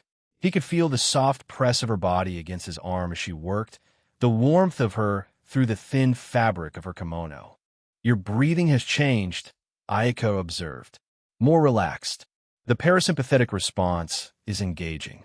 In English, your body is surrendering. She found another knot, this one buried deep in his left trapezius, and attacked it with her elbow. The sensation sent a shock wave through Jordan's shoulder that made his toes curl against the table padding. MNN. God, breathe through it. Her voice was closer now, directly beside his ear. The warm herbal scent of the massage oil mixed with her own fragrance, something floral and complex that Jordan's brain filed under extremely dangerous. The pain means the adhesion is releasing. Your body has been holding this tension for quite some time. About 4 weeks. Since your transformation began. It wasn't a question. 246 a moment of peace, a flurry of texts, and a familiar PS bonus squeal. Ayaka's hands traveled down his right arm, working the bicep and forearm with a gentleness that contrasted sharply with the punishment she'd inflicted on his back. Her fingers found the tendons of his wrist and pressed into the spaces between, releasing pressure he didn't know he'd been carrying. Jordan's hand opened involuntarily, his fingers spreading as the tension drained out through his fingertips. Oh, wow. The hands accumulate remarkable stress. Ayaka worked each finger individually, applying traction and rotation to the joints with movements so small they were barely perceptible, especially in someone who clenches his fists frequently, whether from boxing or from emotional tension. She returned to his back and began a series of long, sweeping strokes that covered the entire surface from his shoulders to his lower back in a single motion. The oil had warmed to match his body temperature, and her hands glided across his skin without resistance, each pass pressing deeper than the last. Jordan's thoughts became fuzzy at the edges, the constant background noise of his life, the system, the quests, the relationships, the business, fading into something manageable and distant. You are carrying a great deal, Master Jordan. Ayaka's palms spread across his shoulder blades and pressed down with slow, even force. More than someone your age should. You have no idea. Perhaps not. Her thumbs traced the outline of his scapulae.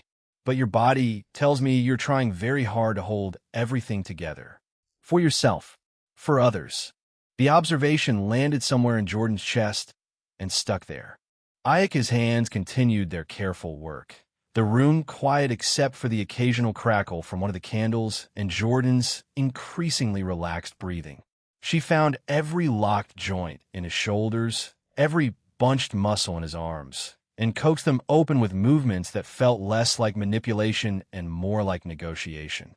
Her fingers traced patterns along his spine, applying pressure that started gentle and built to something that made Jordan's breath catch before releasing into relief.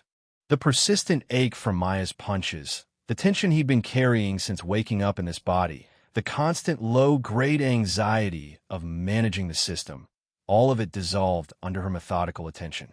20 minutes passed, maybe 30. Tom had stopped meaning much of anything. When Ayaka's hands finally came to rest on his lower back, Jordan realized his entire body had surrendered to the table. His muscles had forgotten how to be tight. His breathing had slowed to something that belonged to someone sleeping. He made a sound that might have been a word if words required effort. The session is complete. Ayaka's voice carried the satisfaction of a craftsman reviewing finished work. How do you feel? Jordan lifted his head from the face cushion. The room tilted sideways for a second before the candles and steam resolved into their proper positions. I feel like I don't have bones anymore. An ideal outcome. That smile again, knowing and warm and layered with something Jordan's post-massage brain couldn't categorize. I've left a robe and slippers by the door. Take as long as you need to collect yourself. Your guests should be arriving within the next 15 minutes. Jordan heard the whisper of her kimono as she moved toward the door, the soft padding of her feet against the wood floor. Ayaka. She paused.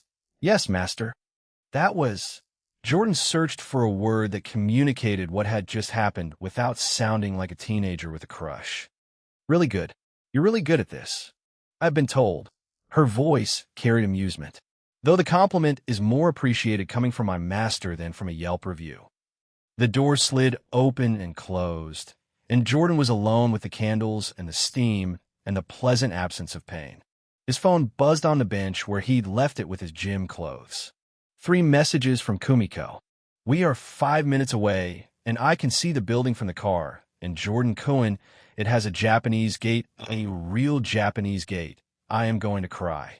Chloe told me to stop screaming in the car, but this is not screaming. This is expressing justified emotional response. There's a koi pond. I can see it through the fence. I am deceased. Tell my mother I loved her, and also that her Castella recipe needs more honey. 1 message from Chloe. Your girlfriend is having a religious experience in my passenger seat. This place better be as good as it looks from the parking lot, or I'm billing you for the emotional damage of listening to Kumiko narrate every architectural detail we've passed in the last 3 minutes. Jordan smiled, rolled off the massage table with the boneless grace of someone whose muscles had been professionally liquefied, and reached for the robe hanging by the door. The fabric was thick cotton, warm from a cabinet, and smelled like the same cedar that permeated every surface of the onsen. He caught his reflection in a small mirror mounted near the entrance. His face looked different than it had an hour ago at the gym. The tension lines around his jaw had smoothed. His eyes were clearer. The constant low-level stress that lived behind his expression like background static had been, at least temporarily, replaced by something that looked suspiciously like peace. Jordan tied the robe and stepped into the hallway, where the sound of Tomo's cheerful voice echoed from the direction of the front entrance. "Welcome to How to Know You. Oh wow, your hair is so cool. Is that blue natural? I once tried to dye mine green, but it turned out more like swamp water, and Ayaka-san made me shave it off because she said it violated the dress code, which I still think was..." "Tomo," Ayaka's voice, smooth and commanding. "Please allow our guests to enter the building before you interview them." "Right. Sorry. Gomein. Gomein." A familiar squeal pierced the lobby. Jordan smiled and walked toward his girls. 247 Welcome to Paradise. Please don't let the women kill each other. The lobby of Hada Know You smelled like cedar and money. Two things Chloe had trained herself to identify within 3 seconds of entering any room. The polished wood floors reflected the paper lantern lighting in warm amber pools, and a scroll painting of misty mountains hung behind a reception desk that probably cost more than her mother's dry cleaning business earned in 6 months. Every surface, every angle, every carefully placed stone in the entryway communicated a single message: you cannot afford to be here. Chloe had spent 18 years learning the language of wealth. She spoke it fluently. She recognized every dialect. This place was the real thing. Kumiko had already abandoned all pretense of composure and was crouching beside a bamboo water feature near the entrance, filming it with her phone while whispering rapid Japanese commentary to nobody in particular. Her twin tails bobbed as she moved from the bamboo to a stone lantern and back again, her platform sneakers squeaking against the polished floor. "Chloe-chan, look at this joinery. Look at it. There are no nails. This is traditional Japanese carpentry, the kind where they cut the wood to fit together like puzzle pieces, and it takes years to learn, and my dad would literally cry if he saw this because he talks about this stuff all the time when we watch those home renovation shows in..." "Kumi, breathe." "I am breathing. I'm breathing and talking and filming simultaneously. Multitasking." The girl behind the reception desk, the one who had introduced herself as Tomo Ishikawa, watched Kumiko's orbit around the lobby with unrestrained delight. Tomo stood maybe 5'4" in her sandals, with a tanned, athletic build that suggested she spent more time hauling equipment than sitting behind desks. Her dark hair was cropped short and messy, and she leaned forward on the counter with both elbows, grinning like someone watching her favorite show. "Your friend is really fun." Most guests just walk straight to the changing rooms, but she's been examining the floor for like 2 minutes. Nobody ever appreciates the floor. Chloe offered a polite smile. She appreciates everything. It's her defining trait. A taller woman stood 3 steps behind Tomo, and this one Chloe assessed with significantly more care. The woman wore a deep purple kimono with silver embroidery that clung to a figure Chloe's trained eye cataloged at approximately a J cup, which was frankly absurd, and her ink black hair was arranged in an elaborate updo, secured with ornate pins. Her face was beautiful in the classical sense. High cheekbones, porcelain skin, full lips set in a smile that managed to be warm and knowing and faintly predatory all at once. She looked like someone's fantasy of a traditional Japanese hostess brought to life and given too many stat points. "Welcome to How to Know You." The woman's voice poured out like warm sake. "I'm Ayaka Tachibana, General Manager. You must be Chloe-san. Just Chloe is fine." "As you wish." Ayaka's eyes traveled from Chloe's face down to her white sneakers and back up in a single smooth sweep that felt less like judgment and more like measurement. "Master Jordan described you as the one who would ask many questions about the business." "Master." The word landed in the center of Chloe's chest like a stone dropped into a puddle. "He said what now?" "Master Jordan has spoken of you with great warmth." Ayaka's smile deepened.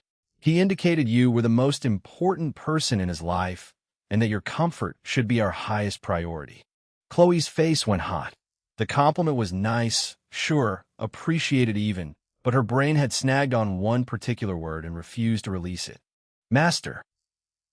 A gorgeous woman with a body that violated several laws of physics had just referred to Chloe's boyfriend as master, and Chloe's nervous system was not handling this information gracefully. "Where is he?" "Master Jordan is in the West Corridor. He received a massage treatment following his gym session. I believe he is dressing now." Chloe's teeth pressed together.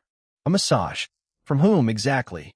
The question formed in her throat, and she swallowed it before it could escape. Because she was Chloe Kim, she maintained composure in all situations. She had managed 6,000 subscribers and their deranged requests for 18 months without losing her mind, and she could absolutely handle one unreasonably attractive spa employee calling her boyfriend master without spiraling into territorial fury. Mostly. "I'll find it myself." Chloe walked past the reception desk without waiting for directions, her sneakers quiet against the wood.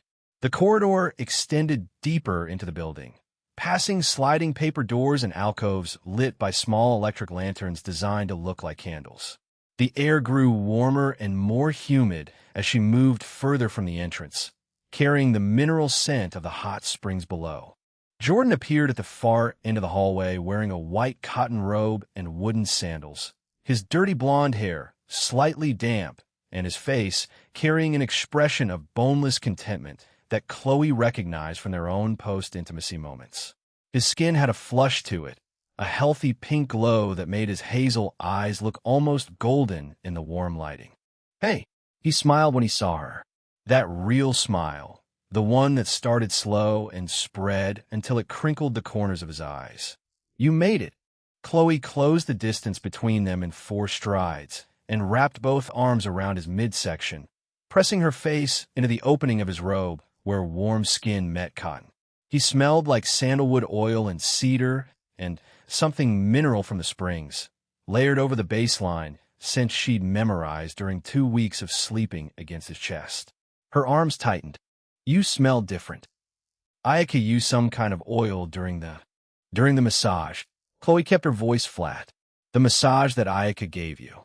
"Yeah, my shoulders were destroyed from sparring with Maya, and she offered to." "She offered." 248 I'm processing. Jordan looked down at the top of Chloe's head. She could feel his chest expand with a careful breath. "Chloe, I'm not mad. Your fingernails are digging into my back." She loosened her grip by exactly 1 degree. "I'm processing. You're being possessive. I'm being reasonable." She pulled back enough to look up at his face, her chin resting against his sternum. "You own a spa staffed by women who look like that, and the manager calls you master, and she gave you a massage while I was driving here, and you want me to process this calmly." Jordan's hand settled on the back of her head, his fingers threading through her hair in the way he did when he wanted her to feel safe. The blue streak slipped between his index and middle fingers. "You're the first person I called. The second I saw this place, I called you. That's not the point." "What's the point?" Chloe pressed her face back into his chest. The robe was thick and warm, and she hated how comfortable it felt against her cheek. She hated more that the oil on his skin smelled expensive and that Ayaka's hands had put it there. She hated most of all that the logical part of her brain, the NAMI part, the part that ran spreadsheets and tracked income and calculated risk, understood that this place was an incredible asset and that Jordan owning it represented a massive financial opportunity. But the rest of her, the part that had spent the last 2 weeks learning his body by heart, wanted to go back to the lobby and tell Ayaka Tachibana that the man she called master slept in Chloe's bed and wore hickeys that Chloe put there. "The point," Chloe said against his chest, "is that you could have warned me. I found out an hour ago. You could have warned me faster." His laugh rumbled through his ribs and into her cheekbone. She refused to smile. "Jordan." "Yeah. If she touches you again, I want to know about it first." "It was a professional massage, Chloe. I don't care what it was professionally. I care what it was when her hands were on you and I wasn't here." A beat of silence. His arms tightened around her shoulders, pulling her closer until she had to tilt her head back to breathe. Okay. His voice was lower now. Serious. You're right. I should have texted you before the massage. I wasn't thinking. You weren't thinking because your brain turned off the second a beautiful woman offered to put her hands on you. My brain turned off because Maya Santos hit me in the ribs 6 times and I could barely walk. Chloe searched his face for deception. She had gotten very good at reading Jordan McKnight over the past 2 weeks. She knew the eye twitch that meant he was hiding something. She knew the jaw clench that meant he was stressed. She knew the way his Adam's apple moved when he swallowed a lie. Right now his face held nothing except genuine concern that he had upset her, which was both reassuring and infuriating in equal measure. Phoenix. She released him. Step back, straightened her crop top, and pushed the blue streak behind her ear. Explain to me how you own a spa in Newport Beach. Jordan leaned against the corridor wall and crossed his arms over the robe. I don't. Not fully. Not yet. What does that mean? The inheritance. My grandfather's will. Jordan's eyes found a spot on the wall behind her left shoulder, the way they always did when he was navigating around something he couldn't say directly. This property is part of the estate. It transfers to me when I complete the conditions. Until then, I'm technically the designated successor. The staff knows I'm next in line, so they treat me as the owner. Hence the master thing. Chloe filed this information into the mental folder labeled things Jordan says about his inheritance that don't quite add up. The folder was getting thick. The timeline of his grandfather's will, the conditions involving multiple girlfriends, the sudden appearance of a luxury property in Newport Beach. None of these pieces fit together in a way that satisfied her analytical mind. But Jordan's face held that particular expression he wore when the truth was complicated and the full version would take longer than a hallway conversation to explain. So, when you finish the inheritance conditions, this place becomes yours. Yeah. And the staff. They stay. They're loyal to the position, not the person. Ayaka seems pretty loyal to the person. Jordan's ears turned pink. She's traditional. Chloe repeated the word like she was tasting something sour. Is that what we're calling it? Yordankowen. Kumiko's voice preceded her body by approximately 3 seconds. Enough time for Chloe to compose her expression before her best friend barreled around the corner at full velocity. Kumiko's platform sneakers provided no traction on the polished wood, and she slid the final 4 feet into Jordan's chest like a runner stealing home. His arms caught her automatically, her twin tails whipping against his robe as the impact drove him half a step backward. Jordan Cohen, this place is amazing. The koi pond has actual koi, and one of them is orange with white spots, and I named Amachi, and Tomos and Show Me the Garden, and there's a real bamboo grove. And did you know the stone pathway is arranged according to traditional tea garden principles, and the water feature uses a shurshuro doshi, which is that bamboo thing that goes clonk and kumi. I also met Corey-san in the kitchen, and she gave me machi, actual machi, not the fish, which is where I got the name for the fish, and it was the best machi I've ever eaten, and she said she'd teach me how to make it if I come back. And also there's a girl hiding behind a pillar near the changing room who I think is scared of me. That's probably Yumi. Jordan patted the top of Kumiko's head between her twin tails, and Chloe watched her friend's entire nervous system shut down like a computer entering sleep mode. Kumiko's rapid-fire monologue dissolved into a soft, contented hum.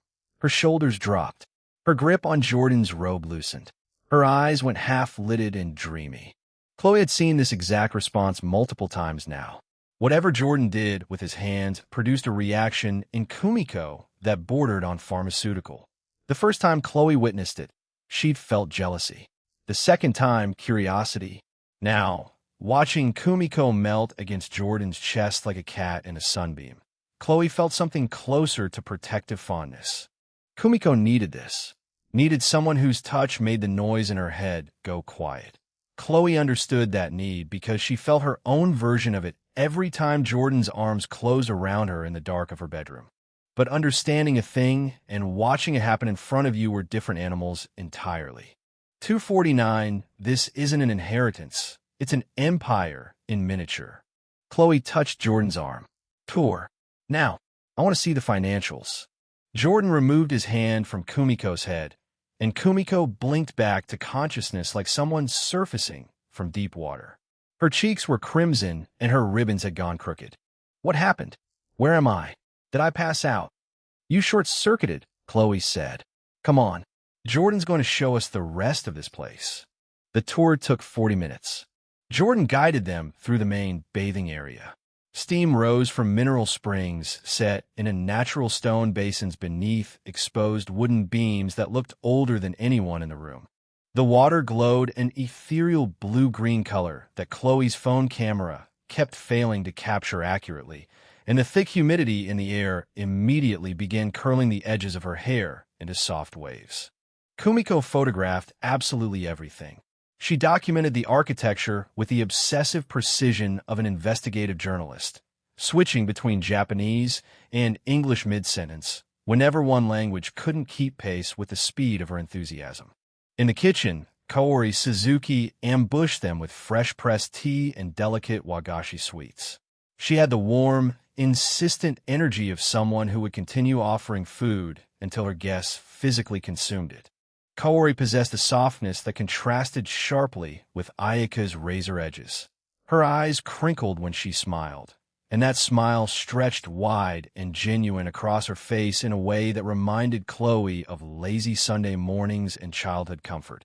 Except Kaori looked no older than 25, and her figure belonged on a vintage pinup poster.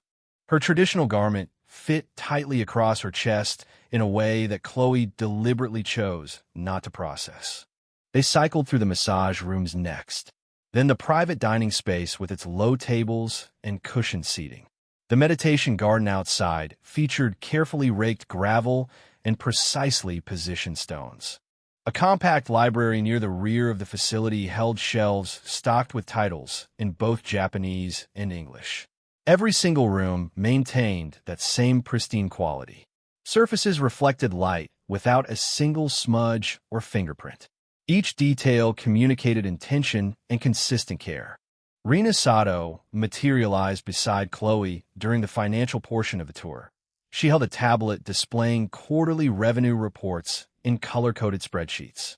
Rina stood at average height with a lean frame and stylish rectangular glasses that gave her a corporate professional appearance. Her navy blouse and fitted pencil skirt looked transplanted directly from a business boardroom, and her dark hair fell in a precise bob that terminated exactly at her jawline. She delivered financial data with the same unconscious ease that other people use to breathe. The information flowed naturally from her lips without hesitation or visible effort. Operating margins have remained stable at 23% across all quarters. Rina's voice carried zero inflection. Revenue split is 41% bathing services, 28% massage and treatments, 18% food and beverages, 13% private events and rentals. Chloe studied the numbers on the tablet. The spreadsheets were clean, color-coded, organized with the kind of obsessive attention that Chloe recognized because she maintained her own financial records with identical intensity. What's your annual revenue? I am not authorized to disclose specific figures without Master Jordan's approval. Rina's eyes moved to Jordan, who nodded. 1.2 million in the most recent fiscal year. Chloe's stomach did a backflip. $1.2 million annually from a hot springs resort in Newport Beach that Jordan had apparently inherited through conditions he still hadn't fully explained. And the overhead? Staff compensation accounts for 34% of operating costs. Facility maintenance, 12%. Supplies and materials, 8%. Utilities, 7%. Insurance, 4%. Marketing and advertising, which I handle personally, 3%. Remaining funds are allocated between the reserve account and reinvestment into facility improvements. Chloe's thumb moved through the digital spreadsheets with practiced efficiency. Each swipe revealed another layer of financial architecture that held together with the kind of structural integrity she recognized from her own meticulous bookkeeping. The categories interconnected properly. The percentages added up without forcing anything. Revenue streams flowed into expense allocations with logical consistency that couldn't be faked or manufactured for show. This wasn't theoretical modeling pulled from classroom assignments or hypothetical projections designed to impress investors. This was operational reality. A business that existed in physical space, employed actual human beings, served real customers, and generated legitimate income that showed up in bank accounts and tax documents.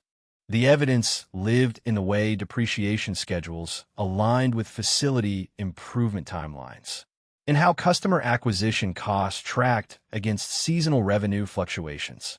In the precise allocation of marketing budgets that Rena had clearly optimized through systematic testing and adjustment over multiple fiscal quarters. Who handles your tax filings? Edo. Rena's index finger rose to adjust her glasses in a gesture so economical it barely registered as movement. All income is reported through the registered LLC structure. Quarterly estimated payments are submitted to both federal and state authorities according to their published deadlines. We have never received an audit notice or any correspondence questioning our reported figures. Chloe's eyes lifted from the tablet to find Jordan standing across the courtyard. He stood beside the stone garden fountain with Kumiko hanging off his arm, watching Chloe review financial data with an expression of quiet pride. Not the smug, performative pride of someone showing off a purchase. Something deeper. Something that said, I built this for us. Except he hadn't built it. The inheritance had provided it. The conditions of his grandfather's will had created the pathway, and Jordan had walked it. But the way he looked at Chloe while she reviewed the numbers, the way his eyes tracked her face for approval, told her that her opinion mattered more than the revenue figures on the tablet. This is real, she said. Yeah. 1.2 million. Before taxes. Rena says the effective rate after deductions is around 22%. Chloe handed the tablet back to Rena, who accepted it with a polite nod. Her face revealed nothing. I have additional reports available should you wish to review them, Rena said. Cash flow projections, depreciation schedules, customer acquisition cost analysis, and a competitive landscape assessment I completed last Tuesday. I'll take all of them. The ghost of something that might have been approval crossed Rena's features before vanishing behind her professional mask. I will email them to whatever address you prefer. Jordan draped his arm over Chloe's shoulder as Rena departed with mechanical precision. The weight of him against her side was warm and solid and real in a way the numbers on the tablet were not. So he said, So, what do you think? 250 the difference between inheritance and ambition. Jordan watched Chloe's face the way a poker player watches an opponent's hands. The slight compression of her lips. The micro movement of her jaw as she processed information. The way her blue streak caught the warm lantern light as she tilted her head toward the courtyard garden. I think, Chloe said, and then stopped. She did that sometimes. Started a sentence and then let it hover in the space between them while she assembled the rest of it behind her eyes. Chloe Kim never spoke without knowing the full shape of what she wanted to say, and Jordan had learned to wait for it rather than fill the silence with nervous chatter the way old Jordan would have. I think this changes things. Good changes or bad changes? Both. Chloe's hand found the inside of his elbow, and her thumb traced a slow circle against the crook of his arm. A business that generates 7 figures annually changes the math on everything. Nova Network, our living situation, the streaming equipment, all of it. This is real capital, Jordan, not allowance money or cash back from Buy Me Dinner. He knew she was right. He'd been turning over the same realization since Ayaka first showed him the quarterly reports. 1.2 million in annual revenue translated to roughly $936,000 after Rena's 22% effective tax rate. Minus staff compensation, overhead, facility maintenance, and the various costs associated with running a business that operated across multiple verticals. that left a profit margin substantial enough to fund their entire operation several times over without breaking a sweat. They could expand Nova Network into 3 additional cities. They could lease a proper streaming facility with dedicated studios. They could hire full-time staff instead of relying on gig workers and freelancers who juggled their responsibilities alongside college coursework. The numbers were obscene in a way that made Jordan's brain perform the same glitching loop it had executed when the cashback system first activated in his apartment. Too many zeros. Too much possibility. Too far removed from the reality of his father standing behind a convenience store register at 2 in the morning because the overnight clerk called in sick. And Jordan felt absolutely nothing about them. That was the problem. The money existed as an abstract concept rather than something tangible he could hold in his hands or measure against his own effort. He hadn't built this business from scratch the way his father had constructed 3 stores through 20 years of manual labor and careful expansion. He'd just shown up, applied the cashback system's framework to a problem that needed solving, connected people who needed connection. The facility had materialized around him like set dressing in a play where he'd been cast as the lead without ever auditioning for the role. "I already know what I'm doing with the money," he said. Kumiko had drifted toward the koi pond again, crouching at the stone edge and attempting to coax Machi to the surface with the remains of a wagashi sweet that Kaori had pressed into her hands. Her twin tails dangled dangerously close to the water. High-yield savings account. Maybe split between that and some index funds. I talked to Rena about it for about 30 seconds before you got here, and she had a whole diversified portfolio recommendation ready to go, which honestly was terrifying. Chloe's eyes narrowed slightly. "You want to save it. I want to protect it. Emergency fund. Long-term growth. Something that compounds over 20 years and turns into generational wealth for the people I care about." Jordan watched a koi the color of burnt amber drift past the stone basin's edge. "My dad worked 12-hour days for 20 years to build 3 convenience stores. My mom stood beside him the entire time. They put me through Pacific Crest on those hours and that sacrifice, and I can't just take this money from a facility I didn't construct with my own hands and pretend like I earned it." The words came out rougher than he intended, more honest than he'd planned. Chloe's thumb stopped its circular motion on his arm. She looked at him with that expression he'd come to recognize, the one that said she was seeing something in him that he hadn't consciously revealed. "You don't want this to be your thing." "No, even though it's yours. It's mine by technicality." Jordan pulled his arm away from Chloe so he could face her properly, leaning one shoulder against the cedar column of the garden walkway. His robe shifted with the movement, exposing the hollow of his collarbone and the faint bruise Kumiko had left there 16 hours ago. "My grandfather put this in my name because of conditions I didn't choose. I didn't research the location. I didn't hire the staff. I didn't build the client base. Ayaka and Rina and Tomo and Kaori and Yumi did all of that. For years. Without me." Chloe folded her arms across her chest, the gesture pulling her white cropped sweater tight across her frame in a way that Jordan's hindbrain registered and his conscious mind firmly shelved. "So what do you want?" "I want to build something from nothing." The conviction behind the words surprised even Jordan. "Nova Network. That's mine. I recruited the talent. I hired Brooke. I found the streamers. I'm going to make it work or fail on my own merit. Not because some dead relative left me a building full of beautiful women in kimonos who call me master." Silence pooled between them. Warm air from the mineral springs carried the faint sulfuric sweetness of the natural hot water and mixed with the cedar incense that Tomo had lit near the garden entrance. Somewhere behind them, Kumiko made a delighted squeaking sound as Machi apparently surfaced to accept her offering. Chloe studied Jordan for a long time without speaking. Then she smiled. Not the polished smile she wore for Instagram photos or the professional warmth she deployed during her Calypso streams. The small, private one that belonged only to Jordan. The one that meant she'd found something in him that she respected. "You know what's funny?" Chloe uncrossed her arms and stepped closer until her chest nearly touched his. She had to tilt her chin up to maintain eye contact at this distance, Her 5'6" frame fitting beneath his jaw like the world designed her to stand exactly here. A month ago, you were a guy who spent $3,000 on my OnlyFans coffee date because you thought buying access to someone equal connection. In my defense, I was clinically insane at the time. $2.51 the Kumiko sandwich is my new favorite meal. You were. Her fingers found the collar of his robe and straightened it with a domestic gesture that made his chest feel too full.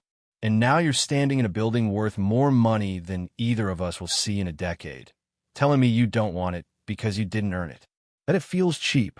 Does that make me stupid? It makes you the opposite of every man I've ever met. Chloe's voice dropped low enough that the steam and the distant sound of Kumiko's narration swallowed it. Every guy who ever subscribed to my content wanted something from me. They paid because they wanted access. Attention. The fantasy of ownership. You're the only person who's ever been handed something valuable and said no. I want to build my own version. Jordan's hand found Chloe's waist beneath the hem of her sweater. Bare skin, warm from the humidity, impossibly soft at the curve above her hip. She leaned into the contact like a cat accepting affection on its own terms. The money still goes somewhere useful, he said. I'm not going to let it rot. Obviously. You'd be an idiot to ignore $1.2 million in annual revenue. So I put away, let compound, use it for emergencies and family stuff. But Nova Network succeeds or fails on its own. Chloe's eyes held his with that specific intensity that always preceded important declarations. And when Nova Network needs capital to scale, when you need a studio space or equipment upgrades, or marketing budget that exceeds what your cashback generates, then I'll figure it out the same way every other startup does. Not by raiding a trust fund. Stubborn. Consistent. Same thing. Chloe rose on her toes and pressed her mouth against the corner of his jaw, just below his ear, in a spot that made his entire nervous system light up like a switchboard. Her breath was warm, and her lips barely grazed his skin before she pulled away. Yordankoan. Kumiko's voice carried across the garden courtyard with the enthusiasm of someone who had discovered buried treasure. She stood at the koi pond's edge with her phone held high, her pastel pink crop hoodie riding up to expose her navel as she stretched toward the camera angle she wanted. Water droplets glistened on her fingertips where they'd touched the pond's surface. Come look, Machi ate from my hand. I got video. Kumiko's head snapped toward Jordan and Chloe with the sudden paranoid energy of someone who just remembered protocol existed. Her eyes went wide behind her phone screen. Wait, is there a rule about posting the koi fish? I just made the rules document yesterday. Chloe-chan, is there a rule about koi fish content? I need to know right now, immediately, because this video is so cute I might explode if I don't share it. There is no rule about koi fish content, Chloe confirmed with the patient tone of someone who'd had this exact conversation about 3 other topics in the last hour. Then witness this miracle. Kumiko sprinted toward them across the garden. Her platform sneakers slapped against the stone pathway with the rhythm of an approaching drumline. She closed the distance in approximately 4 seconds and launched herself between Jordan and Chloe with the force of a guided missile that had locked onto warmth and affection. Her arms wrapped around both of them at waist height. Her face pressed into Jordan's chest while her back nudged against Chloe's front, creating a Kumiko sandwich situation that seemed to be her preferred method of expressing joy. The impact knocked Jordan back half a step. His free hand came up automatically to steady her before she ricocheted off him into the koi pond. This is the best place in the whole world, and I want to live here forever, Kumiko announced into Jordan's sternum. Her voice was muffled by fabric, but her enthusiasm remained at full volume. Also, I want to become friends with all 5 of your employees, because they are beautiful and nice, and Corey-san gave me machi 3 times already. 3 times. She said I have good energy and that I should come back whenever I want, and I think she might be my new favorite person after you too. Maybe tied with you too. It's hard to rank. Jordan's hand found the top of Kumiko's head between her twin tails. His palms settled against the crown of her skull, and the head pat trait engaged like a key sliding home in a lock.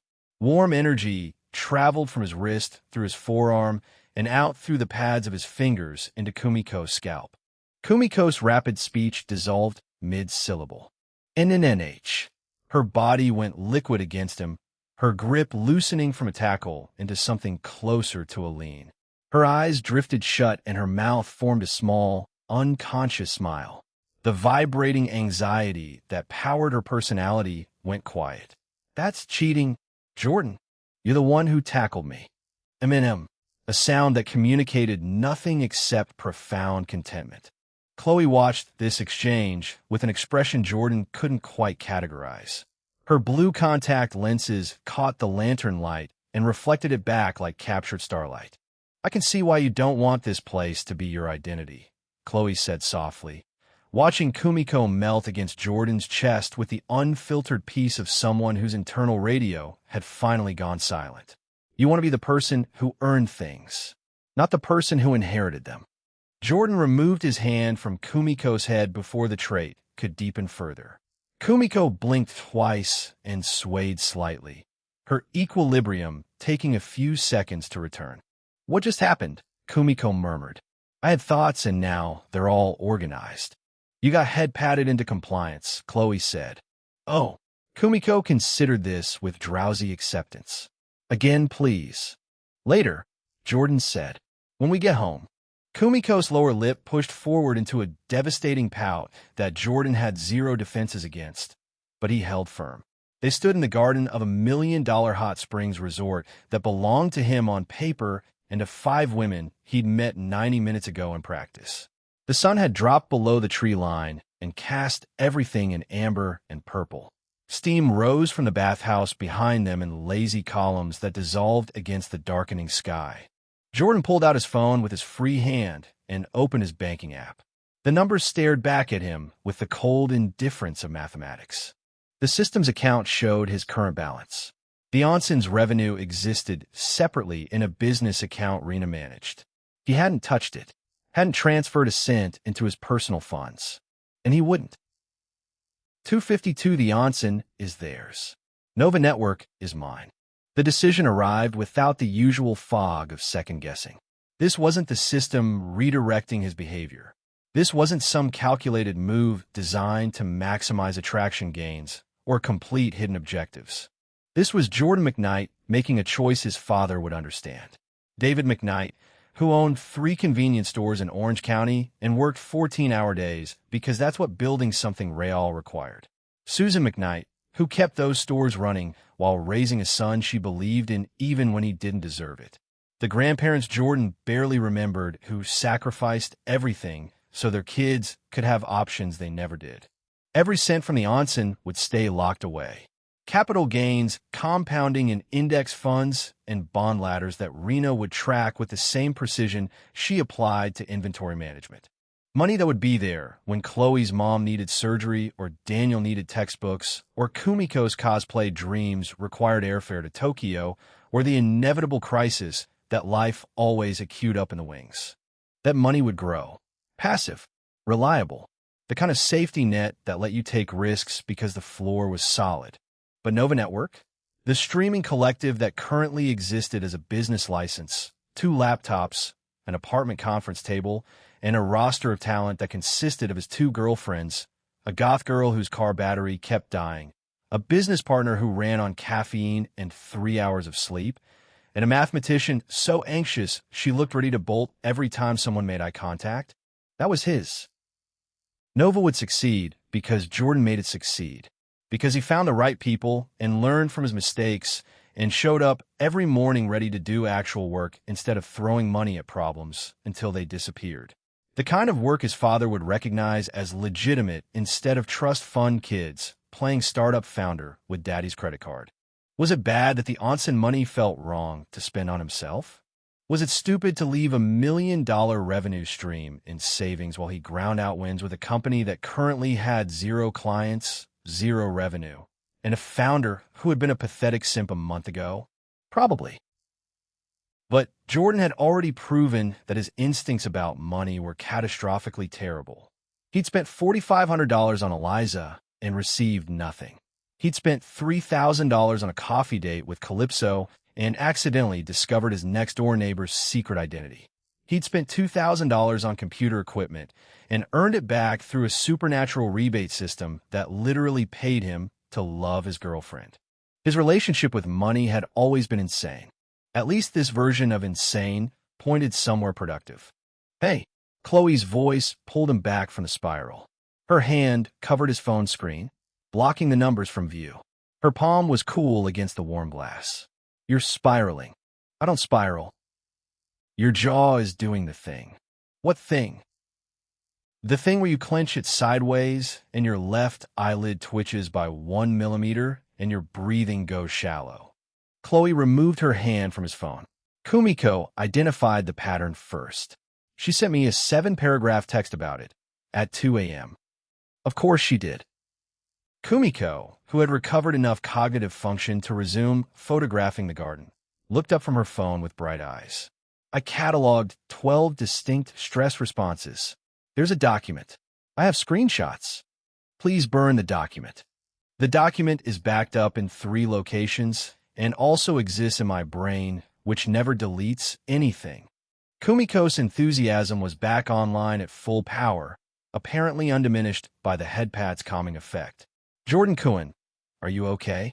Your shoulders went up toward your ears, and that usually means you're thinking about something that makes you feel guilty or inadequate, which Chloe-chan and I have discussed extensively. Jordan looked between his 2 girlfriends, one who operated with the cold precision of a financial analyst counting cards at a blackjack table, and one who tracked his micro-expressions with the dedication of a surveillance operative who'd memorized his entire behavioral library and organized it by stress level. Both of them loved him enough to build a shared database of his psychological tells. Both of them had apparently compared notes. Both of them knew exactly when his brain started eating itself from the inside. The realization should have felt intrusive. Instead, it felt weirdly grounding, like having 2 people invested enough in his mental state to actually notice when it started deteriorating. "I'm fine," he said, and for once the words didn't feel like a deflection. "Just figuring out what belongs to me and what doesn't." Chloe squeezed his elbow once, firm enough to register. "The onsen isn't you." "No. Nova Network is." "Yeah." "Then we go home, we finalize the business plan, and we build something worth bragging about." Chloe's smile shifted into something sharp and feral, the expression she got when her competitive instincts kicked into overdrive. The look that had first caught his attention back when he'd been too stupid to recognize genuine ambition when it walked into a room. "Because I refused to be the girlfriend of someone who peaked at inheriting a spa. I didn't spend 6 months building a business strategy with you just to watch you settle for being a glorified bathhouse landlord." Harsh. Motivating. Kumiko appeared between them again, her phone now displaying the koi pond video she'd captured. Machi's amber scales caught the light as the fish accepted crumbs from Kumiko's outstretched fingers, and the footage was genuinely beautiful in the way that simple moments often are when captured by someone who pays attention to everything. "Can we come back here?" Kumiko asked. "To use the baths?" "Because Tomo-chan said the minerals are good for skin and also for muscle recovery and also for stress, and also she said something about the water making couples more emotionally bonded, which might be pseudoscience, but I want to believe it because it sounds nice." Jordan thought about the system's description of the mineral springs. The part about passively increasing attraction with any registered beauty who utilized the facilities. The careful, gamified language that turned even hot water into a progression mechanic. "Yeah," he said, "we can come back." 253, My 2 Girlfriends in Traditional Robes, is a sight more powerful than any gotcha pull. Ayaka appeared at the garden's entrance with the kind of timing that suggested either supernatural awareness or extremely good surveillance equipment. Her purple kimono caught the dying light as she glided across the stone pathway, each step somehow silent despite the gravel underfoot. "Master Jordan," she inclined her head with practiced grace. "The evening service begins in 30 minutes. Shall I prepare the private bath for you and your guests?" Jordan felt Chloe's fingers tighten on his arm. Not painfully, just enough to communicate that she'd registered Ayaka's presence and was actively calculating threat assessments. That would be great. Jordan kept his voice neutral. The mineral springs. The big one with the garden view. An excellent choice. Ayaka's smile deepened by approximately 1 millimeter, which on her face conveyed roughly the same emotional range as a normal person screaming with delight. I will ensure fresh towels and refreshments are arranged. Kaori has prepared a seasonal menu featuring Machi.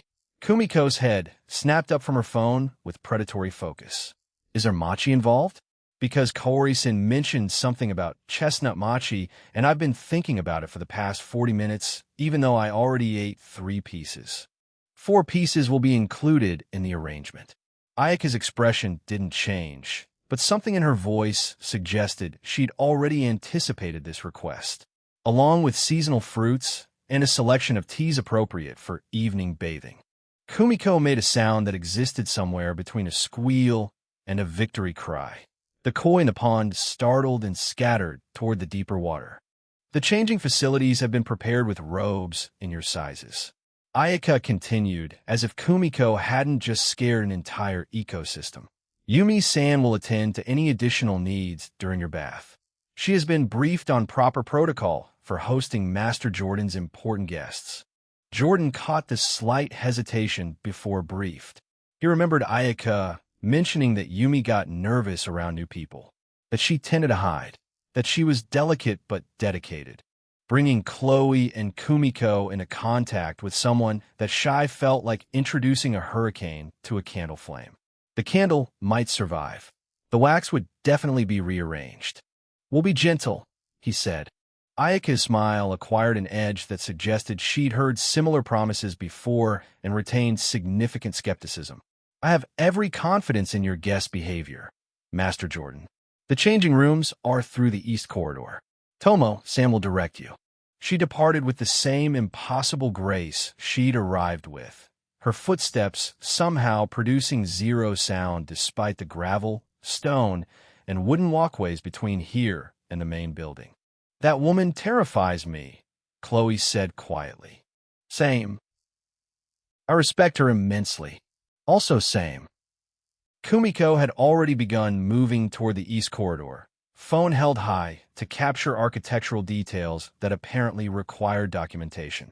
Her enthusiasm left a trail of excited Japanese exclamations in its wake. The changing facilities exceeded Jordan's expectations, which had already been calibrated pretty high given everything else about this place. The room featured warm wooden walls, subtle ambient lighting from paper lanterns, and individual changing alcoves separated by bamboo screens. Fresh yukata robes hung on polished hooks alongside fluffy white towels that probably cost more than Jordan's entire wardrobe from 3 months ago. Chloe selected a changing alcove and disappeared behind the screen with the efficiency of someone who'd changed clothes in cramped OnlyFans filming setups and learned to work fast. The rustle of fabric suggested she'd already begun stripping down. Kumiko chose the alcove directly adjacent to Jordan's, which he discovered when her pink notebook slid under the bamboo divider and bumped against his ankle. Jordan Cohen's. Her voice came through the barrier with suspicious sweetness. Can you hand me that? I dropped it and my arms are trapped in my cardigan. He crouched down to retrieve the notebook. The cover featured hand-drawn hearts and a surprisingly detailed sketch of what appeared to be him, Chloe, and Kumiko in anime style. The artistic quality was actually impressive. Kumiko had captured Chloe's skeptical eyebrow and Jordan's half-smile with concerning accuracy. Nice drawing. A squeak. You weren't supposed to see that. Too late. He slid the notebook back under the divider. Your arm's really trapped, or was that just a ploy? Silence. Then a rustling sound followed by a soft thump. They're trapped now. I panicked and made them worse. Jordan exhaled slowly. Do you need help? No. More rustling. Maybe. A longer pause. Yes. But Chloe-chan should help, because if you see me stuck in my cardigan, I'll die of embarrassment, and then you'll have to explain to my parents how their daughter passed away from clothing-related shame. Chloe's sigh carried through multiple bamboo screens. Coming. The sound of footsteps, a sliding screen, And then Chloe's voice dropping into the patient register she typically reserved for explaining sponsorship contracts. How did you even manage this? Your arms are backwards. I got nervous and tried to take it off too fast, and then my elbows went the wrong direction and... Stop struggling. You're making it worse. I'm not struggling, I'm problem solving. You're tangling yourself in cashmere. Hold still. Fabric sounds. A small yelp from Kumiko. More fabric sounds. Then silence. Done. Chloe's voice carried the satisfaction of someone who'd successfully defused a minor crisis. Next time, just ask for help before you turn yourself into a pretzel. Thank you, Chloe-chan. You're so capable and wonderful and smart. And also your hands are very warm. Put on your robe. Jordan finished changing while the chaos unfolded on the other side of the bamboo screen. The yukata felt expensive against his skin in the way that really good fabric always did. Soft without being too smooth and substantial without being heavy. He tied the sash at his waist and stepped out of the alcove. Chloe emerged a moment later, wearing a matching yukata that fell to mid-thigh on her smaller frame. The blue streaks in her hair caught the lantern light as she adjusted the collar, and Jordan's brain temporarily stopped functioning for approximately 2 seconds. She noticed him looking, her lips curved. See something interesting? Just admiring the architecture. The architecture is behind you. I'm aware. 254 How to Befriend a Dondra. Kumiko burst from her alcove like a cosplayer late for a photo shoot. Her yukata slightly askew and her twin tails half escaped from their ribbons. She'd somehow managed to tie the sash backwards, creating a situation where the robe kept trying to slide open in directions that would have been extremely inappropriate in public. Chloe reached over and fixed the sash without comment. Kumiko submitted to the adjustment with the patience of someone accustomed to being gently corrected. Ready? Jordan asked. 2 nods. The hallway to the private bath wound through the building's interior, past sliding screens that revealed glimpses of other treatment rooms and meditation spaces. The air grew warmer and more humid as they progressed, carrying mineral scents that suggested proximity to the springs. Jordan's system notification pinged once, confirming that romantic environment bonus, active, had triggered somewhere in the background of whatever algorithm governed his supernatural phone app. He ignored it. The onsen existed independent of the system's gamification. The mineral springs would provide benefits whether or not some golden interface tracked the results. Tomo intercepted them at the final corridor junction, bouncing on her heels with an enthusiasm that suggested she'd been waiting specifically for this moment. Her athletic frame seemed barely contained by the maintenance uniform she wore, and her short dark hair was mussed in a way that indicated recent physical activity. Guests. Perfect timing. She gestured toward a wooden door that appeared significantly older and more ornate than anything else in the building. The private bath is through here. Water's at optimal temperature. I checked twice. Okay, 3 times because the first time I got distracted by a squirrel outside and had to start over. Thank you, Tomo-san. Chloe's voice carried genuine warmth despite her earlier wariness about the staff. You're welcome, pretty guest who asks smart questions. Tomo's grin could have powered a small city. Yumi-chan is already inside, setting up refreshments. Please be gentle with her. She's been practicing her greeting for 20 minutes, and I think she might faint if anything unexpected happens. We'll be careful, Jordan said. Tomo nodded vigorously, then paused. Also, the koi get fed at sundown, so if you hear splashing, that's just Machi being demanding. He's kind of a diva. We love him anyway. She departed down the corridor with the same explosive energy she'd arrived with, her footsteps somehow managing to be loud and cheerful at the same time. Jordan slid open the wooden door. Steam billowed outward like the world's most expensive welcome mat. Beyond the threshold lay a space that shouldn't have existed in Southern California.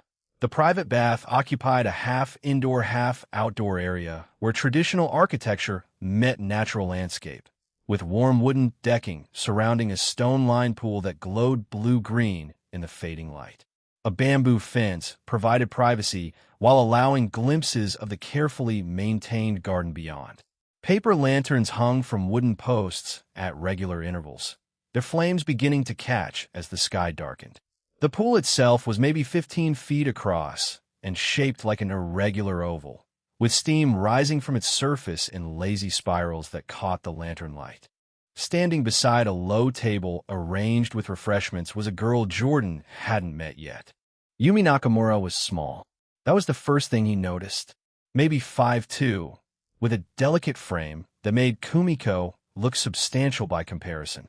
Her dark hair fell past her shoulders in soft waves, partially obscuring a face that seemed designed for looking at the ground.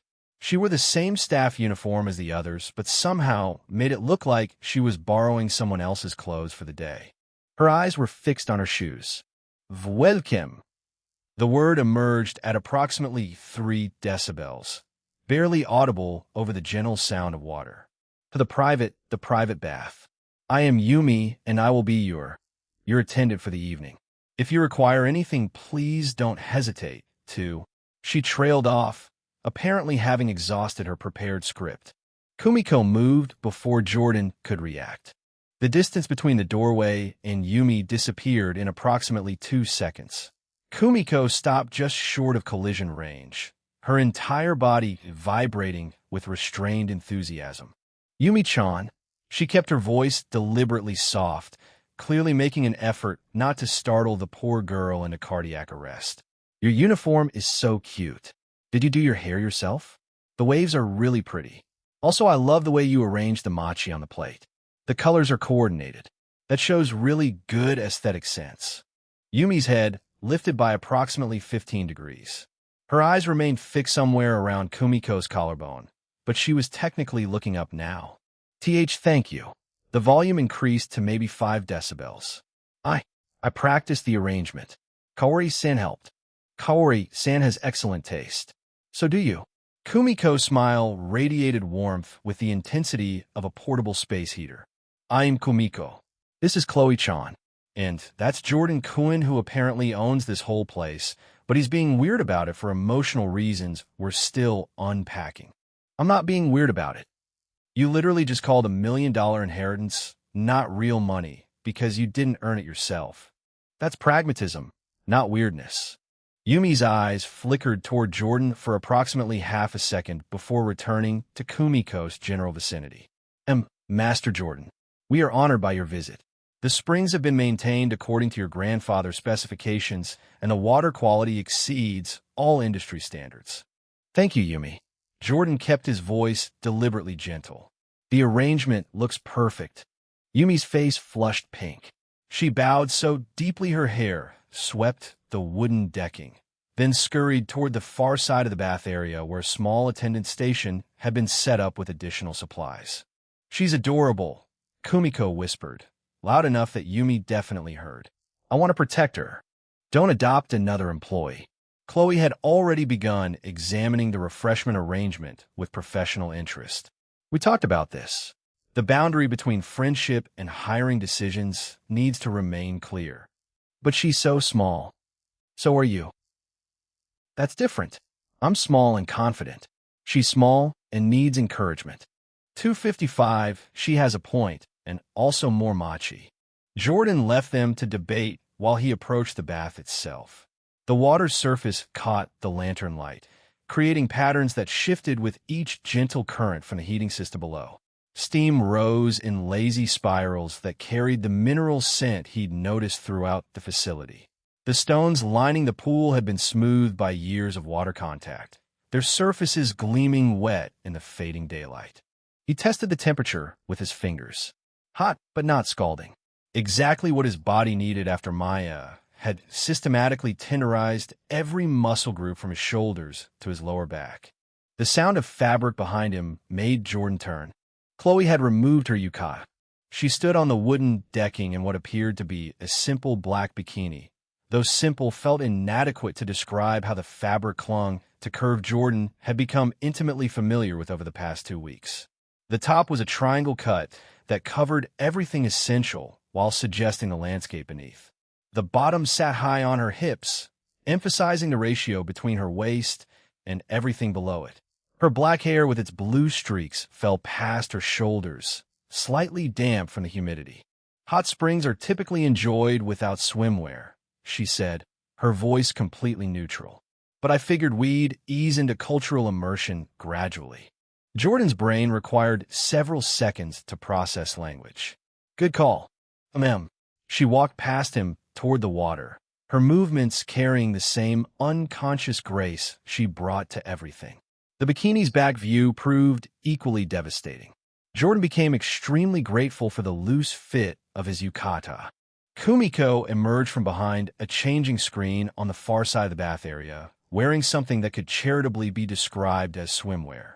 The pink fabric featured an excessive quantity of ruffles, a design that somehow managed to be both childish and extremely flattering, and what appeared to be a small ribbon bow positioned directly between her shoulder blades. "Chloe-chan helped me pick it out," Kumiko announced with zero shame. "She said it matched my personality." I think she meant the ruffles. "I meant all of it." Chloe had already lowered herself into the pool, the water rising to just below her collarbone. "NNH, that's good. The temperature is perfect." Jordan removed his yukata and set it aside on one of the wooden benches lining the bath area. He'd worn swim trunks underneath, a decision he'd made automatically while changing because swimming in a hot spring with two girlfriends felt like a situation that called for some measure of coverage. Kumiko didn't look away as he walked toward the water. Her eyes tracked down his torso with open appreciation, lingering on the muscle definition that the tune-up trait had provided. "Jordan-kun. Yeah. Your body is unfair." "Thank you." It wasn't a compliment. It was a complaint. She crossed her arms beneath the ruffled expanse of her swimsuit top. "3 weeks ago, you looked like someone who subsisted entirely on energy drinks and regret. Now you have actual, visible abdominal muscles. Multiple ones. That shouldn't be possible without steroids or divine intervention. Good genetics and consistent effort. Lies and slander." But she was smiling as she said it, the expression softening her accusation into something closer to fondness. Jordan descended into the pool via the stone steps built into one edge. The heat enveloped him immediately, working into muscles that Maya had abused earlier that afternoon. The mineral content of the water created a subtle, tingling sensation against his skin, different from regular hot tubs in ways he couldn't quite articulate. "H." The sound escaped involuntarily as the warmth reached the tension knots in his lower back. Chloe had positioned herself on one of the natural stone ledges built into the pool's interior, the water level just below her shoulders. Her eyes had closed, and her head tilted back against the smooth stone rim. Kumiko descended the steps with considerably more splashing than strictly necessary, her ruffled swimsuit creating small waves that disturbed the steam patterns rising from the surface. She settled onto a ledge near Jordan, close enough that their arms almost touched beneath the water. "This is nice," she said softly, "being here with both of you, in a place that belongs to Jordan Cohen, even if he's being stubborn about acknowledging that." "I'm not being stubborn. You called your inheritance not real because you didn't personally dig the hole for the koi pond. That's an exaggeration." "Is it, though?" Chloe opened one eye. She has a point. You're actively sabotaging your own success narrative because it conflicts with your self-made mythology. It's not mythology. My dad built 3 convenience stores from nothing. My mom worked 12-hour shifts while pregnant. My grandparents. Jordan. Chloe's voice cut through his defensive spiral with surgical precision. Your family's work ethic doesn't invalidate an inheritance you received. Your grandfather wanted you to have this place. Rejecting it doesn't honor his sacrifice. It wastes it. The words landed somewhere in Jordan's chest and stayed there. He didn't have an immediate response. The water lapped gently against the stone edges of the pool. Steam continued its lazy ascent toward the darkening sky. Somewhere beyond the bamboo fence, Machi the diva koi was probably demanding his evening feeding. Kumiko's hand found his beneath the water. Her fingers interlaced with his, warm despite the surrounding heat. "You don't have to figure out tonight." Her voice had dropped to the gentle register she used when his stress responses triggered her protection instincts. The money will still be there tomorrow. The onsen will still be here. Will still be here. H. Chloe's sigh carried contentment rather than frustration. She's right. For once, the emotional support is actually correct. Stop spiraling and enjoy the water. I wasn't spiraling. Your jaw did the thing. It did not.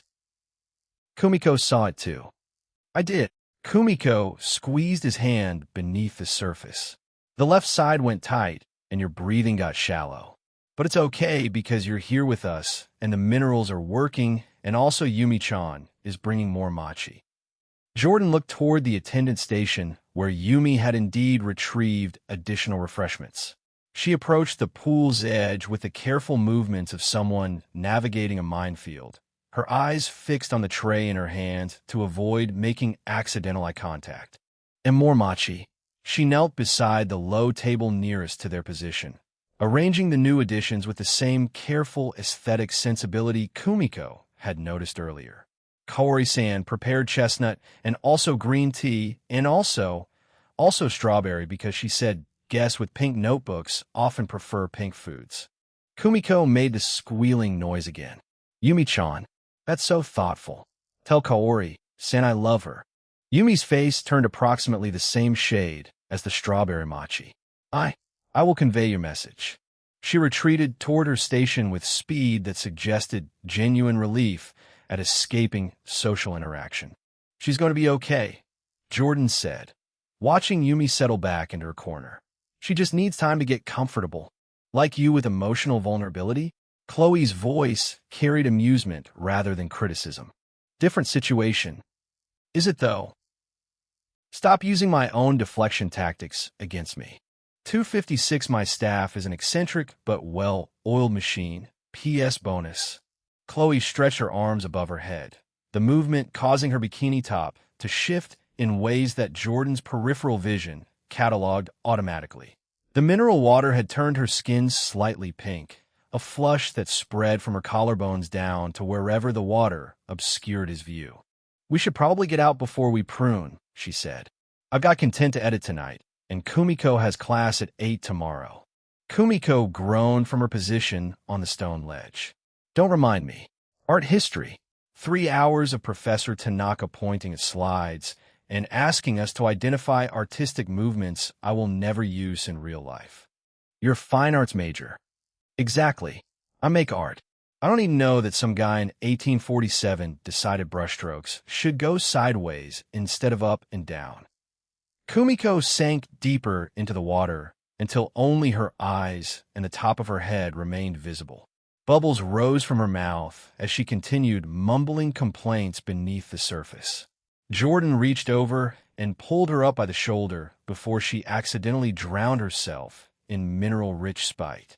Plot. Kumiko surfaced with water streaming down her face. I was expressing my discontent. You were submerging your respiratory system. Same thing. Chloe had already risen from the pool, water cascading down her body in sheets that caught the lantern light. Jordan watched the droplets trace paths across her skin, following the curve of her spine toward the small of her back where her bikini bottoms sat against her hips. She wrung out her hair with both hands, the motion lifting her arms and pulling her torso into a silhouette that belonged in a photograph rather than real life.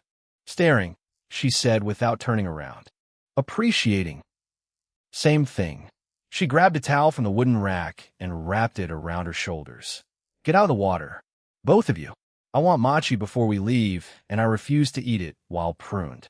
Kumiko scrambled up the stone steps with significantly less grace than Chloe had managed, her ruffled swimsuit creating wet slapping sounds against her thighs. Jordan followed at a more measured pace, accepting a towel from Yumi, who had materialized beside the rack with the supernatural stealth all the staff seemed to possess. Thank you, Yumi. Why, you're welcome, Master Jordan. Her voice barely exceeded a whisper. The changing rooms have been prepared with fresh yukata and warm tea, if you desire it. That sounds great. Yumi's entire face turned red. She bowed deeply enough that her hair touched the wooden decking, then retreated toward her station at approximately twice normal walking speed. The three of them changed back into their street clothes in the same alcoves they'd used earlier. Jordan emerged first, finding Ayaka waiting in the corridor with an expression that suggested she'd been there for exactly as long as necessary and not a second more. Did Master Jordan enjoy the facilities? They were everything you promised. The water quality is exceptional. The mineral springs have been the pride of this establishment for 15 years. Ayaka's smile carried warmth that seemed genuine beneath its professional polish. Your guests appear to enjoy themselves as well. The one with the notebook documented approximately 300 photographs of the garden alone. Jordan glanced toward Kumiko's changing alcove, where he could hear her wrestling with what sounded like a zipper malfunction. That tracks. I've taken the liberty of preparing care packages for each of your guests. Samples of our house blend tea, organic bath salt from the mineral springs, and a selection of Kaori Sands wagashi. The packages will be waiting at reception. You didn't have to do that. Master Jordan. Ayaka tilted her head slightly, her elaborate hair ornaments catching the light. You are the owner of this establishment. Everything we do here reflects upon you. Ensuring your guests leave with positive impressions is not generosity. It is business sense. There was again the acknowledgement of ownership that Jordan kept deflecting. Ayaka delivered it matter-of-factly, as though his resistance to accepting the inheritance was a temporary condition she expected him to outgrow. Chloe emerged from her alcove looking precisely as put together as she had when they'd arrived, her white sweater and high-waisted jeans showing no evidence of the humidity-induced chaos happening in Kumiko's section. Her makeup had been refreshed, her hair restyled, and her expression carried the satisfied contentment of someone whose skin had just absorbed several $1,000s worth of mineral treatments for free. The changing rooms have mirrors, she observed. Good ones. The lighting in there is better than most professional studios. Ayaka inclined her head. Rina-san insisted on proper illumination. She believes guests who feel confident in their appearance become repeat customers at higher rates. She's right. A crash from Kumiko's alcove drew everyone's attention. It was followed by a muffled apology, the sound of something being hastily righted, and then Kumiko's voice calling out, "I'm fine. Nothing is broken." The stool was already wobbly. Tomo appeared from around a corner Jordan hadn't realized existed. "I'll check on that. Been meaning to fix that stool anyway." She bounded toward Kumiko's alcove with the energy of someone who genuinely enjoyed emergency furniture repairs. Jordan, Chloe, and Ayaka waited in polite silence until Kumiko emerged 5 minutes later, her cardigan slightly askew and her twin tails listing to different angles than they'd started the evening at. She carried her pink notebook clutched to her chest like a shield. The stool was definitely already wobbly, she announced to no one in particular. Tomo-san agreed that it was a pre-existing structural issue. "I did." Tomo's voice echoed from inside the alcove. "This thing's been loose for weeks. Good thing Kumiko-san found it before someone actually got hurt." Kumiko beamed with the satisfaction of someone whose clumsiness had been officially reclassified as a public service. The group made their way back through the corridors toward the main lobby, passing the meditation garden and the small library Jordan had barely glanced at during the initial tour. The building had grown quieter as evening deepened, the day's clientele having departed and the evening appointments not yet arrived. Their footsteps on the polished wood floors created soft echoes that blended with the distant sound of water features and the occasional call of night birds in the garden. Kaori intercepted them near the kitchen entrance, pressing additional containers of wagashi into Kumiko's arms despite Kumiko's protest that she already had enough. The protests were notably weak, lasting approximately 4 seconds before Kumiko started asking about storage temperature recommendations. At reception, Ayaka presented each of them with the promised care packages, elegantly wrapped in cloth bags bearing the establishment's logo. Rina appeared briefly to hand Jordan a tablet displaying next month's projected revenue, which he accepted and promised to review later. Tomo waved enthusiastically from down the hall, where she was apparently replacing something in the ceiling. Yumi remained hidden somewhere in the building's depths, her courage for the evening apparently exhausted. "Thank you for visiting Hada no Yu." Ayaka bowed formally at the entrance. "We look forward to serving you again soon." "I'll be back," Jordan said. "We all will." Kumiko nodded vigorously. "Machi, hot springs." Yumi-chan's shy face when she delivers tea. "This place is perfect." 257 Drive, by bird naming and the familiar couch. Chloe said nothing, but she met Ayaka's eyes for a long moment before inclining her head in acknowledgement. Some kind of understanding passed between them that Jordan couldn't quite interpret. Female communication operated on frequencies his brain simply didn't receive. The drive back to Cooper Garment Lofts took 37 minutes due to evening traffic on Pacific Coast Highway. Jordan drove while Chloe occupied the passenger seat reviewing the financial documents Rena had emailed to her phone. Kumiko sat in the back seat eating mochi and providing running commentary on everything they passed. "Ooh, that restaurant has good reviews. 3.7 stars. Wait, that's not good. Never mind." Jordan Cohen, "Have you ever eaten at that place with the giant lobster sign? I heard they have decent crab, but their parking situation is terrible. Also, there's a bird on that streetlight. I'm going to name him Gerald." "Gerald, the streetlight bird." "Yes, he seems wise. You saw him for approximately 2 seconds. Wisdom transcends time." Kumiko pressed her face against the window as they passed. "Goodbye, Gerald. I'll remember you." Chloe didn't look up from her phone. The Onson's profit margins are actually more impressive than Rena's initial presentation suggested. She's conservative in her projections, which is good. Better to underpromise and overdeliver. "You're still thinking about the financials?" "I'm always thinking about financials." Chloe scrolled through another spreadsheet. "It's a survival mechanism I developed around age 16 and have been unable to turn off since." "Chloe-chan." Kumiko leaned forward between the front seats. "You're supposed to be relaxing. We just spent 2 hours in mineral water specifically designed to reduce stress. Reviewing profitable business operations is relaxing to me." "That's concerning." "That's accurate." Jordan pulled into the Cooper Garment Lofts parking garage at 8:47 p.m., finding his usual spot near the elevator. The three of them gathered their bags and care packages before making the familiar trek to the 4th floor.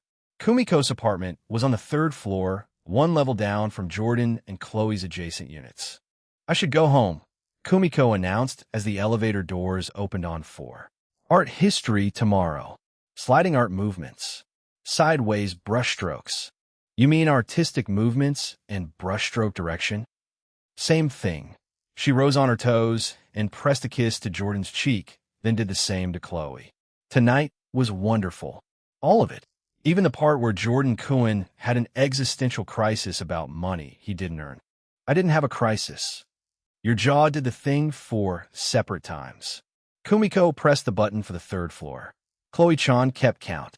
"Good night. Love you both. Don't do anything I wouldn't do." The doors closed on her wave.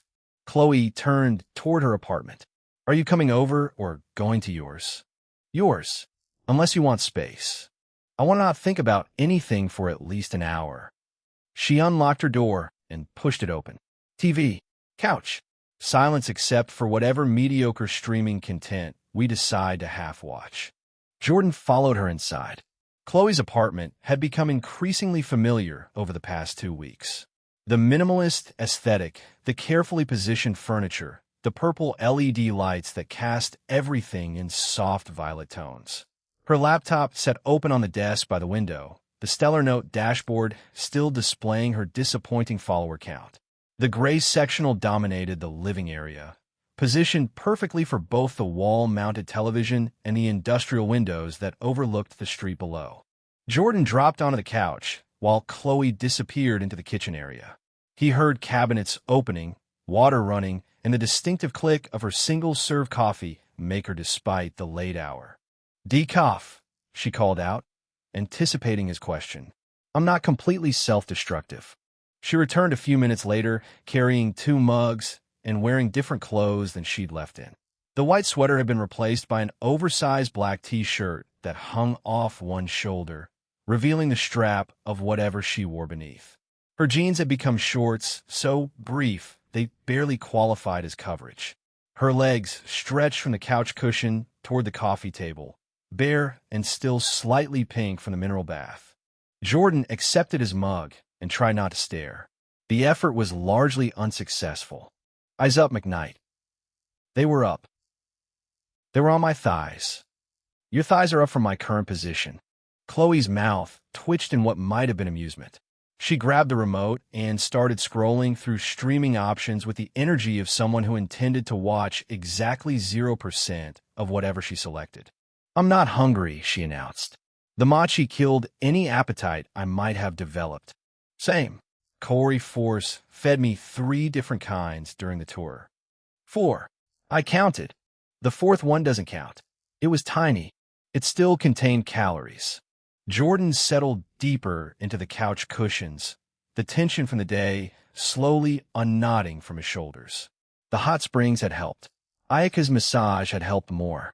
But there was something about being here, in Chloe's space, with the city lights visible through the windows and the soft glow of the television casting shadows across the walls, that helped most of all. Chloe selected something that appeared to be a documentary about marine life. She didn't actually watch it. Instead, she curled her legs beneath her on the couch and leaned against Jordan's side, her head finding the space between his shoulder and chest like it belonged there. "The onsen changes things," she said quietly. "You know that, right?" "I know. Not just financially. The fact that you own a business. An actual, successful business with staff and revenue and an established reputation. That's different for Nova Network, which is still theoretical and unproven. How to know you isn't mine yet. Not officially. It will be, once you meet the inheritance conditions." Chloe's fingers traced absent patterns on his forearm, which you still haven't fully explained. Jordan had given her the carefully edited version. The inheritance. The conditions involving personal development. The timeline. He'd left out the supernatural phone application tracking their relationship like a stock portfolio, the gotcha system that had literally manifested a real estate asset from Golden Light, and the attraction percentages currently ticking upward in the background of his existence. It's complicated. Most things worth having are. 258 a name from a Christmas nightmare. On screen, a whale shark glided through blue water in slow motion, while a narrator explained something about migratory patterns. Neither of them were listening. Chloe shifted position, turning so she could look at his face. The movement brought her closer, her body pressing against his side in ways that the oversized t-shirt did nothing to conceal. Jordan could feel the warmth of her through the thin fabric, the softness of her chest against his arm, the curve of her hip where it met his thigh. "I trust you." Her voice carried weight that simple words shouldn't have been able to support. "Whatever you're not telling me, whatever conditions the inheritance involves, I trust that you'll explain when you're ready." "Chloe." "I'm not asking for answers tonight." She settled back against his shoulder, her hair spilling across his chest. "I'm telling you that the lack of answers doesn't change anything between us." Jordan's phone buzzed in his pocket. The timing felt deliberately cruel, like the universe had been waiting for the exact moment of emotional vulnerability to interrupt. He considered ignoring it. The person texting could wait. This moment with Chloe, this fragile thing they were building from nothing, deserved his full attention. The phone buzzed again. And again. "Someone really wants your attention." Chloe's voice carried amusement rather than irritation. Jordan pulled out his phone with the intention of silencing it completely. The screen displayed 3 notifications from Instagram. Direct messages from an account he recognized immediately. "Eliza Hartwell has sent you a message." His thumb hovered over the notification. The smart decision was obvious. Put the phone away. Deal with it tomorrow. Maintain the peace of this evening and whatever it might lead to. The phone buzzed a 4th time. "Who is it?" Chloe asked without looking up from the television. "Eliza." Chloe's body went still against his side. Not tense exactly, more like the pause between heartbeats, the moment of recalculation that happened when new information entered an existing equation. "Your ex-girlfriend, Eliza. The one from the hotel parking lot on Christmas. The same one we got partnered with in sociology today. Yeah. Jordan opened the messages. The first one was brief, professional, almost businesslike. Hey, we should probably figure out when to meet for the project. The second message followed immediately. I know things are weird between us. I get it, but we still have to do this assignment, and I don't want to fail because of personal stuff. The third message was shorter. When are you free this week? The fourth message, the one that had just arrived, contained something that made Jordan's throat tighten slightly. Also, never mind. Let me know about the project. Chloe had shifted so she could see his screen. Her expression remained neutral, carefully controlled in the way Jordan had learned to recognize as her business mask. The one she wore when she didn't want anyone to know what she was actually thinking. She's right about one thing, Chloe said finally. You do need to meet with her. Delgado doesn't accept late work. I know. You should respond. I know. Tonight. Otherwise, she'll keep texting and it'll become a whole thing. Jordan looked at Chloe's face, searching for the real reaction beneath the professional detachment. Her eyes gave nothing away. Her mouth remained set in a neutral line. But her hand, the one that had been tracing patterns on his arm, had gone completely still. Are you okay with this? With you completing a mandatory class assignment with your ex-girlfriend who publicly humiliated you 3 weeks ago? Chloe's voice stayed perfectly level. I don't have to be okay with it. It's required. My feelings about the situation are irrelevant to the grade you'll receive. Your feelings are never irrelevant to me. Something flickered across Chloe's expression. Too fast to catch, too brief to identify. She turned back toward the television where the whale shark had been replaced by a school of smaller fish, doing something the narrator considered noteworthy. Answer her, Chloe said. Set up a time to meet. Get the project done. Don't let her affect you. Jordan typed a response with his thumb. Tuesday afternoon works. Library study room, 3B. 2 p.m. He sent it before he could second-guess the choice. The message delivered. Read receipts showed Eliza viewing it almost immediately. 3 dots appeared. Disappeared. Appeared again. Her response came through after a long pause. Perfect. See you then. A second message followed. Thanks for being professional about this. I know I don't deserve it. Jordan didn't respond to that one. He locked his phone and set it face down on the couch cushion beside him. Chloe hadn't moved. Her body remained pressed against his side, her head still resting on his shoulder, but something had shifted in the air between them. Not tension exactly, more like awareness. The acknowledgement that his past existed as a tangible thing. A girl with a name and a phone number and unresolved feelings that kept inserting themselves into his present. The documentary is about whale migration, Chloe said after a long silence. I noticed. They travel thousands of miles every year, following food sources, avoiding predators, finding mates. Is there a metaphor here? No. Chloe's voice carried exhaustion rather than amusement. I'm just talking about whales because I don't want to talk about Eliza Hartwell and whether she's going to cause problems I'll have to deal with. Jordan wrapped his arm around her shoulders and pulled her closer. She came willingly, her body fitting against his like they'd been designed for this specific configuration. She's not going to cause problems. You sound very sure about that. I am. Because you have a plan? Because she doesn't matter. Jordan's voice came out steadier than he expected. She stopped mattering the moment I decided to stop letting her matter. Everything after that is just cleanup. Assignment deadlines. Professional obligations. Nothing that touches us. Chloe was quiet for a long time. On screen, the whale shark had returned, swimming through water that looked impossibly blue. The narrator said something about feeding patterns. Neither of them were listening.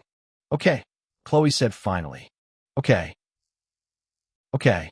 She pressed closer against his side, her warmth seeping through both their shirts. I believe you. For now. Don't make me regret it. 2:59, I'm not dressing up for my ex-girlfriend.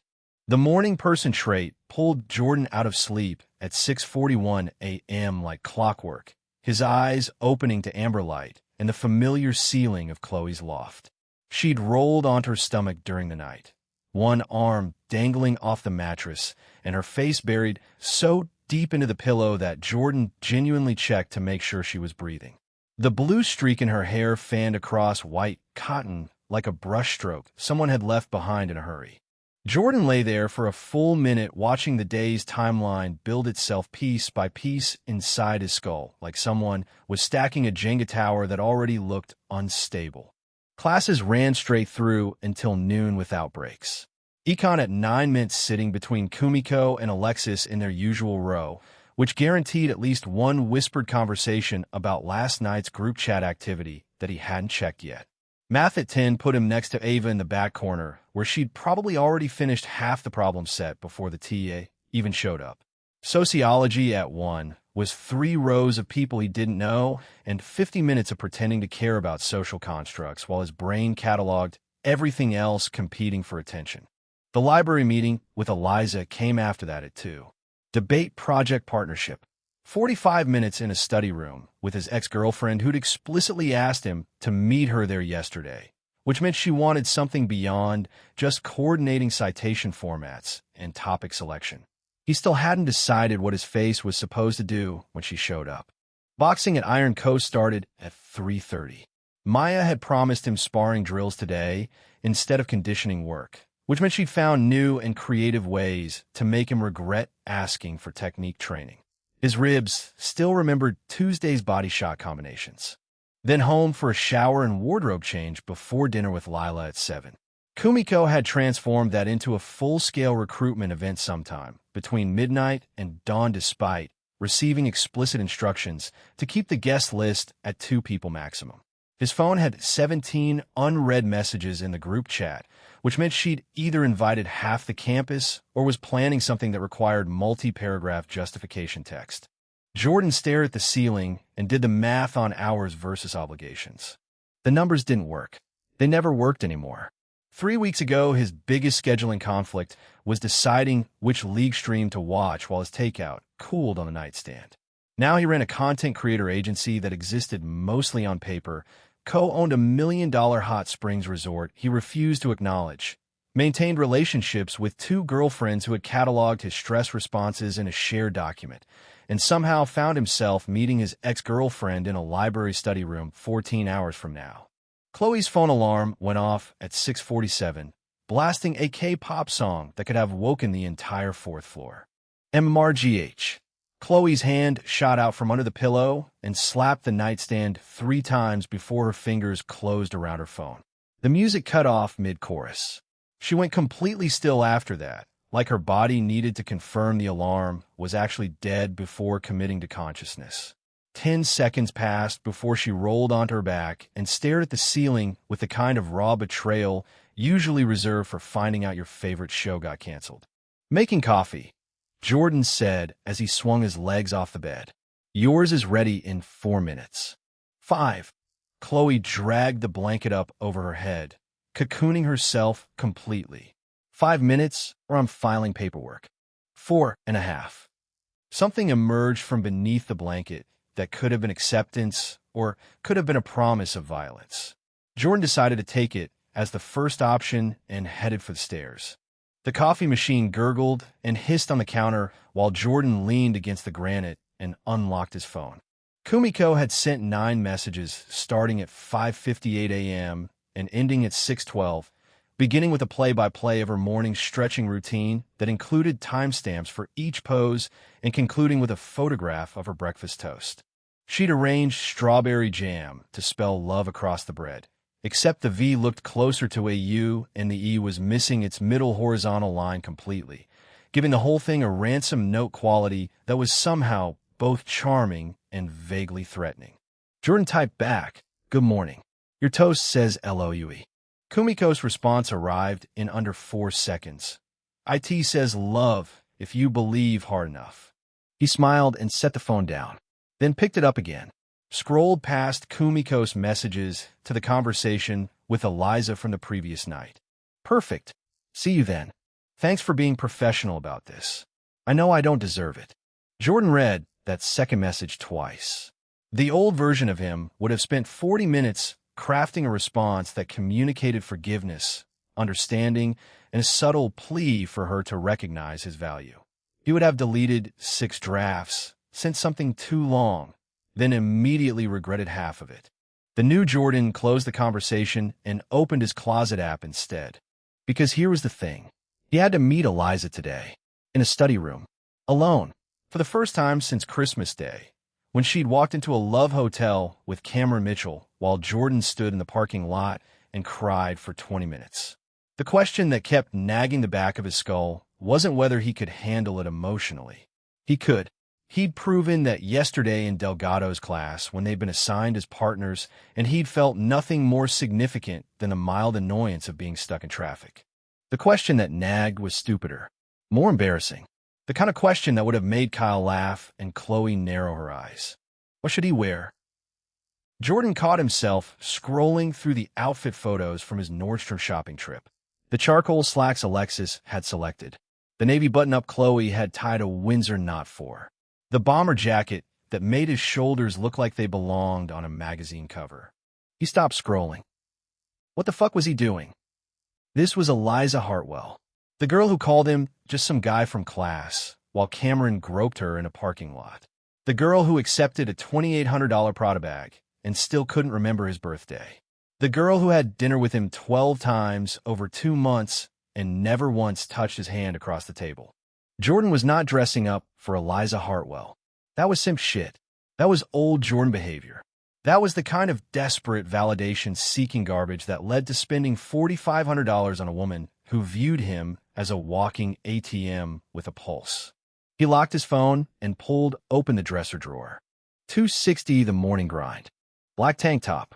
One of the fitted ones Kyle had recommended, the kind that showed his arms and the definition across his chest without looking like he was trying to show his arms and the definition across his chest.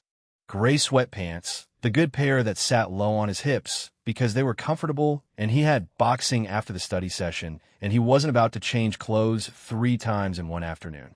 A gray zip-up hoodie, unzipped because the library ran its air conditioning at temperatures suitable for storing cadavers. White Air Force Ones, the new pair from the Nordstrom trip, clean enough to eat off of because Jordan had learned from Kyle that shoe maintenance was non-negotiable. Cologne, cedar and sandalwood. 2 sprays, one on each side of his neck. Not because Eliza would be there. Because Jordan wore cologne now. Because he was a person who took care of himself. Because Chloe had once pressed her face against his throat and inhaled so deeply that her entire body shuddered. And Jordan had decided in that moment that smelling good was no longer optional. He examined himself in the bathroom mirror. The tank top stretched across his chest in a way that would have been impossible 4 weeks ago, his pecs visible through the fabric and his shoulders pushing against the seams. The tune-up trait had given him a body that belonged on a fitness influencer's Instagram, complete with visible veins running down his forearms and a V-line that cut below his waistband sharp enough to cast shadows. His dirty blonde hair sat in the deliberately messy style his barber Marcus had given him, the sides darker and the top lighter in a gradient that looked expensive despite costing $200 at a barbershop where everyone called him Ricky. The gray sweatpants hung exactly where they should, low enough to suggest hip bones without actually revealing them. Fitted enough through the thigh to confirm that Jordan's legs had developed genuine muscle mass from 3 weeks of consistent squats and deadlifts with Kyle. He looked good, not dressed up for his ex good, not trying to impress anyone good, just good. Jordan grabbed his backpack and headed for the door. Econ at 9. Dr. Jones stood at the front and spoke in his characteristic monotone about monetary policy while the lecture hall population split into 3 categories. Students taking notes, students pretending to take notes, and Kumiko drawing hearts in her notebook with concerning levels of anatomical detail. Jordan sat between her and Alexis. Alexis typed on her laptop with the focused aggression of someone responding to 17 group chat messages simultaneously. Kumiko's pen moved across the page in loops and swirls that had nothing to do with economics. Dr. Jones asked something about the Fisher effect. Jordan raised his hand. Answered. Got it right. Jones paused. Actually looked at Jordan instead of through him. The pause lasted maybe 3 seconds, but felt long enough that Jordan worried he'd accidentally said something revolutionary instead of just correct. Good, Jones said, which was apparently the academic equivalent of a standing ovation from a man who distributed syllabi that opened with the phrase, "I do not negotiate deadlines." Kumiko jabbed Jordan's arm with the business end of her pen. Show off. Alexis's typing stopped. 2 seconds of silence, then resumed at exactly the same velocity as before. Progress, probably. Math at 10. Jordan arrived early and found Ava already in her corner, which suggested she'd either camped there overnight or had calculated the optimal arrival time to avoid human interaction. Her desk looked like the organized chaos section of a Staples catalog. Notebooks stacked by subject, color-coded tabs, a binder thick enough to stop small caliber rounds. Jordan sat down next to her. Ava flinched, processed, recognized, relaxed by what Jordan estimated at 12%, which meant she'd gone from stranger danger to merely elevated wariness. She'd solved 3 bonus problems since Tuesday. Jordan could see them lined up in her binder, each solution written in handwriting so precise it looked like a font. "Did you think about the accountant thing?" Jordan asked. Ava opened her mouth. Words came out. Many words. A 7-minute unbroken stream about her qualifications, her lack of qualifications, her anxiety about both categories, a detailed feature comparison of 3 accounting software platforms she'd researched at 2 a.m. because sleep had become a theoretical concept, and a brief tangent about whether she should get certified even though she was a math major and certification felt like overkill, but also what if it wasn't overkill and she failed Jordan because she didn't have the right credentials. And, "You're hired," Jordan said. Ava made a sound. Not a word. Just a noise like all the air had left her lungs at once. "Can I have the weekend to think about it?" Jordan blinked. "You just spent 7 minutes explaining why you're qualified." "I know, but what if I'm wrong?" "You're not wrong." "But what if I am?" "Ava." "Okay." She gripped her pen like it was the only solid object in the universe. "Okay, weekend. I'll think about it. Probably. I'll try to think about it. I'll definitely think about it." "Great." "This is great, right? This is probably great." Jordan left before she could talk herself out of the job she'd already hypothetically accepted. Sociology at noon. Professor Delgado arrived 6 minutes late with a coffee cup that looked like it contained either espresso or liquid regret. Possibly both. "Sorry," she said to the lecture hall. Not her usual breezy sorry. The kind of sorry that suggested her alarm clock had won this morning's philosophical debate about whether consciousness was worth the effort. "My relationship with punctuality is complicated." The lecture covered social stratification and class mobility. Delgado talked about generational wealth and access and the mechanisms by which economic advantage perpetuated itself across family lines. Jordan sat between Chloe Kim, who ran a 6-figure OnlyFans empire nobody knew about, and a row of kids whose grandfathers had campus buildings named after them. The irony tasted like copper.